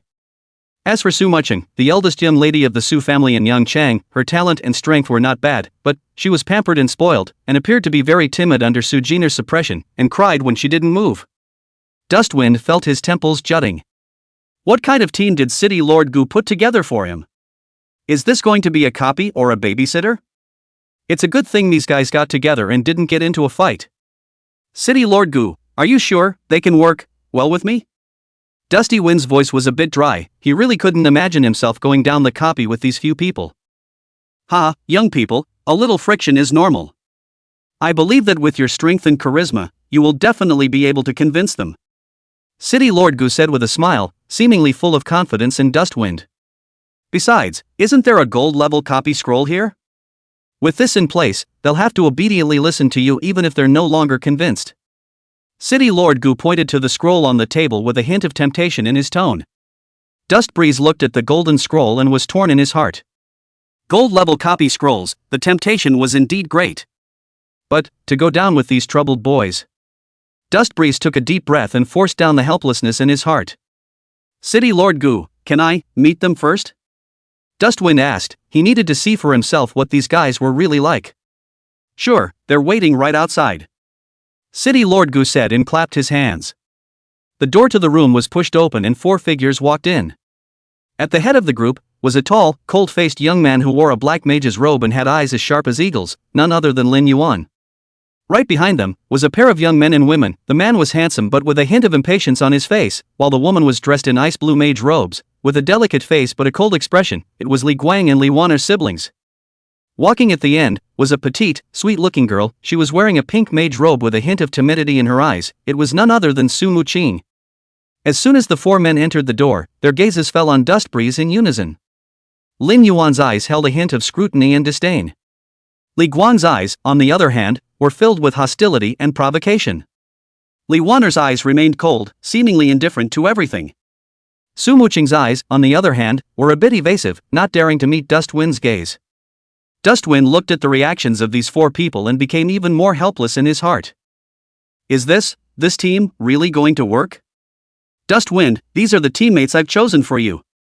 City Lord Gu smiled as he introduced himself. You guys, get acquainted too.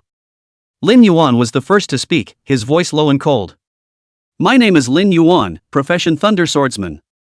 Li Wan'er, Frostwalker. Li Wan'er's voice was cool and sparing. Li Guang, Berserker. There was a hint of arrogance and disdain in Li Guang's voice. Su Jin'er, Yuan, Elemental Archer. Su Jin'er's voice was as thin as a mosquito fly, her head was buried low, hardly daring to look at anyone. Dustwind looked at the self-introductions of these 4 people and felt a wave of powerlessness in his heart. This team, is a disaster. Ahem, my name is Dustwind, and my profession, Reply Warlock. Dustwind Hardhead said. He already had a feeling that the next copy of the journey will be a bloody rain. Reply Warlock? Li Guang let out a snort when he heard Dusty Wind's occupation. City Lord Gu, you're not mistaken, are you? Didn't we all say we don't need assistance? Isn't that holding us back? Li Guang's voice was filled with skepticism and dissatisfaction. Although Lin Yuan and Li Wan'er didn't say anything, the expressions on their faces showed that they weren't satisfied with Dustbreeze's profession. Su Jin'er, on the other hand, still kept her head down, not daring to make any comments. Dustwind looked at the reactions of these few people, and a bitter smile ran through his heart. As expected, not surprisingly, these guys didn't give a damn about him as a secondary. Li Guang, don't be rude. City Lord Gu gulped lightly, stopping Li Guang's questioning. Dustwind's strength is far beyond your imagination. There are only benefits and no disadvantages for you guys to team up with him. City Lord Gu's words made Li Guang's face even more ugly. City Lord Gu, what you're saying is too exaggerated, isn't it? It's just a support, how powerful can it be? It's hard to believe, he can still be stronger than us combat professions? Li Guang's voice was filled with defiance.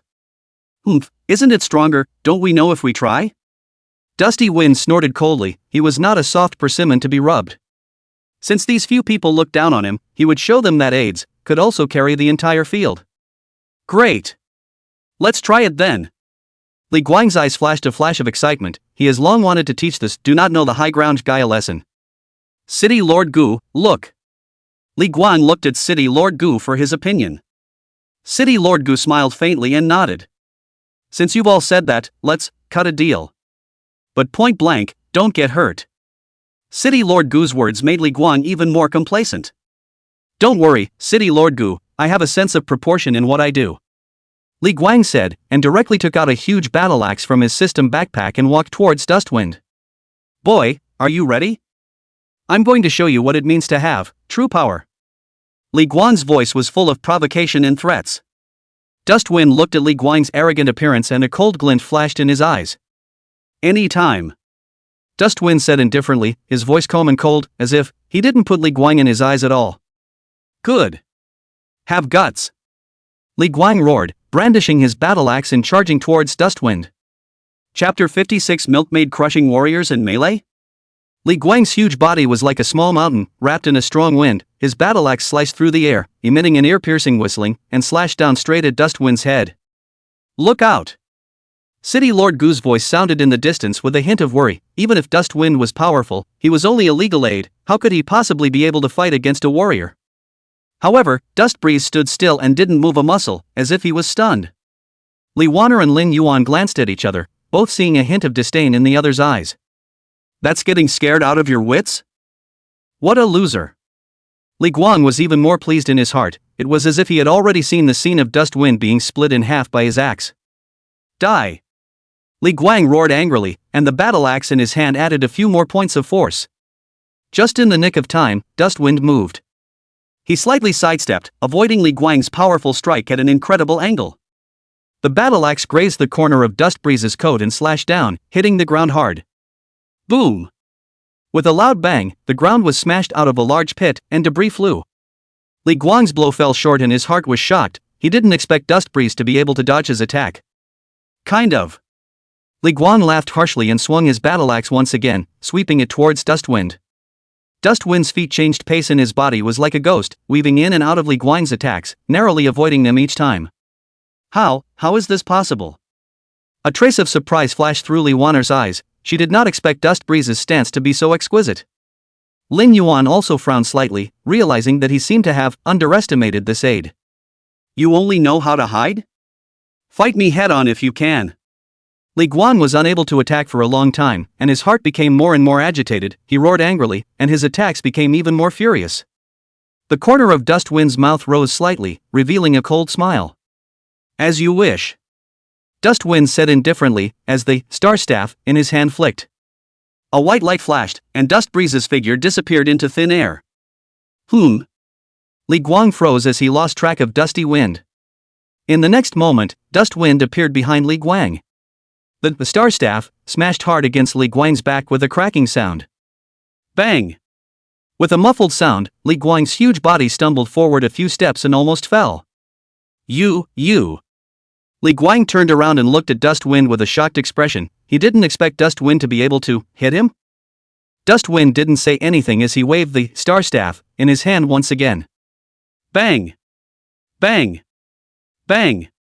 A series of muffled sounds rang out, and Li Guang was knocked back and forth, unable to fight back. Is this still an assist? Su Muqing's eyes widened in disbelief. Li Wanner and Lin Yuan were also completely shocked. They had never seen such a violent auxiliary. A hint of a smile flashed in City Lord Gu's eyes as he watched the scene in front of him. I told you, Dustwind's strength is far beyond your imagination. Li Guang was beaten and battered. The anger in his heart had burned to the extreme. I'll kill you! Li Guang roared, a powerful aura erupting from his body. Berserk! Li Guang roared as his body began to swell, his muscles gnarled, and his eyes became red. This is the Berserker's berserk skill? Li Wanner let out a cry of shock. She didn't expect Li Guang to be pushed to this point. Li Guang in his berserk state, his strength and speed will increase dramatically. Dustwind is in danger. Lin Yuan said in a deep voice, a hint of worry flashing in his eyes. Roar! Li Guang, who had entered a berserk state, let out a beastly hiss as he wielded his battle axe and charged towards Dustbreeze once again. This time, his speed was faster, his power was stronger, and his aura was even more appalling. Berserk Li Guang, like an out-of-control beast, the battle axe wrapped in a strong wind, whistling too. Dustwind's eyes narrowed slightly, without the slightest intention to retreat. He knew very well that facing an enemy in such a state, dodging would only put him in a more passive situation. The star staff turned gently in his hand, and the light on the staff became softer. Since you want to do it the hard way, let's do it. Dusty Wind's voice was soft, but it carried an unquestionable firmness. Li Guang's speed was extremely fast, and almost in the blink of an eye, he rushed in front of Dustwind. The battle axe brought with it the power of opening mountains and cracking rocks as it slashed down on his head. Dustwind did not dodge, and the star staff flicked upwards. Clang! A clear sound of gold and iron clashing rang out. To everyone's surprise, the star staff had blocked Li Guang's battle axe. Moreover, Dust Breeze's body did not move at all. A trace of shock flashed through Li Guang's eyes as he looked incredulously at the scene in front of him. How is this possible? An auxiliary that could use a staff to block his full-strength strike in his berserk state? Not only Li Guang, even Li Wan'er, Lin Yuan and Su Jin'er, who were watching the battle, all froze. They were completely unable to comprehend what was happening in front of them. A trace of appreciation flashed in City Lord Gu's eyes as he nodded slightly, as if he was not surprised by Dustwind's performance. The power is good, but unfortunately, it's too slow. Dust Breeze's faint voice rang out, interrupting Li Guang's thoughts. Li Guang came back to his senses, and the shock in his heart was quickly replaced by anger. He couldn't accept that he had been despised by a support. Roar! Li Guang once again let out a roar, his arms' muscles bulging and veins rippling as he poured his entire body's strength into his battle axe. The light on the battle axe grew even brighter, carrying an aura of destroying everything as it pressed down towards Dustwind once again. Too slow. Dusty Wind's voice sounded again, still so calm, so disdainful. Only a slight sway of his figure was seen, and the star staff traced a mysterious trajectory in the air. Bang! A muffled sound. The star staff hit Li Guang again, this time in his chest. Li Guang in his berserk state had amazing defense, but he still couldn't withstand Dustwind's attack. His huge body, like a kite with broken strings, flew backwards. Boom! Li Guang fell heavily to the ground, smashing a large pit. Dust and debris were flying. Ahem! Li Guang struggled to stand up, but he couldn't help but cough a few times, and a trace of blood spilled from the corner of his mouth. He looked up at Dustwind with disbelief and a hint of fear in his eyes. You. Li Guang, you half a day, but cannot say a complete sentence. He really couldn't understand how Dustwind, an auxiliary, could possess such a terrifying power. Li Wan'er and Lin Yuan glanced at each other, both seeing deep shock in the other's eyes.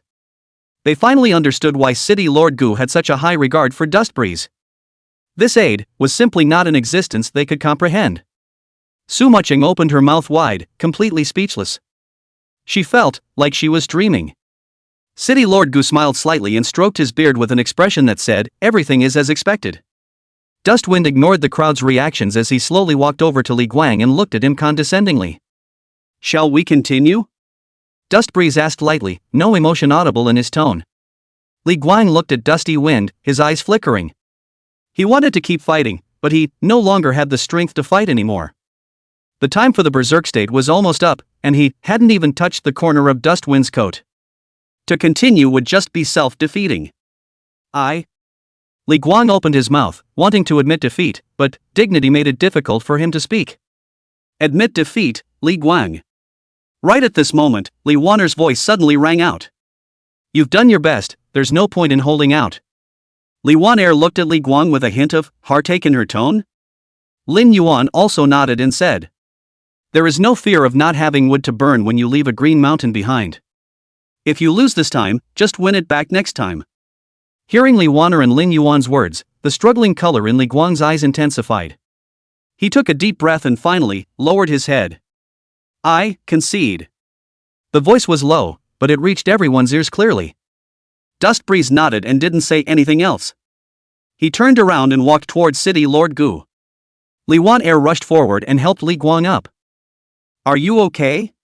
Li Wan'er asked with concern, her eyes filled with worry. Li Guang shook his head and didn't say anything.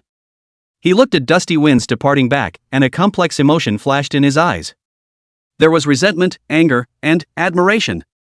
Lin Yuan walked over to Li Guang and patted his shoulder, comforting him. Don't be discouraged, Li Guang. That Dust Wind is indeed very strong. We all underestimated him. Li Guang nodded and remained silent. He knew that Lin Yuan was right. Dustwind's strength had far exceeded their imagination. It's not a bad loss this time.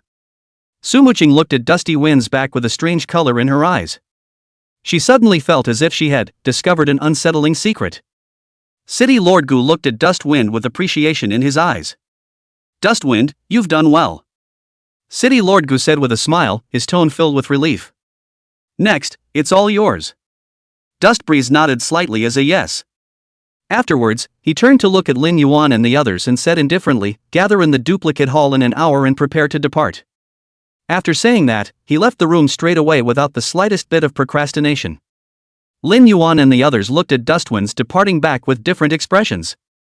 Li Guang still had a hint of indignation in his eyes, but more than that, it was scorn. Li Waner's eyes were still cold, but upon closer inspection, a hint of hidden curiosity could be detected. Su Machang, on the other hand, looked at Dustwind's back with a face of adoration, little stars twinkling in her eyes. Lin Yuan took a deep breath and said in a deep voice, let's go too, go back and get ready. After saying that, he also left the room with a few people. As City Lord Gu looked at the empty room, a pleased smile appeared on his face. Now, Yang Chang, there is finally hope. He murmured, anticipation in his voice. Chapter 57. A Plan Against Dustbreeze. The four of them walked slowly out of the room, but they didn't disperse individually as they usually did to prepare for their next move. Instead, they went in the same direction unanimously. That was the Lin family's branch compound in Yang City. Along the way, Li Guang was still immersed in the loss he had just suffered, and his mouth kept complaining as if he wanted to pour out all his unwillingness and anger. Damn, that Dustbreeze, he's just a monster. I didn't even touch the corner of his clothes before I was knocked down, it's really suffocating. Assist? AIDS. What auxiliary could be this sick? Li Guang's voice was loud, and his tone was filled with resentment and anger, even mixed with a hint of fear. Li Waner still looked as cold as ice, but her footsteps unconsciously sped up a bit. It seems, and wants to get there as soon as possible. Su Machang, on the other hand, had an excited look on her face as she followed closely at the end of the group, her eyes glittering with curiosity and admiration. She felt as if she had discovered a secret of unimaginable proportions, and couldn't wait to verify it. Lin Yuan walked at the front, he was silent and his face was terribly gloomy. He knew that this time, it would never end so simply. Dustwind's appearance had completely disrupted their plans. And they had to come up with a response soon. Soon, the few people arrived at the Lin family residence. This was a manor that covered an extremely wide area, with an ancient and elegant architectural style, permeated with a solemn and dignified atmosphere. Unlike the simplicity and atmosphere of Yang City's city lord's mansion, the Lin family's residence showed the heritage of a great family and luxury everywhere. The few people walked through the layers of courtyards and arrived at the Lin family's hall. Inside the hall, the atmosphere was heavy. Lin Yihan sat on top of the main seat, his face as gloomy as water, his body exuding a chilling feeling that no one should approach him. Beside him, Levi sat quietly, his face similarly not looking too good. Unlike Li Guang's straightforwardness, Li Wei's mind was deeper and more sinister. You've seen Dustbreeze, haven't you? How does it feel? Lin Yihan opened her mouth, her voice cold, without a trace of emotion. She slowly picked up her teacup and gently took a sip, but her gaze never left the four people who had just entered. Upon hearing Lin Yihan's inquiry, Lin Yuan, Li Waner, and Su Muching were all silent. Their gazes, coincidentally, landed on Li Guang's body. After all, of the people present, only Li Guang had actually fought Dustwind. Li Guang felt the gazes of the crowd and could only stand up stiffly. He lowered his head, not daring to look into Lin Yihan's eyes, his voice carrying a hint of guilt and unwillingness. Missy, I went one-on-one with him. As a result, I lost. And, losing badly. Li Guang's voice became lower and lower, and by the end of his words, it was almost inaudible. He clenched his fists tightly, his knuckles turning white from the exertion, and his body trembled slightly, as if he was still ashamed of the loss he had just suffered. Totally outmatched by him, and teased by him. Li Guang added, his tone filled with frustration and a hint of imperceptible fear. He couldn't help but feel a shudder in his heart when he recalled Dustwind's glib attack, the seemingly ordinary but terrifyingly powerful staff. After listening to Li Guang's narration, Lin Yihan didn't react immediately. After all, she couldn't beat Dustbreeze either. She just quietly put down her teacup, her gaze lingering on Li Guang for a moment before slowly turning to Lin Yuan. Lin Yuan, what do you think? Lin Yihan's voice was still cold, but there was a hint of inquiry in her tone. Eldest Miss, based on Li Guang's description, as well as our observations in the room, we can determine that Dustwind's strength far exceeds our predictions. Not only does he possess powerful fighting skills, but he also has an unbelievable fighting style. For a support profession to be able to utilize such a terrifying physical attack power, this is completely out of character. Lin Yuan's voice was low and strong, and every word seemed like it had been spoken after deep thought. He paused and continued. Moreover, it seems that he has hidden his strength. In the fight with Li Guang, he didn't use any skills and completely suppressed Li Guang just by relying on ordinary physical attacks. This means that his true strength may be even more terrifying.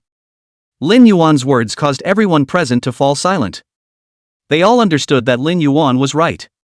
Dust Wind's performance had completely exceeded their understanding. This dust breeze, what exactly is his origin? Lin Yihan's voice sounded again, with a hint of doubt and scorn in her tone. She tapped on the desktop with a rhythmic pitter-patter, as if she were thinking about something. Eldest Miss, according to the information we have so far, Dust Wind is just an ordinary civilian. Lin Yuan replied, a hint of uncertainty in his tone. Lin Yichan let out a cold laugh, his tone filled with disdain.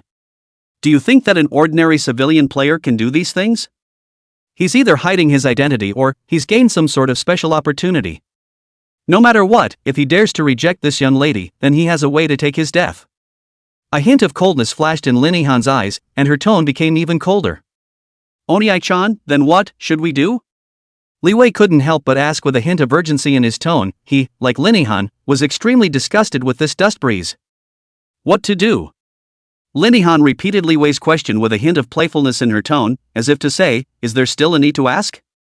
Of course, find a way to get him. She slowly opened her mouth, her voice cold and determined, each word as if it was squeezed out from between her teeth, with a thick killing intent.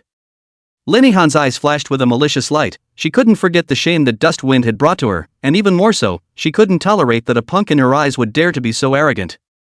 If you can't beat them alone, then the four of you should go together. Lin Yihan said lightly, as if she was discussing a trivial matter. In her opinion, the death or life of Dust Wind was not important at all. What mattered was that her Lin Yihan's dignity was not to be trampled on by anyone. Didn't the Yangcheng City Lord ask you to go down with him? The corner of Lin Yihan's mouth hooked up into a cruel sneer, and a hint of cunning flashed in her eyes. It's a godsend, she said slowly, her tone full of calculation and anticipation. In Lin Yikan's opinion, in the copy, life and death are hard to predict, and no matter how strong Dust Wind is, he is only one person, while there are four of them. Moreover, it was still four professionals with notable strength. As long as they used a little bit of tactics, Dust Breeze would definitely die. Lin Yihan's words caused a glint of excitement to flash through Li Wei's eyes. He had long looked at Dust Wind with displeasure, and now, he finally had the chance to take revenge. Li Wei rubbed his fists and jumped into action, itching to rush into the copy and break Dust Wind into pieces right away. Lin Yuan, Li Wan'er and Su Muqing, although they did not say anything, in their eyes, they all flashed with a trace of a different look. Although they were wary of Dust Breeze's strength, they were more confident that the four of them would definitely be able to put Dust Breeze to death when they joined forces. After all, it's hard to beat four hands with two fists, and a good man can't beat a crowd. What's more, the four of them, none of them were anything good. Missy is wise, Li Wei complimented, his tone filled with flattery. Lin Yihan ignored Li Wei's horses as she slowly got up, walked to the window and looked out the window. A hint of sinister flashed in her eyes. Dust Breeze, aren't you crazy? I'd like to see how long you can still be wild. Lin Yihan sneered in her heart, her tone filled with resentment and anticipation. It was as if she had already seen the scene where Dust Breeze was surrounded by the four of them and the duplicate and ended up dying tragically on the spot. An hour passed like quicksand at the tip of a finger. Dust Breeze stood quietly at the entrance to the replica's main hall. His mind, long ago, was immersed in thoughts about the upcoming copy challenge. Soon, four familiar figures appeared in Dust Breeze's field of vision. It was none other than the four people, Li Wei, Lin Yuan, Li Wan'er and Su Muqing, who had previously accepted the city lord's mission with him. The four walked side by side, their pace consistent, vaguely forming a kind of huddle. Dustwind's brows furrowed slightly, his keen intuition telling him that something was not right. The gazes that these four people looked at him were very different from before. It was a complex look that mixed hostility, pity, and even a hint of anticipation. It was as if they had already set a trap and were waiting for their prey to throw themselves into it. Are they arranging some kind of plan against me? Dust Breeze pondered in his heart, but his face did not move. He had returned from rebirth and had experienced countless lives and deaths, and had long since developed a cautious character. He would not take it lightly in the face of any threat that might exist. Within this group of people, other than Li Wan'er's siblings, who are related to Li Wei, it should be impossible for anyone else to be hostile to themselves. Dustbreeze quickly analyzed the backgrounds and possible motives of the four. Can it be that Lin Yuan is from the Lin family? Su Muqing is Su Mingyu's person? A thought flashed through Dustwin's mind, causing him to feel a chill in his heart. If that were true, then wouldn't this team, all of them, be their own enemies? Thinking of this, Dustwin's eyes became even sharper. He secretly worked the magic power in his body, ready to deal with unexpected situations at any time. While he is not afraid of any challenge, he is not blindly arrogant. After all, it's hard to beat four hands with two fists, not to mention these four people. Neither are any lesser lights. The four of them walked up to Dusty Wind and stopped in their tracks. Li Guang took the lead and extended his hand towards Dusty Wind. I was wrong earlier, I apologize to you, and I hope that we can live in harmony in the next copies. Chapter 58, Forming a Team Again, Going on a Copy. Looking at the suddenly weak Li Guang in front of him, Dusty Wind raised an eyebrow, and a hint of coldness flashed under his eyes. This sudden gesture of goodwill from Li Guang made him smell a hint of conspiracy. In his previous life, he might have been mesmerized by this false appearance, but now, having lived a new life, he had long since ceased to be that rash person who was easily gullible. Harmony is even. Dustwind's voice was cold, without the slightest bit of temperature, and directly rejected Li Guang's good intentions. He glanced at Li Guang, and the corner of his mouth curled up in a mocking arc. Aren't you afraid your cousin Levi will come after you if you befriend me? Besides, we're just working together. After the big exam, we can be people from two worlds. Dusty Wind's words were like a pot of cold water, directly dousing the false enthusiasm in Li Guang's eyes. Li Guang's hand froze in mid-air, and the smile on his face became a bit awkward. He did not expect that Dustbreeze would be so disrespectful and directly poke through his disguise. He. Li Guang laughed dryly twice, trying to ease the atmosphere. Brother Dustwind is joking, how could I be malicious? Dustbreeze ignored his defense and only swept him lightly with a hint of playfulness in his gaze. Yes? Dusty Wind's light sentence, but it made Li Guang feel as if he was on the back of his head. He forced down the uneasiness in his heart and forced out a smile. Of course, we're teammates, we should help each other. Teammate? The corners of Dustwind's mouth rose slightly, tracing a mocking arc. Let's hope so. After saying that, Dustbreeze no longer paid attention to Li Guang, but turned his gaze to the other three. Lin Yuan, Li Wan'er and Su Muqing all had different expressions at the moment. Lin Yuan's brows were furrowed as if he was thinking about something, and a complex look flashed in his eyes. Li Wan'er, on the other hand, looked at Dustbreeze with a worried expression, wanting to say something. Su Muqing, on the other hand, was expressionless, unable to see any emotional fluctuations. Dustwind sneered in his heart, these four people, they really do have their own minds. Since everyone is here, let's prepare to enter the copy. Dustwind spoke up, breaking the silence. His voice was calm and cold, as if the little episode earlier had never happened. Li Guang looked at Dusty Wind, who turned to leave. A hint of sinister in his eyes flashed, and in his heart he said, let you be complacent for a while. When you enter the copy, you'll have a good time. The five of them walked into the duplicate hall together, and as soon as they entered the duplicate hall, Dusty Wind took out the staff and duplicate scroll gifted by the city lord at the first opportunity. An hour's preparation time might be a mere adjustment for others, but for Dustbreeze, who possessed the healing brave phrase, it was enough to change his strength drastically. That originally gold grade staff had been upgraded to platinum grade by Dustwind at this point. Scepter of Eternal Light. Grade, Platinum. Level, LV20. Spirit, plus 300. Durability, 2000. Skill, Sacred Surge active, consumes 200 MP, releases Sacred Light, restores 300% of Spirit's life value to all teammates, and restores an additional 25% of maximum life based on the target's current life value.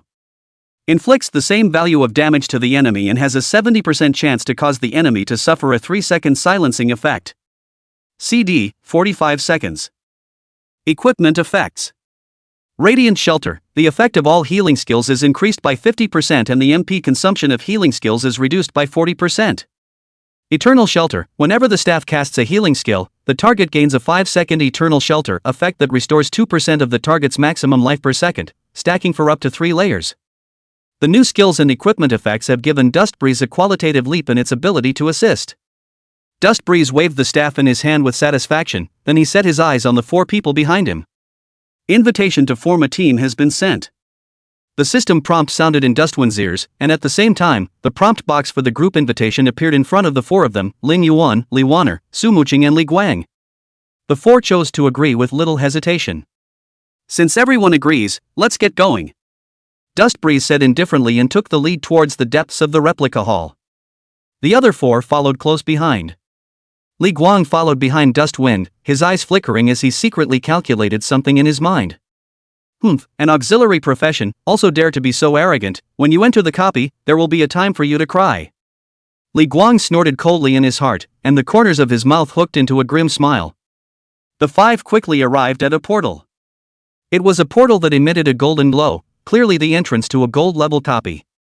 Without the slightest hesitation, Dustwind directly opened the gold-level copy scroll in his hand.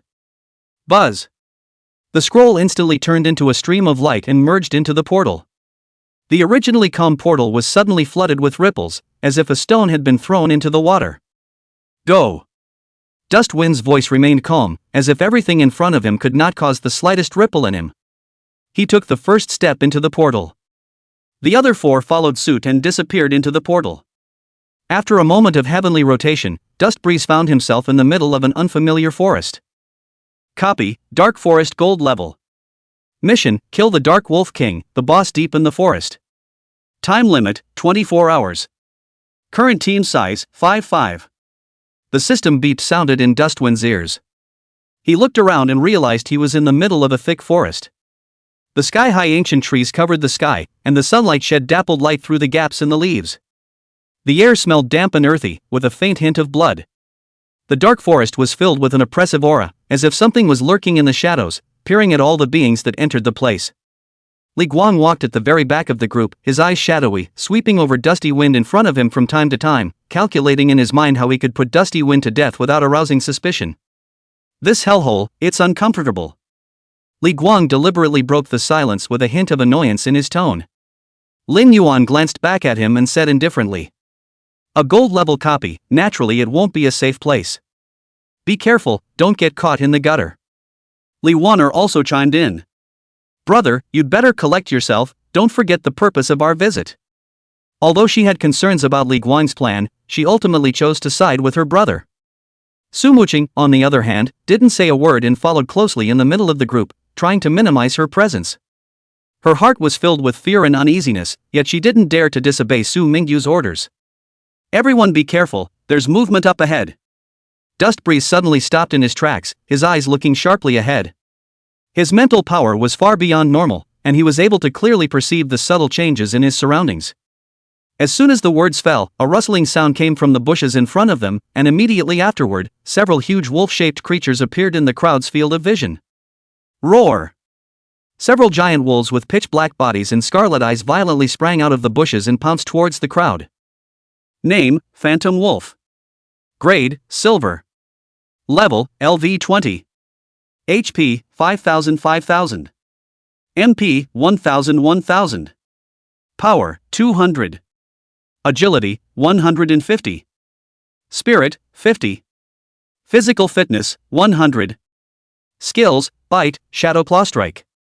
Talent: none. Dustbreeze quickly used the scrying technique to obtain information about the Phantom Wolf.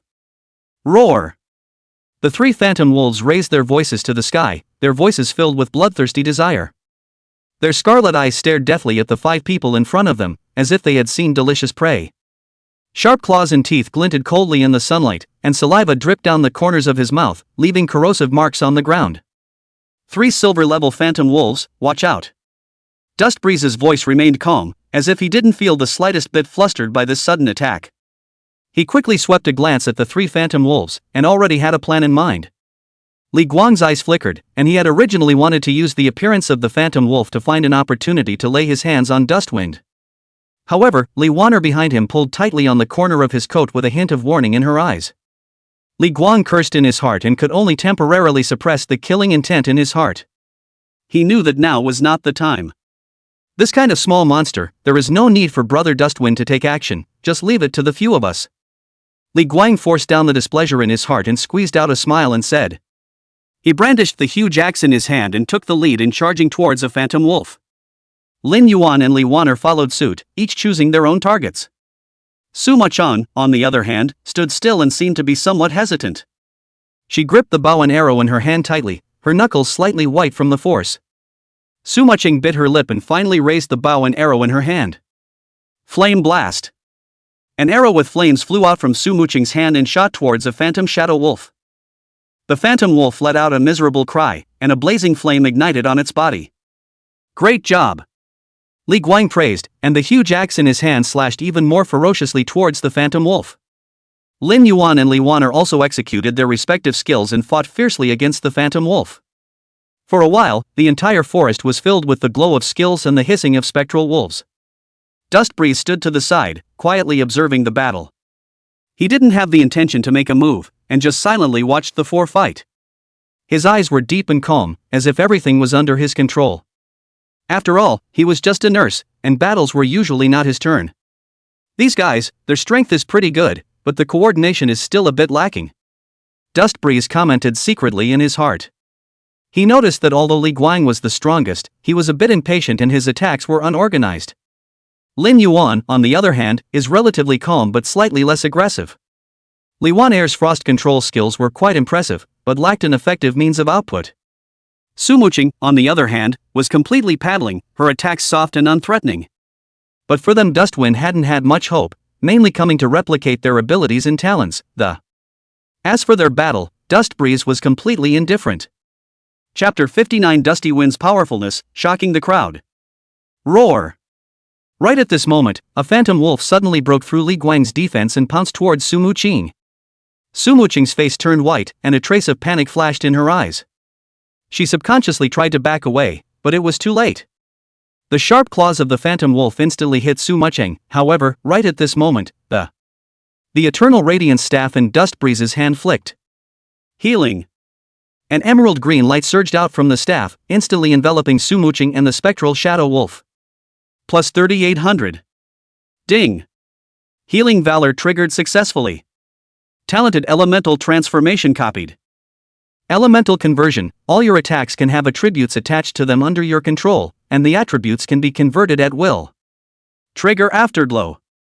A series of system beeps rang in Dustwind's ears. A wave of green light suddenly erupted from the body of the phantom wolf. 3000. 1500. Two huge damage numbers floated up from the top of the phantom wolf's head. The phantom wolf let out a mournful scream as its body directly flew backwards and fell heavily to the ground. Ding!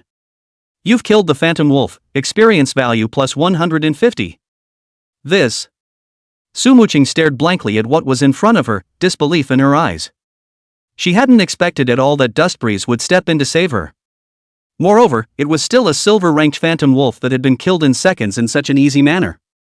Li Guang, Lin Yuan, and Li Wan'er were also stunned by this sudden scene. They stopped what they were doing and stared blankly at Dustwind. How is this possible? Li Guang's voice trembled a little, and his eyes were filled with shock and fear. He couldn't believe that a support profession could have such a terrifying output ability. A hint of horror also flashed in the eyes of Lin Yuan and Li Wan'er. They had originally thought that Dust Breeze was just an ordinary support profession and was not to be feared at all. But now it seems they were very wrong. Dustwind's strength was far beyond their imagination. What are you fuming about? Keep attacking. Dusty Wind's voice sounded again, pulling the three back from their shock. The three of them woke up as if from a dream, and hurriedly continued to fight the two remaining phantom wolves. But at this moment, their hearts were already filled with scorn for Dust Breeze. Dustwind didn't pay any more attention to them, but instead turned his gaze to Su Jin'er. Are you okay? Dust Breeze's voice was very soft, and no mood swings could be heard. Su Jin'er shook her head, her voice a little choked. I'm fine, thank you. You're welcome. Dust Breeze said indifferently, without any emotional color in his tone. I just don't want to waste time. After saying that, Dustwind turned around and left. He stepped aside and waited quietly for the fight to end. Su Jin'er looked at Dusty Wind's back, her heart filled with complex emotions. Soon, the remaining two phantom wolves were also killed by Li Guang and the others. The battle ended, and calm was restored throughout the forest. Li Guang walked up to Dusty Wind and squeezed out a smile worse than tears on his face. Brother Dustwind, I'm really thankful to you just now. If it wasn't for you, I'm afraid Su Jin'er would have been in danger. Dustwind glanced at him and said very casually. We're on the same team, it's only right that we help each other. Yeah, we're on the same team. Lin Yuan and Li Wan'er also came over. Brother Dustwind, that was really awesome just now, I didn't expect you to have such a strong output ability for a support profession. Lin Yuan opened his mouth, a hint of testing in his tone. It was just a fluke, and that attack of mine only works on monsters. Dust Breeze said in a half-truth. Hearing this, Lin Yuan and Li Wan'er glanced at each other, a hint of skepticism flashing in their eyes. Well, let's not waste time and move on. Dust Breeze interrupted their thoughts and took the lead towards the depths of the forest. The other four looked at each other and hurriedly followed. At this moment, in their hearts, they had already developed a deep fear of Dustwind. They knew that this seemingly harmless auxiliary profession was definitely not something they could mess with. The original plan, I'm afraid, will have to be reconsidered. This Dustwind, his strength is surprisingly so strong, it seems that we have to change our plans. Li Guan lowered his voice and said to Lin Yuan. Lin nodded far away, a hint of sinister flashed in his eyes. True, but we still have a chance. As long as we... Lin Yuan's voice became lower and lower, and in the end it was almost inaudible. Both Li Guang and Li Wan'er's eyes flashed with a grim light. They knew that Lin Yuan was right. As long as they could plan properly, Dust Breeze would surely die. Su Muching walked at the very back of the group, her heart filled with struggle and uneasiness. She didn't know what she should do. Will they stay involved in their plans, or betray them? Su Muching, what are you thinking about? Li Wan'er's voice suddenly rang in Su Muching's ears. Su Muching was startled and hurriedly returned to her senses.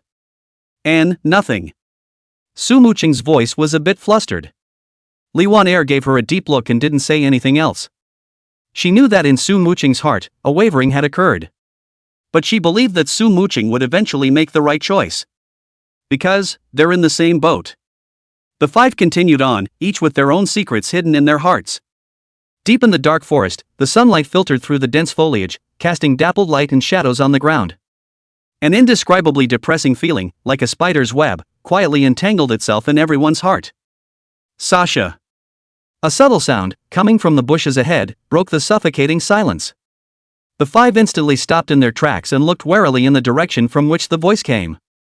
Li Guan gripped the battle axe in his hand tightly, veins rippled on his thick arms, and beads of sweat slid down his rugged cheeks.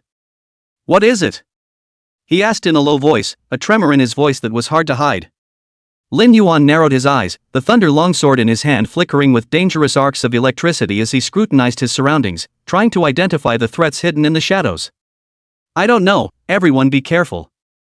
Li Wan'er's face was a bit pale as she tightly gripped the staff in her hand, an icy cold aura lingered around her as if she was ready to unleash a powerful frost magic at any time. Su Muching stood at the very back of the group, her body trembling slightly, the longbow in her hand gripped tightly, the arrowheads flashing with a cold light. She felt an inexplicable uneasiness, as if something terrible was about to happen. Dustwind stood at the front of the group, his expression still calm, as if everything around him had nothing to do with him. He turned his ear slightly sideways, as if listening for something. Suddenly, he spoke, "It's a phantom leopard, there are quite a few of them, everyone prepare to fight." His voice was soft, but it reached everyone's ears clearly. As soon as the words fell, a dozen or so black shadows violently sprang out of the bushes in front of them, like ghosts, pouncing towards the five people. Name, Phantom Leopard. Grade, Silver. Level, LV 18. HP, 8000. MP, 3000. Power, 250. Agility, 300. Spirit, 110. Physical fitness, 100. Skills, Shadow Strike, Tear, Shadow Claw. Talent, Sneaking. The speed of the phantom leopard was extremely fast, and it rushed in front of the five people almost in an instant. Dustwind looked at the leopard in front of him and frowned. Level 18? Didn't it say that this was a level 15 copy? Could it be that the level of the copy would change according to the user's level? Their sharp claws, slicing a cold light in the air, attacked towards the vital parts of the five people. Look out! Li Guang roared, and the battle axe in his hand swung out violently, bringing up a gust of wind and slashing towards a phantom shadow leopard. Lin Yuan also waved the thunder longsword in his hand, and a streak of lightning shot out from the sword, blasting towards the surrounding phantom leopards. Li Wan'er, on the other hand, chanted an incantation, and a wall of ice instantly appeared in front of her, blocking the phantom leopard's attack. Su Jin'er also drew the longbow in her hand, and an arrow shot towards the phantom leopard like a meteor. Dust Breeze stood still and did not immediately strike. He quietly observed the situation on the battlefield, as if waiting for something. Although the attacks of the phantom leopard were ferocious, it was difficult to gain an advantage under the combined efforts of the five. Li Guang's battle axe was powerful, and each strike knocked the phantom leopard back. Lin Yuan's thunder longsword was incredibly powerful, and each bolt of lightning could cause great damage to the phantom leopard. Li Wan'er's frost magic, on the other hand, effectively limited the speed of the phantom leopard. Su Jin'er's arrow was even more precise in hitting the vitals of the phantom leopard. The fight has reached a stalemate. Suddenly, a phantom leopard broke through Li Guang's defense and pounced towards Su Jin'er. Su Jin'er's face changed drastically as she hastily retreated, trying to dodge the attack of the phantom shadow leopard. But the speed of the phantom leopard was too fast for her to react. Seeing that the sharp claws of the phantom leopard were about to grab Su Jin'er, a figure suddenly appeared in front of her. It's the Dust Wind. He did not know when he arrived in front of Su Jin'er, and the staff in his hand was lightly waved. A soft light instantly enveloped Su Jin'er. Coyote Light Shield. A translucent shield appeared around Su Jin'er's body, blocking the attack of the phantom leopard. Roar!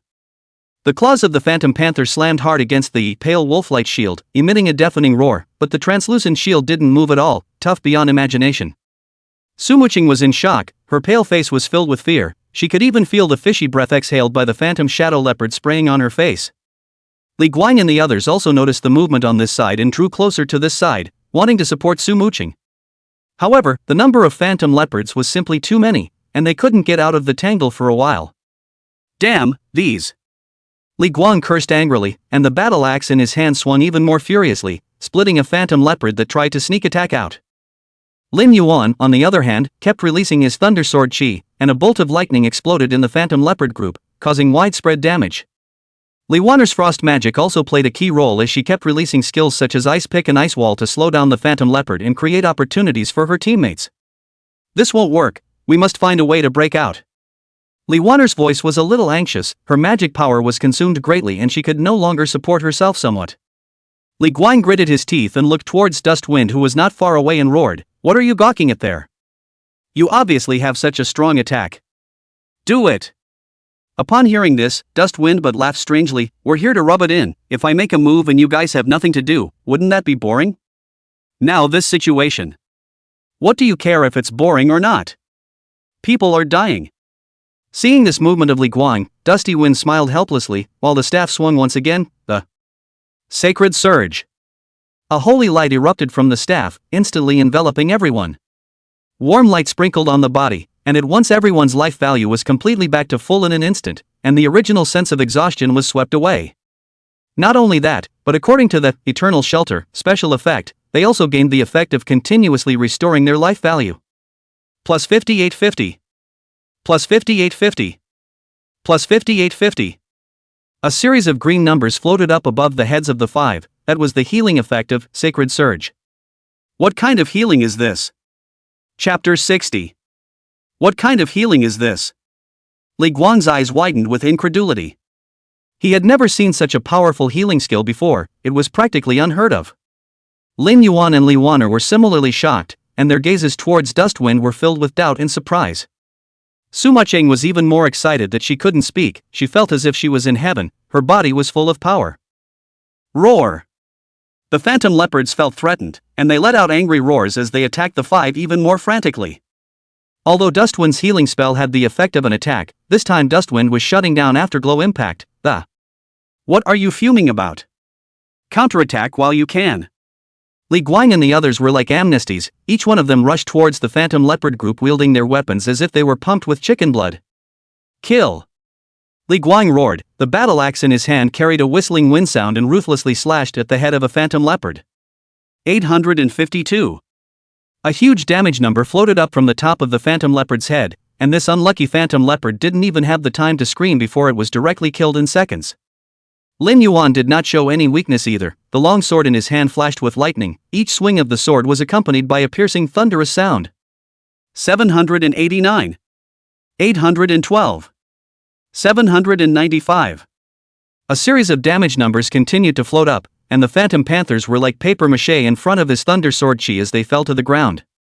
Li Wan'er, on the other hand, stood at the back of the group, constantly releasing frost magic. At the top of her staff, a crystal-clear ice crystal flashed with a cold light, and as she swung her staff, an ice cone, ice wall, and ice ring kept flying out, freezing, slowing down, and knocking back a single phantom leopard. Su Jin'er also finally came back from the shock. She bent her bow and strung an arrow, a flickering arrow with elemental light, accurately shooting at the vitals of the phantom leopard. 654. 688. 672. Although her attack power wasn't as good as Li Guang and Lin Yuan, it was better because the frequency of her attacks was fast, and the elemental damage attached to the arrows could pose a considerable threat to the phantom leopard.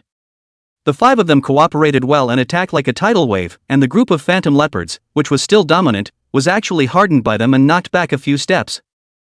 Good. That's it. Take out all these. Li Guang roared excitedly, swinging the battle axe in his hand even harder. Dust Breeze stood on the sidelines, quietly watching all of this, the corners of his mouth slightly upturned.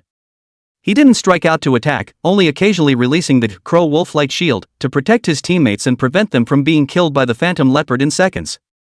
Dust Breeze knew very well that the reason why this group of people were working so hard was partly because of the healing effect of the sacred surge, which left them without any worries. On the other hand, it was because they saw the hope of victory and wanted to end the battle as soon as possible. After all, no one wanted to spend one more second in such a crisis-ridden forest. What's more, they have a more important mission to accomplish. Thinking of this, Dustwind's eyes turned cold. He'd like to see what kind of tricks the group could play. Roar! Just then, a deafening roar suddenly sounded. The group of phantom leopards, which had already been beaten back by the five people, suddenly seemed to have gone crazy and pounced on them once again in a frenzy. What's going on? How did these suddenly become so fierce? Li Guang's face changed as he somewhat struggled to fend off the attacks of the phantom leopard. Lin Yuan also frowned. He felt that the strength and speed of these phantom leopards seemed to have increased quite a bit from before. Everyone be careful. These phantom leopards may be fighting for their lives. Li Wan'er's voice trembled a little. Her magic power had already consumed most of it, and her face became a little pale. Su Jin'er was even more frightened. The bow and arrow in her hand was a bit unsteady. Damn! Are these crazy? Li Guang cursed angrily and slashed a phantom leopard that was pouncing on him out with an axe, but immediately afterward, more phantom leopards pounced on him. No way! We'll be exhausted at this rate.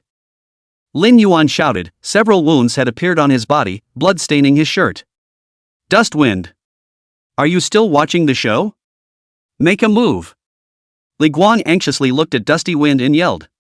Dust Breeze, however, smiled faintly and shook his head. I told you, we're here to grind. It's not time for me to make a move yet. You! Li Guang was so angry that he almost spat out blood. He really wanted to chop this asshole with an axe. Roar! Just then, an even louder roar came from the rear of the phantom leopard group. Immediately afterward, an extraordinarily large phantom leopard slowly walked out. This phantom leopard was 3 meters long, with hair as black as ink, eyes flashing with scarlet light, and a suffocating sense of oppression emanating from its body. Name, Phantom Leopard King Lord. Grade, Silver. Level, LV 20. HP, 25,000 25,000. MP, 8,000 8,000. Power, 350. Agility, 420. Spirit, 180. Body mass, 280. Skills, Shadow Raid, Ripping Claw Strike, Shadow Roar. Talent, Shadow Body. Silver Class Lords. Li Guang and the others' faces changed drastically as they cried out in shock. How could they not expect that there was even a silver-ranked lord hidden in this group of phantom leopards? One must know that the strength of a silver-ranked lord was far beyond that of an ordinary silver-ranked monster. In their current state, there was no way they could be a match for this phantom leopard king. What to do? Are we going to die? Su Jin'er's voice was tinged with tears. She was completely desperate. Don't be afraid. We still have a chance. Li Guang clenched his teeth and said with a strong composure. Dustwind. I know you're strong. Please step in and save us. Li Guang looked at Dustwind with pleading in his eyes. As long as you're willing to make a move, I promise I'll never go against you again. Lin Yuan also said in a hurry. Dustwind, what happened before was all our fault. We apologize to you. Li Wan'er also lowered her head, her tone filled with remorse. Dustwind looked at the group of people in front of him with a playful smile on his face. He slowly raised the staff in his hand and said faintly, "Well, since you've all said so, I'll reluctantly take a shot. But I'm not here to save you." With that, Dustwind walked quickly to the Lord's face. Looking at the dusty wind in front of us, Li Guang tightly gripped the huge axe in his hand, his eyes flickered, and the corners of his mouth hooked up into an imperceptible cold smile. He slightly sidestepped his head and exchanged a look with Lin Yuan beside him, the flavor of intrigue almost overflowing in that look. "Are you ready?" Li Guang asked in a low voice that only a few of them could hear. Lin Yuan nodded slightly. The thunder sword in his hand was already flickering with lightning at some point, emitting a zzz sound, as if it was a snake lurking in the shadows, ready to deal a fatal blow to its prey at any time. Li Wan'er's face was still pale, but her eyes became unusually determined, and the staff in her hand was gripped tightly, her knuckles white from the force. Everything, it seems, is going according to their plan. The Phantom Leopard King took slow steps. Each step was like stepping on the heartbeats of the crowd, heavy and depressing. Its huge body was like a moving fortress, its black fur glittered with a ghostly cold luster under the moonlight, and its scarlet eyes stared at the approaching dust breeze with a deadly gaze, as if it was looking at a prey that was seeking its own death. The air was heavy with the smell of blood, the traces left by the previous battle and a preview of the coming killings. Dustwind's expression remained calm, even with a faint hint of a smile, as if he didn't see the killing intent in the eyes of the Phantom Leopard King, nor did he notice the bizarre atmosphere of the few people behind him. He just slowly stepped forward, the eternal radiance staff in his hand, emitting a soft golden light that was out of place in this bloody battlefield. The corners of Dustwind's mouth rose slightly as he looked at the attributes of this lord monster in front of him. A silver-level lord was nothing more than a slightly larger experience pack for him right now. His gaze swept over every single statistic of the Phantom Leopard King, and he already had a rough plan in his mind. Roar! The Phantom Leopard King seemed to sense Dustwind's contempt and let out a deafening roar, a huge wave of sound that shook the leaves of the surrounding trees. It lunged at Dustbreeze, its huge claws carrying a whistling sound that tore through the air as it slapped at the top of Dustbreeze's head. Good timing! Dustwind let out a light laugh, and instead of retreating, his body flashed, and he even directly met the attack of the Phantom Leopard King. Just at the moment when the claws of the Phantom Leopard King were about to slap Dustwind's figure suddenly disappeared. Gale steps. Dustwind's figure instantly appeared on the side of the Phantom Leopard King, and the Eternal Radiance staff in his hand, without hesitation, smashed towards the waist of the Phantom Leopard King. However, just as Dustwind's attack was about to arrive. Ding! Your teammate, Li Guang, has withdrawn from the squad. Ding! Your teammate Li Wan'er has quit the squad. Ding! Your teammate Lin Yuan has quit the squad. A series of system beeps, like cold blades, instantly cut through Dustwind's heart that was originally as calm as water. He didn't even turn around, and the golden light brought by the Eternal Radiance staff reflected the mocking curve at the corner of his mouth. Heh, true enough. Dustbreeze sneered, a hint of mockery in his voice, as if he had already anticipated all of this. He didn't even look back at those former teammates behind him, because he knew that from the moment they chose to betray, they were no longer teammates, but enemies. At the same time, the attack that came from behind Dustwind had reached his immediate vicinity. Li Guang's huge axe, with the might of opening mountains and cracking rocks, ruthlessly slashed at Dustbreeze's back. Lin Yuan's thunder sword, glittering with piercing thunderlight, was like a viper spitting out a letter, stabbing straight at Dustwind's heart. Li Wan'er's staff, too, condensed a cold ice cone that shot towards the back of Dustbreeze's head. 3 different attacks, from 3 different directions, came at the same time, sealing off all of Dustbreeze's paths of retreat. At the same time, the Phantom Leopard King also launched an attack towards Dustwind along with him. As if it had made an appointment with Li Guang and the others, they attacked Dustwind together. In all directions, the killing machine was bitterly cold. Instead, Dustbreeze laughed, contemptuously and recklessly. He didn't even raise his eyelids, as if the attack coming from behind him was nothing more than a breeze on his face, not worth mentioning. Swish! Li Guang's huge axe, wrapped in a gale, was about to split Dustbreeze in half. Lin Yuan's thunder sword, with its zippy electric light, stabbed at Dustwind's heart like a viper. Li Wan'er's ice cone, emitting a piercing coldness, headed straight for the back of Dustbreeze's head. The huge claws of the Phantom Leopard King fell from the sky with a fishy wind. Any one of these 4 attacks was enough to instantly kill an ordinary player. What's more, it was a 4-fold attack coming at the same time. However, just in the nick of time, Dustwind moved. He didn't dodge or defend. Just gently, a step forward. Just one step. Li Guang's huge axe stopped half an inch from Dustwind's back, and could no longer advance the slightest bit. Lin Yuan's thunder sword stabbed in the air and the thunder light dissipated. Li Wan'er's ice pick shattered inch by inch at a distance of 1 finger from the back of Dustbreeze's head. The huge claw of the Phantom Leopard King slapped on the ground, smashing out a deep pit and sending dust flying. All the attacks, they fell short. Chapter 61 Killers Must Die. When the crowd saw that Dustbreeze had dodged their attacks so easily, disbelief was written all over their faces, as if they had seen something unbelievable. Their attacks, they all fell short? One must know that this was a quadruple attack, and it was a sneak attack that had been planned for a long time, so how could Dustbreeze dodge it? How is this possible? He just took a step forward. Did he anticipate our attack in advance? Li Guang, Lin Yuan, and Li Wan'er had waves of shock in their hearts as they were completely unable to comprehend what was happening in front of them.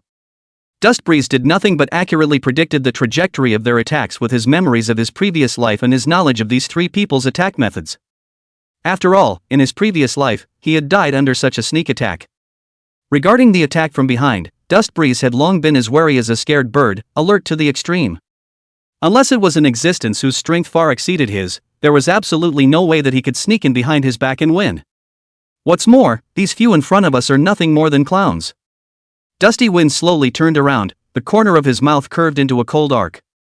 He didn't pay any attention to the Li Guang trio, but instead turned his gaze to the petite and tender figure not far away. Su Jin'er. Instead of quitting the group like the others, she stood alone, looking a bit overwhelmed. Aren't you going to quit the team? Dustbreeze's voice was light, faint, but with a hint of playfulness, a hint of mockery. Su Jin'er's delicate body trembled as she slowly raised her head, those clear eyes filled with fear and uneasiness. She bit her lip and didn't say anything, just shook her head gently. Dustbreeze looked at Su Jin'er, and a complex emotion flashed in his eyes. Although Su Jin'er was involved in that betrayal, she didn't do it directly. Perhaps she was just a pawn wrapped up in the middle of it, unable to help herself. Dustwind narrowed his eyes slightly, his deep gaze as if he wanted to penetrate Su Jin'er's heart and see all her secrets. Su Jin'er was a little hairy from Dusty Wind's look, and she lowered her head, not daring to meet Dusty Wind's eyes. Why did you join them if you weren't willing to kill me? Dustwind spoke again, his voice still calm, but with a hint of a forced question. Su Jin'er's body trembled slightly as she bit her lips tightly, her nails sinking deep into her palms. She opened her mouth to say something, but ultimately no sound came out. Is it because? Su Mingyu? Su Jin'er jerked her head up, a trace of panic flashing in her eyes. She didn't expect that Dustwind would directly say his father's name. My father had to make me do it. I couldn't help it. Su Jin'er's voice was small, with a hint of crying, as if it was an injured beast, but I don't want to do this kind of thing. Before Jin'er's sister left, she also told me that you're a very good person, and that if I need to I can look for you to bring me upgraded. I really don't want to hurt you. Hearing Su Jin'er's explanation with a sobbing voice, Dustbreeze froze slightly. So Mingyu is actually her father? So, this is still the first lady of the Su family in Yangcheng? Moreover, it was not difficult to hear from her words that her relationship with Su Jin'er seemed to be extraordinary as well. It seems that whether it's because Su Jin'er didn't do anything, or because of her relationship with Su Jin'er, one shouldn't liquidate her together. Just as Dustwind was pondering, Li Guang's few people were burning with rage. They hadn't expected at all that Dustbreeze would dare to ignore them so much. Dustwind! You seek death! Li Guang roared, and the huge axe in his hand swung once again, with a furious power that seemed to tear the air apart. Humph, you really don't know what you're doing. Lin Yuan also snorted coldly, the thunder sword in his hand flashed with electricity, and his powerful sword chi pointed directly at Dustwind's vitals. Dustwind, I'm sorry. A trace of guilt flashed in Li Wan'er's eyes, but with the staff in her hand, she still condensed a cold ice cone and aimed it at Dustbreeze. Seemingly forgetting about Dusty Wind's bizarre stance earlier, or their anger had overwhelmed their minds, the three of them once again attacked Dusty Wind. This time, their attacks were even more severe and vicious, and it was obvious that they had been moved to true anger. The Phantom Leopard King, however, narrowed his eyes and did not attack directly. It seemed to be watching, waiting for an optimal time to strike. As a silver-level boss, its intelligence was far beyond that of an ordinary monster. It could tell that this besieged human was much stronger than the other three. It would be better to kill the other three than deal with Dustwind. looking at the three attacks that were once again coming at him. The eternal radiance staff in Dust Wind's hand waved lightly, and the golden light flowed as if it were alive. Swish! Swish! Swish! The three attacks, wrapped in different powers, came from three directions, only to be precisely blocked by the staff the moment they touched Dust Breeze's body. Blocked! Blocked! Blocked! Three system beeps sounded crisply in Dust Breeze's ears, like the music of victory. Li Guang, Lin Yuan and Li Wan'er, the expressions on their faces instantly froze, and the anger in their eyes was replaced by shock. If Dust Breeze had evaded their attacks with his strange stance earlier, it could barely be explained by prejudgment. Now, then, this near-miraculous block by Dust Wind was completely beyond their comprehension. That's three attacks in three different directions and with different attributes. He actually blocked them all? And, still, so lightly, as if he had just waved his hand to chase away a few annoying flies. Dust Wind's gaze, however, never left Su Jin'er. The petite figure, still standing alone, like a deer lost in the forest, helpless and uncertain. Su Jin'er. Dust Wind spoke slowly. You quit the copy now, and I'll pretend you weren't involved in what happened between them. His tone was calm, as if he were stating a fact, an end that had long been predetermined. If it remains here. Dusty Wind's voice gave a slight lurch, and a cold, chilling aura flashed in his eyes. Then don't blame me for treating you the same. These words, like a bitterly cold winter wind, instantly blew into Su Jin'er's heart, causing her to shiver. Su Jin'er took a deep breath, as if she had gathered enough courage, and as if she had removed some kind of heavy burden. She slowly raised her head, and those eyes, which were originally filled with fear and uneasiness, now flashed with a hint of determination. I'm sorry, Dustwind. Before the words fell, Su Jin'er's figure disappeared in place, transforming into a white light and directly exiting the copy. At the same time, the system beep sounded in Dust Breeze's ears. Ding! Your teammate Su Jin'er has quit the squad. Ding! Your teammate Su Jin'er has exited the copy. At the corner of Dust Wind's mouth, a faint smile curled up. He turned around and faced the Li Guang trio, and in his eyes, a cold aura flickered. Rubbish! I told you we couldn't bring her along. Li Guang roared, his voice filled with chagrin and anger. He had not expected at all that Su Jin'er would choose to withdraw at this time. This not only disrupted their plans, but also put them in a passive position. Whatever. Go all out. Li Guang's eyes were red, like a furious beast, and the huge axe in his hand, once again swung up and... Kill him.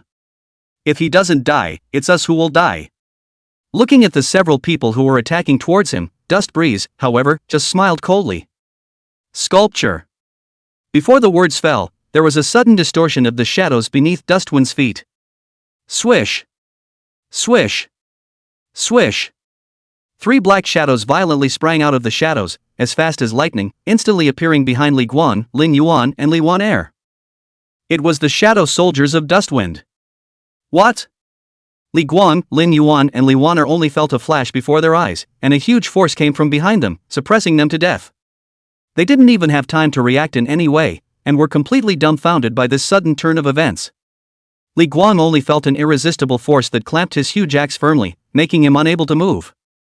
The thunder sword in Lin Yuan's hand was also gripped by a huge black claw, dead center, unable to advance any further. Li Wan'er's staff, moreover, was taken directly from her hands by a black shadow and thrown to the side.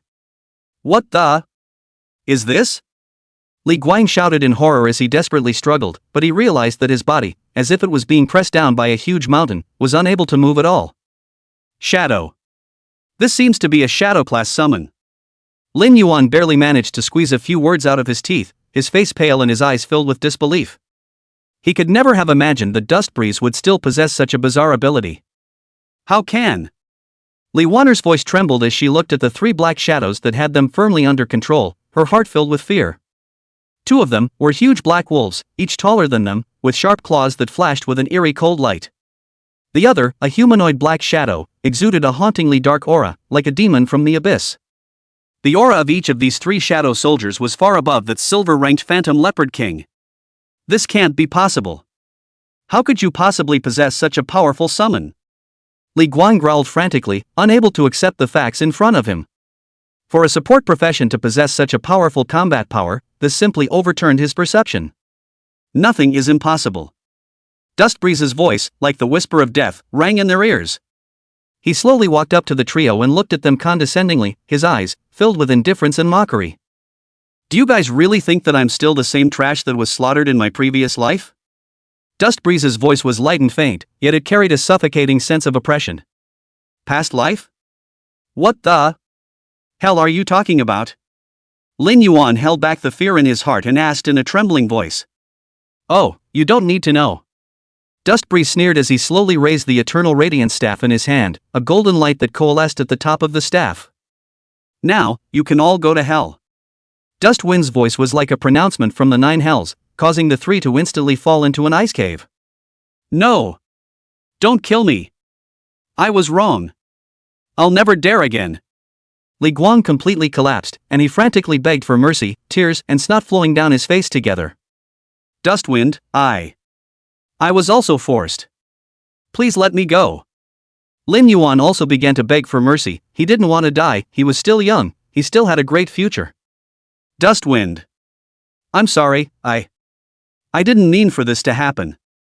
Li Wan Air's voice, with a sobbing tone, she regretted, she shouldn't have participated in this betrayal. However, there was no expression on Dustwind's face. He looked coldly at these 3 former teammates, without a trace of pity in his eyes. Betrayers, all deserve to die. Chapter 62, Living and Dying Again. Betrayers, all deserve to die. Dusty Wind's voice was cold and unfeeling. No! Accompanied by 3 desperate screams, the golden light on the Eternal Radiance staff suddenly erupted. Sacred Surge. The dazzling golden light instantly engulfed Li Guang, Lin Yuan, and Li Wan Air. 10 minutes may be a snap of the fingers for the average person. But for Li Guang, Lin Yuan, and Li Wan Air, these 10 minutes were like suffering in hell for centuries. The effect of Heal the Brave keeps them on the brink of death, healed again and again, then bloodied again and again. This feeling of dying and living is more cruel and desperate than any torture. Their spirits, long ago, were broken. Their will, long ago, was destroyed. All that remained in their eyes was an endless emptiness and numbness. Finally, after experiencing the torment of countless deaths, the system's beep sounded once again. Ding! Healing Valor triggered. This target's attribute point acquisition has reached its limit. Ding! Healing Valor triggered. This target's skill and talent has been completely copied. It cannot be copied any further. This meant that Dust Breeze had already extracted the last ounce of value from these 3 people. He had gotten everything he wanted. And these 3, too, could finally be completely relieved. Dustwind closed his eyes and felt the power surging within his body. The corners of his mouth rose slightly, revealing a smile of satisfaction. Although the talent of this group of guys are not very good, but the mosquito is also meat, at least there is a full 60 points of attributes. What the hell do you want? Li Guang lifted his head with difficulty, the muscles on his face twisted from the pain. He stared dead at Dustwind, his voice hoarse as he questioned, anger and fear intertwined in his eyes. Dust Breeze indifferently gazed at the 3 people in front of him who had completely lost their ability to resist, their bodies trembling slightly, their eyes filled with fear and despair. However, before he could finish his words, he was mercilessly interrupted by Dustwind. Dust Breeze didn't even look at him, just gave a gentle wave of his hand, as if he was driving away an annoying fly. In the next moment, the shadow soldiers that bound the 3 of them instantly moved, and they were like evil spirits from hell as they carried out Dust Breeze's orders without mercy. The sharp claws of the abyssal shadow wolf easily tore through Li Guang's proud berserker defense. The shadow sentinel's icy gaze, like the gaze of a god of death, caused Lin Yuan and Li Waner's hearts to stop beating instantly. Put! Put! Put! 3 dull voices sounded almost simultaneously. Blood, instantly staining the ground. Ding! You have killed player Li Guang. Ding! You have killed player Lin Yuan. Ding! You have killed player Li Wan Air. The system's beep, which sounded in Dustwind's mind, was cold and merciless, like a witness to this killing.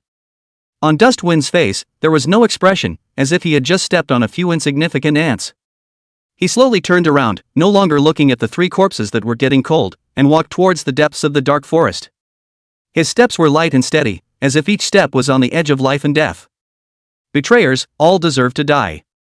Dust Breeze's voice was light and faint, yet it carried a suffocating chill that echoed in this air filled with the smell of blood.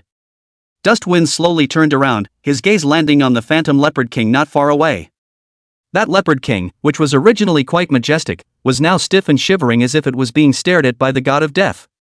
It instinctively sensed the danger, and its huge body, actually unconsciously retreated backward, trying to escape from this place of death. Trying to run? The corner of Dustwind's mouth hooked into a cold arc. He didn't even move his feet, he just lightly waved his hand. Swish! Swish! Swish! 3 pitch-black silhouettes instantly sprang out from his shadow, stopping the Phantom Leopard King's path in a swift manner. It was none other than Dustwind's shadow soldiers, 2 abyssal shadow wolves and shadow sentinels. Ouch! The Phantom Leopard King let out a low roar of despair as it tried to resist, but its struggle seemed so pale and powerless in the face of the 3 shadow soldiers that far exceeded its strength. The sharp shadow claws easily tore through its fur, and the abyssal grip was a direct stranglehold on its throat. Ka-ching! The sound of bones breaking clearly reached Dust Breeze's ears. The huge body of the Phantom Leopard King collapsed to the ground with a loud bang, stirring up a cloud of dust. Ding! Congratulations, you have killed the Phantom Leopard King Lord.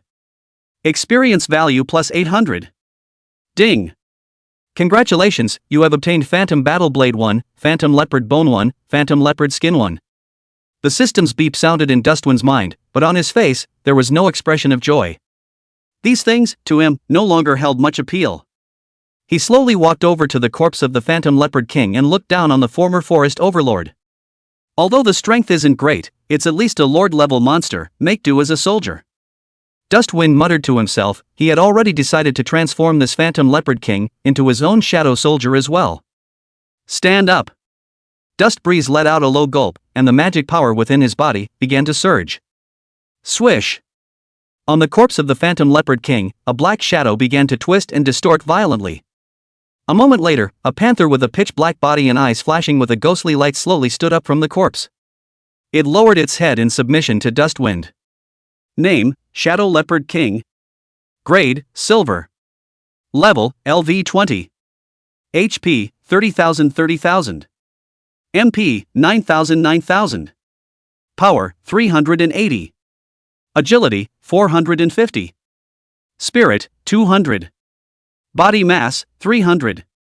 Skills, Shadow Assault, Rending Shadow Claw Strike, Shadow Roar. Talents, Shadow Body, Shadow Claws, Shadow Hunt. Dustwind looked at the Shadow Leopard King in front of him and nodded slightly. Although the strength of the Shadow Leopard King was not as good as the Abyssal Shadow Wolf or the Shadow Imperial Beastmaster, it was not bad as cannon fodder. After all, a silver-level monster, at this stage, was considered a strong party. After taking care of the last enemy, Dustbreeze took big strides towards the depths of the copy.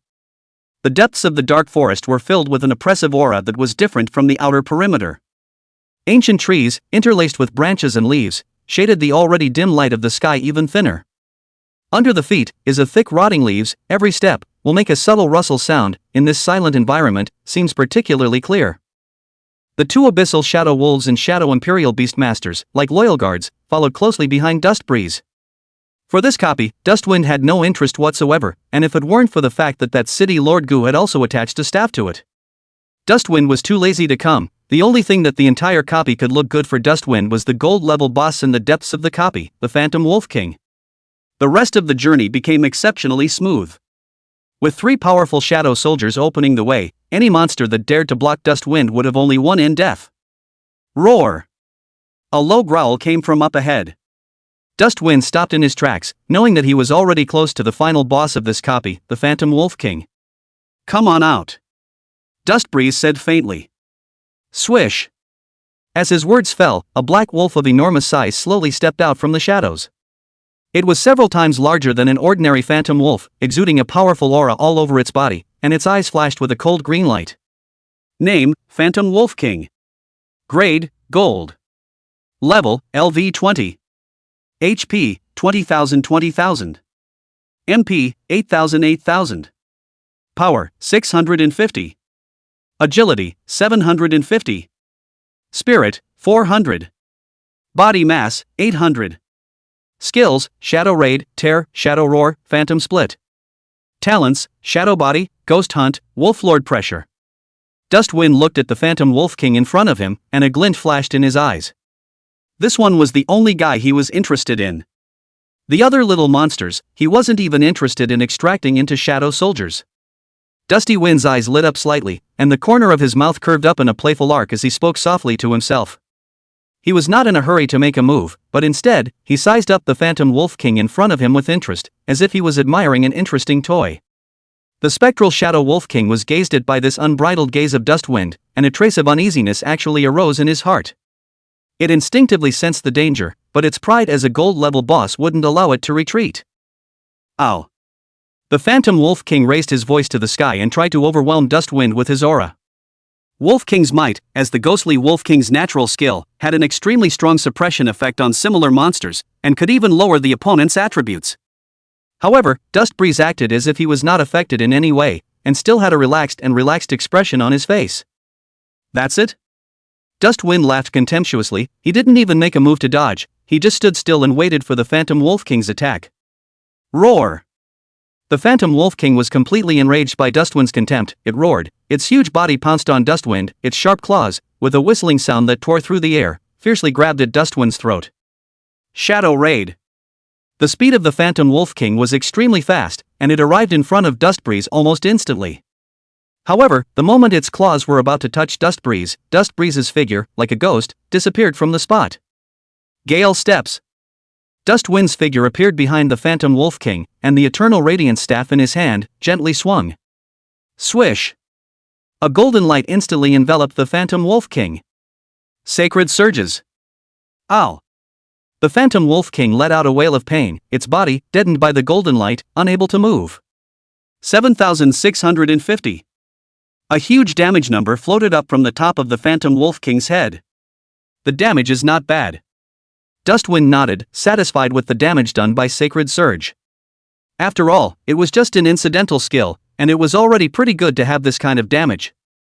Dustbreeze hemmed and hawed and said directly, "Little ones, catch it."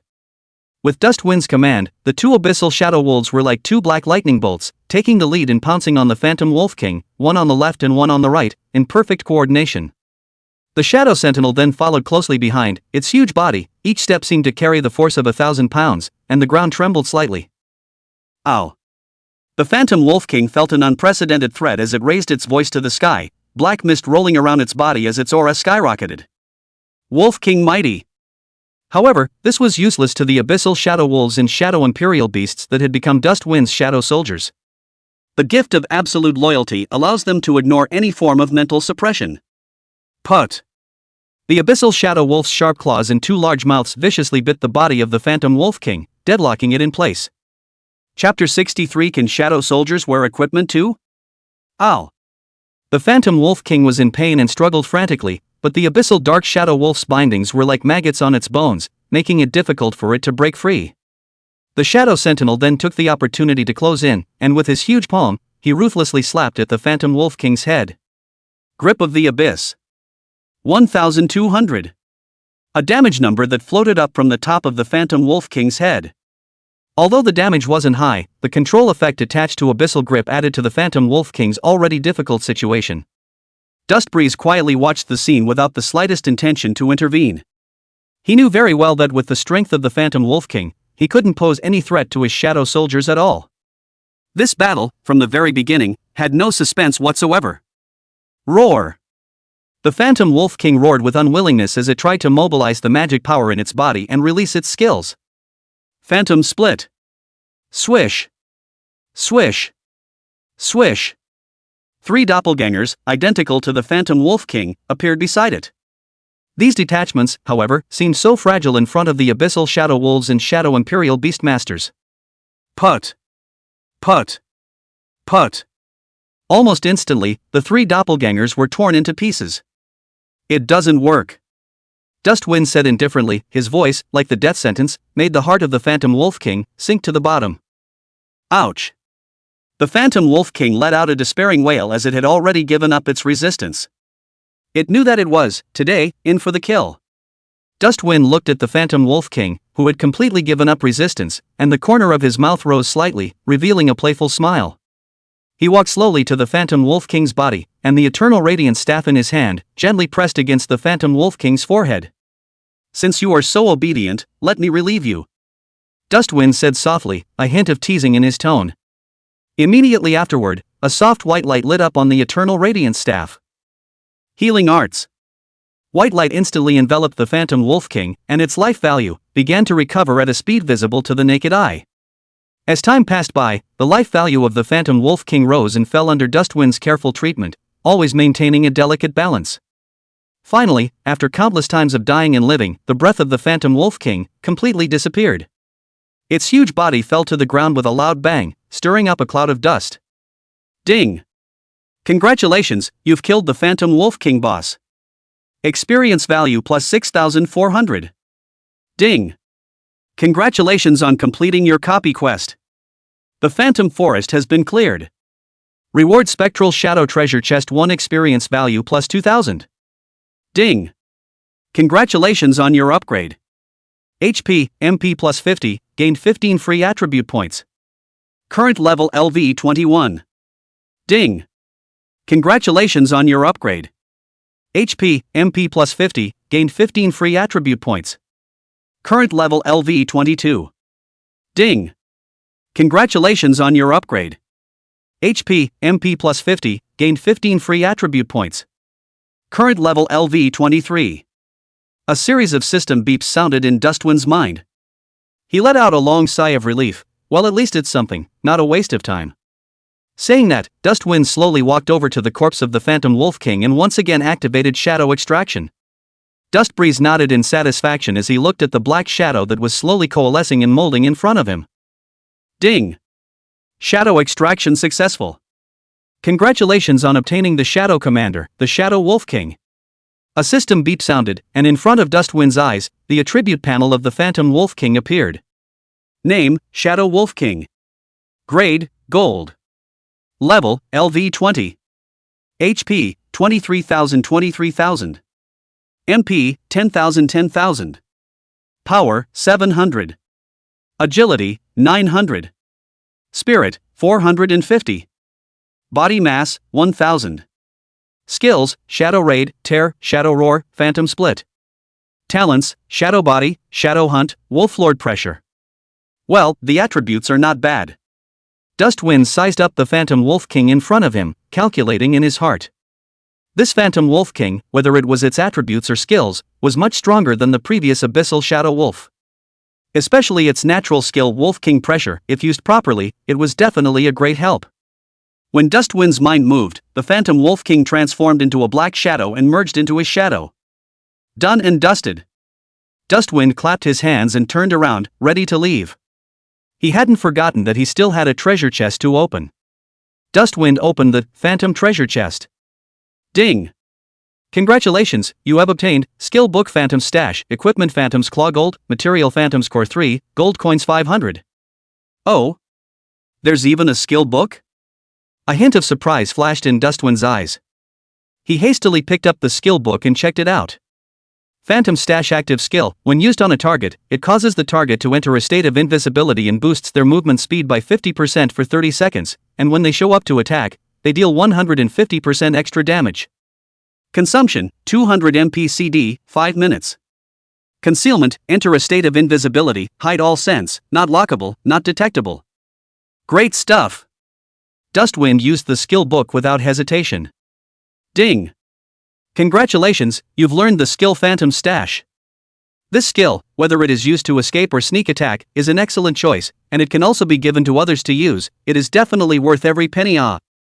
Dustbreeze looked at the Phantom Claws, again. Phantom Claw. Grade, Gold. Level, LV 20. Strength, plus 150. Agility, plus 200. Skill, Spectral Shadow Strike active, launch 3 quick attacks against the target, each attack dealing 120% physical damage. Consumption, 150 MPCD, 3 minutes. Equipment effects. Shadow Erosion, when attacking, there is a 30% chance that the target will enter the Shadow Erosion state, taking 5% of their maximum life value in shadow damage per second for 5 seconds.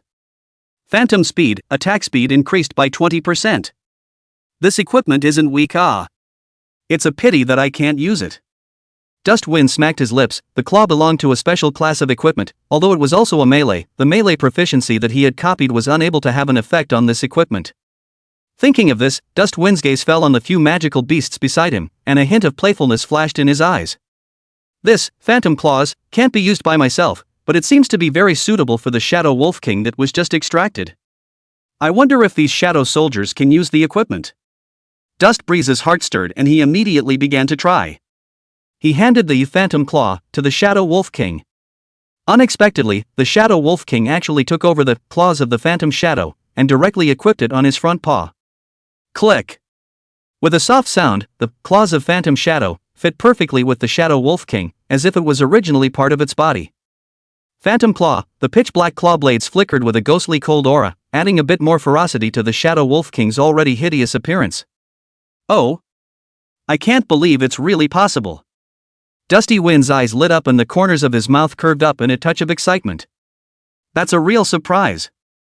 If Shadow Soldiers could use equipment, then wouldn't their own strength, again, be raised by a large margin? Dustwind immediately checked the attributes of the Shadow Wolf King after equipping the Phantom Claws. Sure enough, both attributes and skills had been attached to the Shadow Wolf King's body, and even his own attributes had been raised together through the bloodline connection. In that case, then the rest of their own shadows can attach equipment to them as well? Dustwind looked at the refreshed Shadow Wolf King in front of him, and an unspeakable excitement surged in his heart. This was more than just an extra piece of equipment, it meant a whole new set of possibilities. If Shadow Soldiers can be equipped with weapons, what about defenses? What about jewelry? Isn't it all possible too? Countless thoughts instantly flashed through Dust Breeze's mind. The more he thought about it, the more excited he became, and he couldn't wait to take out all of his belongings and give his Shadow Soldiers a full-body armament. However, the most important thing at the moment was to verify his conjecture first.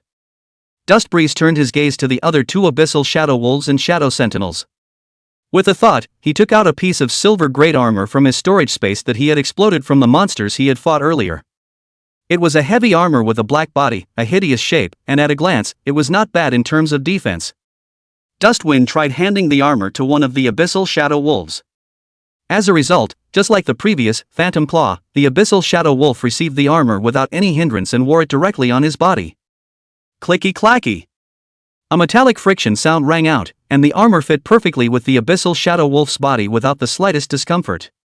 Sure enough! The corners of Dustwind's mouth widened into a big grin. He forced down the excitement in his heart and took out another silver-grade necklace, handing it to the Shadow Sentinel. As a result, it remains unhindered by the success of the equipment. By now, Dustwind could be completely certain that his own Shadow Soldier was truly able to equip any type of equipment. This discovery made Dustwind ecstatic.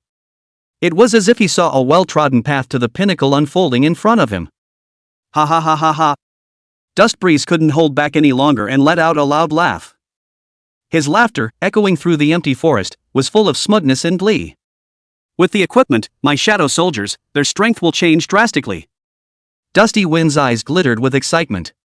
He couldn't wait to see the sight of his own army of shadows, sweeping away all enemies. But now is not the time to be complacent. Dustwind took a deep breath and forced himself to calm down.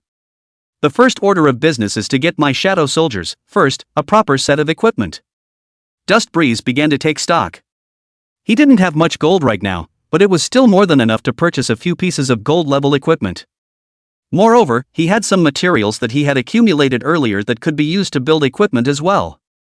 Well, first give the Shadow Wolf King a set of equipment that focuses on agility and attack, and then give the two abyssal Shadow Wolves defensive outfits. As for the Shadow Sentinel, Dustwind rubbed his chin. This guy is a spellcaster himself, so why don't we give him a kit that increases his spell strength and control? Dustwind quickly got an idea. He decided that he would first make a trip to the trading house to see if there was any suitable equipment. If not, you'll have to build it yourself. Come on, boys, let's go sweep. With a wave of Dustwind's hand, the Shadow Soldiers entered his shadow with it, and then strutted out of the spectral shadow forest. Dustwind's figure appeared like a ghost in the teleportation array of the replica hall. The light around them instantly became brighter, and a cacophony of people's voices rang in their ears. He narrowed his eyes slightly, adjusting to the sudden change. However, before he could fully acclimatize, an anxious figure swooped in, nearly knocking him over. Dustwind! You run! Su Muqing's voice, with a sobbing tone, as if she was going to break down in the next second. She tightly grasped Dustwind's arm, her knuckles whitening from the exertion, and her body trembled slightly, showing the extreme fear and uneasiness within her heart. Dustwind frowned. He can feel the anxiety in Su Jin'er's words is not false, but... Run? Why run? The Lin and Li families came looking for you. Said they want you to pay for your life. Su Jin'er added sharply, panting heavily, her chest heaving violently, fine beads of sweat seeping from her forehead, her eyes filled with worry for Dustwind.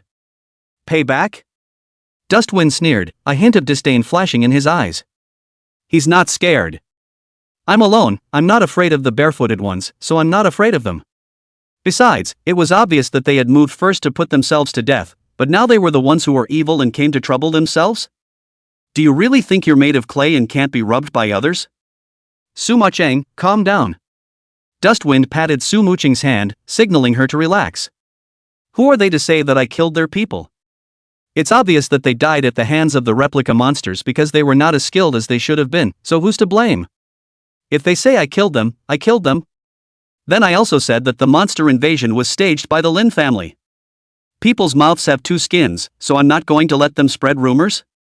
Although Dustwind said so on his lips, he was very clear that the person was killed by himself, but there was no evidence. Even Su Jin'er, who entered the copy together, was driven out by herself before she did it, and didn't see the scene where she did it at all. As long as he bit out that he hadn't done anything, there was nothing they could do even if they were more forceful, and if they dared to make a move, Dusty Wind was even more unafraid. This was the main city.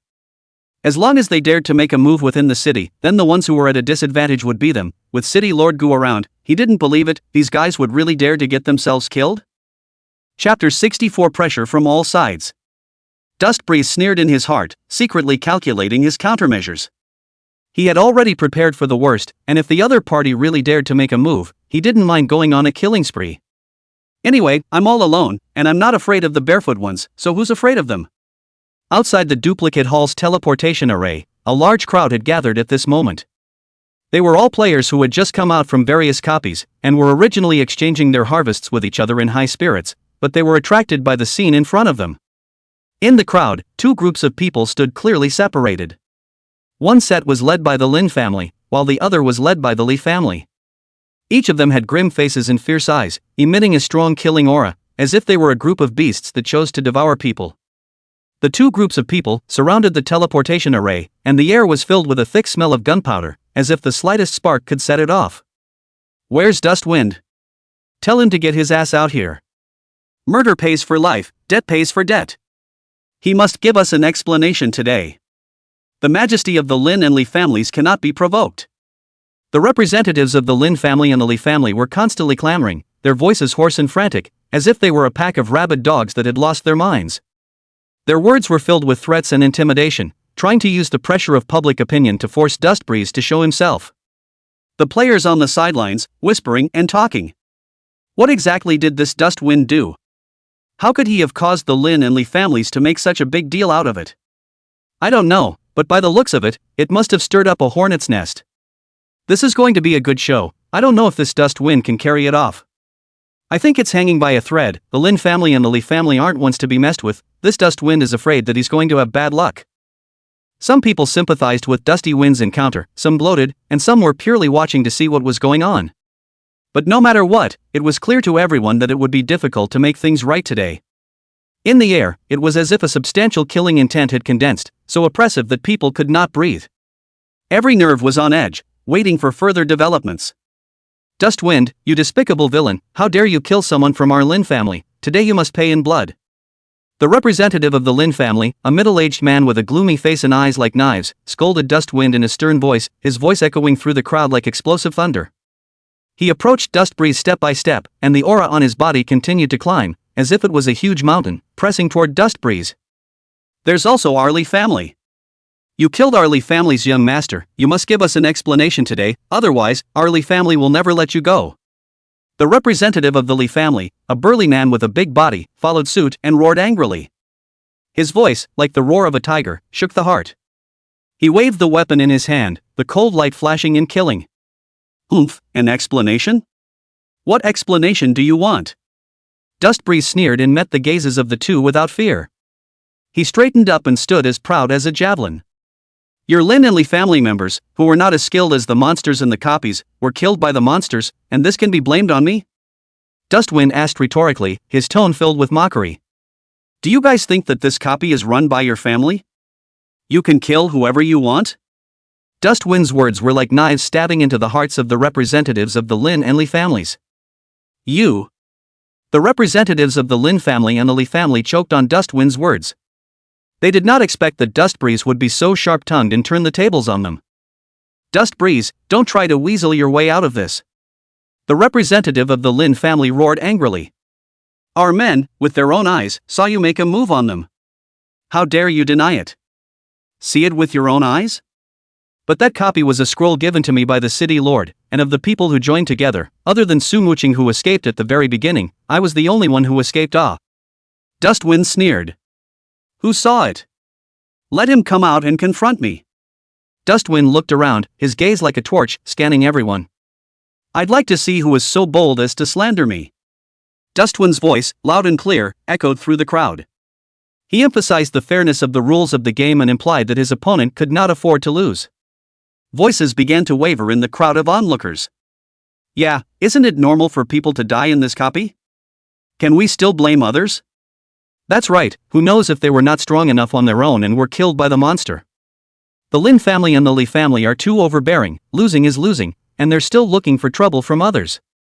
Dustbreeze, don't you dare try to change the subject. The representative of the Li family roared angrily. Even without witnesses, you can't get away with it. You killed our men, that's a fact. Facts? Dustwind sneered. You guys say it's the truth, so it's the truth? Dustbreeze's eyes became sharp, stabbing at the other party like a blade. I could also say that you guys premeditated to set me up before entering the copy. Even, I suspect that this monster invasion is all related to you. Dustwind's words were stone cold and shocked everyone. The faces of the representatives of the Lin and Li families instantly turned pale. They didn't expect that Dustbreeze would be so cunning as to bite them back. You're full of. The representative of the Lin family roared in exasperation. How could we have anything to do with the monster invasion? You are slandering. Naked slander. Whether it's a slur or not, you know in your hearts. Dustbreeze said coldly. I, Dusty Wind, walk the walk and sit upright. I'm not afraid of you curmudgeons. Dusty Wind's words were so loud and clear that the players who had gathered around him increased their trust in him by a few more points. Unbridled. Suddenly, there was a roar, like thunder exploding. The representative of the Li clan couldn't hold back any longer, as he violently swung the huge axe in his hand, and with the sound of whistling wind, he slashed his head towards Dustbreeze. Little bastard, how dare you slander our Li family, I'll split you today.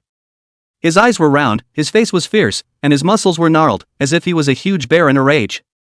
Stop. The Lin family representative's face changed drastically and wanted to stop it, but it was too late. He secretly grumbled in his heart, this Li family's recklessness is really not enough to accomplish anything. Dustwind, however, laughed coldly and stood still, not moving at all, as if he didn't even see the huge axe that smashed down on his face. Humph, out of your depth. Just at the moment when the giant axe was about to hit Dustwind, he suddenly raised his hand and his staff gently moved forward, directly blocking the giant axe. What? The representative of the Li family was shocked. He only felt a huge force coming from him, and the huge axe in his hand even nearly came off. What kind of strength does this guy have in the end? Stop it all. Right at this moment, a majestic voice, like a loud bell, echoed throughout the replica hall. A figure, like a ghost, appeared in the field. He wore a long green-colored robe and had a majestic, unruffled face. A powerful aura emanated from him, like a mountain, weighing people down. It's Lord City Lord. Lord City Lord is here. This is going to be a good show. The players on the sidelines, one by one, exclaimed out in surprise, their eyes filled with excitement and anticipation. The person who came was none other than the City Lord of Young City, Gu Qingshan. Gu Qingshan first scanned the wretched scene and frowned. Afterwards, his gaze landed on the representatives of the Lin and Li families, his eyes filled with a sense of majesty and oppression. Do you know your sins? Gu Qingshan's voice was like a thunderclap that exploded in the ears of the two. The representatives of the Lin family and the Li family immediately trembled in fear and fell to their knees with a thud. Lord City Lord, spare your life. We just had an impulse. The two men kowtowed like pounds of garlic, their voices trembling, no longer having the arrogance they had before. Gu Qingshan snorted coldly and didn't pay any attention to them, instead turning his head to look at Dustwind. How long has it been, and why are you boys causing trouble again? Dustwind Man sniffed but shrugged. I can't just let them slander me, can I? Hearing Dustwind's words, Gu Qingshan sighed helplessly, his gaze once again looking at the Lin and Li families. You guys are claiming that Dustwind killed your people, do you have any proof? The representative of the Lin family's face stiffened and stammered for words. Lord City Lord, even if there are no witnesses, but Dusty Wind he has the motive to kill. The representative of the Lin family's eyeballs rolled as he hurriedly added. He's had problems with our Lin and Li families before, and this time in the copy, he must be holding a personal vendetta. Motive? Dustbreeze interrupted the Lin family representative with a cold smile. According to you, if there's a motive, it's a murderer? His eyes swept over the two with contempt, his tone filled with mockery. Then can I say that Li Wei and Lin Yihan had trouble with me and also had a motive to kill, and then your two families joined forces to deliberately frame me? You're bloodthirsty. The representative of the Lin family was so angry that his face turned green and he trembled. Enough! Gu Qingshan impatiently interrupted the two men's quarrel. Without evidence, don't mess around here. He turned his head to Dustwind and said in a serious tone. Dustwind, although they have no evidence, this matter involves two lives after all. In order to convince the public, I need you to cooperate with the investigation. Dustwind nodded in understanding. Lord City Lord, I am willing to cooperate with the investigation. He said frankly, however, if it is finally ascertained that I was wrongly accused. Dustbreeze paused, his eyes steeply sharpening. I demand that the Lin family and the Li family publicly apologize to me and compensate me for my moral damages. The representatives of the Lin family and the Li family's faces changed drastically, not expecting Dustwind to make such a request. Dustwind, don't go too far. The Li family representative roared, who do you think you are? How dare you ask us to apologize for compensation? What? Don't dare? Dustwind sneered, or do you have a ghost in your hearts, afraid of being found out? You.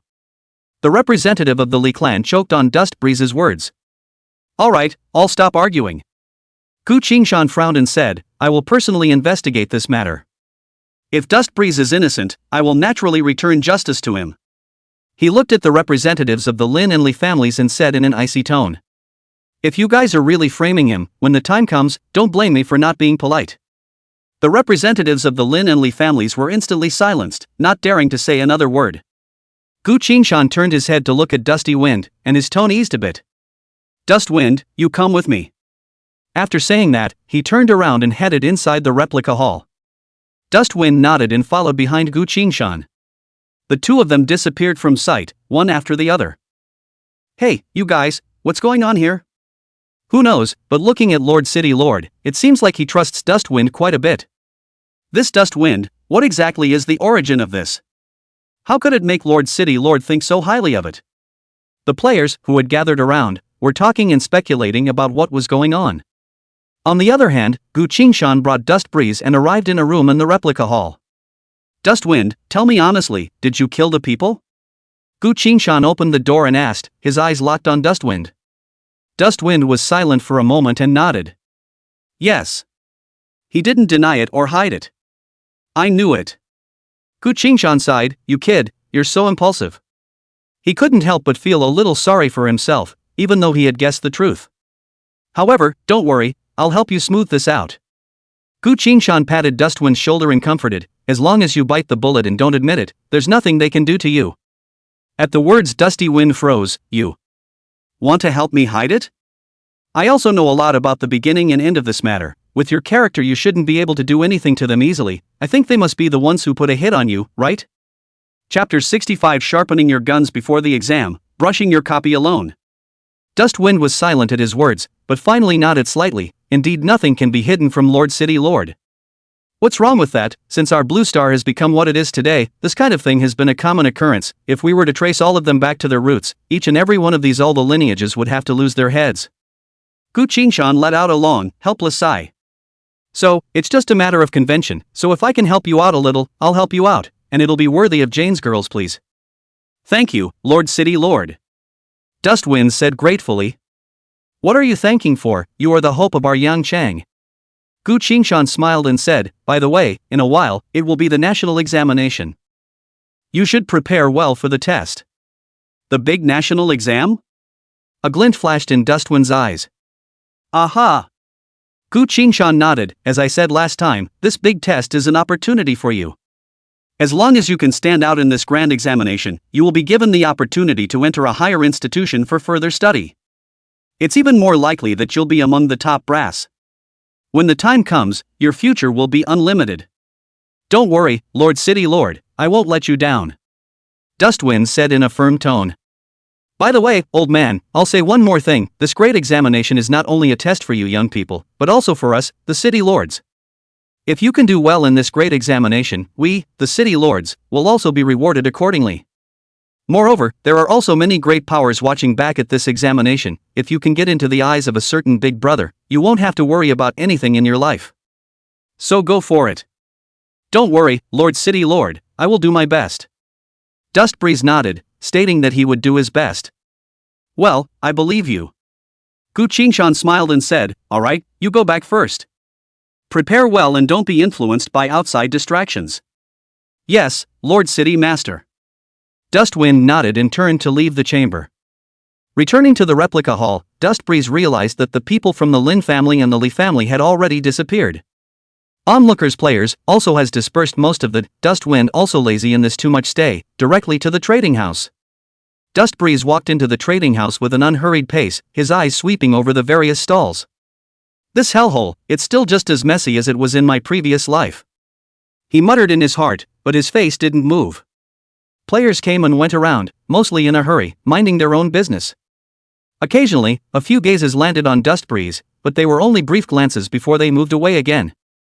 After all, a level 20 player, in a place like Yang City, was just too ordinary. Silver grade cloth armor. With high defense, preferably with some spiritual attributes. Dustbreeze silently sifted through his targets in his mind. He didn't go straight to the stalls that seemed to be the hottest, instead, he specifically picked some corners that were less crowded. Suddenly, Dustbreeze's eyes rested on a piece of armor. It was a somewhat old-looking silver armor, and there were even a few tiny cracks on the surface. Name, Broken Moonlight Armor. Grade, Silver. Level, LV20. Defense, plus 180. Spirit, plus 50. Durability, 800-1200. Special effect, Moonlight Guardian passive. When attacked, there is a 10% chance that Moonlight Guardian will be triggered, forming a shield that absorbs 100 points of damage. This armor. Dustbreeze's brows furrowed slightly. In terms of panel properties, this armor is only average, and the durability is low. In theory, this kind of equipment shouldn't even be in his eyes. However, Dustbreeze sensed a hint of an unusual aura on this armor. This crack is not right. He reached out and gently stroked the cracks in his gauntlet. A cool touch came from his fingertips, as if there was a faint energy that flowed through the cracks. Boss, how do I sell this armor? Dustwind turned his head to look at the stall owner, a short and fat middle-aged man. 500 gold coins. The stallholder lazily quoted a price. A few players around them couldn't help but shake their heads when they heard the price. 500 gold coins? This boss wants money like crazy, right? That's right, a broken silver armor and still dare to sell it for so much? I guess I saw that the armor was not a bad shape and wanted to make a pit stop. The murmurs reached Dusty Wind's ears, but he didn't care. 300 gold coins, I'll take it. Dustbreeze said faintly. 300? No, that's too little. The stallholder shook his head back and forth. 350, can't go any lower. 300, one bite. Dustwind's tone was undeniable. This. The stallholder hesitated for a moment, but finally bit the bullet. Okay, 300 is 300, sold. As he spoke, he handed the armor to Dustwind. Deal. Dustbreeze received the armor and sneered in his heart. These fools don't even know the true value of this armor. The reason why he took a glance at this armor was because he had seen similar equipment in his previous life. This kind of armor, the cracks on the surface, were not really broken, but a special kind of seal. As long as the correct method was found and the seal was lifted, the attributes of this armor would change drastically. And the way to lift the seal, Dustbreeze happened to know. When I get back and fix this gear, then. His heart was filled with anticipation. Instead of returning directly to his residence, Dustwind took a detour to the duplicate hall. The opportunity for a copy gifted by the city lord cannot be wasted. His footsteps quickened by a few moments as he made calculations in his mind. After all, strength is the root of everything. The only way to meet the next challenges is to keep getting stronger. After the transaction was completed, Dustbreeze didn't stay in the trading house for much longer and turned around to leave. However, he didn't notice that not far behind him, a gloomy gaze was staring intently at him. It was a slim young man with a wry smile on his face. Returning to the replica hall once again, Dustbreeze did not hesitate and walked straight to the previous portal. Does it consume a chance to challenge a gold-level copy of Spectral Shadow Forest? Yes. A familiar feeling of vertigo struck Dustwind as he once again entered the Spectral Shadow Forest. It was still an eerie environment, foggy and with minimal visibility. This time, however, Dustbreeze looked extraordinarily relaxed. With the experience of the last time, he knew this copy like the back of his hand. Ow! The howls of the phantom wolves rose and fell, more in number than before, and more ferocious in their attack. The corners of Dustwind's mouth rose slightly, revealing a disdainful smile. Good timing! He let out a low gulp and the staff in his hand began to shine brightly. The original sinister and incomparable gold-level copy was as easy as chopping melons and cutting vegetables in front of him. In less than half an hour, Dustbreeze completed the last challenge of the Spectral Shadow Forest. The system beep came as promised. Ding! Congratulations, you've killed the Phantom Wolf King boss. Experience value plus 6,400. Ding! Congratulations on completing your copy quest. The Forest of Shadows has been cleared. Reward skill points 50, experience value plus 2,000. The system beep echoed in Dustwind's ears, announcing that he had once again conquered this gold-level copy. He slowly opened his eyes, and his surroundings had returned to the appearance of a replica of the Great Hall. Phew! Dustbreeze took a long breath and felt the power surging within his body, the corners of his mouth rising slightly. Worthy of being a gold-level copy, the experience value is just plentiful. He whispered to himself, excitement shining in his eyes.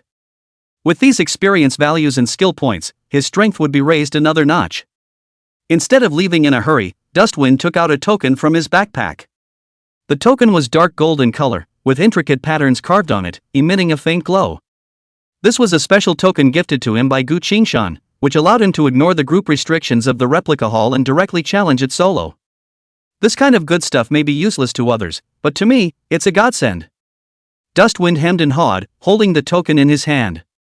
He stepped towards another portal and chose the solo challenge without hesitation. Does it consume a single challenge opportunity? Yes. A wave of dizziness hit him, and Dustwind's figure disappeared into the portal. Inside the replica hall, the originally noisy crowd was suddenly quiet for a split second after Dustwind disappeared through the portal. Where's that kid? Why is he gone? Holy, he's in the copy? It's not wrong, is it? I think I saw that he was heading for the hell difficulty portal. After a short silence, a whisper erupted from the crowd, followed by a burst of laughter. Ha ha ha, this kid is afraid he hasn't lost his mind, right? Going to brush the hell level alone? I guess he was scared out of his wits by the Lin and Li families just now and wanted to find a place to hide? Hide? Does he think the copy is a shelter? Hell level difficulty, he'll be lucky to come out alive. I'm guessing he'll be crying and escaping in 20 minutes tops. 20 minutes? You're too high on him, I'll bet 15 minutes. The surrounding players, you a word and I a word, wantonly ridiculed Dustwind's self-consciousness. In their opinion, a level 20 support profession that dared to take on a hell level copy solo was simply asking for death. No one thought Dustbreeze would make it, or even that he would make it out alive. As time passed by, some of the players inside the replica hall had already left, while some continued to stay here, waiting to see Dustwind's joke. It's been 25 minutes, why hasn't that kid come out yet? Heh, maybe it's already dead inside, and there's not even a chance to teleport out. It's possible, hell-level monsters are no joke. Just as the crowd was talking, the portal suddenly flickered and a figure slowly walked out. Out. It's out. I told you he'd be. Right at this moment, a system tone resounded throughout the replica hall. Ding! Congratulations to player Dustwind, for soloing through the hell-level copy of Snake Venom Pit, setting a new clearance record. The system beep, like thunder, echoed within the replica hall. Everyone was dumbfounded. How could they not have imagined that not only did Dustbreeze come out alive, but he had actually cleared the hell-level copy? And it's still a solo pass, setting a new record. It's nothing short of a miracle. This is impossible. He's just a support. Cheating. He must have cheated. Right. There must be an error in the system. After a brief moment of shock, the crowd erupted into a chorus of skepticism. They couldn't accept that a support profession could do this. It completely turned their perceptions upside down. The system beep, however, doesn't lie. Dustwind, indeed, had accomplished the seemingly impossible task with his own strength. In the face of the crowd's skepticism, Dustbreeze only smiled faintly, not explaining or arguing. He walked straight to another portal and once again chose the solo challenge. He's going to continue? Crazy. He must be crazy. He's definitely dead this time. The crowd looked at Dusty Wind's back and once again murmured. But this time, in their tone, there have been a few points less of ridicule and a few more points of shock and fear. Dustwind ignored the comments around him. He knew that strength was the best proof. He's going to shut everyone up with win after win. Chapter 66, Come. He slowly walked out of the replica hall, the afterglow of the setting sun spilling over his body and stretching his shadow. It's time to go back. Dustbreeze whispered to himself and turned towards his residence. He didn't notice that the players around him were looking at him with a strange gaze. After all, for a level 20 support profession to single-handedly clear a hell-level copy, this was an extremely rare thing in Yang City, and even the entire Blue Star. The Dusty Wind passed through a street, gradually moving away from the hustle and bustle of the replica hall. As night fell, the streetlights came on, dimly lit, illuminating the street in a somewhat hazy fashion. Dustwind walked around a corner and entered a remote alley. Here, it's a shortcut home. But at the same time, it's also an excellent place for an ambush. The alley was narrow, flanked on both sides by towering fences, and the light from the street lamps, blocked by the fences, seemed even dimmer. It was so quiet around them that only Dustwind's own footsteps could be heard. Sasha. The sound of footsteps was loud and clear in the stillness of the night. Dustwind frowned. He stopped and looked around warily. Come on out. Dustwind said coldly, his voice echoing in the empty alley. In response to him, there was only a dead silence. Dustbreeze's brows slightly furrowed. He could feel that the atmosphere around him, something was wrong. But what exactly was wrong, he couldn't say. Whoosh. Right at this moment, several black shadows suddenly sprang out from all directions and directly attacked Dustbreeze. The speed was as fast as a ghost. In the dark shadow's hands, the sharp blades that glittered with cold light looked particularly hideous in the dim light. Sure enough, it's here. Dustbreeze said in his heart, but his face did not show the slightest bit of panic. He had expected that the Lin and Lee families would not let up, and even the Su family might make a move against him. I just didn't expect that they would choose to do it here. Swish, swish, swish. The sound of a sharp blade cutting through the air rang in Dustwind's ears. The assassins were well trained and coordinated, blocking off all of Dustwind's retreats. They had obviously planned this for a long time and wanted to put Dustbreeze to death. Just you guys? Dustwind sneered, his body slightly sidestepping a dagger that was stabbing at his chest. At the same time, he staggered his footsteps like a ghost, weaving in and out of the swords and shadows. Every dodge was just right, unharmed. How is this possible? The assassins were shocked in their hearts. They had originally thought that Dustwind was just a support profession that could not take a single hit. I didn't realize that he was so agile. This kid, he's a bit evil. The assassin leader whispered, a glint in his eyes. Everyone be careful, don't be careless. He reminded his companion, and at the same time, with the dagger in his hand, he stabbed at Dustbreeze even more quickly.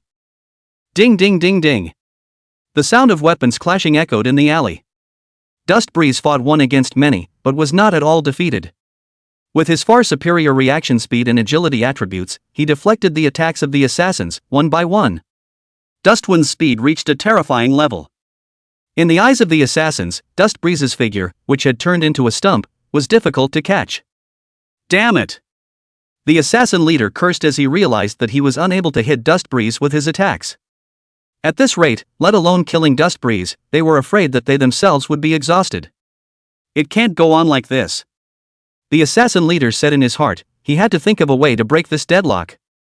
Suddenly, his eyes glazed over and he saw an opportunity. As Dustwind dodged an assassin's attack, his body leaned forward slightly, revealing a crack. It's now!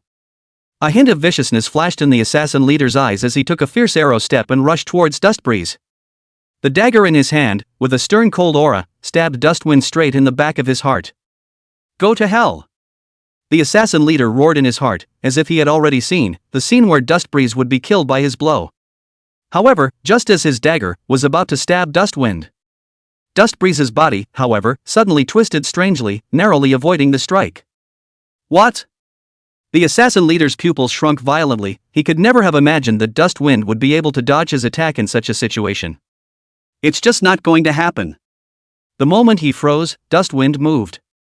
He made a sharp turn and blasted his fist into the assassin leader's face. This punch, extremely fast and powerful, carried a whistling wind sound. The assassin leader had no time to dodge, and could only watch as Dustwind's fist, in his line of sight, grew larger and larger. Bang! With a muffled sound, Dustbreeze's fist viciously slammed into the assassin leader's face. The high amount of attack power allowed Dustbreeze's punch to reach an astonishing level of power. Ka-ching! The sound of bones breaking clearly reached everyone's ears. The assassin leader's nose was directly broken by Dustwind's punch. His body, like a kite with broken strings, flew backwards. Put! The assassin leader fell heavily to the ground, and a large mouthful of blood sprayed out of his mouth. He struggled to get up, but realized that his body was completely out of control. You! The assassin leader's eyes widened as he looked at Dustwind, disbelief in his eyes. He could never have imagined that he would be punched and seriously injured by a support profession. Chief! The assassins cried out in shock, their voices filled with disbelief and fear. They could never have imagined that their leader, an experienced assassin, would be knocked down by a punch from a support profession. This can't be. An assassin muttered, his eyes filled with confusion. He's just a support. The other assassin's voice, already beginning to tremble. Dustwind ignored their shock as he coldly scanned the remaining assassins, his eyes filled with killing intent. That look was like looking at a dead person. The assassins were shocked by Dustwind's aura, and they realized that the ambush had been a complete failure. Continuing to dwell on it will only be self-defeating. Withdraw! One of the assassins was the first to react, yelling and turning to run. The other assassins, too, returned to their senses and fled in all directions. They fled, faster than they had come, wishing they had 2 more legs. Trying to run? Dustwind sneered, he had expected that these assassins would escape. Extreme divine speed. Dustwind instantly turned on his active talent, and his speed, once again, skyrocketed. The figure that was already like a ghostly figure was even faster than the naked eye could capture at this moment. Whoosh! Dusty winds traveled through the alleys, reaping the lives of the assassins like a god of death. Ah! No! Help! Screams and pleas for mercy echoed through the alley. But soon enough, it fell into place. Each of Dustbreeze's strikes was precise and deadly. There was no assassin that could have gotten a single move under him. In just a few breaths of time, only one of the assassins, who were still raging, was left. That assassin was none other than the leader of the assassins who had previously clamored for Dustwind to be put to death. At this moment, he collapsed to the ground, trembling, with fear in his eyes. He looked at Dustwind as if he were looking at a devil. You can't kill me. The assassin leader's voice, tinged with sobs. I am a member of the Lin family. If you kill me, the Lin family won't let you go. He tried to use the Lin family's name to threaten Dustbreeze. The Lin family?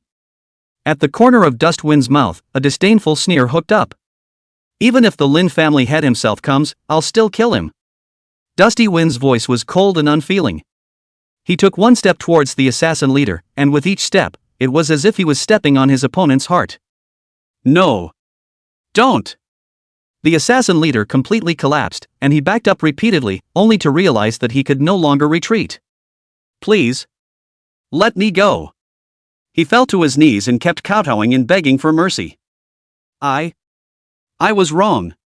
I shouldn't have laid a hand on you. I can give you money. Give you lots and lots of money. He tries to use money for his life. Money? Dustwind's eyes, even colder. Do you think I would be short of money? Dustwind slowly raised his hand and aimed it at the assassin leader's head. In your next life, remember not to mess with me. The voice of the dusty wind was like the pronouncement of death. No. The assassin leader let out one last wail of despair. Bang! Dustwind threw a punch, and the assassin leader's head, like a watermelon, burst open. Blood and brains splattered all over the place. Dustbreeze withdrew his fist, glanced at the corpse on the ground, and turned to leave. His figure disappeared into the darkness as if he had never appeared. Only left behind, a mess, and a strong smell of blood. Looking at the corpses on the ground, Dustbreeze directly whispered, "Get rid of the body." As Dusty Wind's voice fell, 5 figures sprang out of his shadow and flew apart. Like hungry beasts, they pounced on the cold corpses, greedily devouring everything without leaving even a trace of blood. When they came back, Dustwind realized that after eating the corpses of these people, the attributes of these shadow soldiers of his had increased a little bit. I didn't realize that this could even raise their attributes. A glint flashed in Dustwind's eyes. Looks like we'll have to try and get Shadow to eat the monster corpses from now on. He was secretly calculating in his mind that this unexpected discovery might become a shortcut for him to rapidly increase his strength. After all, in this world where strength was paramount, any opportunity to become stronger could not be missed. After dealing with the scene, Dustbreeze turned around and left the gloomy alley. It was late at night, and the streetlights gave off a dim glow that stretched his figure. He weaved his way through the silent streets toward home. Tonight's encounter, while thrilling, was what he had expected.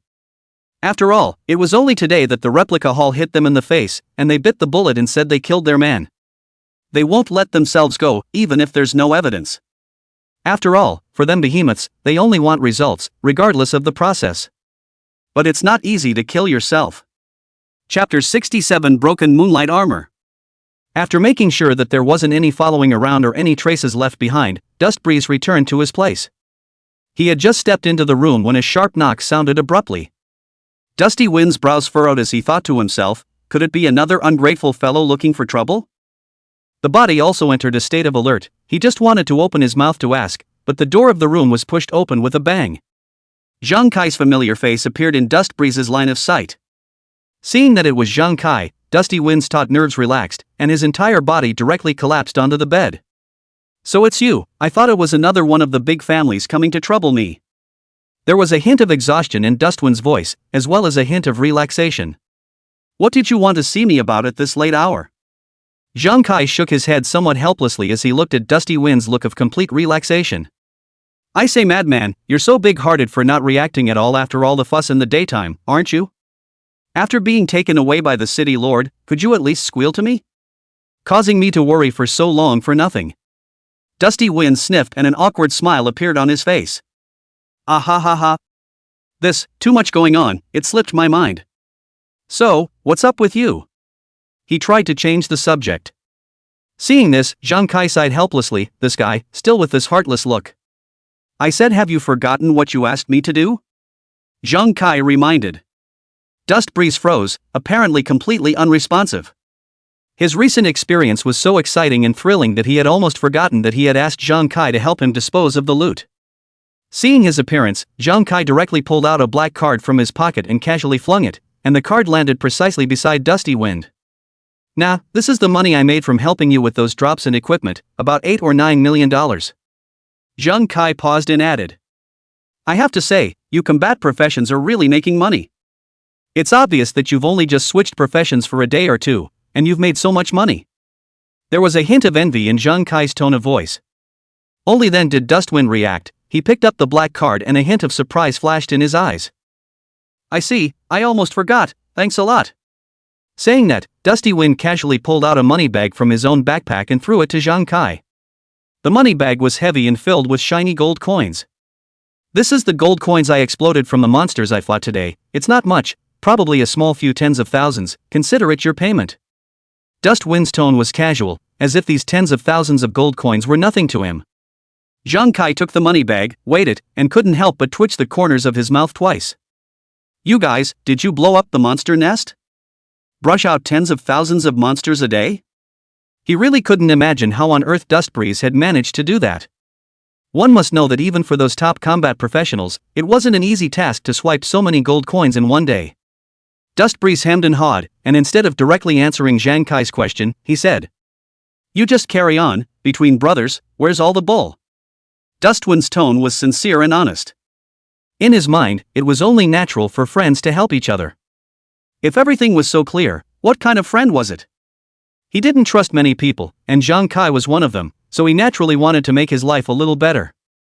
Hearing Dusty Wind say that, Zhang Kai also stopped being pretentious as he sighed lightly and said, "Alright, I'll take it then.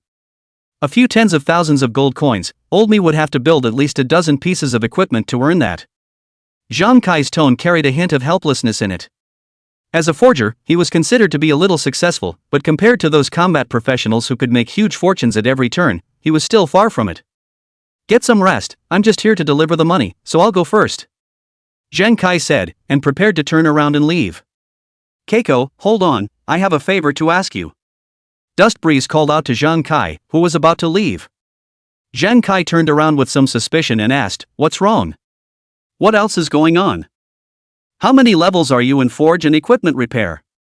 Instead of answering directly, Dustbreeze asked in return. Zhang Kai froze for a moment, then replied, "This is the skill I eat, forging is at level 6, repairing is a little higher, to level 7. What, you want to build equipment or repair it?" Zhang Kai added, as a forge master, he was naturally clear about the importance of these two skills. Hearing this, Dustwind raised an eyebrow, a trace of appreciation flashing in his eyes. "You're trying really hard," he exclaimed. After all, Zhang Kai's transfer was only a year old, and practicing two skills to level 6 and 7 in a year's time was definitely hard work. Zhang Kai blankly glanced at Dustbreeze breathlessly. "You have to eat to feed your family, big brother. I'm just a living profession, so I can only work my ass off." Dustwind hemmed and hawed and took out a piece of equipment directly from his backpack. It was the broken moonlight armor he had bought earlier at the trading house. He tried to repair this armor after he got it, but his repair art level was too low. It had to be level 5 to repair it, and it had to be coupled with a level 5 forging art in order to complete the hidden repairs and activate its original attributes. "Here, help me with this." Dustbreeze smiled and handed this moonlight armor to Zhang Kai. It was said to be armor, but it was actually the cloth armor used by mage-type professions, light and soft, with faint moonlight-like traces remaining on it, only that the traces had now become dull and even broken in some places. Zhang Kai received the armor, and his hands were cold. He carefully felt every inch of the gauntlet, his fingers rubbing back and forth over the broken areas, and his brow grew furrowed. "Broken equipment?" Zhang Kai muttered with some confusion. But soon, his eyes changed, becoming focused and sharp. "No. There's something odd about this equipment," he said in a deep voice, a hint of surprise and excitement in his tone. Zhang Kai turned the moonlight armor over and over, tapping his fingers on it a few times every now and then as if he was feeling something. His expression also became more and more grave, as if this broken armor was hiding some shocking secret. Dustwind looked at Zhang Kai's serious face and was a little curious in his heart. He knew that this moonlight armor wasn't simple, but he didn't expect that it could make Zhang Kai show such an expression. "Well, see anything in the door?" Dustwind couldn't help but ask. Zhang Kai did not answer immediately, but continued to carefully observe the armor. His fingers, following those fine lines on the gauntlet, moved a little bit, as if he was tracing something. Suddenly, his fingers stopped at a broken spot. There was an almost invisible crack that could not be detected without a closer look. In Zhang Kai's eyes, a glint flashed. "This armor is not simple," he said slowly, a hint of awe in his tone. "It's not just a broken piece of equipment, it's hiding a deeper secret." Zhang Kai raised his head and looked at Dusty Wind with excitement in his eyes. "If I'm not wrong, this armor, its original grade, is definitely more than simply silver grade," he affirmed. Dustwind's heart stirred as he heard the words. "Sure enough, this armor, is fishy. So can you fix it?" Dustwind asked directly, a hint of anticipation in his tone. After all, if this armor was really as extraordinary as Zhang Kai said, then after repairing it, one's strength, again, could be increased by quite a bit. Zhang Kai sniffed and with a shake of his hand, a forging hammer appeared in his hand. He tapped on the moonlight armor with a soft clang, as if confirming something. He then nodded and said, I have enough skill levels for all of them, that is. Zhang Kai paused, a look of difficulty appearing on his face. It's just that. Need something that's a little outrageous. Dustwind's eyes lit up and he hurriedly pursued, what did you say you wanted? I'll go get it. To him, as long as he could improve his strength, paying some price was completely acceptable. What's more, he was now considered a small tycoon, so he should still be able to afford the usual materials. Zhang Kai looked at Dustwind with a somewhat odd expression and said, it would have been better if you had taken it out earlier. To repair this thing, you need to use 3 pieces of silver equipment and a gold level equipment in order to completely repair it. What the hell? Hearing this, Dust Breeze froze. What kind of equipment repair requires devouring other equipment? Isn't that a bit too outrageous? He couldn't help but spit. This type of restoration is simply unheard of. You have to know that silver equipment, which is already considered very good equipment, not to mention gold level equipment, that is a treasure that cannot be found. Using so many good things to fix a broken piece of equipment felt a bit uneconomical anyhow. Zhang Kai laughed bitterly, I haven't seen this kind of demand either, should I not count it? It's a bit of a big loss, in case the attributes are bad after the repair, it'll be a big loss. Although he wanted to help Dusty Wind repair this equipment, he also knew that the risk involved was just too great. No. Dustwind, however, shook his head decisively. It's just equipment, I have it. Saying that, Dustwind directly opened his backpack. Today, I have brushed 2 waves of gold level copies, so there may not be any gold equipment, but there is still a lot of silver. And even if there is no gold level equipment, one can still sublimate one out by healing points. This equipment, the previous life of their own but heard of it, attributes, although said to be too strong to go anywhere, but the accompanying effect is able to make all the combat class professionals tend to rush. Looking at Dustwind's determined expression, Zhang Kai also knew that he could not persuade him. He sighed and said, alright, since you've decided, I'll try for you. I can't guarantee, however, that it will work. Zhang Kai added. After all, it was the first time he had tried this particular type of repair. It's okay, I trust you. Dusty Wind patted Zhang Kai's shoulder and said with a smile. He believed that with Zhang Kai's forging skills, coupled with the materials he provided, the chances of success should still be high. Zhang Kai nodded and said nothing more. He took a deep breath and placed the moonlight armor on the workbench in front of him. Seeing this, Dustbreeze also hastily took out 3 pieces of silver equipment from his backpack. Another additional piece of equipment that shimmered with a faint golden light was taken out. It was a gold equipment that he had temporarily sublimated with healing points. Seeing Dustbreeze's movements, Zhang Kai's eyelids couldn't help but jump fiercely twice. Holy, you guys are too rich. It's only been half a day since I've seen you, and you've gotten so much equipment. Zhang Kai's voice was filled with surprise and envy. He really couldn't imagine how Dustbreeze managed to get so many high-level equipment in such a short period of time. One must know that even those top bigwigs who wanted to gather so much silver equipment would find it hard to do so in a short period of time, not to mention that there was also a gold-level equipment. It's a mobile treasure trove. Dustwind placed the equipment piece by piece on the workbench, arranging it neatly. He looked at Zhang Kai's shocked look and said with a smile. Over to you, Keiko, don't stress, it doesn't matter if you fail. Dustwind's tone was relaxed, as if these precious equipment were nothing to him. Chapter 68 Reaction of the World Family, Repair completed. Meanwhile, inside the hall of the Lin family, the atmosphere was so stagnant that it seemed as if water could drip out of it. The crystal chandelier emitted a cold light, reflecting the different looks of the several people present. Linihan sat on the main seat, and even her exquisite makeup couldn't hide the gloominess between her brows. Her long fingers gently tapped on the desktop, making a clattering sound that stung in the silence of the space. Tell me, how's it going? Linihan's voice was cold, without a trace of emotion, as if she was inquiring about an insignificant matter. The Li family's spokesperson, a short and fat middle-aged man, had a layer of fine beads of sweat oozing out from his forehead at this moment. He cautiously raised his head, glanced at Linihan, and quickly lowered his head again, his voice slightly trembling. Ms. Lin, the team that we sent earlier to assassinate Dustwind has already been out of contact. Most likely they're all dead. His voice grew fainter and fainter, the last few words almost inaudible. What? Linihan's voice rose steeply, a hint of disbelief flashing in her eyes. What did you say? She slammed the table and her entire body stood up, glaring condescendingly at the Li family talker. Didn't I tell you to send more people? How come they're dead?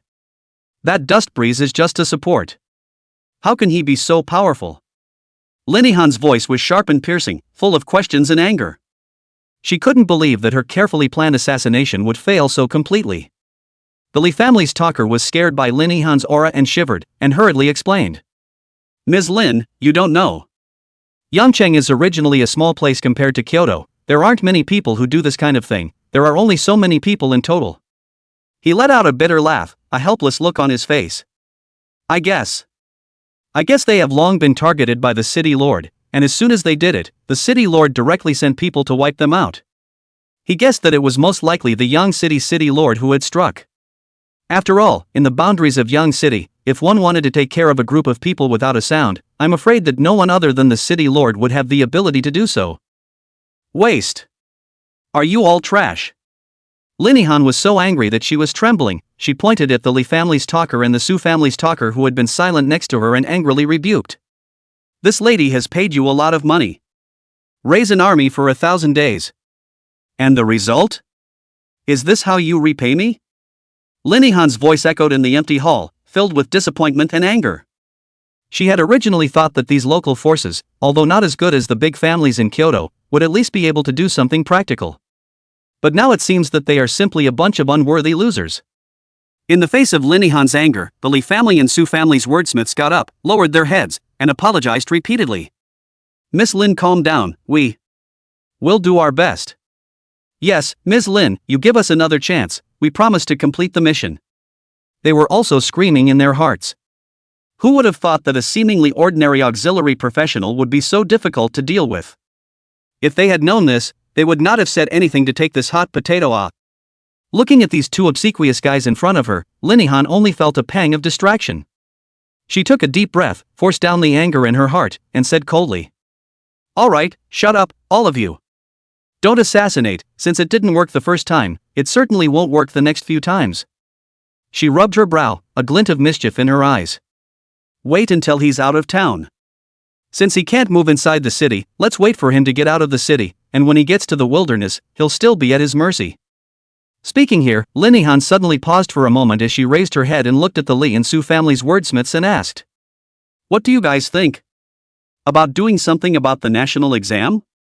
Her voice was soft, but it carried an undeniable majesty. The national exam, a test that all transferees must take.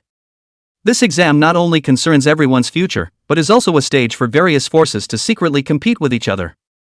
If we can do something in the national examination, so that Dusty Wind cannot pass the examination, or even die directly in the examination hall. Wouldn't that be cleaner than an assassination? The leaders of the Li family and the Su family glanced at each other, both seeing hesitation and worry in each other's eyes.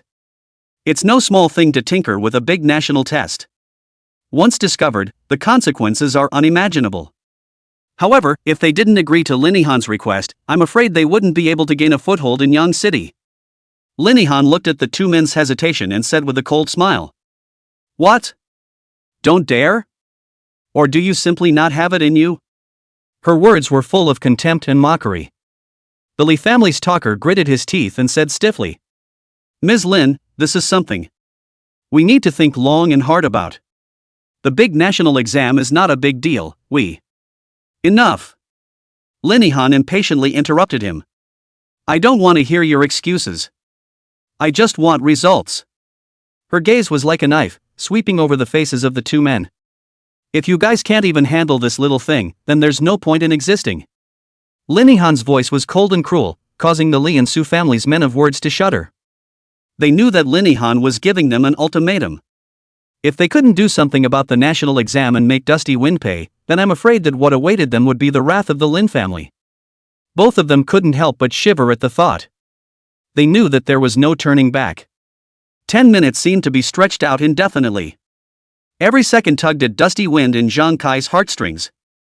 On the workbench, the originally tattered moonlight armor was now silently suspended, a faint halo of light surrounding it. One piece of equipment, under Zhang Kai's exquisite skills, turned into pure energy and slowly integrated into it. First, there were 3 pieces of silver equipment that silently disappeared into the halo like ice melting. Immediately after that, the equipment that shimmered with golden light also began to gradually decompose. Golden points of light, like fireflies, danced around the moonlight armor, seeping into it little by little. Each fusion made the moonlight armor glow 1 point brighter. The originally dull silver color gradually became brighter, even faintly transmitting a hint of golden luster. Dust Breeze stood aside, watching quietly. His expression, seemingly calm, but inside, he had already set off waves of shock. The memories of his past life came like a tidal wave. He clearly remembered what a sensation this equipment had caused at the time. Countless combat class professionals frantically scrambled for it, even going so far as to fight over it. And now, this piece of equipment is about to be recreated in his own hands. It's a feeling that's just amazing. Time passes by. Finally, when the last piece of gold-grade equipment turned into a stream of light and flew into the armor, a sudden change occurred. Buzz. A slight buzzing sound emanated from the gauntlet. Immediately afterward, a dazzling light instantly erupted. The entire room was enveloped by this sudden blow. Dust Breeze and Zhang Kai subconsciously closed their eyes. When the light dispersed and the two opened their eyes again, the sight in front of them left them completely stunned. The original tattered moonlight armor had disappeared. In its place was a brand new robe. The base color of the robe, a pure moonwhite, was outlined with intricate patterns. The silver-colored threads flowed like moonlight, while the golden lines looked like stars dotted in the night sky. The two colors, intertwined, looked both gorgeous and mysterious. Success? A trace of excitement also flashed in Dustwind's eyes. He took a deep breath, forced down the excitement in his heart, and slowly walked forward. It's done! Zhang Kai got up violently and grabbed Dusty Wind's shoulder as he shouted excitedly.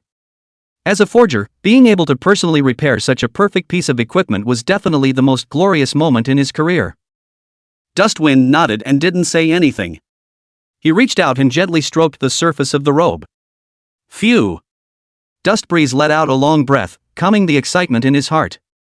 He opened his eyes and a scrying spell was released towards the robes. Name, Moon God's Guardian. Grade, Platinum. Level, LV20. Spirit, plus 280. Physical fitness, plus 150. MP limit, plus 5,000. Durability, 3,000. Skill, Lunar Blessing. Consume 300 MP to apply a layer of Lunar Blessing to yourself and all friendly units within 10 meters around you, causing the target to recover 2% of their maximum life value every second and increase their movement speed and attack speed by 20% for 10 seconds. CD, 30 minutes. Lunar God's Shadow summons the shadow of the Lunar God, and the person covered by the shadow will be forced to take control and enter a state of confinement. Lasts for 5 seconds. Equipment effects. Moonlight Healing. The effectiveness of your healing skill is increased by 100%. Moonlight Shelter provides the user with a layer of shield equal to 5% of magic power value. Being Shattered deals 10% magic damage to the surrounding area. Lunar God's Gift. Blessed equipment, its level will increase along with the user's level. Platinum. Dustwind looked at the attribute panel in front of him and muttered. After seeing the attributes of this equipment, Dustbreeze's heart became even more excited. This was really the same equipment from his previous life. Although the grade was relatively low today, but that didn't hinder the excitement that Dustbreeze was feeling inside at the moment. Because he possesses a unique healing point. As long as there were enough healing points, not to mention the platinum grade, even if it was the legendary god grade, saint grade, or even that supreme heavenly Jedi grade, he would be able to pile it up hard. What's more, what attracted Dustbreeze the most to this equipment, the Lunar God's Guardian, was not its magnificent attributes, nor was it the powerful skills. Instead, it was that equipment special effect called Moon God's Gift. A piece of equipment that could follow the user's level up. This was simply a godly artifact that all professionals could only dream of. It is important to realize that in this era of universal transfer, the speed of equipment replacement is far beyond the imagination of ordinary people. A piece of equipment, even if its skills and effects are no longer powerful and rare, once the level can't keep up with it, it can only end up as a collector's item in the warehouse or being eliminated. Only exclusive equipment can escape this fate. However, the difficulty of obtaining exclusive equipment, as well as the harsh conditions for leveling up, are enough to discourage the vast majority of people. And now, the appearance of Moon God's Guardian has broken this iron law. It didn't require any extra materials or any tedious rituals, it just needed to be worn quietly on the body and would evolve as the user leveled up. It was simply a supreme treasure made for itself. Chapter 69 City Lord's Invitation. Crazy, What are you gawking at? On the side, Zhang Kai's voice pulled Dust Breeze back from his thoughts. He couldn't help but ask as he looked at Dustwind's obsessed look. How are the attributes of this equipment? Zhang Kai rubbed his hands and asked with full Lena pride. All he knew was that this piece of equipment that he had repaired with his own hands was definitely an extraordinary treasure. Dusty Wind came back to his senses as he glanced at Zhang Kai and said with a smile, the attributes are very good. When Zhang Kai heard this, he grinned, revealing a mouthful of large white teeth as he patted Dusty Wind's shoulder and said proudly. That's for sure, don't even look at who made the move. As a forge master, being able to repair such a powerful piece of equipment with his own hands, this sense of accomplishment was not something that could be compared to just anything. Dustbreeze looked at Zhang Kai's smug look and couldn't help but smile without saying anything. He knew that although this Zhang Kai fellow was usually big-headed, he did have extraordinary talent and passion when it came to forging. As a forger, he knew the advantages and disadvantages of a piece of equipment better than anyone else, especially the skills on this, Moon God's Guardian, which shocked him. Thanks, Keiko. Dustwind said sincerely, with gratitude in his tone. He knew that Zhang Kai must have gone through a lot of effort to repair this equipment. Hey, who are we? Zhang Kai waved his hand, looking like he didn't care. But then again, madman, this robe of yours, it's really evil, it's the first time I've seen such an odd piece of equipment. He scratched his head and seemed a little puzzled that. Especially those skills, it's so hard to see my eyes, if you hadn't let me fix it, I'd have to charge you hundreds of thousands of dollars just for this handwork. Hundreds of thousands?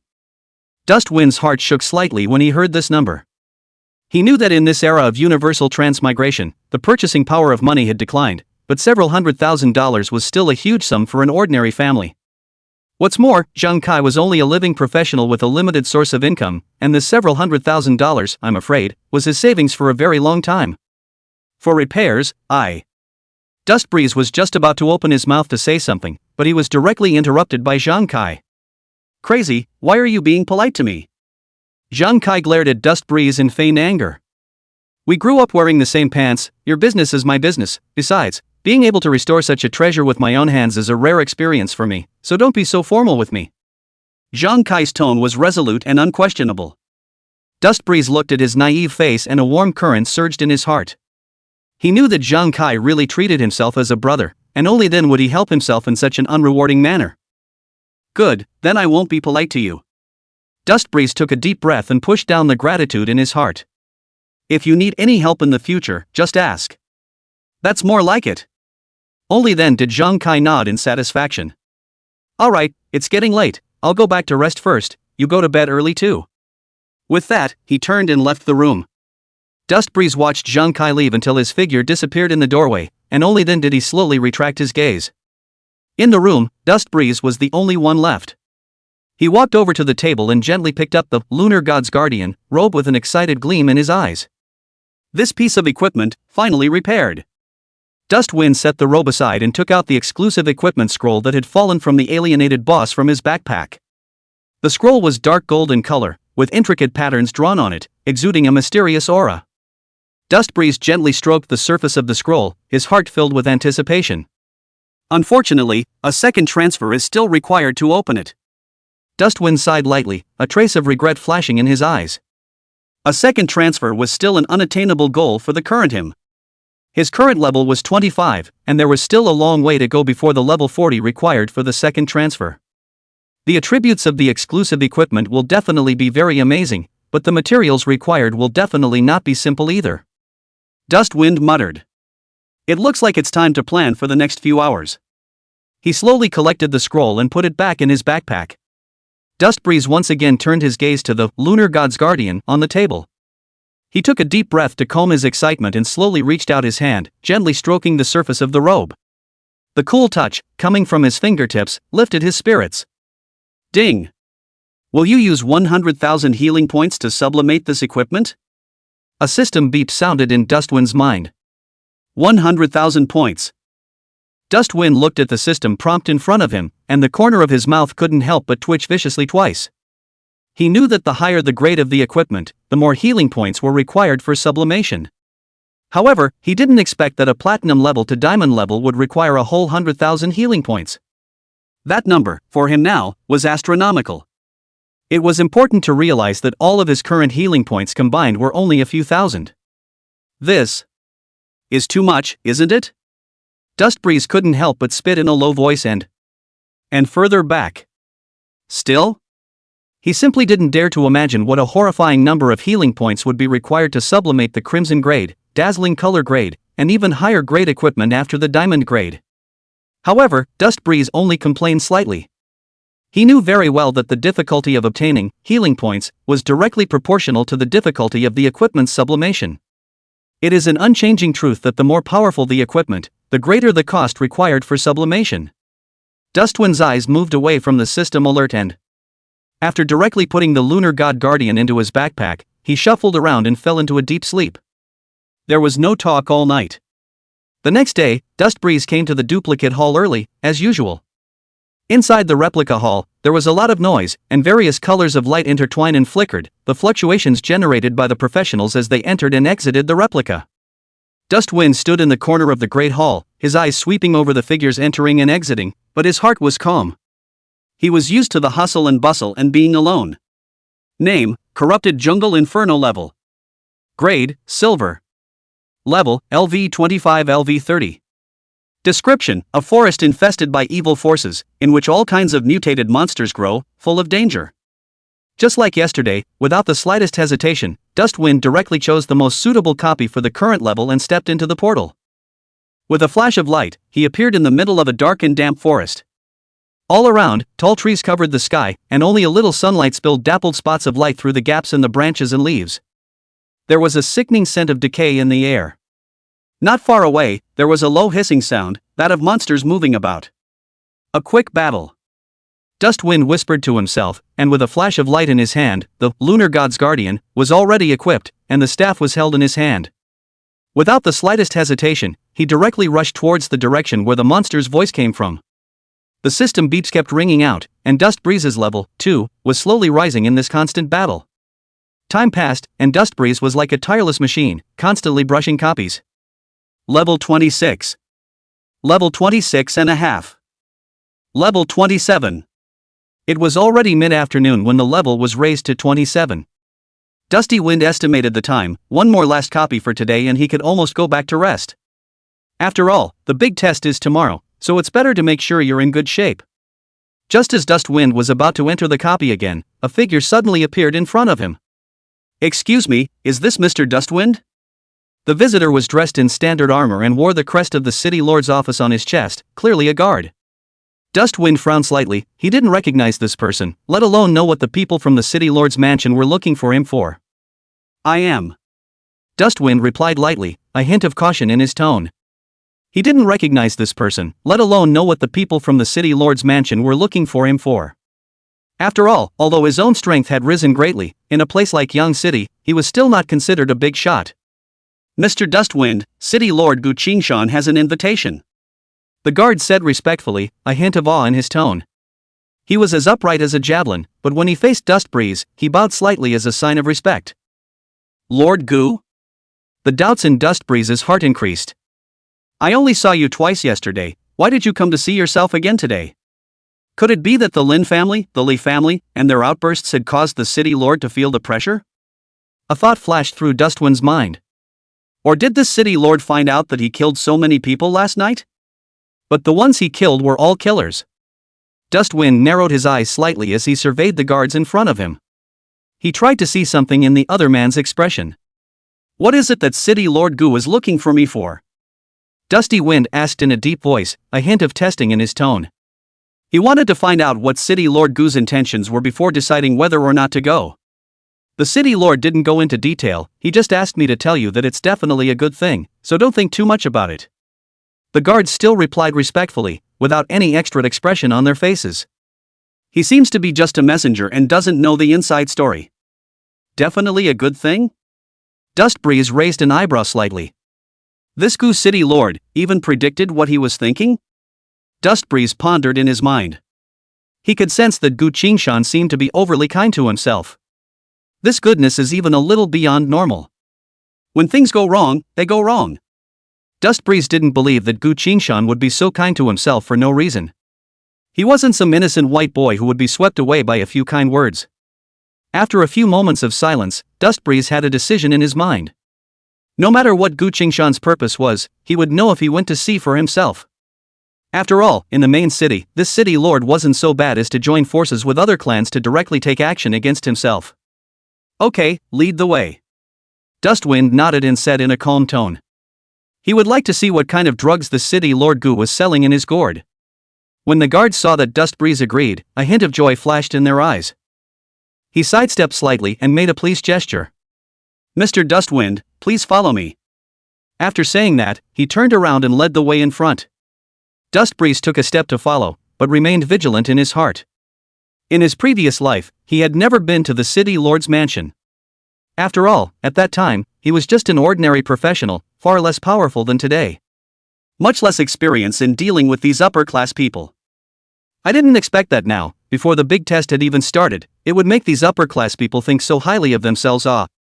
Dustwind lamented in his heart. Strength, indeed, is the hard truth. Without strength, not to mention the city lord's mansion, I'm afraid that even this guard will not look at himself. Dustbreeze followed the guards and walked through the bustling crowd towards the outside of the replica hall. Along the way, many professionals noticed them. Some people recognized Dustbreeze, and a look of surprise appeared in their eyes. Isn't that the reply warlock from yesterday? Why is he with the people from the city lord's mansion? I don't know, did he commit something? It can't be, yesterday city lord Gu personally stepped in to bail him out. That's hard to say, who knows if he's offended some big shot. Various murmurs rang in Dustbreeze's ears. But he didn't change his face, as if he hadn't heard. The arguments of these people meant nothing to him. All he wanted to know now was what purpose Gu Qingshan had in finding himself. Soon, the two of them walked out of the replica hall. Dustbreeze followed the guards all the way through the busy streets and around a few quiet alleys, eventually arriving in front of an imposing building. Chapter 70 Content of the Great Exam? Gu Qingshan's Request. The city lord's residence, majestic and solemn. Vermilion red door is closed, two stone lions stand on the left and right, angry eyes, not angry and authoritative. Dustbreeze followed the guards through the wide courtyard and stepped onto a path paved with green stones. Mr. Dustwind, please wait for a moment, I'll go and inform. The guards led Dustwind to a side hall and said respectfully. Aha! Dustbreeze nodded and swept his gaze around the hall. Walking over to the table and sitting down, he quietly waited for the lord of the city to call. He closed his eyes and began to organize the recent events in his mind. Everything, one by one, flashed through his mind like movie images. Strength, still not enough. Dustwind sighed softly in his heart. Although his current strength had far surpassed that of the same time in his previous life, it was still not considered top-notch in a place like Yang City. What's more, it wasn't just these clans in Yang City that he had to face, there were also those dangers hidden in the shadows. The big test, must get first place. Only by getting the first place in the grand exam can you get more resources and improve your strength faster. It is the only way to deal with the next crisis. Just then, a sound of footsteps came, interrupting Dustwind's thoughts. He raised his head, only to see Gu Qingshan striding in with a smile on his face. Little friend Dustbreeze, it's been a long time. Gu Qingshan arched his hand and said in a kind tone. City Lord Gu is polite. Dustwind rose to return the greeting and said in a calm tone. Gu Qingshan laughed cheerfully, then his words changed. Little friend Dustwind, I invited you here today because I have an important matter to discuss with you. Oh? What is it? Dustwind raised his eyebrows slightly and asked without moving. It's about this big test. The big test? Dustbreeze's heart fluttered. What's wrong with the big test? Not a problem, but... Gu Qingshan paused and lowered his voice, saying. I've gotten word that the Lin family, the Li family, and the Wang family, all three of them, seem to be preparing to make a move on you during this grand exam. Lay hands on me?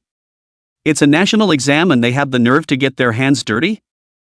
A cold glint flashed in Dustwind's eyes. What do they want to do? I don't know the exact details yet, but they'll certainly make trouble for you as far as the rules allow. Gu Qingshan said in a deep voice. After all, you do realize that what you've been doing the last few days has made them look up a bit, and they're certainly not going to let you off the hook that easily. If it's other people in the family it's okay, but you messed with that Lin family's young lady Linny Hanso. Humph, a bunch of jumpers. Dustwind snorted coldly, a hint of disdain in his tone. He had expected that these clans would not stop. Little friend Dustwind, don't be careless. Gu Qingshan reminded.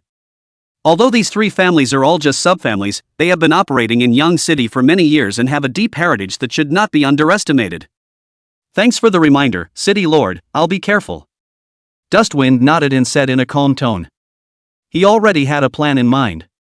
Well, it's good that you have a sense of proportion. He paused, and his gaze grew deep. Since you're here, I'll take the opportunity to tell you about the big test. Upon hearing this, Dust Breeze was also stunned. Is this something that can be said in advance? Ordinary people may not be able to know in advance, but usually those people from the big families can know in advance, but it's just a matter of spending some money, it's nothing. Gu Qingshan laughed. Do you want to hear more? Dustwind nodded again. Listen. Gu Qingshan continued with a slight smile. This grand exam is different from previous years. It's not a joint exam for Jiangnan province, but the entire Dragon Kingdom, with 9 provinces participating together. It's just that the content of the big test is pretty much the same as previous years, looking at points based on the number and strength of monsters killed and ranking them by virtue of how many points they have. Dust Breeze listened quietly, but his mind was racing. The entire Dragon Kingdom, 9 provinces, that's 36 main cities. This is much, much bigger than the previous life. It seems that the variables in this life are greater than one could have imagined. But the content of the great examination doesn't seem to have changed much. But Gu Qingshan's voice sounded again, interrupting Dustwind's thoughts. This year's also has one more test. After the replica is over, a PvP competition will be launched for the top 10 in points, with extra prizes and arrangements for those who finish in the top 3. PvP competition? Dust Breeze raised his eyebrows slightly. That's kind of interesting. However, with his current strength, there should be no problem. Thank you, City Lord, for informing me. Dustwind nodded and said in a calm tone. He didn't show much surprise or excitement. After all, the information, to him, was a bit of a surprise, but it was manageable. Gu Qingshan looked at Dustwind's calm demeanor and a hint of appreciation flashed in his eyes. Little friend Dustwind, do you know what the reward for this great examination is? He suddenly turned his words around and asked mysteriously. Reward? Dust Breeze's heart fluttered. He hadn't participated in the great examination in his previous life, so he wasn't really sure about the rewards of the great examination. I would also like to ask the City Lord for clarification. Dustwind arched his hand and said in a respectful tone. The rewards for this big test are very generous. Gu Qingshan said slowly, a hint of essence flashing in his eyes. In addition to tons of resources and money, there is one very special item. A very special item? Dustwind became even more curious in his heart. What in the world could make Gu Qingshan, the City Lord, pay so much attention? This item, named Transfer Voucher. Gu Qingshan's voice rang in Dustwind's ears. Transfer credentials? Dustwind's heart shook. Of course he knew what it was. This was a prop that could allow a professional, no matter how many times they transferred, and no matter how difficult the transfer quest was, to complete the transfer quest directly. In his previous life, his second turn quest was to heal 2,000 people, and he had done it for 2 months before completing it. In his previous life, this kind of thing was only possible for those top powers to have. I didn't expect that the great examination of this world would take out something like this as a reward. But Gu Qingshan's voice, once again, rang out. It's not easy to get this transfer voucher. He looked at Dustwind and said slowly. This grand examination brings together the entire Dragon Kingdom, all the talented professionals. Among them, there is no lack of some, who are strong and have a deep background, just like that big miss of the Su family, Su Jin'er. It's very difficult for you to stand out and get first place. Dustwind nodded. He knew, of course, that it wasn't easy. But he won't back down. This transfer credential, he was bound to get it. Don't worry, City Lord, I will do my best. Dusty Wind said in a deep voice, his tone filled with determination. Gu Qingshan looked at Dustwind's determined eyes and nodded in satisfaction. Okay, I believe you. He paused and added. Little friend Dustwind, besides the matter of the great examination, I have one more thing that I want to tell you. I hope that you can agree to it. It's considered my personal request. Dustwind raised his eyebrows slightly. What is it? To make the City Lord say the word request, I'm afraid this matter won't be simple, right? It's about you personally. Gu Qingshan said slowly, his tone becoming somewhat serious. I hope that you, after the great examination, will not join any other power, but only the national power. Dust Breeze froze slightly, then a hint of realization flashed in his eyes. He knew that the old man wouldn't be so kind to himself for no reason. Turns out he was waiting here for himself. However, Dust Breeze was not surprised or offended. After all, whether it was nowadays, or in his previous life, he had extremely deep feelings for the Dragon Kingdom, for this country he was in. City Lord, what do you mean? Dustwind asked tentatively, wanting to hear exactly what Gu Qingshan had to say. Little friend Dustwind, you should know that today's Dragon Kingdom seems to be calm, but in reality, it is surging with dark currents. Gu Qingshan said slowly, a hint of gravity in his tone. All the major powers, they are secretly building up their strength and competing for resources. And a talented professional like you is even more of a target for them to clamor for. I hope that you can stand on the side of the country and contribute to the future of the Dragon Kingdom. Gu Qingshan's words were blunt and sincere. He didn't press Dusty Wind with any great righteousness, but rather, he put the stakes on the table. Dustwind was silent for a moment. He knew that Gu Qingshan was telling the truth. In his previous life, although he hadn't been exposed to these high-level matters, he had vaguely heard about some of them. City Lord, I. Dust Breeze was just about to speak, but was interrupted by Gu Qingshan. Little friend Dustwind, don't rush to answer me first. Gu Qingshan waved his hand, signaling Dustwind to be at ease. I realize that you may have some concerns right now, or that you don't quite trust me yet. That's okay, I'm not forcing you to make a decision right now. I just hope that you will seriously consider my suggestion. After all, it would be good for you to join the national forces. Gu Qingshan paused and continued. By joining the national forces, you will receive more resources, better training, and a broader platform. Also, you have access to some secrets that ordinary professionals don't have access to. All of these will be of great help to you in your future. Gu Qingshan's words caused Dustwind's heart to move slightly. He had to admit that what Gu Qingshan had said was indeed tempting. City Lord, can I ask you a question? Dustwind raised his head and looked at Gu Qingshan, asking seriously. You asked. Gu Qingshan nodded, signaling Dustwind to continue. Why do you think so highly of me? Dustwind asked the doubt in his heart. Is it because of my talent? Or is it because of my strength? Or, perhaps, because of something else? Dust Breeze's gaze, tightly fixed on Gu Qingshan, trying to discern something from his eyes. Gu Qingshan smiled faintly and did not directly answer Dustwind's question. What do you think, little friend Dustwind? He asked rhetorically. Dustwind frowned. He didn't like this feeling of being led by the nose. I don't know. Dustwind shook his head, honestly. I don't think, however, that you should be just because of my talent and strength. After all, there aren't many talented professionals like me, but there are definitely quite a few. You should have other purposes. Chapter 71, Resurrection Skills? You should have other purposes. Dustwind's words were direct and pointed. A trace of appreciation flashed in Gu Qingshan's eyes as he heard this. Little friend Dustwind, you are indeed very smart. He nodded, acknowledging Dustwind's guess. That's right, the reason why I think so highly of you is indeed not just because of your talent and strength. More importantly, it's because of the person you are. Gu Qingshan looked at Dusty Wind and said slowly. There is, in you, a very special aura. This aura reminds me of my younger self. The kind of spirit that defies the odds, dares to take on challenges, and never gives up. That kind of spirit is rare in today's youth. Gu Qingshan's words caused Dustwind to be slightly stunned. He didn't expect that Gu Qingshan would say that. City Lord, you flatter me. Dustwind said modestly. I just did what I had to do. No, you did, much more than that. Gu Qingshan shook his head and said in a firm tone. You killed people from the Lin and Li families, yet you were still able to remain calm and unperturbed. You were able to remain calm and unassuming even in the face of my temptations. All of these are enough to prove that you are a person with guts, courage, and commitment. And people like that are exactly what the country needs. Gu Qingshan's words slightly warmed Dustwind's heart. He felt Gu Qingshan's sincerity and his expectations of himself. City Lord, I understand. Dust Breeze took a deep breath and said slowly. I will seriously consider your suggestion. I need some time, though. Okay, I'll give you time. Gu Qingshan nodded in understanding. However, I hope you will make a decision soon. After all, everything will be different after the big test. Gu Qingshan's words made Dustwind's heart flutter. He knew that Gu Qingshan was telling the truth. After the big test, one will face more challenges and more choices. And the decisions you make will affect your future.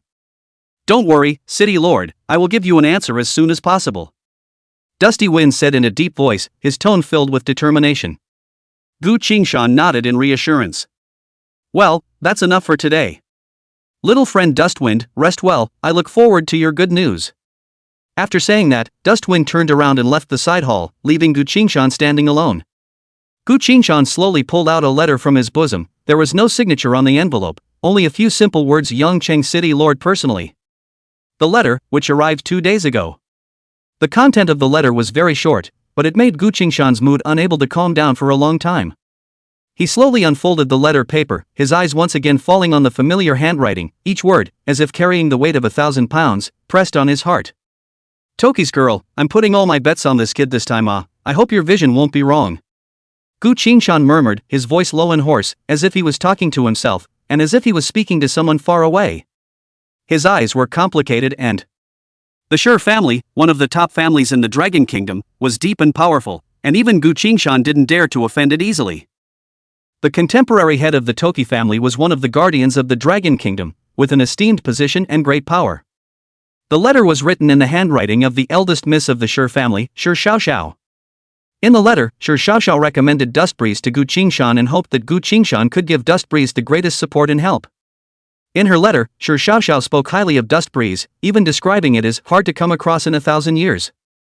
Gu Qingshan didn't believe it at first. How capable could a young man who had just switched jobs and was only 18 years old be? It was not until he witnessed Dustwind's strength and personally felt the unique aura that Dustwind had. He was just beginning to believe that Toki wasn't exaggerating. Dustbreeze, indeed, was a young man with a difference. On him, there was an unspeakable charm, a charm that made people want to get close and trust. Perhaps he really can work miracles. Gu Qingshan carefully folded the letter paper and put it back into his arms. He lifted his head and looked out the window. The night was deep and starry. His eyes, gradually, became firm. Now that the choice has been made, there is no going back. He trusted his own vision, and even more so, he trusted Shi Xiaoxiao's judgment.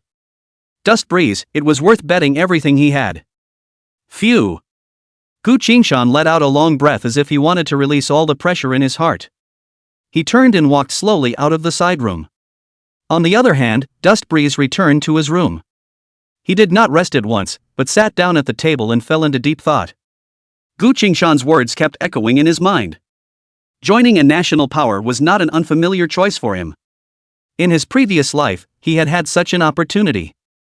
Only the status is extremely low, it's equivalent to being the captain of a main city medic. But in the end, he chose to decline. After all, this is not only a loss of freedom, but also extremely low status. Not to mention he just wanted to be free to live his life and do what he wanted to do. But now, everything is different. He returns reborn, with memories and regrets of his previous life, and with visions and hopes for the future. He's no longer the young man who just thinks about being left alone. He wanted to change things, wanted to do what he could for this country, for this world. Besides, with his potential and strength today, even if he joined, they wouldn't restrict his freedom. Joining a national power is, perhaps, really a good choice. Dustwind muttered, a glint in his eyes. Dustwind shook his head, leaving all the mess behind, and closed his eyes once again to fall into a deep slumber. Early in the morning, the sunlight poured onto Dustwind's face through the cracks in the curtains. He slowly opened his eyes, a flicker of confusion in his eyes, which was then replaced by clarity. It's a new day. Dustwind muttered, sitting up from the bed. He stretched, feeling the relief in his body, the corners of his mouth rising slightly. Yesterday's conversation with Gu Qingshan had given him a clearer plan for the future. Dustbreeze simply washed up and changed into a clean outfit. He pushed open the door to his room and walked out. Dustbreeze took a deep breath and felt the rare tranquility. Such tranquility, he knew, would soon be shattered. He needs to work harder. Dustbreeze took a step in the direction of the transfer plaza. There were already quite a few people gathered in the transfer plaza. They were all young men who had completed the transfer together 3 days ago, each with a look of excitement and anticipation on their faces. Dustwind's arrival caused a commotion. Look, it's Dustwind. He's the fierce man who killed the Lin and Li family members. I heard he's also a support profession. I really don't know how he does it. Whatever, he's great anyway. Murmurs rose and fell, but Dust Breeze acted as if he didn't hear them as he walked straight to an open space and waited quietly. He didn't like being mobbed or being the center of attention. But he also knew that it was unavoidable. After all, what he had done was just too shocking. Among the crowd in the transfer square, a clear and pleasant sound suddenly rang out, like a clear spring flowing in the mountains, instantly attracting everyone's attention. Quite impressive. I was only gone for 3 days, but you made such a big commotion. TSK, not worthy of my family's little window. There was a hint of teasing in this voice, and a hint of unspeakable intimacy. Dustwind subconsciously looked at the sound, only to see a young girl in red vestments, standing outside the crowd with a smile on her face, a pair of bright eyes, like the brightest stars in the night sky, flashing with a moving light. The young girl's skin was as white as snow, her features were exquisite and picturesque, and her long, black, and shiny hair was casually draped over her shoulders, gently fluttering with the breeze, adding a bit more spirituality and drift.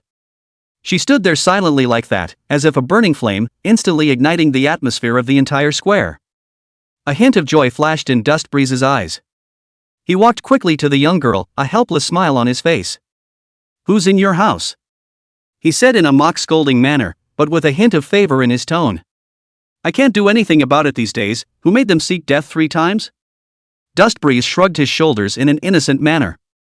"And I didn't kill anyone, don't listen to them." Although Dustwind trusted the young girl in front of him, but, after all, this place was crowded with people, and he didn't want to cause unnecessary trouble for himself. What's more, I'm afraid that what he's done will cause an uproar once it gets out. He didn't want to be a target. Su Jin'er looked at Dustwind's here but not here look and couldn't help but let out a laugh. She stretched out her slender hand and gently nudged Dust Breeze's forehead. Okay, I know you're good, okay? Su Jin'er said with a smile. However, you have to be careful. The Li family is alright. I'll go back and tell Jailing and it'll be fine, but that Lin family, it's not that easy to mess with. She paused, her tone becoming serious. Especially the Lin family, behind them stands a great man. Big man? Dust Breeze froze slightly, a hint of doubt flashing in his eyes. What big man? Su Jin'er didn't even think about it and directly shook her head and didn't answer. That's too soon to tell. When you are later, you will naturally know. Dust Breeze looked at Su Jin'er's serious appearance, so he stopped pursuing the matter. Okay, then I'll wait. Dust Breeze shrugged his shoulders and said helplessly. By the way, where have you been for the past 3 days? He changed the subject and asked curiously. Me? Went back to Kyoto. The clan came to me with something and I couldn't say no. She said gently. But it's done now. Dustwind looked at Su Jin'er's clouded appearance and frowned slightly. He always had the feeling that it wasn't something trivial that. However, he also knew that since Su Jin'er didn't want to say anything, she definitely had her reasons. He couldn't very well pursue it. Okay. Dustwind nodded in understanding. Right, Su Jin'er suddenly remembered something. She pulled out a delicate book from her bosom and handed it to Dustwind. This is for you. What is it? Dustwind asked curiously as he took the books. A skill book. I just realized in the past 2 days that reply warlocks are so special that they can only learn skills from skill books, so I picked up a healing skill book for you at home for you. Su Jin'er said with a smile. You open it. When Dustwind heard this, a hint of surprise flashed in his eyes. Carefully flipping open the skill book, golden light instantly gushed out from the pages in a dazzling manner. This is... His eyes widened in disbelief as he looked at the skill book in his hand, and his breathing became rapid. On the cover of the skill book, for large, ancient characters, as if they possess life, slowly flowed with a golden glow Life Salute Diamond grade.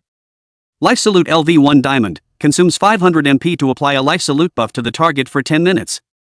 If the target dies while the buff lasts, it will be revived immediately and will restore 50% of its life and magic value. CD, 24 hours. Tip, this skill is extremely special and can only be upgraded through the number of times it is used, and cannot be upgraded using skill points. Resurrection skill? Chapter 72 The Great Exam begins, difficulty selection? Resurrection skill? Dust Breeze's heart, beating violently, as if it was about to pop out of his chest. He couldn't believe his eyes, this was a resurrection skill. In today's world, the resurrection skill is definitely the rarest and most heaven-defying of all skills. Having the resurrection skill is equivalent to having a second life. This was a dream treasure for any professional.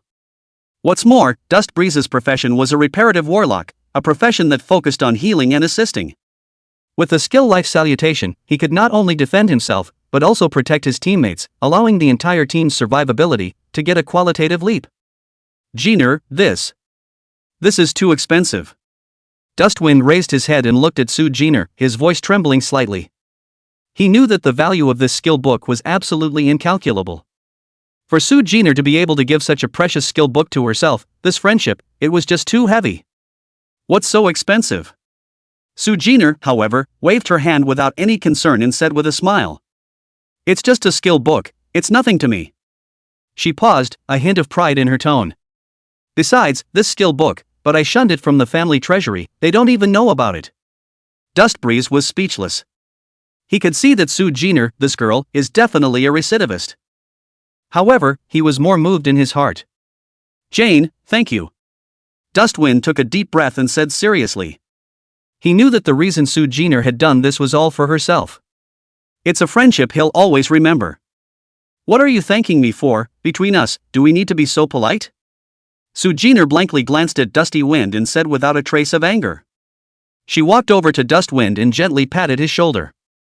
Alright, don't just stand there, hurry up and learn the skills. Aha! Dustwind nodded, no longer pretending. He took a deep breath and pressed the skill book to his brow. A golden light that instantly enveloped him. Ding! Congratulations, you have successfully learned the skill Life Salute. The system's beep sounded in Dustbreeze's mind. He slowly opened his eyes, excitement shining in his eyes. From now on, he was also the man with the resurrection skill. Su Jin'er looked at Dusty Wind's expression and couldn't help but smile. This was the first time he had ever seen this kind of expression on Dusty Wind's face. You look like you're having fun. Su Jin'er smiled with a hint of flirtation in her tone. A trace of embarrassment flashed across Dustwind's face as he scratched his head, trying to hide his inner excitement. Ahem, it's alright, after all, it's a resurrection skill, whoever gets it will be happy. He pretended to be calm, but his eyes drifted away unconsciously. When the big test comes around later, I'll make sure to assist you properly and make sure you're the prettiest pup in the room. Dustwind patted his chest and assured him, his tone full of confidence. He couldn't wait to experience the powerful effects of Life Salutation. Su Jin'er looked at Dustwind's look of conviction, and the smile on her face gradually disappeared, replaced by a complex look. What's wrong? Dustwind keenly perceived Su Jin'er's difference. He frowned slightly, a trace of doubt rose in his heart. Could something have gone wrong? Su Jin'er lightly bit her lower lip, a trace of apology flashed in her eyes, and her voice became low. The family side has a temporary arrangement. This big test, I may not be able to be on the same team as you. She raised her head and looked at Dustbreeze with a hint of helplessness and apology in her tone. Sorry. Arrangements on the family side? Dusty Wind raised his eyebrows and a hint of surprise flashed in his eyes, but it was quickly concealed by him. He nodded softly with a smile on his face as if nothing had happened. Well, I understand. After all, it's the Su family, so it must have its own considerations. Dustwind's tone was flat, as if he was just stating a fact, making it impossible to see what was really going on in his heart. He knew that for a behemoth like the Su family, every decision could involve countless entanglements of interests, and it was never child's play. When Su Jin'er saw that Dustbreeze was so understanding, her heart became even more upset. She opened her mouth as if she wanted to explain something, but didn't know where to begin. A tangle of guilt flashed across the delicate face.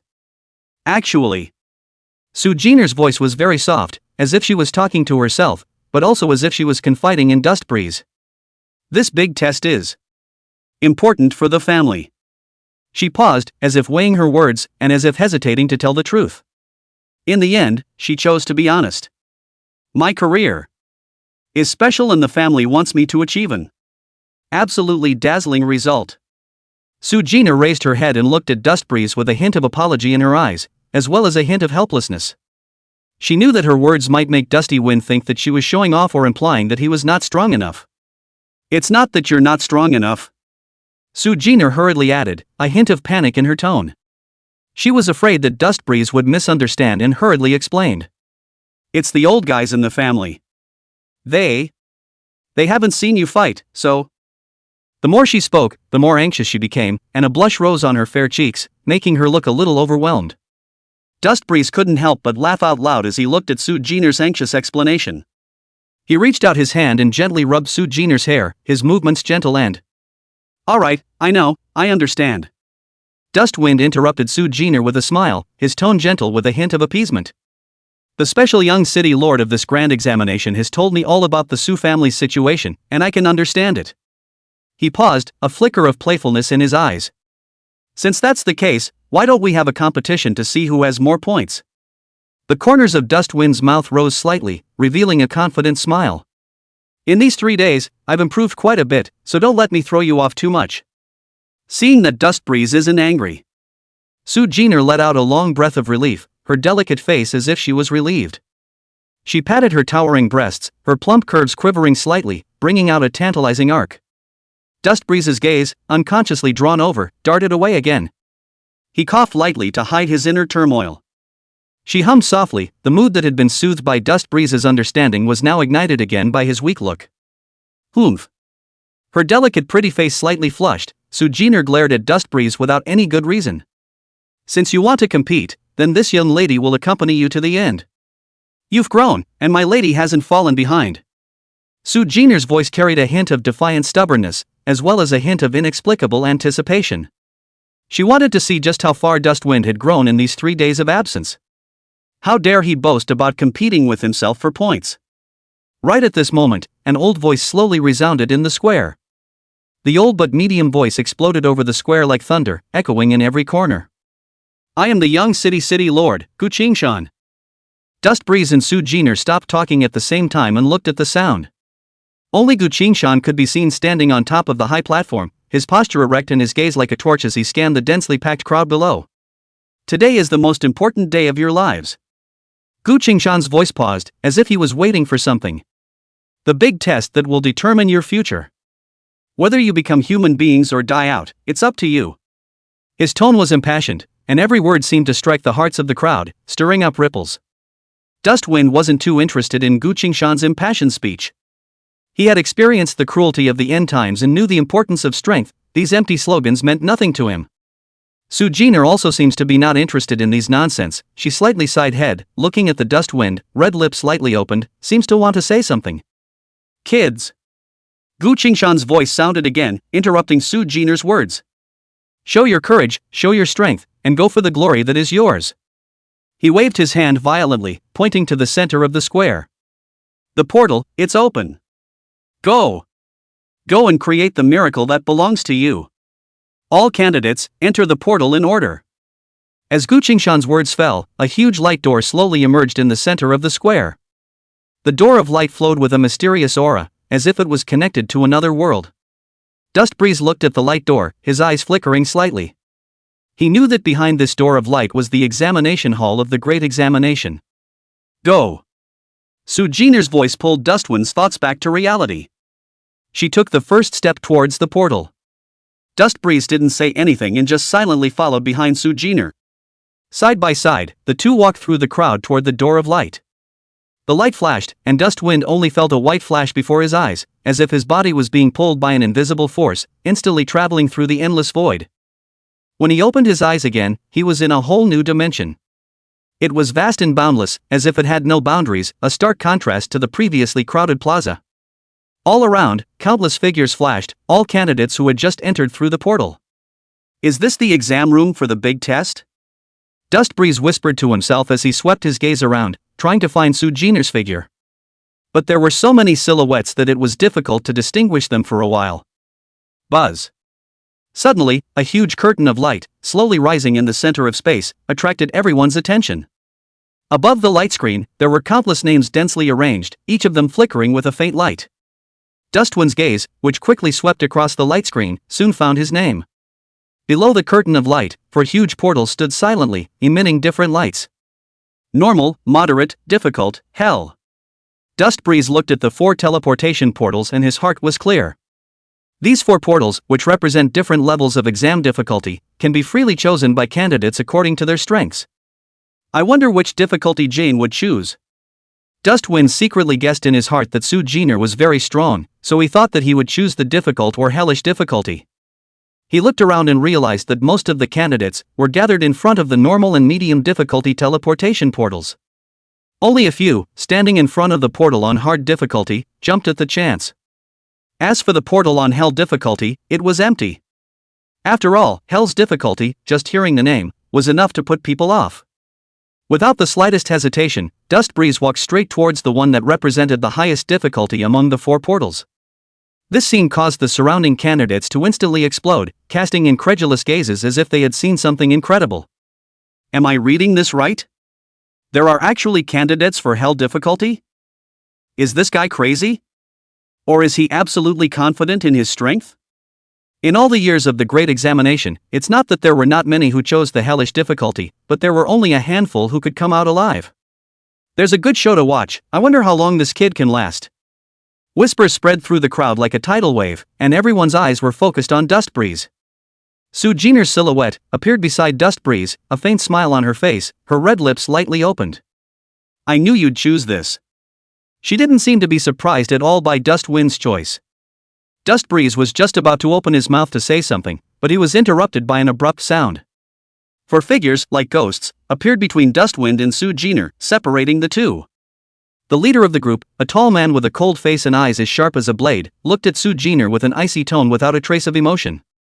Eldest Miss, you have a noble status, and this kind of commoner is not qualified to stand with you. Chapter 73, Team Up? It doesn't exist. Eldest Miss, you have an honorable status, and this kind of commoner is not qualified to stand with you. The tone of the person in the lead was cold, without a trace of emotion, and his eyes were as sharp as a blade, as if he wanted to pierce Dustwind alive. The powerful aura emanating from him was even more suffocating. Dusty Wind's brows tightened as a strong displeasure welled up in his heart. These guys, they're a little too bossy, aren't they? Su Jin'er's face, too, was instantly gloomy, a layer of frost shrouding her delicate pretty face. On her body, she vaguely exuded a powerful aura, going toe-to-toe with the man in charge. Get out of the way. Su Jin'er spoke coldly, a hint of unquestionable majesty in her voice. She had already agreed to her family's request not to team up with Dusty Wind for the grand examination. But that didn't mean that she would let these guys be rude to Dustbreeze. Eldest Miss, this is an order from the head of the family. The man at the head, however, did not budge at all. He bowed his head slightly, with a hint of respect in his tone, but his attitude was exceptionally resolute. We have to make sure that you are able to do the best you can on the big test. Any factor that could affect you must be eliminated. He paused, and his gaze swept towards Dustbreeze once more, a hint of warning in his eyes. And please, Missy, don't make it difficult for us. Humph. Su Jin'er snorted coldly. She naturally understood that these people were the elite sent out from the family, specifically to cooperate with her for the grand examination. Even though their battle strength was inferior to her own, they were the die-hard loyalists of the family head. Although she was the eldest young lady, it was impossible to disobey the orders of her father, who was the head of the family. If she strongly disobeyed them, they would definitely have to go back and complain. You guys? Su Jin'er was just about to open his mouth to reprimand him, but Dustwind gently patted his shoulder. She was slightly stunned and turned her head to look at Dustbreeze with a hint of doubt in her eyes. Dustwind turned to Su Jin'er and gently shook her head, signaling her not to be impulsive. On his face, he still wore that as if nothing had happened, as if he didn't even put these people in front of him in his eyes. Jin'er, since it's the family's arrangement, then you should listen to them. Dustbreeze's tone was flat, as if he was just stating a fact. Anyway, we've agreed to compete to see who has more points. When the time comes, don't lose to me. Su Jin'er's heart moved slightly as she looked at Dustbreeze's confident demeanor. She looked deeply at Dustwind and... Good. Su Jin'er gently nodded and turned to the side. Missy, please. Seeing this, the person in charge bowed slightly and made a pleased gesture. The other 3, too, immediately followed, protecting Su Jin'er in the middle. The 4 of them flanked Su Jin'er and slowly walked towards the hell difficulty portal. Dustwind looked at Su Jin'er's departing back, his eyes flickering slightly. He knew that although Su Jin'er had agreed to the family's request on the surface, there must still be some reluctance in her heart. But that's normal, after all, there just aren't many who know their true strength. Most of the people who even knew about it are dead. Hey man, are you really going to pick hell difficulty? Just then, a voice rang in Dustbreeze's ears. Dustwind turned his head to look, only to see a short and fat boy with a simple smile on his face, standing beside himself. Want to team up with me? There's a way to take care of each other. The boy scratched his head, a little embarrassed. My name is Wang Chang, my occupation is shield warrior, my defense is very strong. He patted his chest in an attempt to show his strength. Dust Breeze looked at the self-centered boy in front of him and frowned slightly. Things like the national examination are usually organized a few days in advance, where is there a temporary run over to organize a team? There must be a demon when things go wrong. Dust Breeze's first reaction was that there was something wrong with this guy. However, reaching out was not a good idea, and the other party did not say anything, so Dust Breeze would naturally give a little face. No, I'm used to being alone, thanks for the offer. A trace of disappointment flashed across Wang Chang's face, but he didn't give up and continued to persuade. Brother, don't look at me like this, my defense is really strong. The difficulty of hell is no joke, there are more people to take care of. As he spoke, he slapped his chest hard, making a muffled thumping sound, as if he wanted to prove his strength. Dustwind's brows frowned slightly, and his eyes became a little cold. He hated such stalkers. Just as he was about to reject it outright, or even consider whether or not to make a move. Wang Chang's eyes, however, suddenly became a bit flickering. He seemed to be a bit weak, not daring to look directly into Dustwind's eyes. This subtle change did not escape Dust Breeze's eyes. Dustwind sneered in his heart, there was indeed a problem. He didn't move, his tone remained flat. I said no. Wang Chang saw Dusty Wind's resolute attitude and seemed to know that it was useless to dwell on it any longer. He sighed, a look of helplessness on his face. Well, since you insist, forget it. Good luck. He dropped that and turned to leave. Dusty Wind looked at Wang Chang's departing back, and a cold glint flashed in his eyes. He had a premonition that this guy would never just stop. Immediately after Wang Chang left, a few people surrounded him. Well, did he say yes? A tall, thin boy with a few shady features asked eagerly. The others also cast inquiring glances, with a hint of anticipation in their eyes. Wang Chang shook his head, a dejected expression on his face. No, the guy was greasy and ignored me. Upon hearing this reply, several people's faces became a bit ugly. Damn, this guy is too ungrateful. The tall, thin boy spat viciously, his tone filled with resentment. Kung, so what now? Miss Lin's plan. An average-looking boy asked with some concern. Wang Chang glanced at them with a grim smile on his face. Afraid of what? Plans change, it's all to be expected. He lowered his voice, a hint of amusement in his tone. I've already taken what Ms. Lin gave me and put it on that guy. When the big test starts, just start it straight away, absolutely nothing will go wrong. Hearing this, several other people were relieved, and smiles appeared on their faces. It's still Kung who's great. Now that kid is dead. Dare to offend Miss Lin, you really don't know how to die. Several people spoke out in agra. Imment, their tones filled with gloating. Wang Chang smiled smugly, a hint of viciousness flashing in his eyes. He turned his head in the direction of the hell difficulty portal and sneered in his heart. Kid, you just wait to die. Dust Breeze naturally didn't know that he had been targeted by a group of people. He stood in front of the hell difficulty portal, quietly waiting for the big test to begin. The candidates around him were still talking about him. All sorts of gazes, constantly sweeping over him. There was curiosity, surprise, disdain, and gloating. Dustwind, however, always remained unchanged, as if he didn't even notice the gazes. Right at this moment, an old voice, like a great bell, echoed out in this vast and boundless space, shocking everyone's mind. The national exam is about to begin. The voice seemed to possess some sort of magic power, instantly silencing the boisterous crowd, all of them holding their breath as they waited for the next instructions.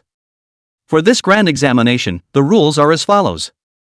The voice paused, as if to give the crowd time to digest, and then continued. The grand examination scene is an independent copy space, and you will be randomly assigned to different areas. Within the copy, there are no restrictions, and anything is possible if you are capable of doing it. Dusty Wind narrowed his eyes slightly and thought in his heart that there were no restrictions. This is interesting. There are 2 ways to get points. First, monster hunting. Second, kill all the monsters in the current area and go to the next area.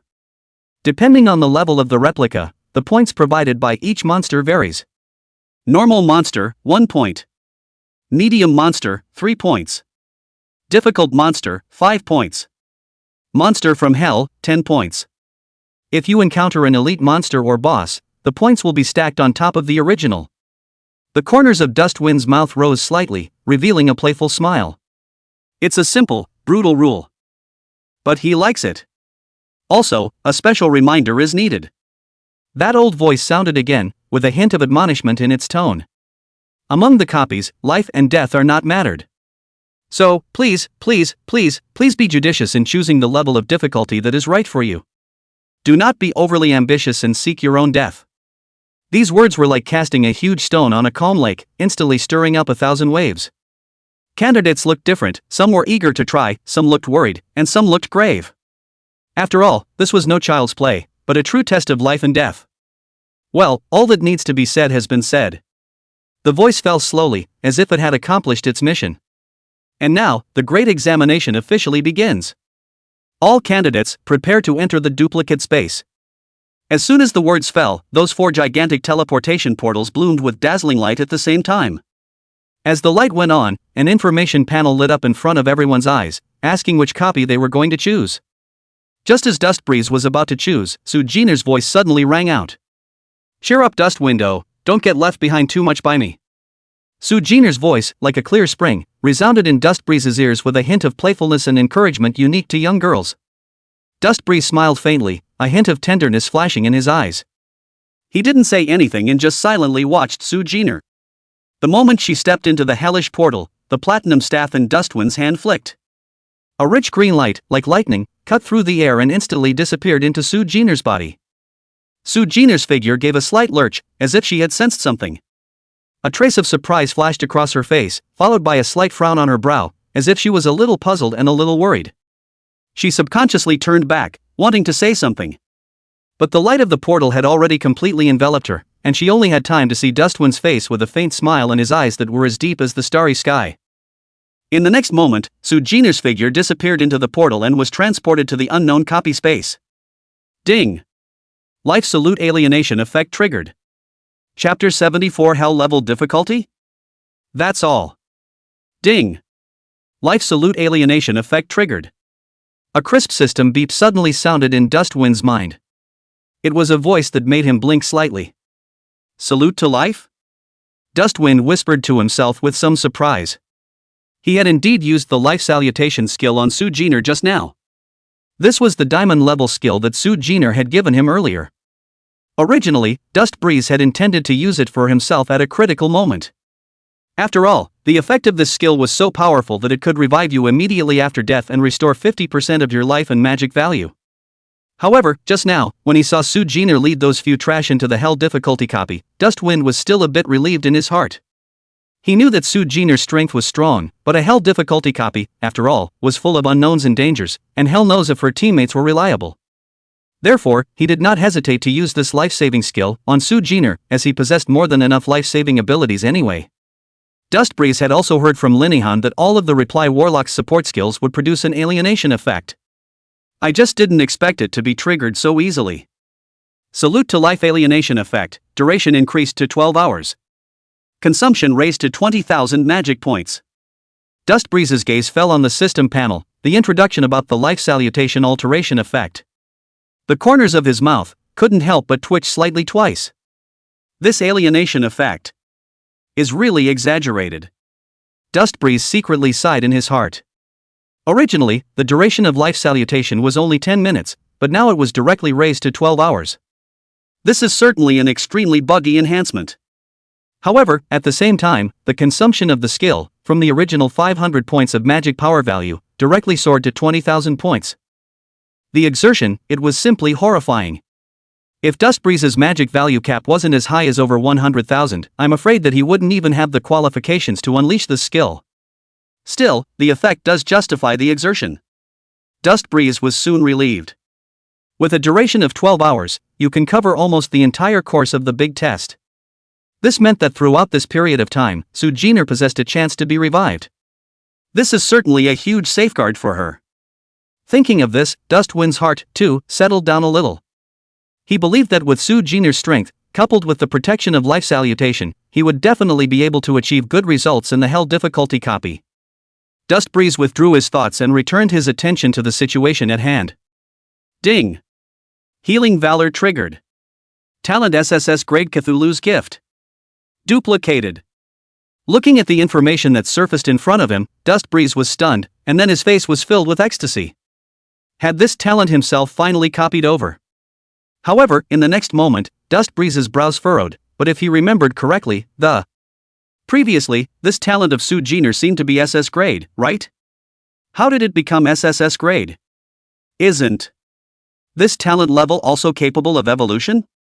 Dustwind hurriedly opened the talent panel and browsed through it. Heaven's gift, all your skills have no cooldown when used. When there is not enough MP to release a skill, you can force a skill to be activated even if there is only 1 point of MP left. Can only be triggered 3 times per day. Looking at the information in front of him, Dust Breeze couldn't help but suck in a breath of cool air. Was this the top talent of the future Flame Queen? No wonder that guy in the future can release so many destructive skills in one breath, so that's why. Dustwind forced down the ecstasy in his heart, shook his head, and once again kept his mind on the big test in front of him. At this moment, those 4 gigantic teleportation portals were still standing there silently, emitting different lights. The candidates around them, all of whom had already made their choices, entered the portal of their choice. The originally crowded space had now become much emptier. Dust Breeze took a deep breath and his eyes became determined. He took a step towards the Hell level portal, which represented the highest level of difficulty, and slowly walked towards it. His steps, steady and strong, each step seemed to step on everyone's heart. At this moment, he was the center of attention. Everyone's eyes, focused on him, waited for the moment he entered the portal. Dustwind stood in front of the teleportation portal and felt the powerful energy fluctuations that came over him. On his face, there was no fear or hesitation, only a faint touch of anticipation and excitement. Hellish difficulty? I'd like to see just how hard it is. Dust Breeze said secretly in his heart. Without hesitation, he raised his hand and prepared to choose to enter the Hell difficulty copy. Just then, a panel of information appeared in front of his eyes. Please select the difficulty of the copy you want to enter: normal, medium, hard, Hell. Without any hesitation, Dustwind directly chose Hell difficulty. In the next moment, the light of the portal suddenly lit up, completely engulfing his figure. Dust Breeze only felt a blur before his eyes, and it was as if his body was pulled by an invisible force, instantly traversing the endless void. When he opened his eyes again, he was in a whole new world. Instead of a whole new world, it's a vast, sprawling plain. The breeze carried the scent of grass, and the sun poured down, warm and soft. But Dusty Wind was not interested in enjoying the view. His gaze, tightly fixed ahead. As he entered, the plains, which were originally empty, began to shimmer with a burst of light. The light dispersed, and a wolf-type monster with a large body size appeared above the plains. Their fur was grayish-brown, their eyes were fierce, their fangs were exposed, and saliva dripped from their mouths, so it was clear that they weren't any good. It's still a real affinity for wolves. Dustwind shook his head helplessly and whispered to himself. From the pale wolves in the novice secret realm, to the Wolf King, and now these unknown wolf-like monsters, he always seemed to have trouble with creatures like wolves. Meanwhile, in Jinling City, Jiangnan Province, in a certain room full of screens.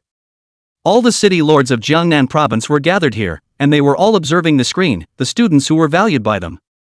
Gu Qingshan is also here. He was looking at the screen as Dustwind walked into the Hell level copy alone, and his brows furrowed. As the city lord of Yang City, he naturally hoped that Dust Breeze would be able to achieve good results in the Hell level replica. But at the same time, he was worried about Dust Breeze's well-being. After all, the difficulty of a Hell level copy was no joke. What's more, Dust Breeze was only a recovery warlock who had just been converted. City Lord Gu, this is that genius in your young city with a talent value of 200 points, isn't it? Just then, a discordant voice suddenly rang in Gu Qingshan's ears. Gu Qingshan slightly sidestepped his head and looked in the direction the voice came from. The one who spoke was a short, fat, middle-aged man with a lewd face. He was the city lord of Linhai City, named Zhao Dezhu. This person had always been at odds with Gu Qingshan, and there was constant open and secret fighting between the two. This big test is also an important opportunity for them to compete. City Lord Zhao, what can I teach you? Gu Qingshan glanced lightly at Zhao Dezhu and asked in a calm tone. He wasn't angered by the other party's provocation, instead, he appeared to be very subdued. I don't dare to instruct you, I'm just reminding City Lord Gu. Zhao Dezhu sneered and said in a conspiratorial manner. I've told you not to be overly ambitious. He's a reply warlock who dares to go to a hell-level copy and go alone. He really doesn't want to live. It's normal for young people to be a little arrogant. Gu Qingshan remained calm and said indifferently. However, I believe that Dustwind has his own considerations. He's not the type of person who would do something he's not sure of. Consideration? I think he's blinded by lard. Zhao Dezhu snorted and mocked without mercy. A support profession, does he really think he's invincible? Does he really think he's a genius? Wait for his corpse. City Lord Zhao, be careful what you say. Gu Qingshan's eyes, finally, went cold. He could tolerate Zhao Dezhu's provocation, but he would never allow him to curse Dustbreeze like that. What? Am I wrong? Zhao Dezhu, however, didn't have the slightest intention of restraining himself, but instead intensified his words. A support profession, soloing a hell-level copy, what's the difference between that and looking for death? If he comes out alive, I, Zhao Dezhu, will eat this table on the spot. Zhao Dezhu pointed to the solid wood table in front of him and swore. His voice was loud enough to attract the attention of the other city lords around him. The crowd turned their gazes to Gu Qingshan and Zhao Dezhu, with a look of watching the show on their faces. City Lord Zhao, words can't be too full. Gu Qingshan coldly looked at Zhao Dezhu and said word for word. When the time comes, don't blame me for not warning you. Oomph, just wait and see. Zhao Dezhu snorted coldly, no longer paying attention to Gu Qingshan, and turned his head to look at the screen. He wanted to see how this Dustwind, who didn't know the sky and the earth, died in a hellish copy. Gu Qingshan also withdrew his gaze and looked at the screen again. Although he had never seen Dustbreeze move his hands, based on everything he knew, Dustbreeze, the reply warlock, was definitely not simple, and his strength was definitely not simple. At this moment in the copy, Dustwind looked at the wolf-like monster in front of him and casually released a scrying spell that. Name, Prairie Wolf Elite. Grade, Silver. Level, LV 15. HP, 8000. MP, 2000. Power, 180. Agility, 220. Spirit, 80. Body mass, 120. Skills, Blistering Bite, Barking Frenzy, Predator Shock. Talent, Wild Force. Prairie Wolves? 15 level elite. This hell level copy is still a bit short of meaning. Dustbreeze sighed helplessly, a hint of disappointment showing in his eyes. He had originally thought that the hell level copy would bring him some surprises, but now it seemed to be nothing more than that. Just as he was about to raise the platinum staff in his hand and release his skills to resolve these stragglers, Dustwind's movement suddenly stopped. He subconsciously raised his head and looked around, and although his field of vision was empty, he knew that somewhere, countless pairs of eyes were watching. This is, after all, a big test for the entire Jiangnan province, and one's own skills are still a bit too outrageous for ordinary people and the perception of the higher-ups. Thinking of this, Dustwind gave up on the idea of using skills, and those alienated and outrageous skills were better left for later. The corners of his mouth rose slightly in a playful smile. Since you can't use skills, let's fight in the most primitive way. Dusty Wind directly copied his staff and slowly walked towards the prairie wolves, each step seeming so calm and unhurried. Those prairie wolves also seemed to have sensed Dustbreeze's presence, their scarlet eyes flashed with bloodlust, and low hissing sounds echoed in the air. In the next moment, they rushed towards Dustbreeze from all directions, extremely fast, like an arrow off the string. Dustwind's eyes were still as calm as water, without any panic. Chapter 75 Shocked City Lords. Observe the room at this time. Gu Qingshan frowned tightly, staring at the screen with dead eyes. He could clearly see that Dustbreeze was surrounded by several prairie wolves in the center, yet he was as motionless as a statue, as if he was stunned. What's this kid doing? Gu Qingshan was anxious in his heart, but there was nothing he could do. Although he believed in Dustbreeze's strength, the scene in front of him still made him unable to stop sweating. After all, Dustbreeze was only a replied warlock, and blood was the biggest shortcoming. Hey Gu, City Master Gu, you can't do this, student. Zhao Dezhu's gloating voice, echoing in the observation room, was particularly harsh. A few wolves stared him like that, looks like he's bound to die, tisk tisk. Zhao Dezhu shook his head while letting out a strange laugh, as if he had already seen the image of Dustbreeze dying tragically on the spot. Gu Qingshan forced down his anger, his forehead veins bulging. He clenched his teeth, his fists tightly clenched, his knuckles whitened from excessive force, and the veins on the backs of his hands twisted like earthworms. He really wanted to smash Zhao Dezhu's disgusting face with his fist. But reason told him that now was not the time to be impulsive. Just as Gu Qingshan was about to explode, the picture on the screen abruptly changed. Dust Breeze moved. His movements were as fast as lightning, and the platinum staff in his hand seemed to transform into a silver stream of light, drawing a mysterious trajectory in the air. Bang! Bang! Bang! Dull crashing sounds rang out one after another, as dense as beating drums. Each sound, with precision, struck a prairie wolf on the head. These prairie wolves, without even being able to wail, fell to the ground and dissipated into a streak of white light. The whole process, just a few seconds.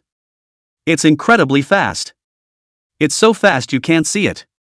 The wolves that had pounced ferociously a moment before had disappeared without a trace, leaving Dustwind alone, standing proudly.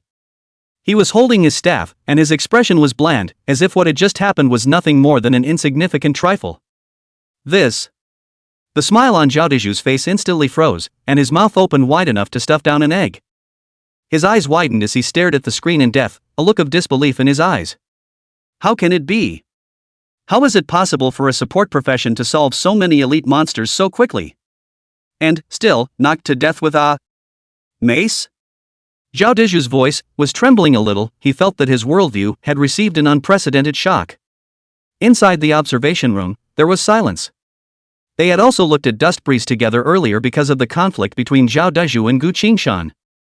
Everyone was shocked by this amazing performance of Dustwind. They had the same thoughts as Zhao Deju, originally thinking that Dust Breeze would be caught in a bitter battle and might even be torn to pieces by the wolves. But I didn't expect that the fight would end in such a way. So dry and so unbelievable. Gu Qingshan took a long breath, his taut nerves finally relaxing. The corners of his mouth rose slightly in a pleased smile. I knew it, this kid is not simple. He was secretly pleased in his heart, and at the same time, he gained a deeper understanding of Dustwind's strength. Dustwind's performance was far beyond his expectations. Gu Qingshan turned back to look at Zhao Deju behind him with a playful smile on his face. He walked to Zhao Deju, reached out and patted the white solid wood table, making a thump sound. City Lord Zhao, do you still remember the bet from earlier? Gu Qingshan's voice was not loud, but it clearly reached the ears of everyone present. The people who were still in shock had now returned to their senses and turned their gazes to Zhao Deju. They all wore expressions on their faces as they watched to see how the city Lord Zhao, who had sworn an oath just a moment ago, would end up now. Zhao Deju's face, a burst of green and white. How could he not have expected that Dust Breeze would actually walk out of the hell-level copy alive, and that he would easily take care of those elite monsters in such an amazing way? This is a naked slap in the face. Zhao Deju opened his mouth to say something, but realized that he was surprisingly speechless. He can't really eat this table, can he? That's solid wood. But I'm talking about him walking out of the copy alive. Zhao Deju's voice rose steeply. This is only the first wave of monsters. It doesn't count. He pointed at the screen, his fingers trembling slightly from excitement. This is a hellish copy. If he really makes it out alive, I'll eat it all. Zhao Deju this time aggravated the pronunciation of the word eat all, as if he wanted to pour out all his resentment and anger on these two words. Gu Qingshan snorted coldly, a hint of disdain flashing in his eyes.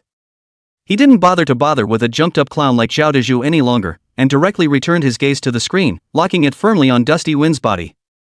In the middle of the replica, Dustwind was holding a platinum staff, and his body was like the wind as he maneuvered through the wolves. Each swing was accompanied by dull thuds and the wails of prairie wolves. In his hands, the staff seemed to have transformed into an indestructible divine weapon, each strike landing precisely on the prairie wolf's head without mercy. Although these prairie wolves were ferocious, they were as unbeatable as papier-mâché in front of Dustwind. Dust Breeze's movements seemed simple and rough, but they contained an ineffable rhythm and beauty. Each swing of his staff seemed like it had been practiced 1,000 times, precise and efficient. There was not a single superfluous movement, not a single moment of hesitation. Dust Breeze was tempted to use the skill to trigger his talent to copy the attribute points of these elite monsters. But he knew that now was not the time. During the big exam, countless pairs of eyes were watching this place, and it was better to hide those extraordinary abilities of his own for the time being. After all, it was not a wise thing to expose your bottom card too early. The corners of Dustwind's mouth hooked up slightly, and a hint of cunning flashed in his eyes. He wanted everyone to think that he was just an ordinary replied warlock, a support profession that could only rely on staff tapping to fight. In this way, you can give the enemy a surprise at the critical moment. Bang! Bang! Bang! The crashes still continued, and the number of prairie wolves was decreasing rapidly. Dustbreeze's movements became faster and faster, more and more fluid, as if it was a tireless machine, mercilessly harvesting the lives of these monsters. His eyes were always as calm as water, without the slightest fluctuation. It was as if these ferocious prairie wolves in front of him were just a bunch of lambs to be slaughtered, unable to pose any threat to him at all. Bang! With another muffled sound, a prairie wolf wailed and collapsed, dissipating into white light. The platinum staff in Dustwind's hand was like the scythe of the god of death, mercilessly harvesting lives. His movements became faster and faster, and it was almost impossible to see the trajectory of the swing, only a silver residual shadow could be seen. Bang! Bang! Bang! The crashing sound was continuous, like a dense drumbeat, beating on everyone's heart. The number of prairie wolves plummeted at a rate visible to the naked eye. On Dustwind's face, there was always a faint smile, as if he was enjoying this killing feast. He knew very well that the strength he had shown now was enough to deter those with bad intentions. But, it's not enough. What he wanted was absolute crushing, a strength that would make everyone tremble. Only then can you control your own destiny in this cruel world. Dustwind's eyes gradually became cold, like ice that would not melt for 10,000 years. He wanted these people to understand that there was a price to pay for provoking himself. Ouch! As the last wolf howl dissipated into the wind, the originally densely packed wolves had now disappeared without a trace. Only Dustwind was left, holding his staff, standing proudly above this empty grassland. The breeze blew by, raising the corners of his coat and hunting. At this moment, he seemed like a god of war, looking out of the corner of his eye. No one dared to compete with him. In the observation room, there was dead silence. Everyone was completely shocked by this amazing performance of Dustwind. Their mouths were open and their eyes were wide, as if they had seen something incredible. Is this still a support profession? This is simply more ferocious than a warrior. It's horrible. Is this really the kind of power an auxiliary can have? Various exclamations, one after another, echoed in the observation room. Zhao Deju's face had long since turned iron blue. Gu Qingshan let out a long breath, his hanging heart finally letting go. He looked at Dustwind on the screen with appreciation and relief in his eyes. Good boy, I wasn't disappointed. Gu Qingshan was secretly pleased in his heart, and at the same time, he was full of expectations for Dustwind's future. He believed that with Dustwind's talent and strength, he would definitely be able to achieve amazing results in the big exams to come. It was even possible to become the pride of Yangchang, and even the entire Jiangnan province. City Lord Zhao, what else do you have to say now? Zhao Deju forced down the anger in his heart and said stiffly. Humph, this is just the beginning. The difficulty of a hell-level copy is not as easy as you think. It's still unknown if he'll make it out alive. Gu Qingshan sneered, his eyes filled with disdain. He didn't bother with a jumped-up clown like Zhao Deju any longer and directly returned his gaze to the screen. As the last prairie wolf fell, a dazzling light suddenly lit up in the center of the grassland. As the light dispersed, a huge black wolf appeared in front of Dustwind's eyes, covered in pitch-black scales that flashed with an icy luster in the sunlight, its scarlet eyes staring at Dustwind as if it wanted to tear him to pieces. Black-scaled giant wolf? A lord-level monster? Dustwind raised his eyebrows slightly, a hint of disappointment in his tone. Thought it was a boss, no fun. He smacked his lips as if he wasn't satisfied with the lord-level monster. Inside the observation room, a group of city lords once again revealed a look of surprise. They couldn't understand how a support profession could still be so relaxed when facing a lord-level monster. Even dislike? Zhao Deju's face can no longer be described as difficult to look at. He felt like his face, as if he had been viciously slapped dozens of slaps, hot and painful. Gu Qingshan, on the other hand, had a bashful look on his face. He had long since gotten used to Dustbreeze's amazing moves, and was even vaguely looking forward to what amazing move Dustbreeze would make next. Dustwind naturally didn't know the thoughts of the people in the observation room. He was currently thinking about how to secretly copy the attributes of this black-scaled giant wolf. Even though it's only a lord, it's still better than an elite monster. Dustwind muttered in his heart, a mosquito is still meat, not to mention, a lord-level monster must have attributes that are quite a bit stronger than an elite monster. As he thought about it, he walked slowly towards the black-scaled giant wolf, the platinum staff in his hand, glittering brightly in the sunlight. The black-scaled giant wolf seemed to sense Dustwind's threat as it let out a low roar and violently pounced towards Dustwind. The speed was as fast as lightning. The corners of Dustwind's mouth rose slightly, revealing a playful smile. Instead of dodging, he simply swung his staff and met it. All the while the mind was pondering what it would take to sneakily copy this guy's attributes. Bang! The platinum staff in Dustwind's hand accurately smashed on top of the head of the black-scaled giant wolf with a dull thud. The black-scaled giant wolf ate the pain and its figure trembled violently, a trace of pain flashing through its scarlet eyes. However, it was after all a lord-level monster with extremely tenacious vitality, and although this strike injured it, it was not fatal. Ow! The black-scaled giant wolf raised its voice to the sky, its voice filled with anger and violence. It was completely enraged by Dust Breeze's strike, and the black scales on its body began to emit an eerie glow as a powerful aura erupted from it. Dustwind felt the aura and raised his eyebrows slightly. Oh? Going to get real?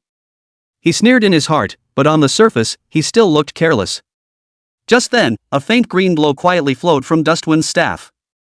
This green light, extremely hidden, was not detected even by the black-scaled giant wolf that was close by. The green light silently surged into the black-scaled giant wolf's body, instantly replenishing all the blood it had just lost.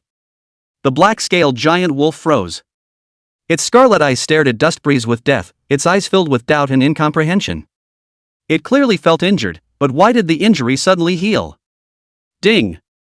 Healing Valor triggered. Strength +1. Chapter 76. Just do not beat it. How directly seconds. Interesting, really interesting. Dustwind grinned, feeling the increasing power in his body. His heart grew more and more excited. He had been completely sure that he could control the glow of the skill. What does that mean?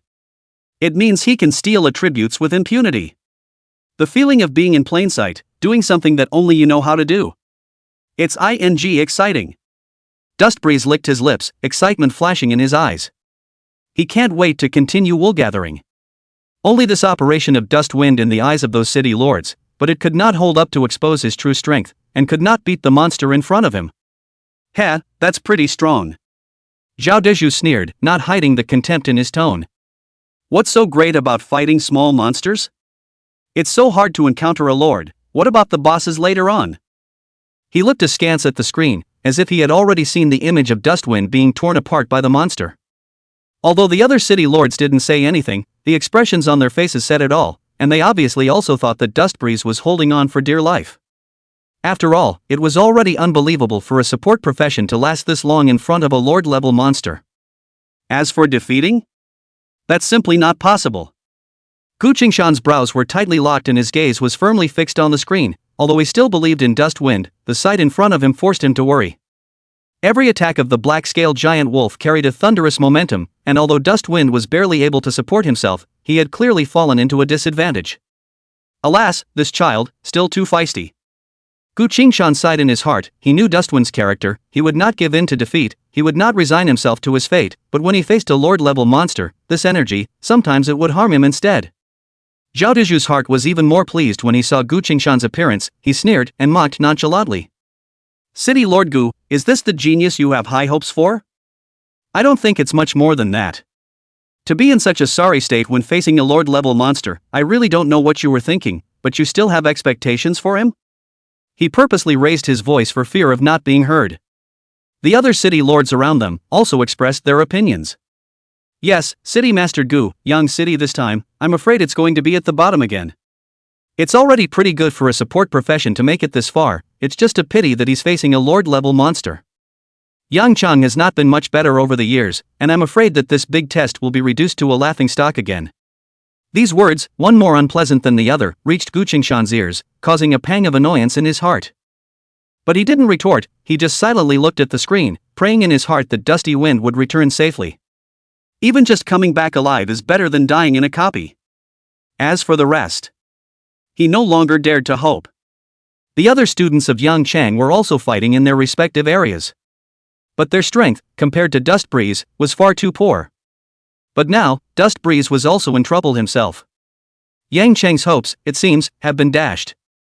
Just as the city lords were discussing and expressing their disapproval of Dusty Wind, inside the copy, a sudden change occurred.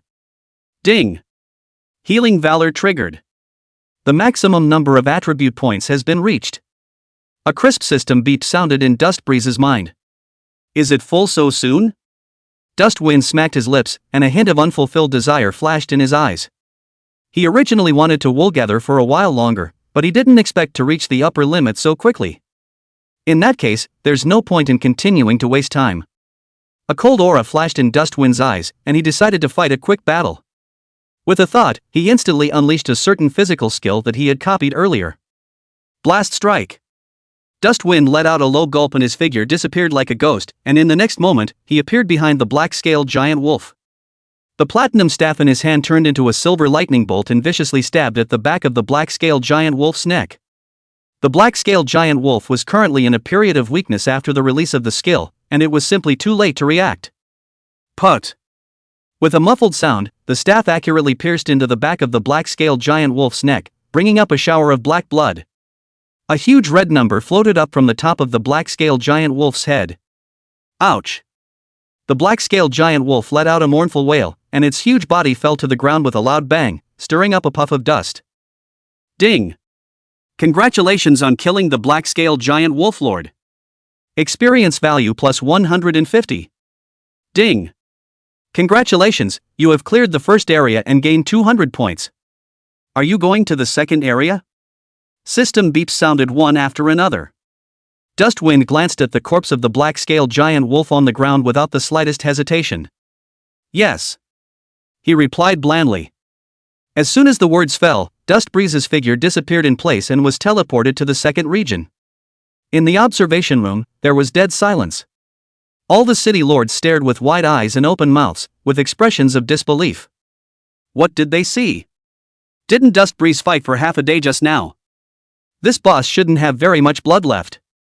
What's with the sudden spike? What the hell is this?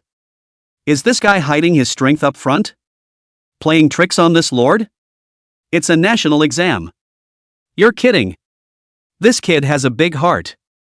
The voices of the city lords were trembling a little. They couldn't comprehend what was happening in front of them. Zhao Deju's face couldn't be described as difficult anymore. He felt his face, as if he had been viciously slapped dozens of times by an invisible slap, and it was hot and painful. He had just taunted Dustwind, saying that he couldn't do it, saying that he was in such a sorry state facing a lord-level monster. But in the blink of an eye, Dustbreeze killed the lord in seconds. This is a naked slap in the face. And it was also in front of so many city lords, ruthlessly smacking him in the face.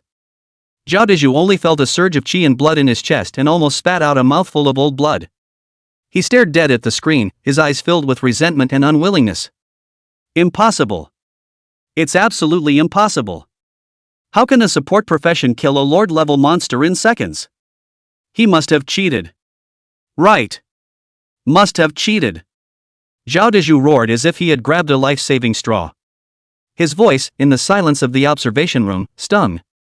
Although the other city lords didn't say anything, their expressions said it all. They also couldn't believe that a support profession could do this. Cheating?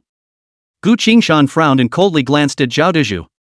City Lord Zhao, meals can be eaten indiscriminately, but words cannot be spoken indiscriminately.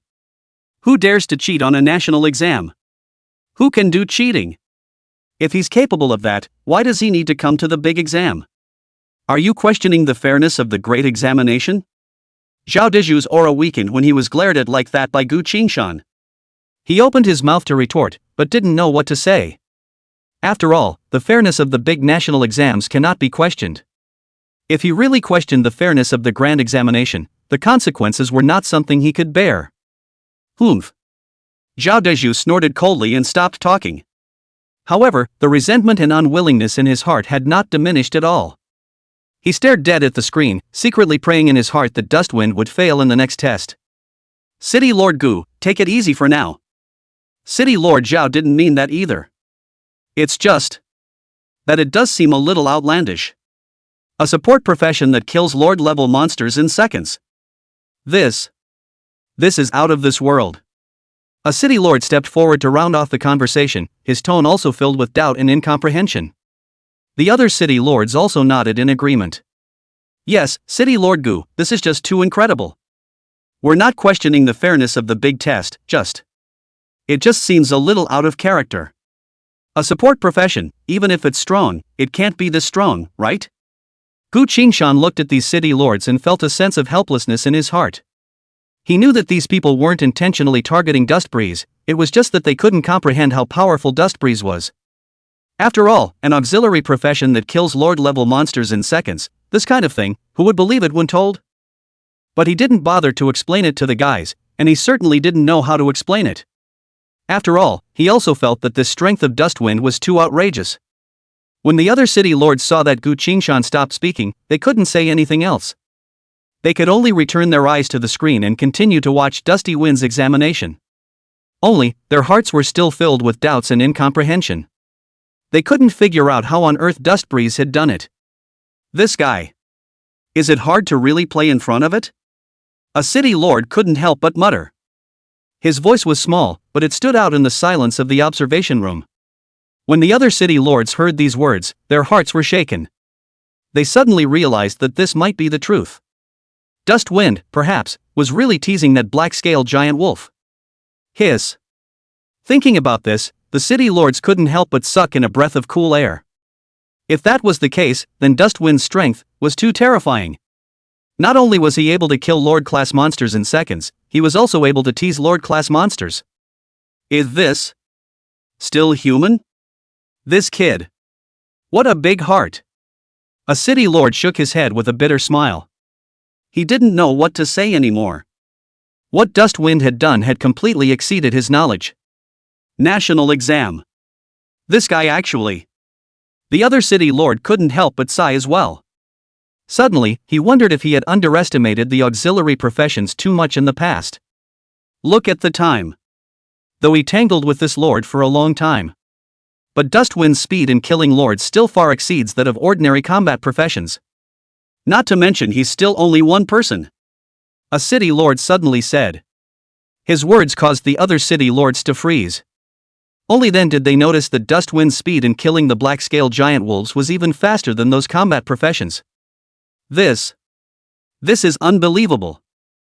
Demon. This kid is definitely a demon. A city lord couldn't help but exclaim in shock. His voice was filled with shock and admiration. The other city lords also nodded in agreement. They no longer knew what words to use to describe Dust Breeze. Demonic is perhaps the best word to describe it. Yang Chang. I'm afraid I'm going to have to rise up this time. A city lord muttered. His voice was filled with envy and jealousy. When the other city lords heard these words, their hearts sank. They suddenly realized that Yang Chang might really be on the rise. Chapter 77. There's a cap on this too? Then. Punch the list. After the first area of the test, the city lords in the observation room became more and more curious about Dust Breeze. They stared intently at the screen, trying to catch more information from Dustwind's every movement. Soon a pattern became apparent. Dustwind seems to follow a specific pattern in every fight. He first maneuvered around the monster, dodging and moving in seemingly perilous ways, but always skillfully avoiding deadly attacks. Then, at a certain moment, he would suddenly explode and kill the monster in seconds with a thunderous force. At first, the city lords didn't quite understand Dustwind's intentions, thinking that he simply liked to toy with his opponents. But as time passed, they gradually realized that Dust Breeze was sharpening his fighting skills. This guy. A city lord murmured in a low voice, a hint of disbelief in his tone. He seems to be using these monsters as a chaperone? Another city lord answered, his voice trembling a bit. This is a national exam. I can't believe he. Is he rather displeased with himself as a support profession? Trying to train yourself to be a melee priest? That's a crazy idea. 2. The city lords murmured, shock and doubt written all over everyone's face. They couldn't understand why a support profession would be so obsessed with melee combat. This completely subverted their perception of the auxiliary profession. Dustwind's behavior was like a stone thrown into a calm lake, stirring up layers of ripples. The hearts of the city lords were filled with questions and speculations. They desperately wanted to know just where Dust Breeze's limits were. How many more surprises can this enigmatic teenager bring them? On the screen, Dusty Wind's figure was still athletic. He weaved in and out of the monsters like a dancer, leaping on the tip of a sword. Each attack was precise and deadly. Every dodge was just right. The way he fights is both full of skill and carries a unique aesthetic of violence. This contrast fascinated the city lords even more. It was as if they saw a brand new profession, an existence that overturned tradition, rising. Unbeknownst to this guy, Dustwind, he merely wanted to copy some more attributes. 3 hours passed like a white horse. Dustwind sat on his butt on the ground, panting heavily, sweat sliding down his cheeks and soaking his lapel. He felt as if he had been emptied, without a single ounce of strength in his body. How many areas are there in this crappy test? Dusty Wind couldn't help but break into a hoarse voice that was thick with exhaustion and helplessness. The old man is tired of fighting. He punched the ground hard, venting his frustration. It wasn't like Dustbreeze hadn't brushed monsters before, on the contrary, he was an unabashed monster-brushing fanatic in his previous life. He had always prided himself on his physical strength and energy.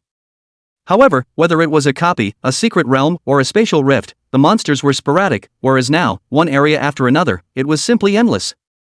There were still several waves of monsters in each area, and Dustbreeze had to circle the monsters for half a day each time in order to copy as many attributes as possible. This high-intensity battle, coupled with the high level of mental concentration, made him feel exhausted like never before. Ding! Healing Valor Trigger. The current attributes have reached the upper limit of the first turn profession and cannot be further improved. Ding! You have reached level 30. The current experience has reached the first turn career limit and cannot be gained any further. A crisp system beep sounded in Dustwind's ears. Dustwind froze and blinked in some confusion. A turn 1 cap? Attributes and experience are at the cap? The attribute thing has a turn 1 cap too? This is really rare. He hastily opened his attribute panel and carefully examined it. Character, Dustbreeze. Occupation, Reparative Warlock. Level, LV 30. HP, 18500, 18500. MP, 430,000. Power, 1,500 plus 280. Agility, 1,500 plus 240. Spirit, 1,500 plus 350 plus 300. Physique, 1,500 plus 20 plus 280. Looking at the various attributes that had reached their limits, a complex look appeared on Dustwind's face. There are surprises, and so much regret. To his surprise, he had finally reached level 30, and all of his attributes had reached the peak of his current stage. Unexpectedly, this so-called one-turn ceiling came so quickly that he was somewhat caught off guard. As for regrets, naturally, it was because he could no longer continue to improve his attributes. After all, this big test looks like there's quite a bit of area left. Dusty Wind slowly stood up and moved his limbs that were slightly stiff from staying in one position for a long time. He grinned a confident smile, as if all his exhaustion had dissipated in the moment. Since the attributes have reached the upper limit, there's no need to be so careful anymore. A sharp glint flashed in Dustwind's eyes as he tightened the staff in his hand, feeling the familiar cold touch. Next. He paused, his voice low and strong, as if declaring something. Just slaughter your way through. Inside the observation room, the atmosphere, which had been fairly quiet, was a bit subtle at the moment. The crowd of city lords stared intently at the screen, watching the teenager who had risen again, each with a different expression. Some were surprised, some puzzled, and some with a hint of anticipation. Their gazes, from time to time, would glance at the scoreboard on the side. On the list, Dusty Wind's name was still prominent, but the ranking had slipped to a rather backward position. After all, he was soloing in a hell-level copy and had spent a lot of time honing his combat skills. It makes sense to be behind in the points standings in this situation.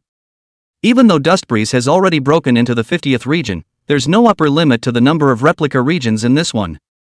A city lord stroked his chin and said thoughtfully. Speed is still crucial, although Dustwind's strength is amazing. If he can't keep up with his speed, I'm afraid he won't be able to become a national scholar. There was a hint of worry in his tone, and a hint of regret. After all, the strength that Dustbreeze had displayed was enough to make everyone look at him. After witnessing Dusty Wind's strength, a group of city lords began to bet on whether Dusty Wind could become the national scholar. Although they recognized Dusty Wind's strength, Dusty Wind was after all only one person and had this habit, so there weren't many city lords who thought that Dusty Wind could reach the scholarship.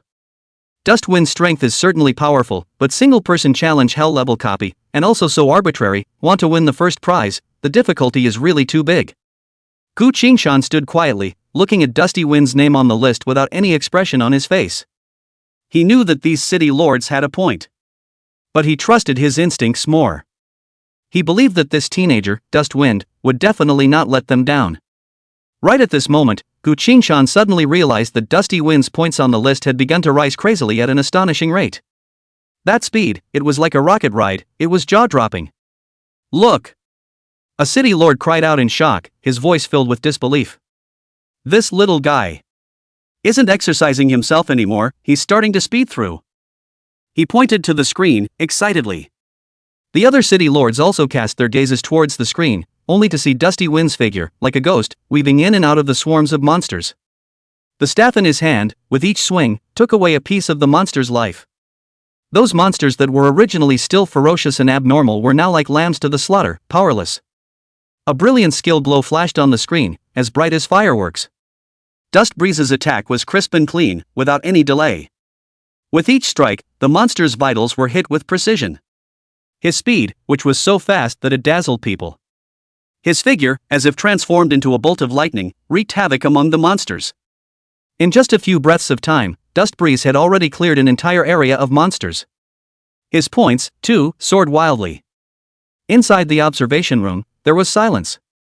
All the city lords stared with their eyes and mouths wide open, completely shocked by the scene in front of them. They had never seen such a terrifying speed of brushing monsters. It was a massacre, a one-sided massacre. Is this still a support profession? A city lord muttered, his voice filled with incredulity. This is simply more terrifying than those top combat professions. Another city lord chimed in, shock written all over his face. Demon, absolute demon. Time flew by, but Dusty Wind was brushing monsters even faster. In just 10 minutes, the Dust Wind swept through 5 areas like a whirlwind. With his mind-boggling attributes, plus the increase of extreme divine speed, Dust Wind didn't even need to use other skills. Simply waving the Eternal Radiance staff in his hand was enough to crush everything. Those monsters were as fragile as papier-mâché in front of Dust Breeze, almost no one was able to carry 3 of his attacks. Even those so-called bosses would find it difficult to last more than a few rounds under him. In order to cater to the level of the majority of the candidates, the level and quality of these monsters was limited to gold level 30. This further made Dust Wind's monster brushing speed reach an appalling level. Although he could also choose to copy the skills of these monsters, to be honest, Dust Breeze couldn't even look at these skills. At this moment, Dust Wind's figure was speeding through the battlefield like a tireless meat grinder, mercilessly harvesting the lives of the surrounding monsters. He didn't even use any attacking skills, but simply put a layer of crow-wolf light shield on himself. The tough shield shimmered with a faint glow, deflecting all attacks. The monsters swung their weapons in vain, but they couldn't even break Dustwind's shield. A cross-pollination. The momentum is overwhelming. The Dustwind swept across the battlefield like a gale, leaving nothing but wreckage in its wake. On the scoreboard, Dusty Wind's name climbed at a jaw-dropping speed. The second and third places that were originally far ahead of him were now far behind him. Moreover, the gap was widening as if there was no end in sight. 10 minutes. 20 minutes. Half an hour. Dusty Wind's ranking soared all the way up, eventually coming to a steady stop at the number 1 position. First up. Inside the observation room, a city lord exclaimed out in shock, breaking the originally tense atmosphere. His voice was filled with disbelief, as if he had seen something incredible. The other city lords also cast their gazes towards the scoreboard, and shock was written all over everyone's face. Dusty Wind's name, as dazzling as the sun, firmly occupied the top spot on the list. And in second and third place, it was clearly Shi Xiaoxiao and Su Jin'er. The strength of these two girls was also not to be underestimated, and the points had been tightly bunched together, indistinguishable from each other. Originally, the rivalry between the girls was one of the main attractions of this exam. Everyone thought that the girls would have a fierce battle for the first place throne. However, Dust Breeze's sudden rise completely broke this situation. He left everyone behind in a devastating manner. The competition between Shi Xiaoxiao and Su Jin'er was thus rendered meaningless. They could only accept the reality reluctantly and turn their goal to second and third place. After all, first place has become a distant dream. This is too much, isn't it? A city lord rubbed his eyes as if he couldn't believe what he was seeing. In less than half an hour, it rushed from over 100 to number 1. That's faster than a rocket ride. Another city lord chimed in, his tone filled with awe. Gu Qingshan stood quietly, looking at Dusty Wind's name on the scoreboard, the corners of his mouth rising slightly. He knew that he hadn't been wrong about anyone. This teenager, as expected, did not let him down. Chapter 78 Terrifying Talent, Sure Family, Su Family. At the same time then, inside a certain hell-level copy, Su Jin'er's last fireball was released. Finally, this boss is completely resolved. It was only then that he dropped to the ground, panting, and looked behind him to the group of his teammates, who were already in pieces. How's the points situation? Is that Xiao Xiao guy really that powerful? He's obviously an SSS-ranked professional. Su Jin'er asked while gasping for breath. Her delicate face was covered in beads of sweat, and her fiery red vestments were somewhat disheveled, but it was still hard to hide her stunning face. Behind them, several of his teammates were lying on the ground in a heap, obviously exhausted as well. This time, the difficulty of the hell-level copy was beyond imagination. If it wasn't for Su Jin'er's strong strength, they were afraid that they would have been destroyed in a group long ago. One of the team members, bracing himself to squeeze out a small smile, said, "Don't worry, miss, the first place is definitely yours. You are the youngest talented mage in our Dragon Kingdom." With that, he opened the points panel with a shudder. However, in the next moment, his smile froze on his face and his eyes stared blankly as if he had seen something unbelievable. Seeing this, Su Jin'er's brows furrowed slightly as an ominous premonition surged in her heart. "What's wrong?" Her voice was still cool, but with a hint of anxiety. The man opened his mouth as if he wanted to say something, but he couldn't utter a single word, only shaking his head vigorously and muttering under his breath. "This can't be. This can't be." His voice grew lower and lower, and finally almost inaudible. Su Jin'er's patience finally ran out as she violently stood up and snatched the points panel from the man's hand. "What's impossible? It's so hard to talk to you. I'll see for myself." She looked down at the panel, and her otherwise cool demeanor froze instantly. On the scoreboard, Dusty Wind's name shone as brightly as the blazing sun, firmly occupying the top spot, leaving the original competitors far behind. Su Jin'er froze for a moment, and on her delicate face, a trace of dismay first flashed, followed by a flash of disbelief that quickly spread out. First place. Dust Breeze? She rubbed her eyes and double-checked several times before she dared to believe that what she was seeing was not an illusion. You know, just half an hour ago, she had deliberately checked the scoreboard, and at that time, Dusty Wind's ranking was still outside of 100, so how could it be that in the blink of an eye, it had skyrocketed to the top of the list like a rocket? This speed is also too unbelievable. In Su Jin'er's mind, a thought involuntarily surfaced. This guy, it couldn't be that he was hiding his clumsiness from the start, right? With her knowledge of Dust Wind, this kind of thing, he could really do it. After all, Dust Breeze's character had always been like this, low-key and introverted, never revealing his full strength easily. Thinking of this, Su Jin'er's complexion became more and more odd. She bit her lip slightly, both shock and a hint of inexplicable emotions swirling in her heart. After confirming once again that the name at the top of the list was indeed the Dust Breeze she knew, Su Jin'er's originally taut nerves suddenly relaxed. The corners of her mouth rose slightly, outlining a shallow smile that carried a few moments of helplessness, a few moments of joy, and a few moments of pride. "You guys won again." Su Jin'er murmured softly, her voice was very soft, as if she was talking to herself. "That's annoying," she added, with a hint of rancor in her tone, but more than that, an ineffable joy. Although she said she hated it on her lips, Su Jin'er's heart was heartily happy for Dust Breeze. The guy who always surprises her, once again. Or rather, shock. Su Jin'er exhaled gently, calming her excitement. She knew that the gap between herself and Dust Breeze was no longer something she could catch up with just by working hard. This guy, he's a monster. However, Su Jin'er was not discouraged by this. She looked up, her gaze renewed. "Since we can't catch up with Dusty Wind, let's try to hold on to second place. At least, you can't lose to that Timothy guy." A hint of wariness flashed in Su Jin'er's eyes as she tightened the staff in her hand, preparing for the next challenge. Meanwhile, in another unknown copy space, Toki noticed the change in the standings just as well. She was originally brushing the monsters with great interest, preparing to compete with Su Jin'er. However, when she saw that Dust Breeze's name suddenly jumped to the top of the list, her entire body froze. This can't be right?" Sure Xiao Xiao's voice was slightly toned, and she rubbed her eyes vigorously, as if she wanted to see through the scoreboard in front of her.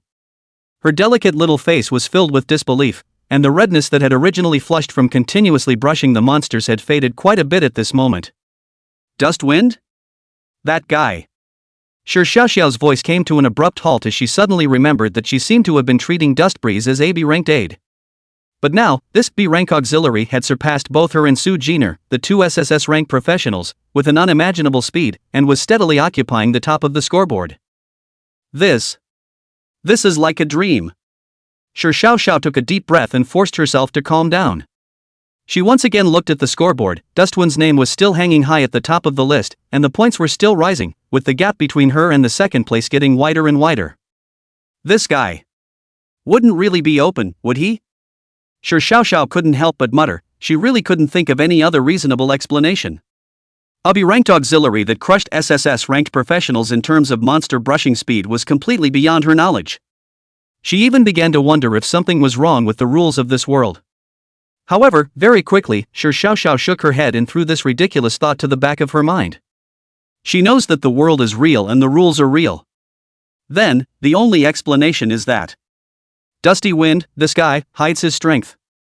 And, hidden deep, deep. Thinking about this, Su Xiaoxiao's eyes became complicated. She suddenly felt as if she had never really understood Dustwind. This guy, how many more secrets are hidden in his body? Interesting. Su Xiaoxiao suddenly let out a light laugh, the corners of her mouth rising slightly as she revealed a playful smile. Her bright eyes sparkled with excitement, as if she had found an interesting toy. Dustwind, you guy, you really didn't let me down. Su Xiaoxiao said to herself, her voice with a hint of anticipation, a hint of excitement, and a hint of wariness. Originally, she had thought that this exam would be boring after all. With her strength, getting first place was almost a sure thing. But now, Dustwind's appearance completely broke this situation. It made her feel excited, thrilled, and even challenged for a long time. Little ones. Su Xiaoxiao suddenly turned back to her teammates behind her, who were also dumbfounded, and shouted. Her voice was clear and loud, full of energy and fight. Go all out. Su Xiaoxiao's eyes shone with determination, and her voice was strong and resounding. Even if we can't grab first place, we have to hold on to second place. She gripped the dagger in her hand tightly, and a powerful aura emanated from her body. Roar! The crowd roared in unison, their voices shaking the heavens and the earth, full of wariness and determination. They were infected by Su Xiaoxiao's passion, and each of them excitedly rushed towards the monster group as if they were pumped with chicken blood. The atmosphere in the luxurious observation room was solemn and solemn. Numbers pulsed on the huge screen, tugging at the heartstrings of everyone in the room. An old man with white hair stood silently, his gaze, as sharp as a falcon's, locked onto the name on the scoreboard that was climbing rapidly. Dustwind. The old man was dressed in a simple tang suit, upright, although already old, but hale and hearty, exuding a long time in the upper position of the majestic momentum, so that people do not dare to underestimate. Dust Breeze. The old man murmured in a low voice, his voice hoarse with a hint of age, as if he was reminiscing about something. The name, it seemed, touched a corner of his deepest memory, and sent him into deep thought. Elder Su, have you forgotten? A middle-aged man walked slowly to the old man's side, bowing and whispering with respect in his tone. The young man that Miss Jin'er mentioned from time to time is called Dustwind. The middle-aged man reminded softly, his voice was soft for fear of disturbing the old man's thoughts. Oh. Right. It's him. Elder Su slammed his forehead and realized with a flash of surprise in his eyes. He finally remembered Dusty Wind, the teenager that his granddaughter Su Jin'er often talked about. That teenager who had made Su Jin'er praise him so much that he even vaguely showed a few moments of admiration. This kid is really not simple. Elder Su couldn't help but marvel as he watched Dusty Wind's amazing point growth rate on the screen. His eyes were filled with appreciation and relief, as if he had seen the future of the Su family. No wonder it can make my family Jin'er move. It seems like we have to let the two little ones get in touch more often. Elder Su stroked his chin and said thoughtfully, an imperceptible smile appearing at the corner of his mouth. Don't you dare. A cold humming sound, like thunder from the ground, exploded in the observation room, instantly breaking the originally harmonious atmosphere. In his voice, there was an obvious mockery and disdain, like a sharp thorn, pointing directly at Su Lao's soft underbelly. If I remember correctly, it seems like your Su family is trying to do everything they can to prevent this little girl from establishing a good relationship with Dustbreeze, right? Cold grunts continued, the tone sharp and aggressive. Elder Su's face, which was still smiling, instantly clouded over as if it could drip water. He turned around violently, his gaze like a torch, staring dead on in the direction where the voice came from, as if he wanted to eat the other party alive. Surname Toki, don't think that just because you have a guardian's name, you can just make up rumors. Elder Su's voice was low and hoarse, every word seemed to be squeezed out from between his teeth, full of anger and warning. He clenched his fists tightly, and the veins on the back of his hands were rippling, enough to show that he was extremely unsettled inside at the moment. We Sus are the most respectful of our children's feelings. Elder Su's voice rose steeply, carrying a hint of unquestionable majesty. He struggled to calm himself, trying to preserve the reputation of the Su family. In the face of Elder Su's angry glare, Elder Su was not the least bit afraid, but instead let out a cold laugh, the corner of his mouth curling into a mocking arc. You fart! Elder Su nonchalantly retorted, his voice was loud and clear, like a loud bell, every word was like a heavy hammer hitting Su Lao's heart. He straightened his back, his gaze like a torch, and went toe-to-toe with Elder Su, not losing any momentum. My family Xiao Xiao has specially written a letter of recommendation to the city lord of Yang City for this little guy. In Shi Lao's tone, there was a hint of complacency and bragging, as if this was such a great thing. He raised his chin slightly, his eyes filled with provocation, as if he was demonstrating to Elder Su. With this relationship, this little guy is definitely mine. Shi Lao's voice was decisive and unquestionable, carrying a strong sense of confidence. His gaze, moving away from Elder Su, landed on Dusty Wind's name on the scoreboard, and a hint of imperative light flashed in his eyes. He firmly believed that with Shi Xiaoxiao's strength and charisma, coupled with this relationship he provided, Dusty Wind would definitely choose to join the Shi family. After all, a genius like Dust Breeze was far too rare to be encountered in 100 years. Elder Tim took a deep breath and calmed his excitement. He knew that now was not the time to rejoice, everything was still up in the air. However, he was confident that the final victory would definitely belong to the Toki family. He turned his head to look at the screen, and Dust Wind's points, still soaring, were far ahead. Elder Toki's eyes flashed with essence. Chapter 79, Hidden Examination? Within the replica space, light and shadows flowed, and the aftermath of the energy had yet to completely subside. Dust Wind's figure was like a ghost, weaving through the edge of the twisted battlefield. Another area cleared.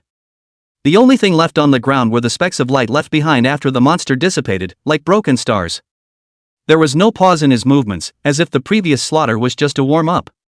Under the extreme speed enhancement, his movement was almost invisible to the trajectory, only the faint ripples left behind when the air was torn apart. Ahead, the boundaries of space began to blur, and a transparent barrier like waves of water blocked the way. This is the entrance to the next area. Without the slightest hesitation, Dust Breeze took a step in. The scene in front of him suddenly changed, and it was no longer the familiar barren battlefield from before.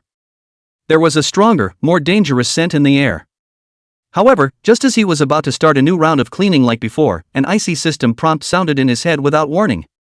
Ding! Congratulations on reaching the 70th level in 5 hours, triggering the hidden test. Dustwind's footsteps snapped. Hide the test? He frowned slightly, an imperceptible flash of surprise in his eyes. Those 4 words were completely foreign to his memory. The national exam. There's this setting? He clearly remembered that when he participated in this great examination in his previous life, the process was brutal but simple and straightforward, which was to constantly break through the levels, kill monsters, and gain points. Never heard of any hidden assessment mechanisms. Did. A thought crossed Dustwind's mind like lightning. Is it because of your own rebirth? This butterfly that flaps its wings has finally begun to trigger an even more violent storm, and even the rules of this nationally standardized test have an unknown variable? Dustwind's eyes became deep. He looked around. This so-called 70th level didn't seem to be much different from the previous area, still a dim and depressing environment, with the outlines of monsters vaguely swaying in the distance.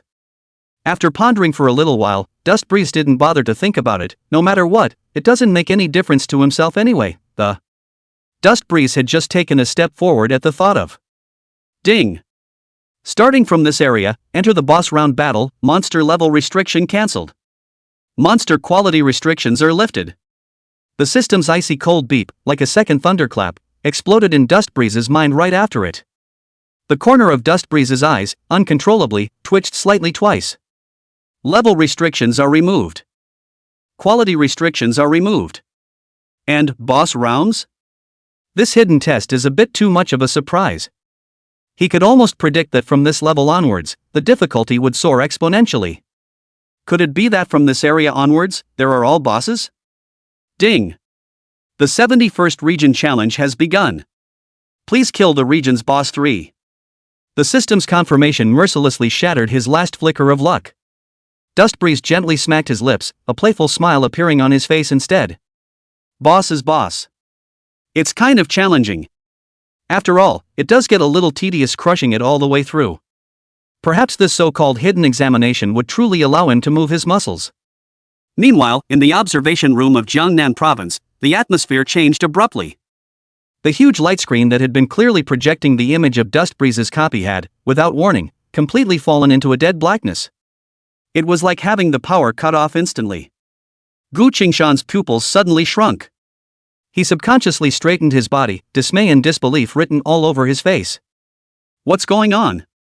Not only him, but the other people in the observation room who were always watching the movements of the top candidates also froze. Screen. Blacked out?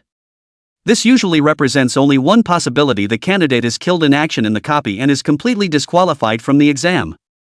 However, they clearly saw that Dustbreeze had just stepped into the gate of the 71st region. With that amazing amount of points still flying around, how can you go in one foot and be gone the next? This bizarre situation was beyond everyone's knowledge. Just as the crowd was in disbelief, a piercing snort broke the stagnant air. Zhao Dezhu leaned back in his chair, his hands clasping his chest, his face in undisguised gloat. Gee, see? He spoke eerily, his voice not loud but clear throughout the observation room. Young people just don't know the sky. Still think you're so good, you have to show off. That's good, it's a straight-up playoff, isn't it? Zhao Dezhu shook his head, his tone filled with false regret. What a shame about such a great talent. I told you to take it as it comes, but you didn't listen. Zhao Dezhu's conspiratorial words were like a needle sticking in Gu Qingshan's heart. His face instantly sank, and his eyes swept icy coldly towards Zhao Dezhu, the anger contained in them almost spilling out. Elder Su and Elder Shi also stopped arguing and frowned at the pitch-black curtain of light with different expressions. Just as Gu Qingshan was about to open his mouth to rebuke. Bang! The heavy metal door of the observation room was violently pushed open from the outside. A middle-aged man in a straight uniform with a serious face and sharp eyes appeared at the door. His gaze was like a falcon's as it quickly swept over the people in the room, finally settling precisely on Gu Qingshan. Which one of you is the city lord of Young City, Gu Qingshan? The man's voice was low and strong, with an undeniable majesty. Gu Qingshan's heart flinched as he subconsciously stood up and responded. I am. He tried to suppress the doubts and worries in his heart and asked. May I ask if you are? The middle-aged man didn't answer his question, and there were no unnecessary pleasantries. He just expressionlessly took out a token with a dark golden luster from his bosom and displayed it in front of Gu Qingshan. The elaborate dragon pattern on the token and the obscure but majestic aura made Gu Qingshan's heart jump. The head honcho is invited, City Lord Gu. The middle-aged man withdrew the token, his tone was flat but carried an irresistible power. Please come with me. Looking at the middle-aged man in front of them, the other city lords in the observation room froze. They could see that token clearly just now. The dark golden luster, the intricate dragon pattern, and the hidden but palpitating majestic aura. That's a token that symbolizes a feudal official. A token that could only be possessed by a personage who had so much power that he could make a party shake with the stomp of his foot. The screen on Dustwind's side had only gone completely black on the front foot. A big shot of that caliber sent for you on the back foot? Is Dustbreeze not dead? Was the footage just cut off by someone from above and arranged otherwise? Countless thoughts tumbled through the crowd's minds, and their eyes became complicated as they looked at Gu Qingshan. Gu Qingshan's heart was equally alarmed, but he didn't dare to delay in the slightest. He bowed slightly to the middle-aged man. Yes, I'm coming with you. Gu Qingshan hurriedly followed the solemn-looking middle-aged man and quickly left the observation room, leaving behind a room full of city lords with different faces and minds. In the meantime, inside a certain antique-colored room that was filled with the faint scent of tea, 2 men and 2 women, for middle-aged men with very different temperaments, were sitting around a rosewood tea case. Their demeanor was relaxed, sometimes whispering a few words, sometimes lifting the delicate tea to sip. Their gazes, however, both intentionally and unintentionally, swept over the even more gigantic light screen in the center of the room that projected countless images. On the light screen, it was densely divided into countless small windows, each of which corresponded to the figure of a candidate who was fighting within the examination space. One of them, a middle-aged man with an elegant face and gold-rimmed glasses, gently put down the teacup in his hand, and the lid of the cup collided with the body of the cup to emit a crisp and light sound. He raised his eyes to the remaining three, a gentle smile on his lips. "It's about time now. Gentlemen, what do you say? Will anyone be able to trigger that hidden test in this year's national examination?" The elegant man's voice was calm, with a hint of probing. The woman sitting across from him, dressed in a snow-white robe with a cool temperament, sniffed and gently shook her head. She moved with grace, but with an undeniable certainty. "Difficult. The triggering conditions for this test are too harsh." The white-robed woman's voice was as clear as spring water. "Break through 70 consecutive zones in 5 hours. It's an almost impossible task, pure and simple." She paused and lifted her teacup, her gaze seeming to look through the curls of tea smoke in some unknown direction. "I really don't know what those people up there were thinking, setting such an almost impossible threshold to reach."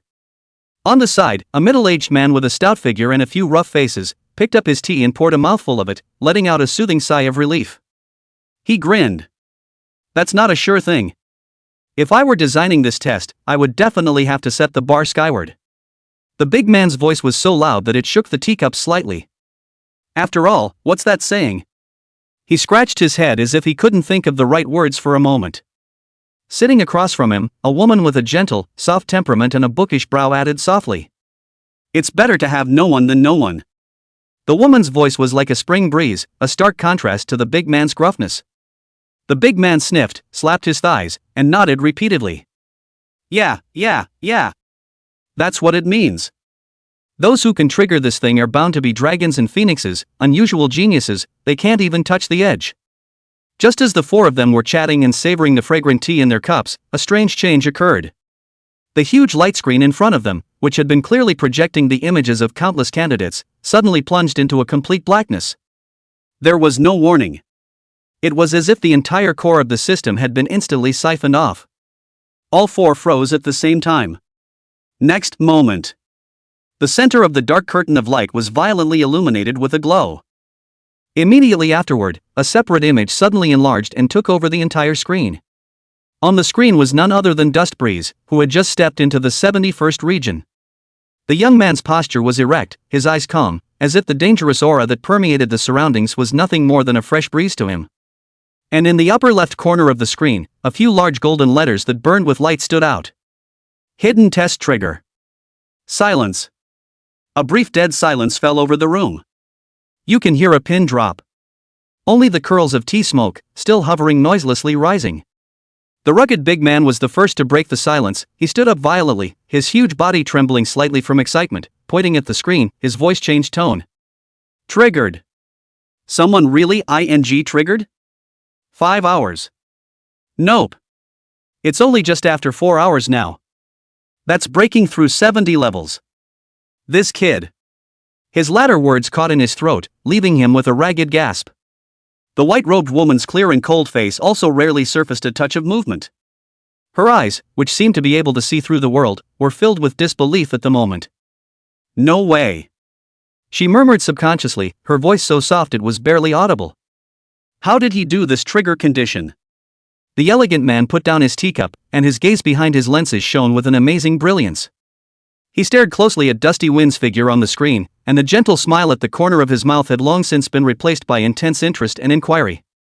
Interesting. That's really interesting.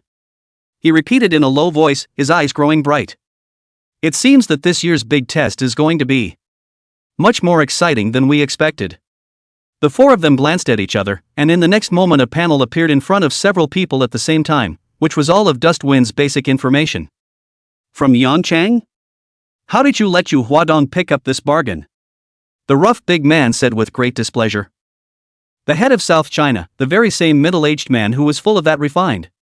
The elegant man laughed. It seems that I've been lucky this year. Just then the door of the room was suddenly knocked, and the next moment the door opened and Gu Qingshan walked into the room with quick steps. East China Region, Jiangnan Province, Yangtze City Master Gu Qingshan, meet all the chiefs. Chapter 83 Bosses to face together? Looking at Gu Qingshan in front of him, a gentle smile appeared on the face of the middle-aged man with an elegant face and gold-rimmed glasses. He took the initiative to extend his hand to Gu Qingshan. Hello, I'm Chu Tianque, the head of the East China region. The voice was calm, but carried a weight that was impossible to ignore. Gu Qingshan only felt his head buzzing, and his whole body was a bit confused. Head of East China. Chu Tiangue. This is the true meaning of the feudal official. The power of the heavens usually only exists in the legend of the big man. Almost subconsciously, he darted over to his clean city lord's uniform and vigorously wiped the fine sweat seeping from his palms. The gesture seemed a bit rushed, one might even say rude. But under Chu Tianque's gentle gaze, it seemed to be easily accommodated. Gu Qingshan hurriedly bowed slightly, his hands trembling a little as he took hold of Chu Tianque's outstretched right hand, the warmth and sense of strength coming from his palm causing him to settle down slightly. Shift Chu. Greetings. I'm Gu Qingshan. His voice was tinged with incredible excitement and a hint of imperceptible nervousness. Seeing this, the smile at the corner of Chu Tianque's mouth deepened a few points, gently patting the back of Gu Qingshan's hand, signaling that he didn't need to be so nervous. Although Chu Tianque looked like a middle-aged man, he was much older than the old man like Gu Qingshan in front of him. In today's world, transmigrants have a long lifespan. The stronger they are, the younger they appear instead. Afterwards, Chu Tianque's gaze turned to the huge light screen in the center of the room, and his eyes fell on the lone teenage figure in the center of the screen. In the upper left corner of the screen, the words "Hidden Exam Trigger" in big golden letters still stood out. He asked in a casual tone as he pointed at the screen. This little guy, is he from your young city? When Gu Qingshan heard Chu Tianque's question, the bit of nervousness in his heart was instantly washed away by great joy and pride. He straightened his slightly stooped back, his face flushed with irrepressible excitement. Yes. Gu Qingshan nodded his head repeatedly, his voice plucked up a few points from excitement, carrying obvious pride. Chief Chu, this little guy is called Dustwind, and he's our Yang City's awakening candidate this year. He took a deep breath, as if to proclaim the amazing news with all his might. Moreover, Xiao Fengyi. His talent value, as high as 200 points. It's a true supreme genius. As the words fell, the atmosphere in the room, which had just eased, froze once again. 200 talent points. These 5 words were like thunder, exploding in everyone's ears. The white-robed woman's fingers holding the teacup tightened slightly, her bones whitening as storms coalesced in her cool eyes. The gentle smile on the elegant man Chu Tianque's face also completely disappeared, replaced by an almost sharp scrutiny. The gaze behind the lenses seemed to penetrate the screen and see every detail of Dusty Wind. What the? The first one to erupt with a sound was still the big man with a stout figure and rough breath. He slammed the table, splashing tea in all directions, and the sheer force of it made the solid wood tabletop groan with the weight of it. Old Gu. You're not kidding, are you? The big man glared roundly, his eyes almost bulging out of their sockets as he stared at Gu Qingshan dead in the face, as if he wanted to make sure he wasn't talking nonsense. 200 talent points? I, Long Qingyu, have lived for more than 100 years and traveled extensively, and the highest talent value I've ever seen, that is, the strongest guardian in our dragon kingdom, her talent value is only 148 points. 150 never seen. You're telling me 200 points? Long Qingyu pointed at Gu Qingshan, his fingers trembling slightly from the force he exerted, absurdity and unbelievability written all over his face. The shockwave caused by the 200 points of talent value even overshadowed the shock caused by the hidden test trigger before. Long Qingyu's heavy breathing echoed in the silent room as he stared at Gu Qingshan, seemingly still digesting the huge impact of the 200 points of talent value. On the solid wood tabletop, spilled tea meanders and leaves dark-colored water stains. The air seemed to solidify into substance with a sinking sense of consternation. Right at this moment, the white-robed woman Ling Xuanyue, who had been silent and had a cool temperament, finally slowly opened her mouth. Her voice was flat, not much emotion could be heard, but it was like a clear spring trying to wash away the rolling shock. Isn't it normal to have a high talent value? Ling Xuanyue raised her eyes, her sight sweeping over Long Qingyu who was still in shock, her tone carrying a hint of rightful coldness. If not, on what basis can he, with his own strength, fulfill the triggering conditions of that hidden examination? Yeah. Hidden appraisal. That was a legend that even those of them in high positions had only seen in top-secret files. The harshness of its triggering conditions would have been beyond imagination. Having a talent far beyond common sense seems to be the only explanation. Next to her, the woman with a gentle temperament and soft eyebrows, Su Jin'er, also gently nodded her head, a light smile of approval appearing on her face. What Sister Su said is very true. Her voice was soft and melodious, with a soothing power. Without such an astounding talent, how could one possibly break through the 70 regions and reach such an unimaginable level in just 4 hours? Su Jin'er gave a slight lurch, and a trace of complexity passed through his gaze, seeming to be a feeling, but also seeming to be a comparison. That little Jin'er of our Su family, her talent is also considered top-notch, with 120 points. But she's still struggling in the 60th region even today. With these words, the terror of Dustbreeze's 200 points of talent value was emphasized to the fullest. The 120 points of talent of the Su family's heavenly pride was still advancing hard in the 60th region. And yet, this dusty wind, with a counterintuitive talent of 200 points, had stepped into the 71st region within 4 hours, and had also triggered that legendary hidden examination. The gap between the two was already like a heavenly rift. Chu Tianqua's gentle gaze swept over the shock that hadn't completely faded from the faces of the crowd, and then gently waved his hand, breaking the nearly stagnant atmosphere. He redirected his gaze to the massive curtain of light, his tone carrying a few just the right hints of guidance. Well. The talent is certainly astounding, but there's little point in dwelling on it now. Chu Tianqua's voice was calm, but naturally pulled everyone's attention back on track. He tapped his fingertip, pointing to the center of the screen, the teenage figure that looked exceptionally subdued in the 71st region. There are less than 3 hours left until the end of the big test. I'd rather see how this little fellow will deal with this legendary hidden examination next. Chu Tianqua's mouth held a hint of a rakish smile. It's all about being able to actually pass the level and get that ultimate reward in the limited time available. Gu Qingshan on the side also heard some curiosity. This big exam has a reward. Long Qingyu took a deep breath, his chest rose and fell violently a few times, and what Boss Chu said. I'd like to see how much more this kid can surprise us. Ling Xuangyue's cool eyes also refocused on the screen, her fingertips unconsciously rubbing the warm walls of the cup, the inquisitive meaning in her eyes intensifying. Su Jin'er also nodded slightly, his soft gaze filled with anticipation. Inside the room, after a brief commotion, everyone's attention was once again highly focused on the light screen. The curling tea smoke is still hovering, but no one has the heart to sip tea anymore. Gu Qingshan was the only one who stood still, looking a bit overwhelmed. The excitement and pride that had surged just now due to Dust Wind's talent had yet to fully subside, but at this moment it was replaced by an inexplicable bewilderment. He watched as several big shots turned their eyes back to the screen, discussing the hidden test that he was completely unable to interject, and couldn't help but mutter in his heart. That's the end of it? Had he been called over urgently just to report a talent value? He opened his mouth, wanting to say something, such as describing the rest of Dustwind's performance in Yang City, or inquiring about the follow-up arrangements. However, looking at Chu Tianqua and the others' focused expressions, as well as the majestic aura that was invisibly emanating from them, the words reached his mouth and were swallowed back by him. He felt like a rushed announcer, left out to dry after the most explosive announcement. Gu Qingshan secretly wiped the corners of his forehead. That straight uniform of the city lord actually made him feel a little uncomfortable at the moment. Not. What the hell is going on here? Called yourself in for this?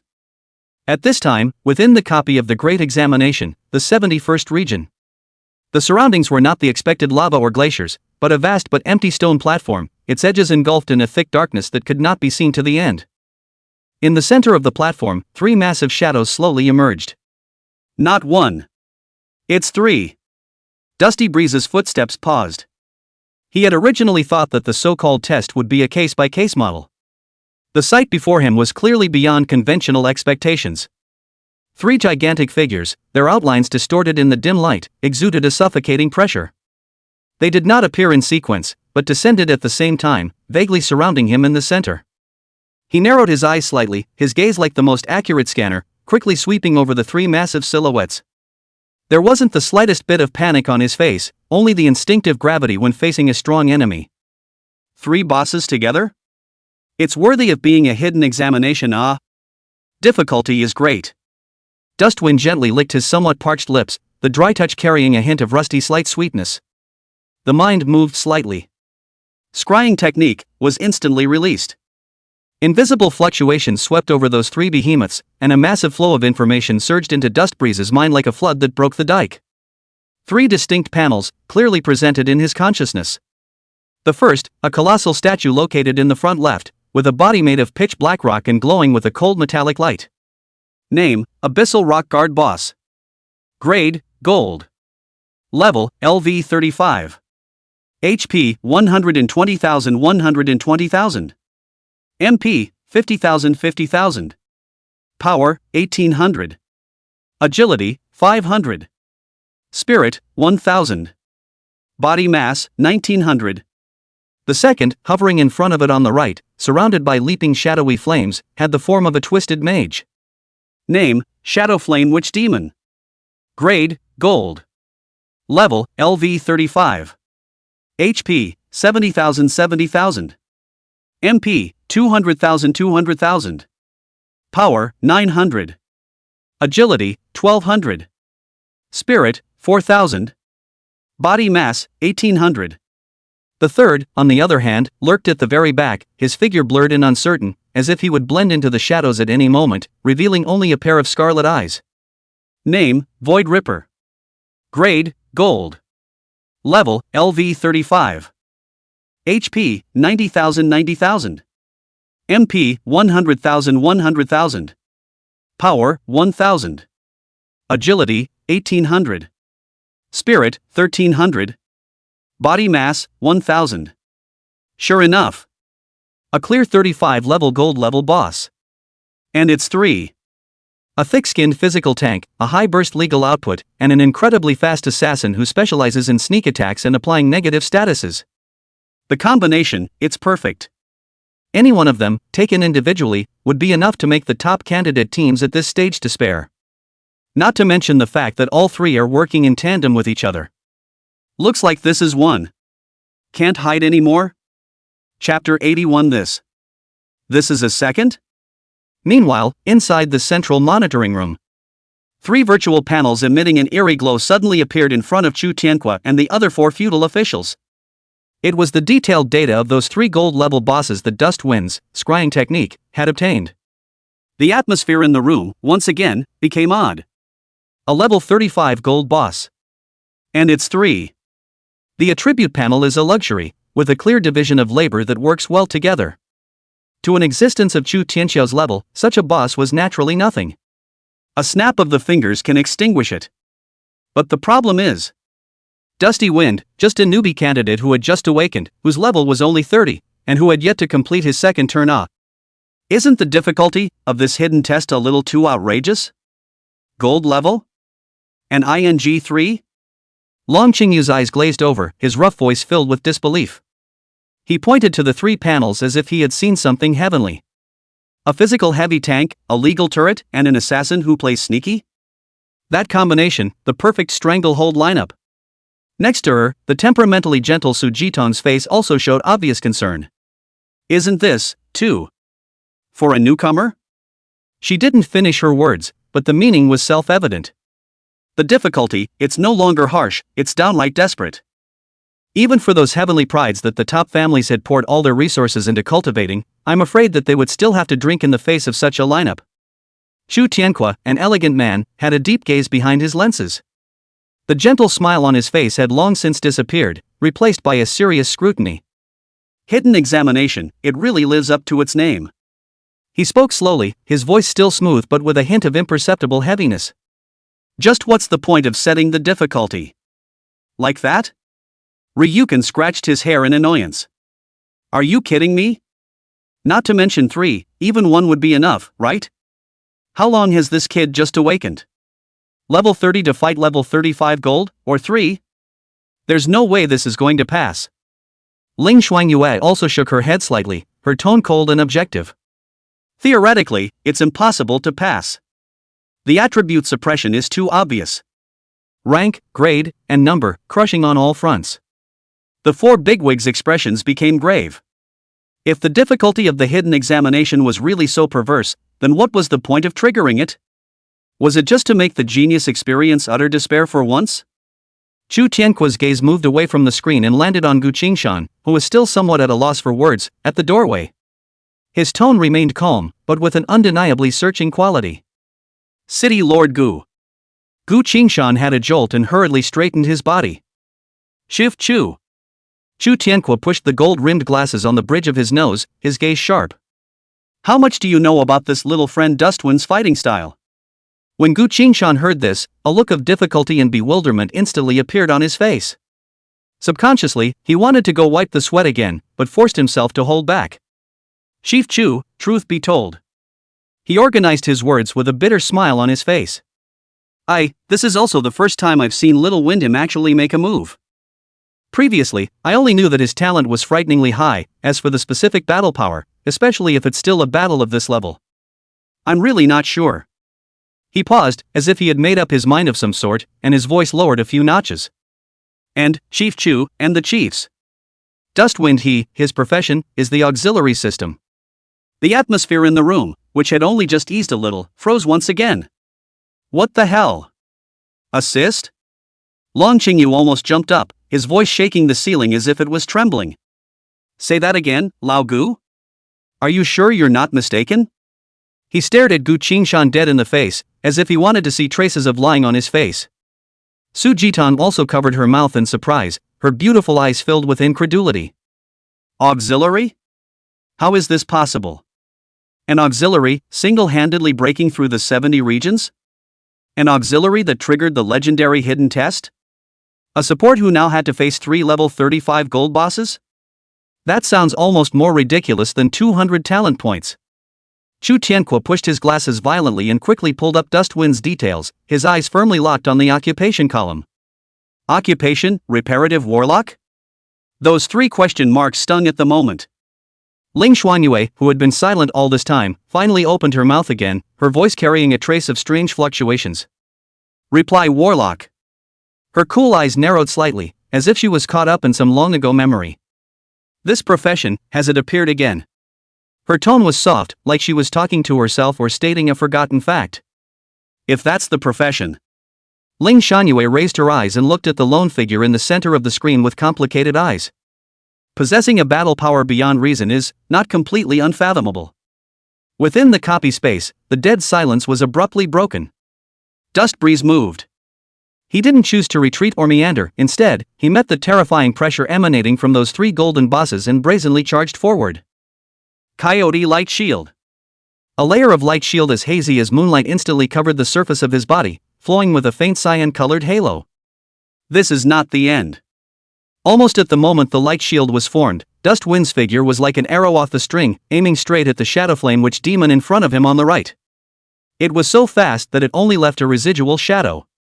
The shadow flame witch demon suspended in mid-air also seemed not to have expected that this tiny human would dare to take the initiative to charge, and the shadow flames jumping around his body slightly stalled.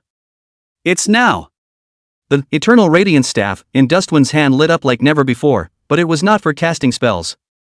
He actually swung this platinum staff, a symbol of holiness and healing, like the roughest of warhammers, fiercely at the twisted head of the shadow flame witch demon. Bang! A dull pounding sounded on the empty stone platform. Unlike the imagined sight of the staff shattering, on the contrary, the shadow flame witch demon let out a mournful shrill whine, and the shadow flames around his body fluctuated violently, so it was obvious that this strike was powerful and did not deal a low amount of damage. But that's just the beginning. There wasn't the slightest fluctuation in Dustwind's eyes, only cold calculations. The mind is electric. Active talent, double casting, open. Active talent, Fury Strike, activated. Active skill, healing, is activated. Equipment effect, healing, trigger. Almost at the same instant, a series of operations were completed in a flowing stream. Emerald green light erupted like an erupting volcano from the crystal at the top of the eternal radiance staff. Under the effect of the double casting and healing special effects, the healing technique, which was originally just a single recovery skill, instantly split and multiplied. 1, 2, 3. Fully 6 columns of life energy light so dense that it almost turned into substance, like precision-guided missiles, ignoring the enemy and us, simultaneously enveloping the 3 huge figures in the center of the platform. Abyssal rock guards, shadow flame witch demons, and void rippers, to name a few.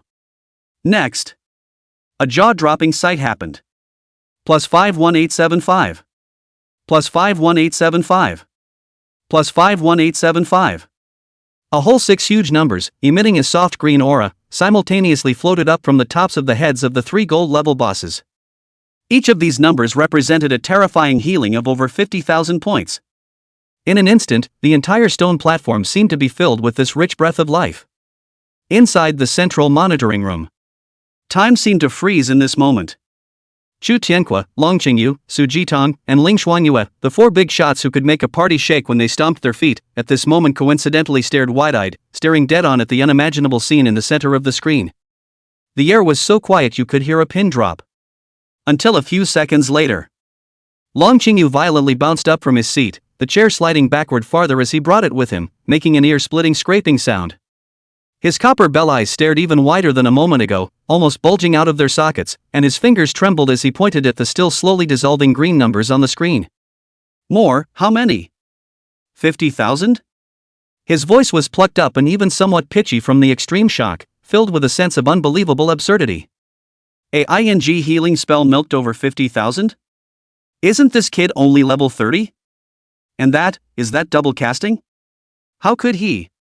A series of questions spewed out of his mouth like a barrage, each one like a heavy hammer that struck the other 3 in their hearts. Next to her, Su Jitong gently covered her mouth with her hand, her beautiful eyes similarly filled with disbelief. Her brow furrowed with worry, but more than that, it was an incomprehensible confusion. Why is he healing boss? And it's such a huge amount of healing. This is completely illogical. Rushing up and tapping it with his staff was odd, but perhaps it was some sort of special battle technique. But pouring a total of over 300,000 life points on 3 bosses immediately afterward? What's going on here? Is the boss dying too fast? Just as Su Jitong's questions were still lingering in the monitoring room, the unbelievable healing figures had yet to completely dissipate. Inside the copy space, the change was steep. Those 6 thick green auras that had originally surged into the 3 bosses seemed to have reached some sort of critical point. The light shuddered violently. The soft breath of life suddenly twisted and crumbled. In the next instant, the green light ceased to be healing and turned into destruction. 2 waves of emerald green light, condensed to the extreme, violently erupted with dust wind at the center, like invisible ripples, savagely sweeping in all directions. Wherever the waves of light passed, space seemed to tremble slightly. 50,000. 25,938. A dizzying series of scarlet damage numbers, interspersed with white numbers characteristic of true damage, crazily emerged from the heads of the Abyssal Rock Guard, Shadowflame Witch Demon, and Void Terror. That number jumped around incredibly fast. Each of these numbers represented horrific damage that was enough to make any player's heart skip a beat at this stage.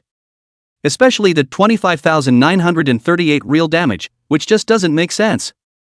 The 3 gold-level bosses that had previously been filled with mighty pressure and were raging, were now like being thrown into a meat grinder.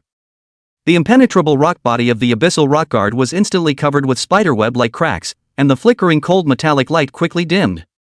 The Shadowflame Witch Demon's shadow flame around its body swayed crazily, emitting a defiant shrill whistle, but it was completely drowned out by the ensuing damage. The Void Terror, who had been lurking in the shadows, violently solidified its figure for a split second, and then as if it had been crushed by an invisible hand, its scarlet eyes instantly extinguished. Just a few breaths. Didn't even put up a decent fight. Boo! Boo! Boo! 3 dull thuds rang out on the empty stone platform one after another, the sounds of huge bodies crashing to the ground. Smoke filled the air. The original suffocating pressure was gone.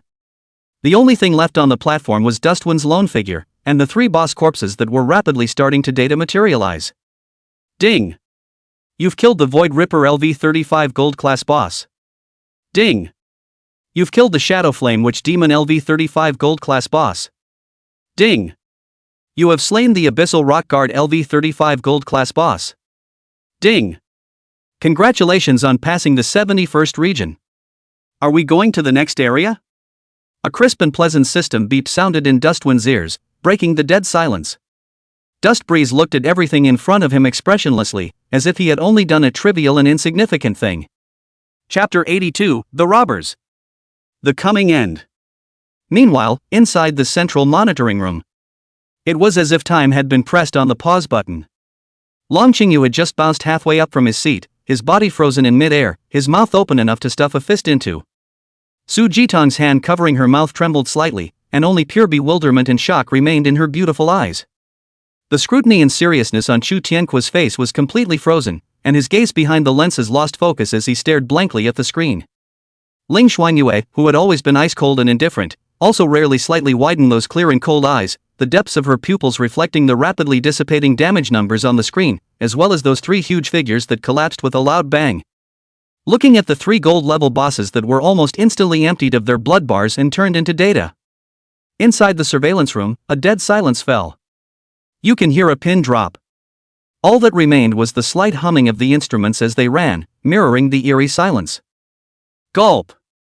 A clear swallowing sound stood out in the dead silent surveillance room. It's Gu Qingshan. He rolled the knot in his throat with difficulty, as if to force down the emotions that filled him with shock and disbelief.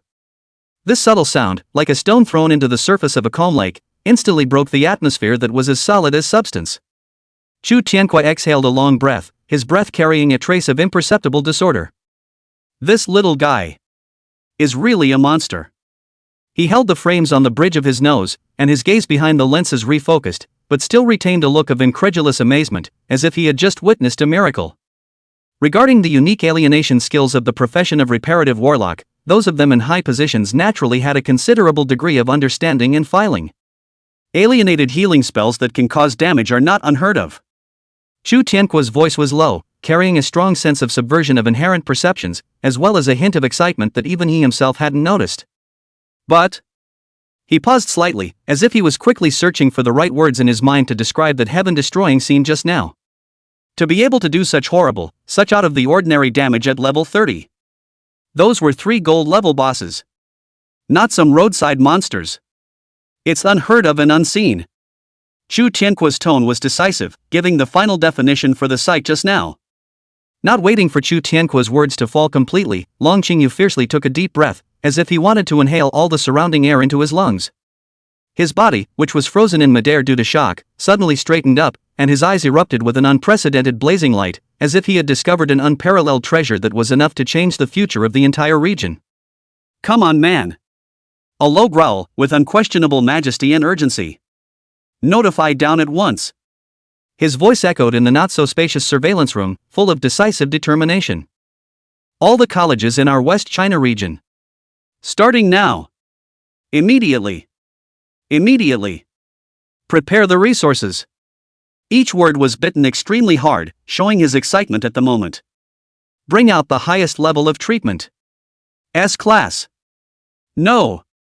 SSS grade. Give all the permissions you can. Mobilize all the resources you can. Think of everything. Do whatever it takes. Long Qingyu almost growled as he gave the order, spittle spraying onto the screen in front of him. Make sure to get this dust breeze to our West China region for me. Hearing Long Qingyu's undisguised, almost snarling declaration of robbing someone, Chu Tianquo's face instantly darkened like the bottom of a pot. I say, old dragon. His voice drew up a few degrees steeply, with a strong note of dissatisfaction and warning. You guy, openly trolling in front of me, the head of East China? Chu Tianquo violently turned his head, his sharp gaze piercing straight through Long Qingyu, his tone quite unkind. Isn't that a bit much? This is a naked slap in the face of his East China region. Long Qingyu sniffed, but he didn't care in the slightest and waved his hand, even stalking his neck, with a few points of justification. Hey, I say, old Chu, words can't be said like that. He cast a sidelong glance at Chu Tianquo, his eyes filled with the meaning of what can you do about it. What do you mean, digging in? It's a national exam now. Long Qingyu aggravated his tone, emphasizing the reasonableness of the rules. The potential shown by this dust wind, not to mention you, there's one here, who wouldn't be jealous? His gaze swept over Su Jin'er, Ling Xuanyue, and the other 2 people in charge. With his grades, wouldn't all the top schools in the country be at his disposal? Where he ultimately chooses to go, that's up to him. It's the talent's freedom.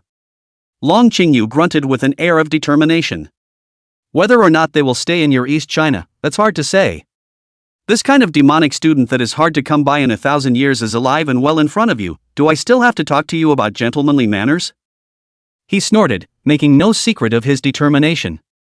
Unless I, Long Qingyu, am out of my mind, I won't grab it. Although Long Qingyu's words sounded overbearing and brutal, they were also like a thunderbolt, instantly waking up the other few people present. Yes, who wouldn't want such a heaven-defying demon? The stage of the national examination is supposed to be a battleground for the regions and universities to speak on the basis of their strengths and to snatch people on the basis of their abilities. Ling Xuanyue, who had always been cold and indifferent, as if everything did not haunt her heart, also had a rare flash of a different kind of luster in those clear and cold eyes, although it was so fast that it was almost impossible to catch it.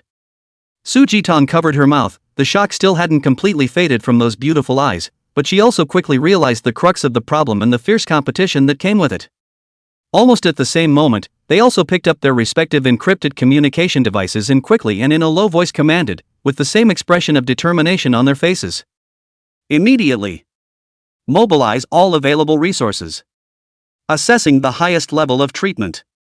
Contact the head of the enrollment office immediately at whatever it takes. A single instruction was passed through a special encrypted line and conveyed to the top academies and relevant departments in their respective regions at the fastest speed possible.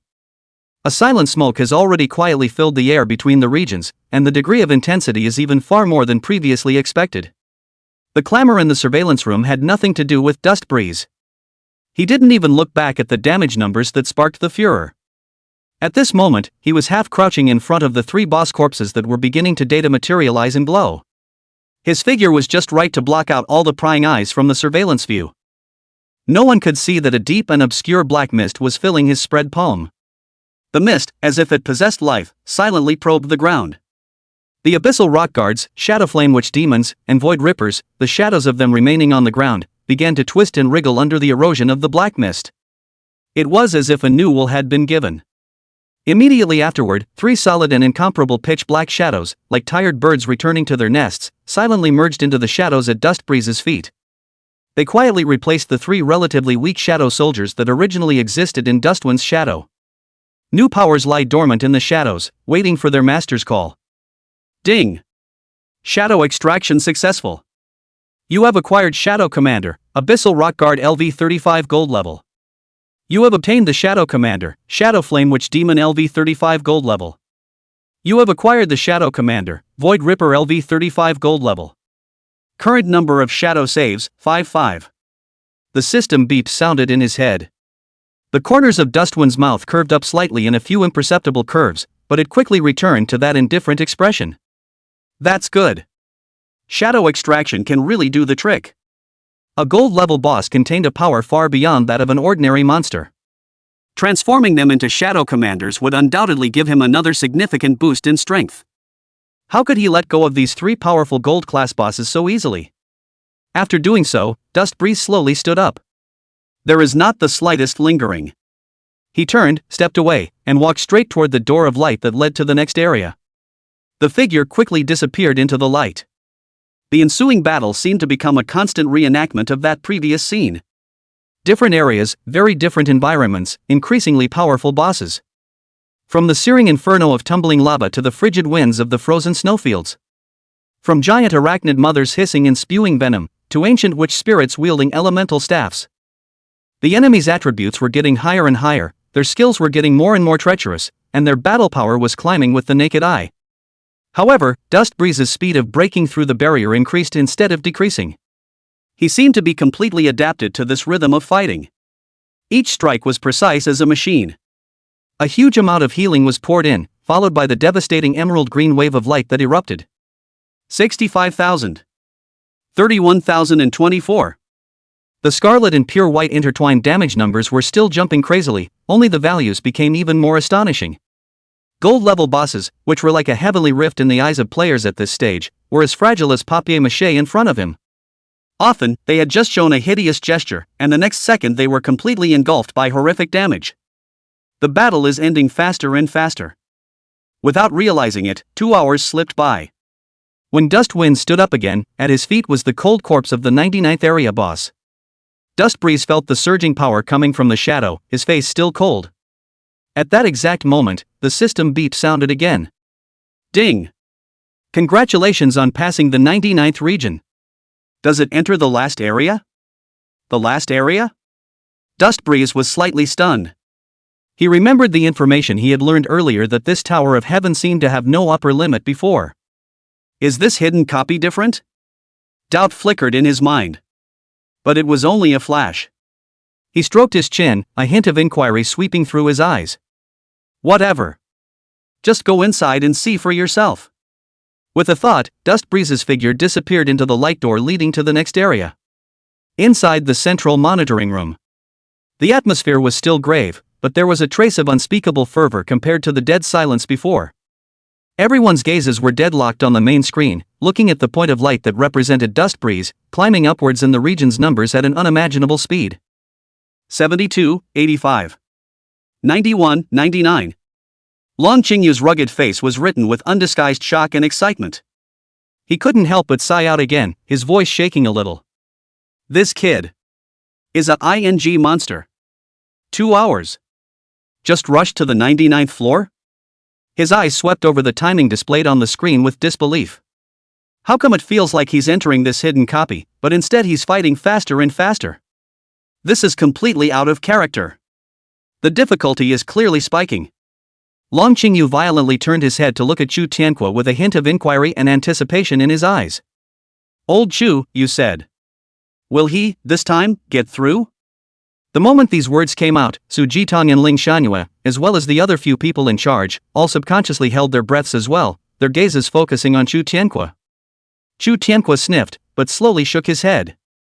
He held the frames on the bridge of his nose, his gaze deep and grave behind the lenses. I see hanging. 3 simple words are like pouring cold water on your head. Greeting the crowd's uncomprehending gazes, Chu Tianque's voice was low and clear. After all, this 100th floor, it's a crimson-level monster. Chapter 83, The Strange Last Floor. As Dust Breeze took a step forward, what was in front of him was what made Dust Breeze frown. The previous areas, both the lava hell and the frozen snowfield, were dangerous but structurally intact, and both were fairly common-sense copy environments. The place where he was at the moment was hauntingly empty. A pure nothingness pervaded the surroundings, with no boundaries or references, as if it were an initial space that had not yet been filled with rules and substances, as if it were a half-finished space that had not yet been completed and erected. Silence. A deathly silence enveloped everything, not even the sound of air moving. Ding. You have reached the 100th region, good luck. A very different system prompt sounded in his ears, cold and mechanical, but with an extra meaningful blessing. Dust Breeze's eyebrows raised slightly. Wish me luck? In the previous 99 floors, the system had never had such a humanized tip. This layer, what exactly is hidden? Is it really that difficult? Just as Dust Wind's mind was racing with thoughts and secret speculations, his vigilance was at its highest. A slightly old, yet playful voice suddenly echoed out in the empty and void space. Ha! The laughter seemed to come from all directions, and seemed to be close at hand. What a surprise, there really is a little guy who can break in here. There was a hint of imperceptible surprise in his voice, as if he was surprised by Dust Wind's arrival. This is greatly out of old man's expectation. When it was first designed, it was not designed at all with the idea that people would be able to pass this level. You little fellow, when you are really not simple nah. Dustwind's pupils suddenly shrunk.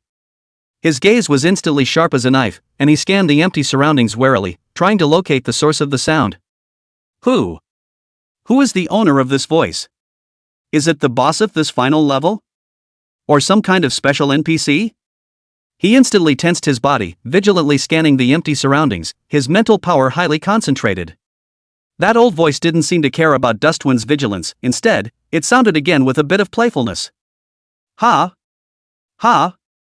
The voice gave a slight lurch, as if it had found something interesting. It seems like someone else is peeking in? In the next second, the voice's tone became a bit unpleasant. What a lack of manners. Just as well, there's no rush. I'll get rid of these eyesore peepers first. Inside the central monitoring room. Almost the instant that pale voice fell. On the main screen, the image that was originally incredibly clear, relaying Dust Breeze's every move in real time, flickered violently. Zira. A piercing murmur of electricity rang out. Immediately afterward, the screen went completely black. The signal, it was forcibly cut off. All that was left was the monotonous hum of the instruments running, echoing in the dead silence of the room. The expressions on the faces of Long Qingyu, Chu Tianque, and the others who were originally staring at the screen with full attention, even with a bit of fervor, instantly froze. Holy! Long Qingyu violently bounced up from his seat, and because of the violent movement, the chair was brought to slide backward a long way. His eyes widened, shock and disbelief written all over his rugged face, and his voice changed tone as he pointed at the pitch-black screen. What the hell? Black screen? Signal down?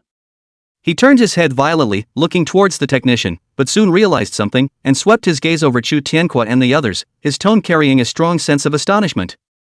Did you guys hear that sound? Just now? He said he was going to drive out the peeps? Long Qingyu's voice rose steeply, carrying a sense of absurdity.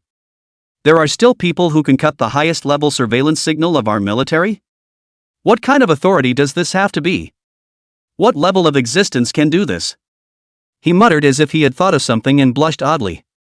It can't be that people higher up are watching too and think we're in the way, can it? Long Qingyu's voice carried a strong sense of uncertainty and a hint of absurdity that even he himself did not notice. Su Jin'er's face was similarly grave to the extreme. He held up the frames on the bridge of his nose, his gaze deep behind the lenses, staring intently at the pitch-black screen, as if trying to discern something from it. Hearing Long Qingyu's words, he slowly shook his head, his voice low. It shouldn't be a matter of permissions as we perceive them. Su Jin'er covered her mouth, her beautiful eyes filled with the same uncertainty of astonishment as she asked softly. Minister Chu, what do you mean by? Su Jin'er took a deep breath, his tone carrying an awe of the unknown. To be able to trigger a hidden copy and fight all the way to this last layer of this situation is in itself beyond all of our records and preconceptions. Ever since there has been a national examination, not to mention hitting the last floor, even the candidates who have successfully triggered the hidden copy and gone deeper into it are few and far between, not to mention that they have never left behind such detailed image data. His gaze swept over everyone present, including Ling Xuanyu, who had been silent but whose eyes had also visibly changed at this moment. We are now facing what is likely a completely unknown territory, an existence far beyond our current level of understanding. That voice just now, as well as the means of cutting off our signals. I'm afraid it's not from a power system we're familiar with. Su Jin'er's words caused the surveillance room to fall into silence once again. After a long time, Su Jin'er's soft voice broke the stagnant air, with a hint of helplessness. Since you can't see it anymore, let's not look at it. She tore her gaze away from the darkened screen to look at a few of her fellow officers who also had complex looks on their faces. Why don't we go to the exit of the big test and wait for him? With his record, if he is willing to serve his country, I think he will be able to reach our level soon. It's never a bad thing to go over there now and make some good impressions on this little guy first. These words were like a small stone thrown into still water, rippling through the hearts of the crowd. Long Qingyu's rough face, the shock had not completely faded, but at the words, he nodded heavily and in his voice. Ms. Su has a point. It's not a good idea to stand here and stare. Su Jin'er pushed the frames on the bridge of his nose, his gaze behind the lenses remained deep as he slowly nodded in agreement. Ling Xuanyu's cool eyes also flashed a trace of recognition, although she didn't say anything, the subtle change in her expression already indicated the attitude. The four feudal officials who could make a region shake when they stomped their feet rose almost simultaneously. The heavy seats rubbed lightly on the floor. Just then, their movements lurched in unison, and their gazes unanimously turned to the doorway. There, Gu Qingshan was standing uneasily, his hands not knowing where to put them, a look of wanting to enter but not daring to enter, wanting to leave but not daring to leave. From the moment he was ignored by a couple of people, he stayed in that position, not daring to breathe. Seeing the four bigwigs looking over at the same time, Gu Qingshan was even more nervous to the point that fine sweat oozed from his forehead. The few people in charge froze slightly, and then a few smiles of understanding appeared on their faces. Long Qingyu grinned, striding over and slapping Gu Qingshan's shoulder heavily twice with his big bushy hand. Let's go, City Lord Gu, rather forgetting about you, come with us to the exit and wait. With such a demon under your hand, you have a bright future ahead of you. It was said in a joking tone, but it carried a few real implications. Gu Qingshan was flattered and hurriedly nodded his head and followed the four bigwigs, his heart already turning over. He understood that he, the small city lord, was afraid that because of dust wind, he would really have to be a chicken and dog. The group left the depressing surveillance room, leaving behind only the pitch-black screen and the cold instruments still in operation. Meanwhile, inside the void space of the 100th region. With the fall of that old voice, the prying feeling that lingered in Dustwind's heart, like a substantial one, suddenly disappeared without a trace. It was as if the invisible shackles that had been weighing down the body were instantly undone. Dustwind's eyes slightly condensed, his tense body did not immediately relax, but his heart was already clear. It seems that what the voice said just now, drive away the peepers, means to cut off the surveillance from the outside world. This tactic is really unbelievable. He remained on the highest alert, his sharp gaze scanning the empty void around him. Just as his thoughts were racing, guessing the identity and purpose of the owner of the voice. In the nothingness ahead, space rippled slightly as if it were water waves. A blurry shadow, turning from light to thick, slowly coalesced and took shape. That is not the entity, more like a hazy light and shadow outline of the human outline, cannot see the face, also cannot feel any breath fluctuations, but on the other hand, give a person an incomparable ancient vicissitudes of the feeling. The silhouette hovered silently in front of Dustwind. The Dust Breeze's gaze was like substance, locked onto the blurry outline of light in front of him. This virtual shadow had no five senses and no specific form, it was just a hazy mass of light, but it exuded an ineffable antiquity and vicissitude. It was as if it had existed for endless years, witnessing the birth and destruction of the world. Now, no one is watching you. That old voice rang out again with a hint of imperceptible laughter. That way, you won't have to hide it all the time. Dustwind's eyes were sharp and his voice was low with undisguised caution. Who are you? The old voice was silent for a moment, as if searching for something in a long river of memories. It was a long time before it rang out with a hint of bewilderment and a few hints of self-deprecation. Who is the old man? There was a pause in his voice, as if even he was a little unsure. Oh, it's been too long, just too long. It's been so long that the old man himself has forgotten his own name. Countless years have passed since the old man set up this copy. Names and all that have long been a blur. Hearing this, Dust Breeze looked a bit odd. Set up this copy? This virtual shadow, could it be a similar existence like a game developer or GM? A flicker of disbelief swept through his mind. This was beyond his regular knowledge of this world's copies. He suppressed the ripples in his heart, and his gaze remained fixed on the mass of light. Are you the boss guarding this last area? That was his best immediate guess at the moment. After all, according to previous experience, there should be a powerful guardian at the end of each floor. The silhouette seemed to think for a moment longer, and the vague outline shifted slightly. Boss? The pale voice repeated the word with a touch of playfulness. Oh. You could say that, I guess. There was an ambiguity in his voice. But, not exactly. Dustwind's frown tightened. You could say that, but not exactly? What kind of answer is that? He could sense that this mysterious shadow in front of him was by no means comparable to any of the monsters he had encountered before. It was an unspeakable gap in the hierarchy. What do you mean by that? Dust Breeze's voice was low, with undisguised caution and probing. That old voice sounded again, this time, the smile was even more pronounced, and even carried a few moments of relief-like ease. It doesn't matter. The silhouette shook gently, as if shaking its head. What matters? The voice gave a slight lurch, and there seemed to be a gaze in that blur of light that was cast toward Dustwind, with a kind of scrutiny, or perhaps a kind of anticipation? There you are. The old man, at last, can be relieved.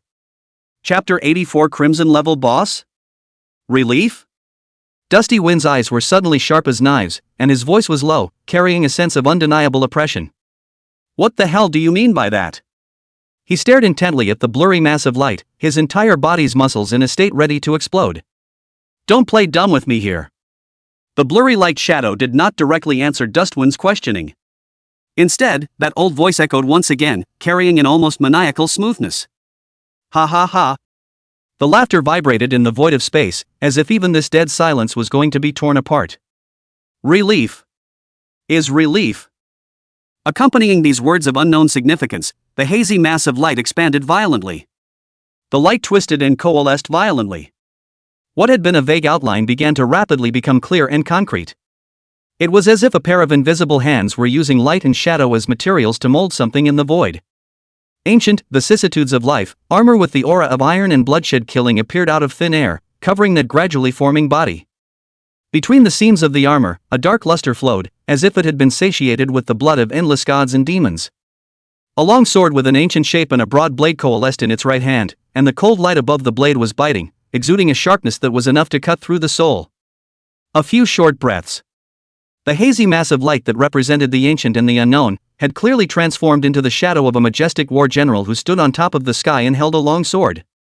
Although it was still in the state of a shadow, and it was impossible to see the specific face, the terrifying aura of looking down on the world and conquering the 8 directions was like substance crushing down. This shadowy figure was clearly the final boss that Dustbreeze had to face this time. Dustwind's pupils contracted slightly. The suddenly clear figure in front of him exuded a sense of oppression that far exceeded any boss he had encountered before. He could even feel the sharp aura that lingered on that long sword and almost cut through space. Without the slightest hesitation, Dustbreeze's mind moved. Spotting technique. An invisible fluctuation swept across the war general's shadow in front of him like a ripple. The next second, a line of information surfaced on his retina. Name, War God's Shadow. Grade, Red. Rank, HP, MP. Power, Agility, Spirit, Physique, Skill, Talent. Dustbreeze's brow furrowed a few imperceptible times. All of the information, except for the name and rank, is actually all question marks? Even the most basic levels and life values could not be probed. This was the first time that Dustbreeze had encountered such a situation. This undoubtedly meant that the rank of this War God's remnant in front of him, or the special nature of its own existence, had already far exceeded the limits of what his current scrying technique could peer into. On the panel, the lines of shocking question marks were like cold branding, piercing deep into the depths of Dustwind's consciousness. Reddish grade. These 4 words, in and of themselves, represent an insurmountable rift. Dustbreeze clearly remembered the Crimson level boss that he had once encountered. A mere 10th level existence possessed a terrifying might that made it almost impossible for him to resist. If not for the fact that the other party didn't seem to have any malicious intent and was merely acting as a special presence in an area, he was afraid that he would have long since fallen in that area. And the War God remnant in front of me. The grade is equally crimson. The grade was a series of question marks. What this meant could not be clearer in Dustbreeze's mind. The opponent's level definitely exceeded his own by at least 10 levels. Perhaps even beyond more than one large class. The failure of the scrying technique was the most direct and cruel proof. Is this really an opponent one can defeat? Dustbreeze's breathing, involuntarily, slowed down a few points. The air seemed to freeze with a mountainous heaviness. The war general's shadow merely stood still and did not move, and the invisible aura it emitted was already like a 10,000 feet mountain, weighing heavily on his heart. The dark luster flowing from the ancient armor seemed like a sea of congealed blood. The sharpness of the broad long sword in his hand seemed to cut even the line of sight. A sense of wariness that originated from the depths of his soul crept along his spine. It is the warning of life's instincts when faced with absolute power. Reason was frantically calculating the gap between the two sides. There's no intelligence to back it up. There are no obvious weaknesses to exploit. This is almost a battle that can't see any chance of winning. Running away? This thought was like an ice-cold viper that crept into Dustbreeze's heart. In the face of this crimson level, War God's remnant, that could not even detect its level, escape seemed to be the only rational choice.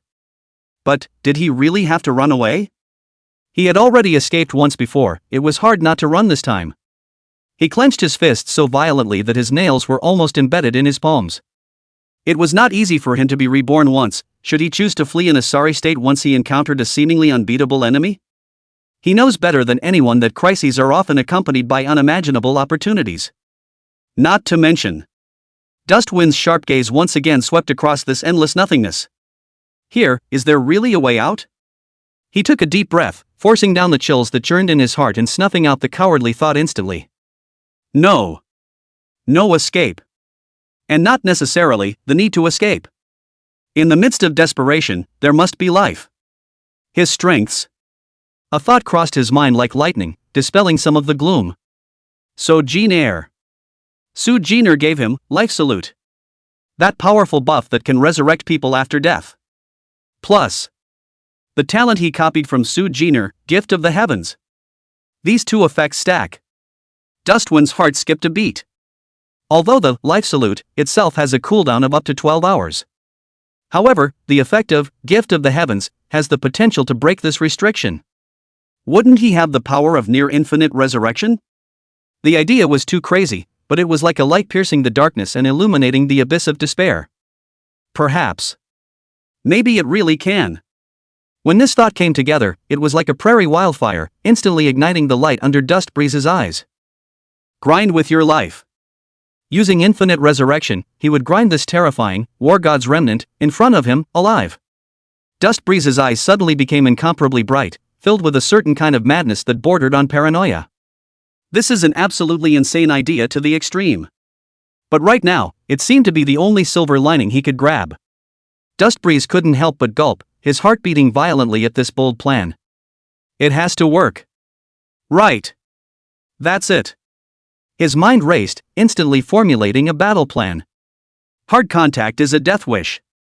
One must maximize their strengths. First, the defense. Coyote Light Shield, Guardian of the Wind, add all the shields that can stack. Next, there's dodge and block. Rely on the high sensitivity from Extreme Divine Speed and the passive, block, to avoid as much damage as possible. As for healing, Dust Breeze's eyes stared slightly. With the unfathomable strength of the war god's shadow, its life value was absolutely astronomical. His own healing spell might trigger a blast on the first hit, and the overflow of healing could do some damage through afterglow impact and the alienation effect. But what happens after that? Once the other party's life value far exceeds their own healing amount, then the subsequent healing spell, I'm afraid that it is really just giving the other party back blood. Even if it triggers a 5-fold blast, I'm afraid it won't be able to fill the monster's blood bar in front of me. That's why healing technique can't be used easily. Must rely on other skills. Flaming Soul Fireball, Wind Blade Chaos, and additional damage from Thunderbolt Power. A little bit of grinding. As for healing, it was mainly used to maintain one's lifeline. As long as he didn't die, as long as he could keep resurrecting, he could exhaust it even if he consumed it. Dustwind no longer had the slightest hesitation when he thought of this. He violently raised the Eternal Radiance Staff in his hand, and the light at the end of the staff suddenly blazed. Life Salute. A complex and sacred talisman appeared in the air and instantly merged into Dustwind, bringing a warm and resilient feeling, as if the flame of life had been rekindled and endowed with an indestructible characteristic.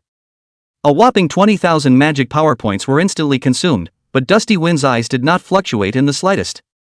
Coyote Light Shield. Spiritual energy surged, and an energy shield emitting a faint greenish-gray light coalesced into shape, and the shadow of a pale wolf could be seen faintly galloping on the surface of the shield. Guardian of the Wind. The light wind elements quickly converged and formed a flowing transparent barrier around him, emitting a subtle humming sound that carried the lightness and guardian power of the wind. The triple rays of light overlapped and enveloped Dust Breeze, emitting layers of defensive radiance. Just the moment the glow of the last skill stabilized. The war god's remnant, on the opposite side, moved. There was no extra movement, no words. The pair of gazes hidden under the shadows of the armor seemed to have traveled through endless time and space, coldly locking onto him. That majestic silhouette that stood atop the sky did not make any unnecessary movements. The arm covered in ancient armor lifted. The long, broad sword that emitted a biting cold light was held in its hand. Then, without warning, it chopped down brazenly. There was no earth-shattering outburst of momentum, only a heavy and sharpness that returned to the basics. Immediately after that, the giant sword chopped down blatantly. A pitch-black crack, as if it had torn through space itself, accompanied the blade of the sword as it slashed down towards Dustwind's head. Quick. Fast to the extreme. So fast that Dustwind's dynamic vision could barely capture it completely. It wasn't mere speed, but also contained an invulnerable force of law, as if everything in the heavens and earth had to give way when this sword was cut out. The target, straight at Dust Breeze. That sword, wrapped in the will to tear apart heaven and earth, arrived in an instant.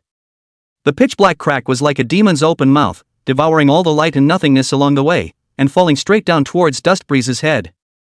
Dustwind's pupils reflected the enlarging pitch-black crack, as well as the terrifying sharpness contained within it that was enough to decimate a divine soul. The smell of death was stronger than ever. A close call. Dustwind reacted, almost instinctively. There was no time to think, not even enough time to mobilize more defenses. The pitch-black crack, with an aura of annihilation, had pressed to the top of the head. Right here in life and death. Several distorted shadows violently sprang out from the shadows beneath Dustwind's feet, expanding and coalescing rapidly like living creatures. The shadow at the head of the group was precisely one of the bottom cards he had been hiding, Shadow Imperial Beastmaster. The moment Shadow Imperial Beastmaster appeared, there was not the slightest bit of stagnation. Its illusory body shook violently, and more and smaller shadows erupted out of it like a tidal wave, densely packed and filling the entire space. These were all low-ranked shadow creatures that Shadow Sentinel had summoned through his own skills. There are a lot of them, but they seem incredibly fragile. It all happened in a flash. Dustwind had quietly opened the Soul Link, long before the battle began, connecting himself to the Shadow Sentinel. The Shadow Sentinel was also closely connected to all the shadow creatures it summoned through its own skills. Harm, cascading. But there was no earth-shattering bang, just a toothsome cutting sound. The pitch-black sword blade that was enough to tear through space landed precisely on Dustwind's body. Those little shadows that had just been summoned and hadn't even had time to fully stabilize their forms couldn't even let go. A single wail before they instantly evaporated the moment the Dustwind touched the sword's awnings, completely turning into nothingness.